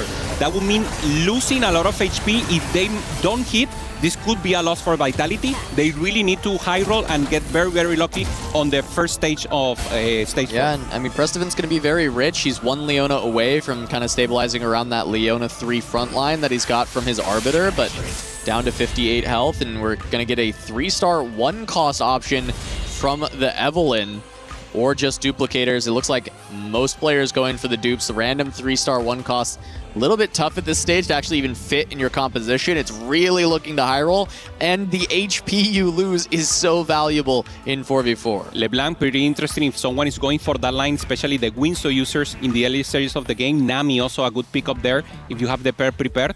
But of course, no one still with the pop-up angle. The name of the game is Tempo, and for now is being won by Flash Wolf. Getting our first look in a while at Setsuko's board as he goes to level 7. Just the Blighted Jewel for now, as he will get the rest of those a bit later from the Forged in Strength.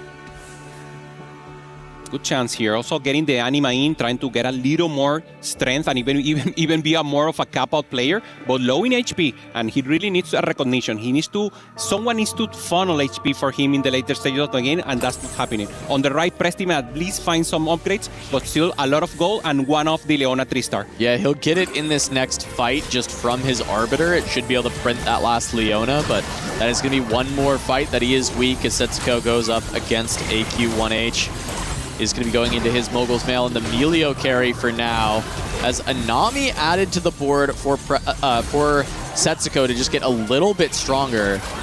And it will allow him to at least get a bunch of takedowns that will mean he's not going to lose nearly as much HP as he has been losing in these fights, but still not enough. And he's just going down to 2, maybe 3 lives at this point. Not even rich enough, as he's level 7 at 3-5. But he's going to need to go at least to level 8 before the big roll down. Here's the cash out as he's going to start to get a lot of value from that Force and Strength. A little goal, a little stat with the augments, the allow with that. It's always good to maintain that flexibility and angle. Finds the static shift here as an additional, so goes perfect. Good synergy. Has the blinding jewel, has the static shift. Normally with the static shift you want to play Vex, with the lightning jewel you want to play the LeBlanc, so he has a good angle to maybe transition from one comp to another. Yeah, he has direction going into the potential 4-1 or 4-2 roll down. So he is going to run into a 3-star Leona from Prestiven. Finally he hits, and then he runs into his teammate after all that, but it is still going to be fine as a whole. Of course, Setsuko, he may be taking one more loss here into Prestiven if the upgrade was enough, but maybe all of these artifacts get it done for Setsuko, and he can finally turn things around, keep Prestiven on a loss streak, but save HP on the biggest win-out threat for Vitality, and that will be the case.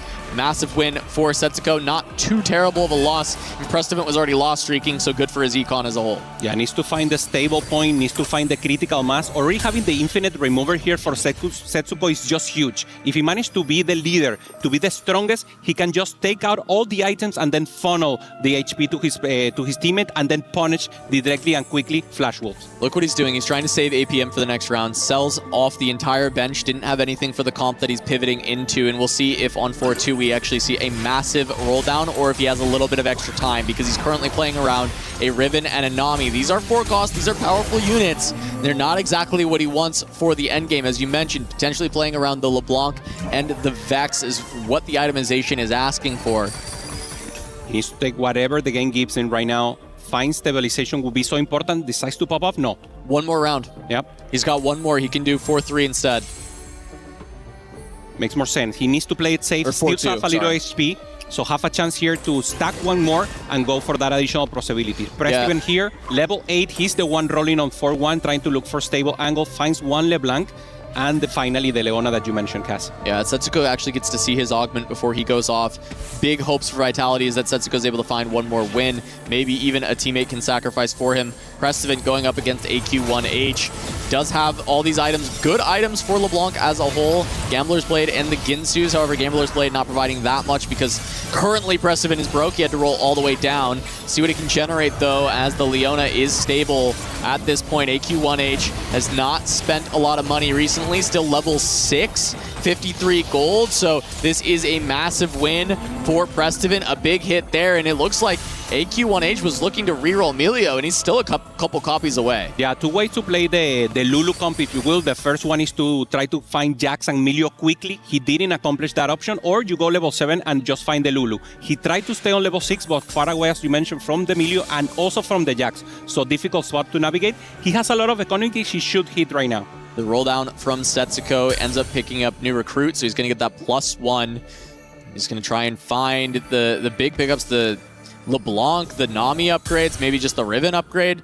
Doesn't find anything, but gets pairs for both of the main carries of his current composition, as well as pair of Morganas for the front line, but doesn't actually get to complete anything just yet, and he's out of gold. Yeah, so you find a Blitzcrank that it could be useful here. Also finds the Aurelion Sword, but again, no pair here, Cass. True zero in gold for both of them.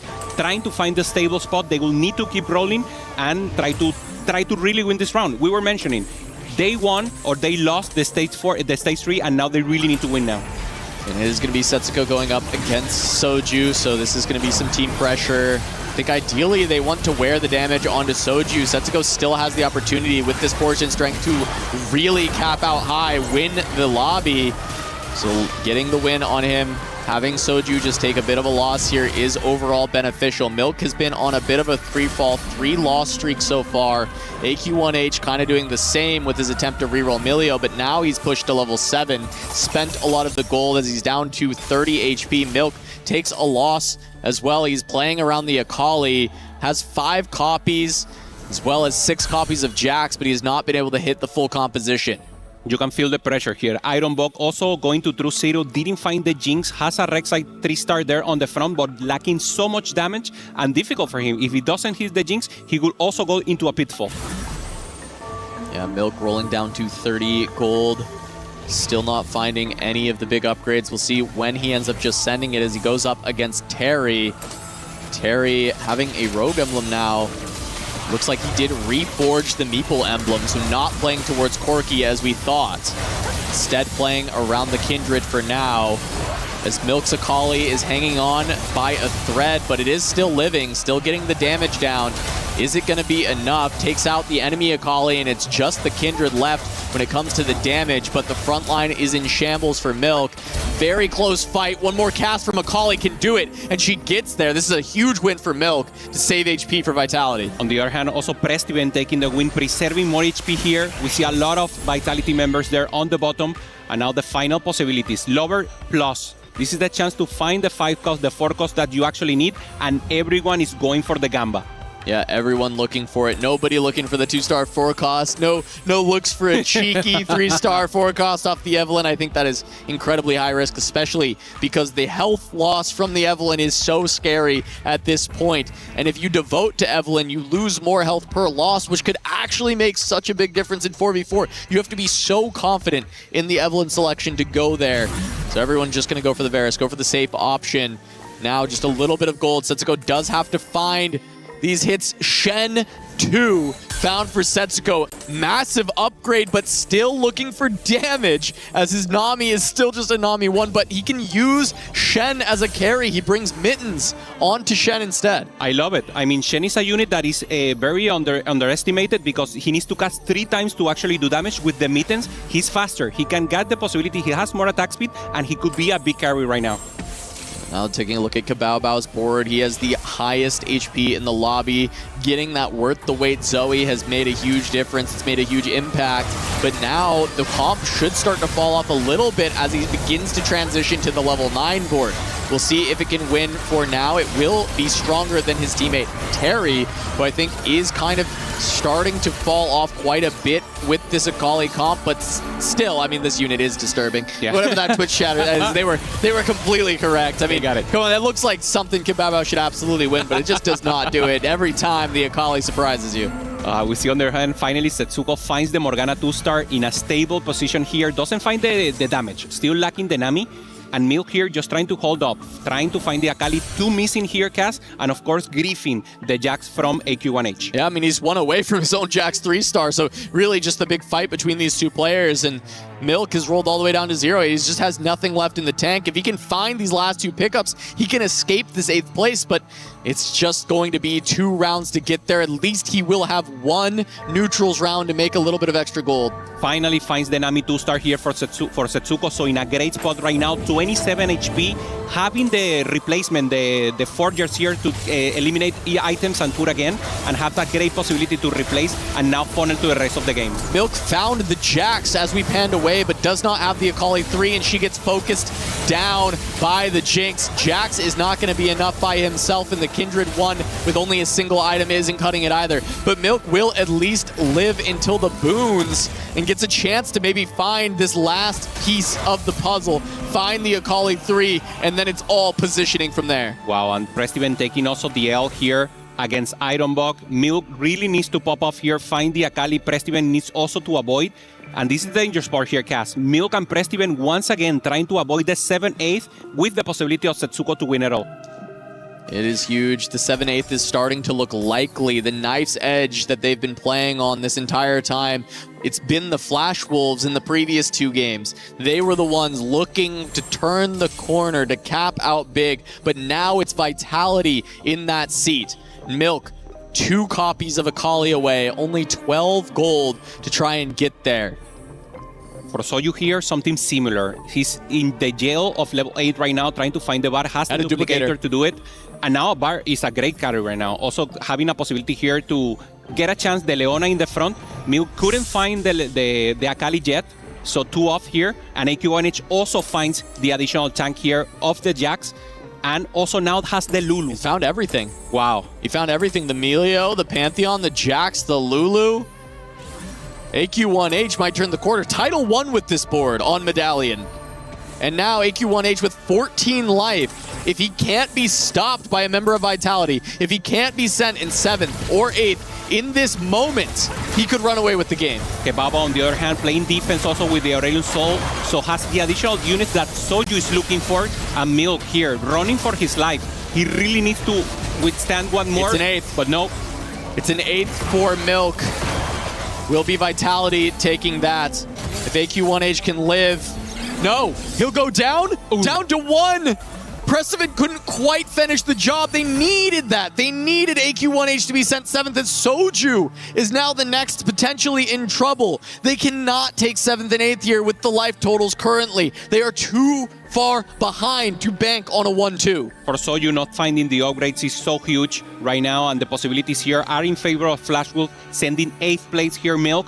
So you still trying to roll, not even having the pair, so the bar will have to do all the damage right now. Very important to protect him and to maintain a strong side, very focused on one side.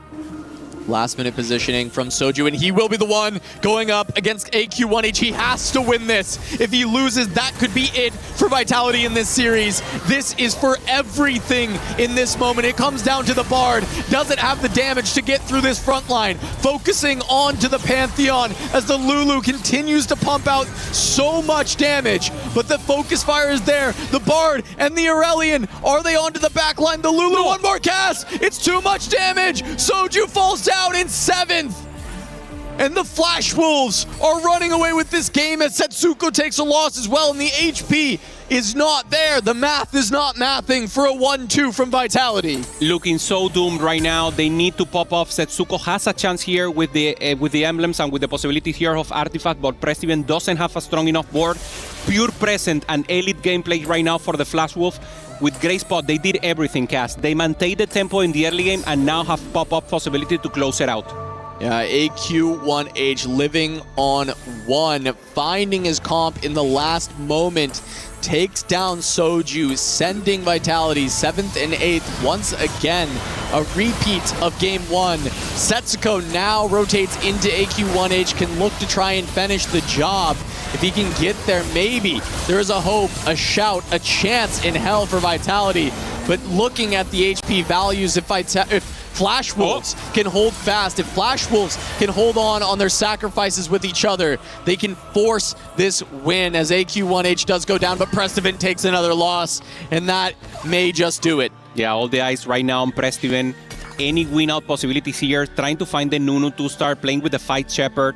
Doesn't have the Vex 2-star here, and that's the pop-up. That's the chance he has to take the win here, Cass. Finds the Nunu 2-star, finds a Bard, but it just doesn't look like the damage is strong enough. He really needs a Vex 2-star, a Sona, something to make presence here. Yeah, and he had to sell out of his Sona pair in order to make the Nunu. Certainly going to hurt, but the Nunu is so important for the front line, but as you said, the damage is just not there. And with only 17 total HP between the two members of Vitality, and he's facing off against Setsuko, he has to find a 1-unit loss, and even then at 14, I'm not even sure exactly on the math of that one, Hoope, but it doesn't matter, because taking that loss here just means they'll have to face one more time before this game is done, and the 1-2 dream is not going to be possible for Prestiven and Setsuko.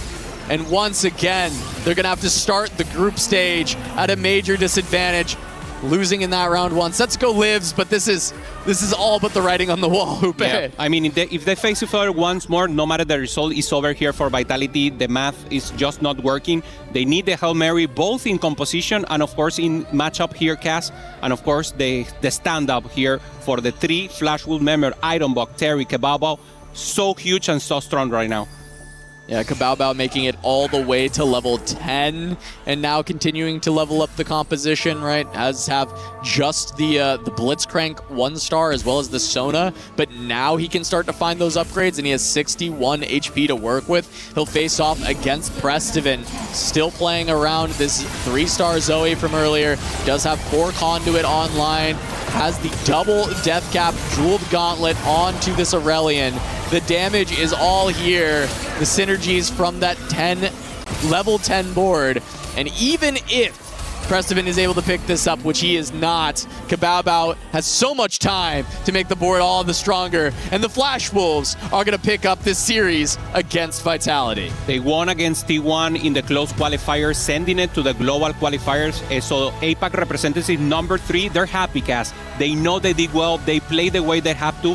They changed gears. They started playing slow, and then they play tempo, flash out that board, and find an amazing win against Team Vitality that looks a little down. They played well. The second game was a total blast for them, but it just wasn't enough in the end. Look, Clement laid it out on the analyst desk. He wanted to see the Flash Wolves come out and match the pace of Vitality. Vitality in this game, their spots made them need to slow it down, and because of that, they were actually run over by the Flash Wolves this time. The comfort zone from the Flash Wolves is playing for the win out, but this time they showed that they have the flexibility to play all kinds of styles in 4v4. Also being in a comfort zone, right? You win today, you get to the upper bracket, you play with more comfortable, knowing that you have 1 life. And for Vitality, I think this is comfort spot because they know how to ramp out from bad placement and possibilities, so they really can go lower bracket for them. wasn't the best possibilities here, but now they can pop off tomorrow. The lower bracket comfort zone for Vitality. You can knock them down, but you can't kick them out. Congratulations to Flash Wolves for picking this up, and we'll see if they can close out this group and if Vitality will make it as well. Sending it down to the desk.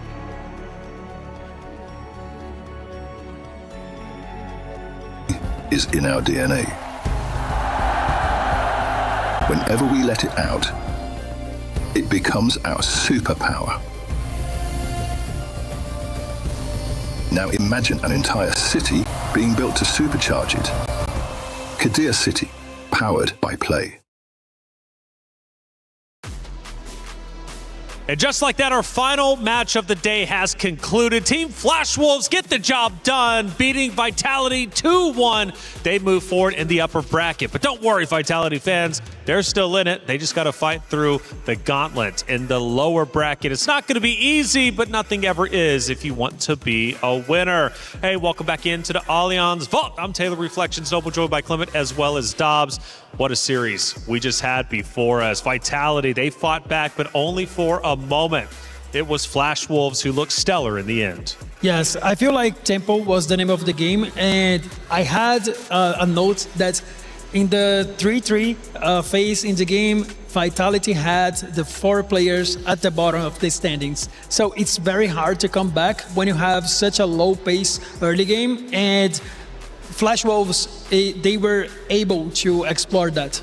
You know, I think for this series anyways, Flash Wolves probably were the favorite, right? However, the veterans of Vitality, they chose to stay together, and I think they did a great job. They're still going to be in it. Let's go ahead and start taking a look at our Group A bracket, how it ended up unfolding throughout today's competition. And Clement, we had a lot of great matches, and tomorrow looks set.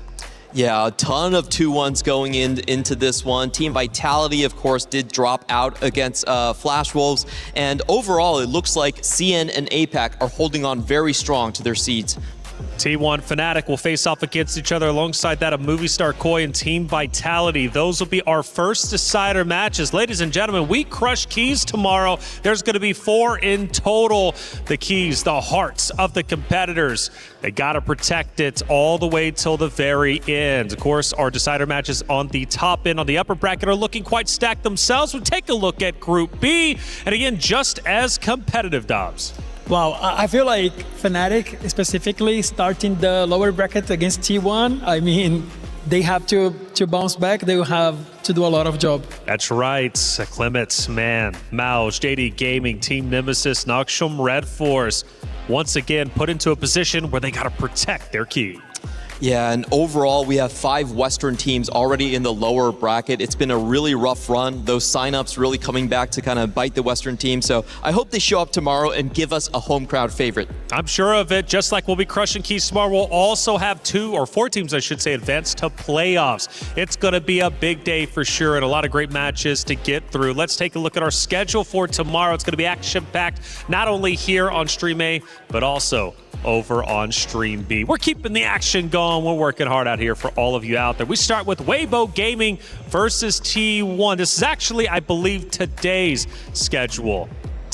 But we will have tomorrow's schedule up for you guys. Make sure you're paying attention. Weibo, here we go. Hey, Weibo Gaming going against Godlike Esports Vision versus Flash Wolves, T1 and Fnatic and Movie Star Koi, Team Vitality. Like I said, it's going to be 2 matches in the upper, 2 in the lower. 2 teams move forward into the playoffs. 2 teams have their keys crushed. For Stream B, though, just as busy. AGAL, Zeta Division, Virtus Pro versus Aurora Gaming, Mouse, JD Gaming, Team Nemesis, Noxum, Red Force.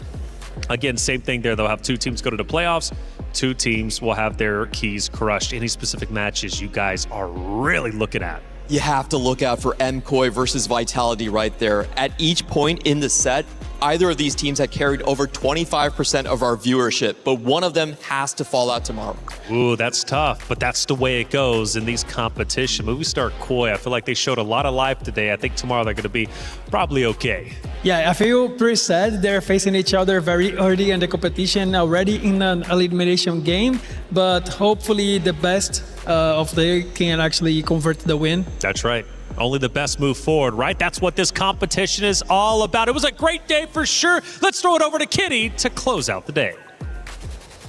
A momentum-defining day with the 4v4 format at the Teamfight Tactics tournament for the Esports World Cup 2026. And of course, we had clutch wins coming in for Aurora 2-1 as their series will be progressing tomorrow. And of course, we also had Godlike Esports grabbing their huge defining 2-0 win from Stream B.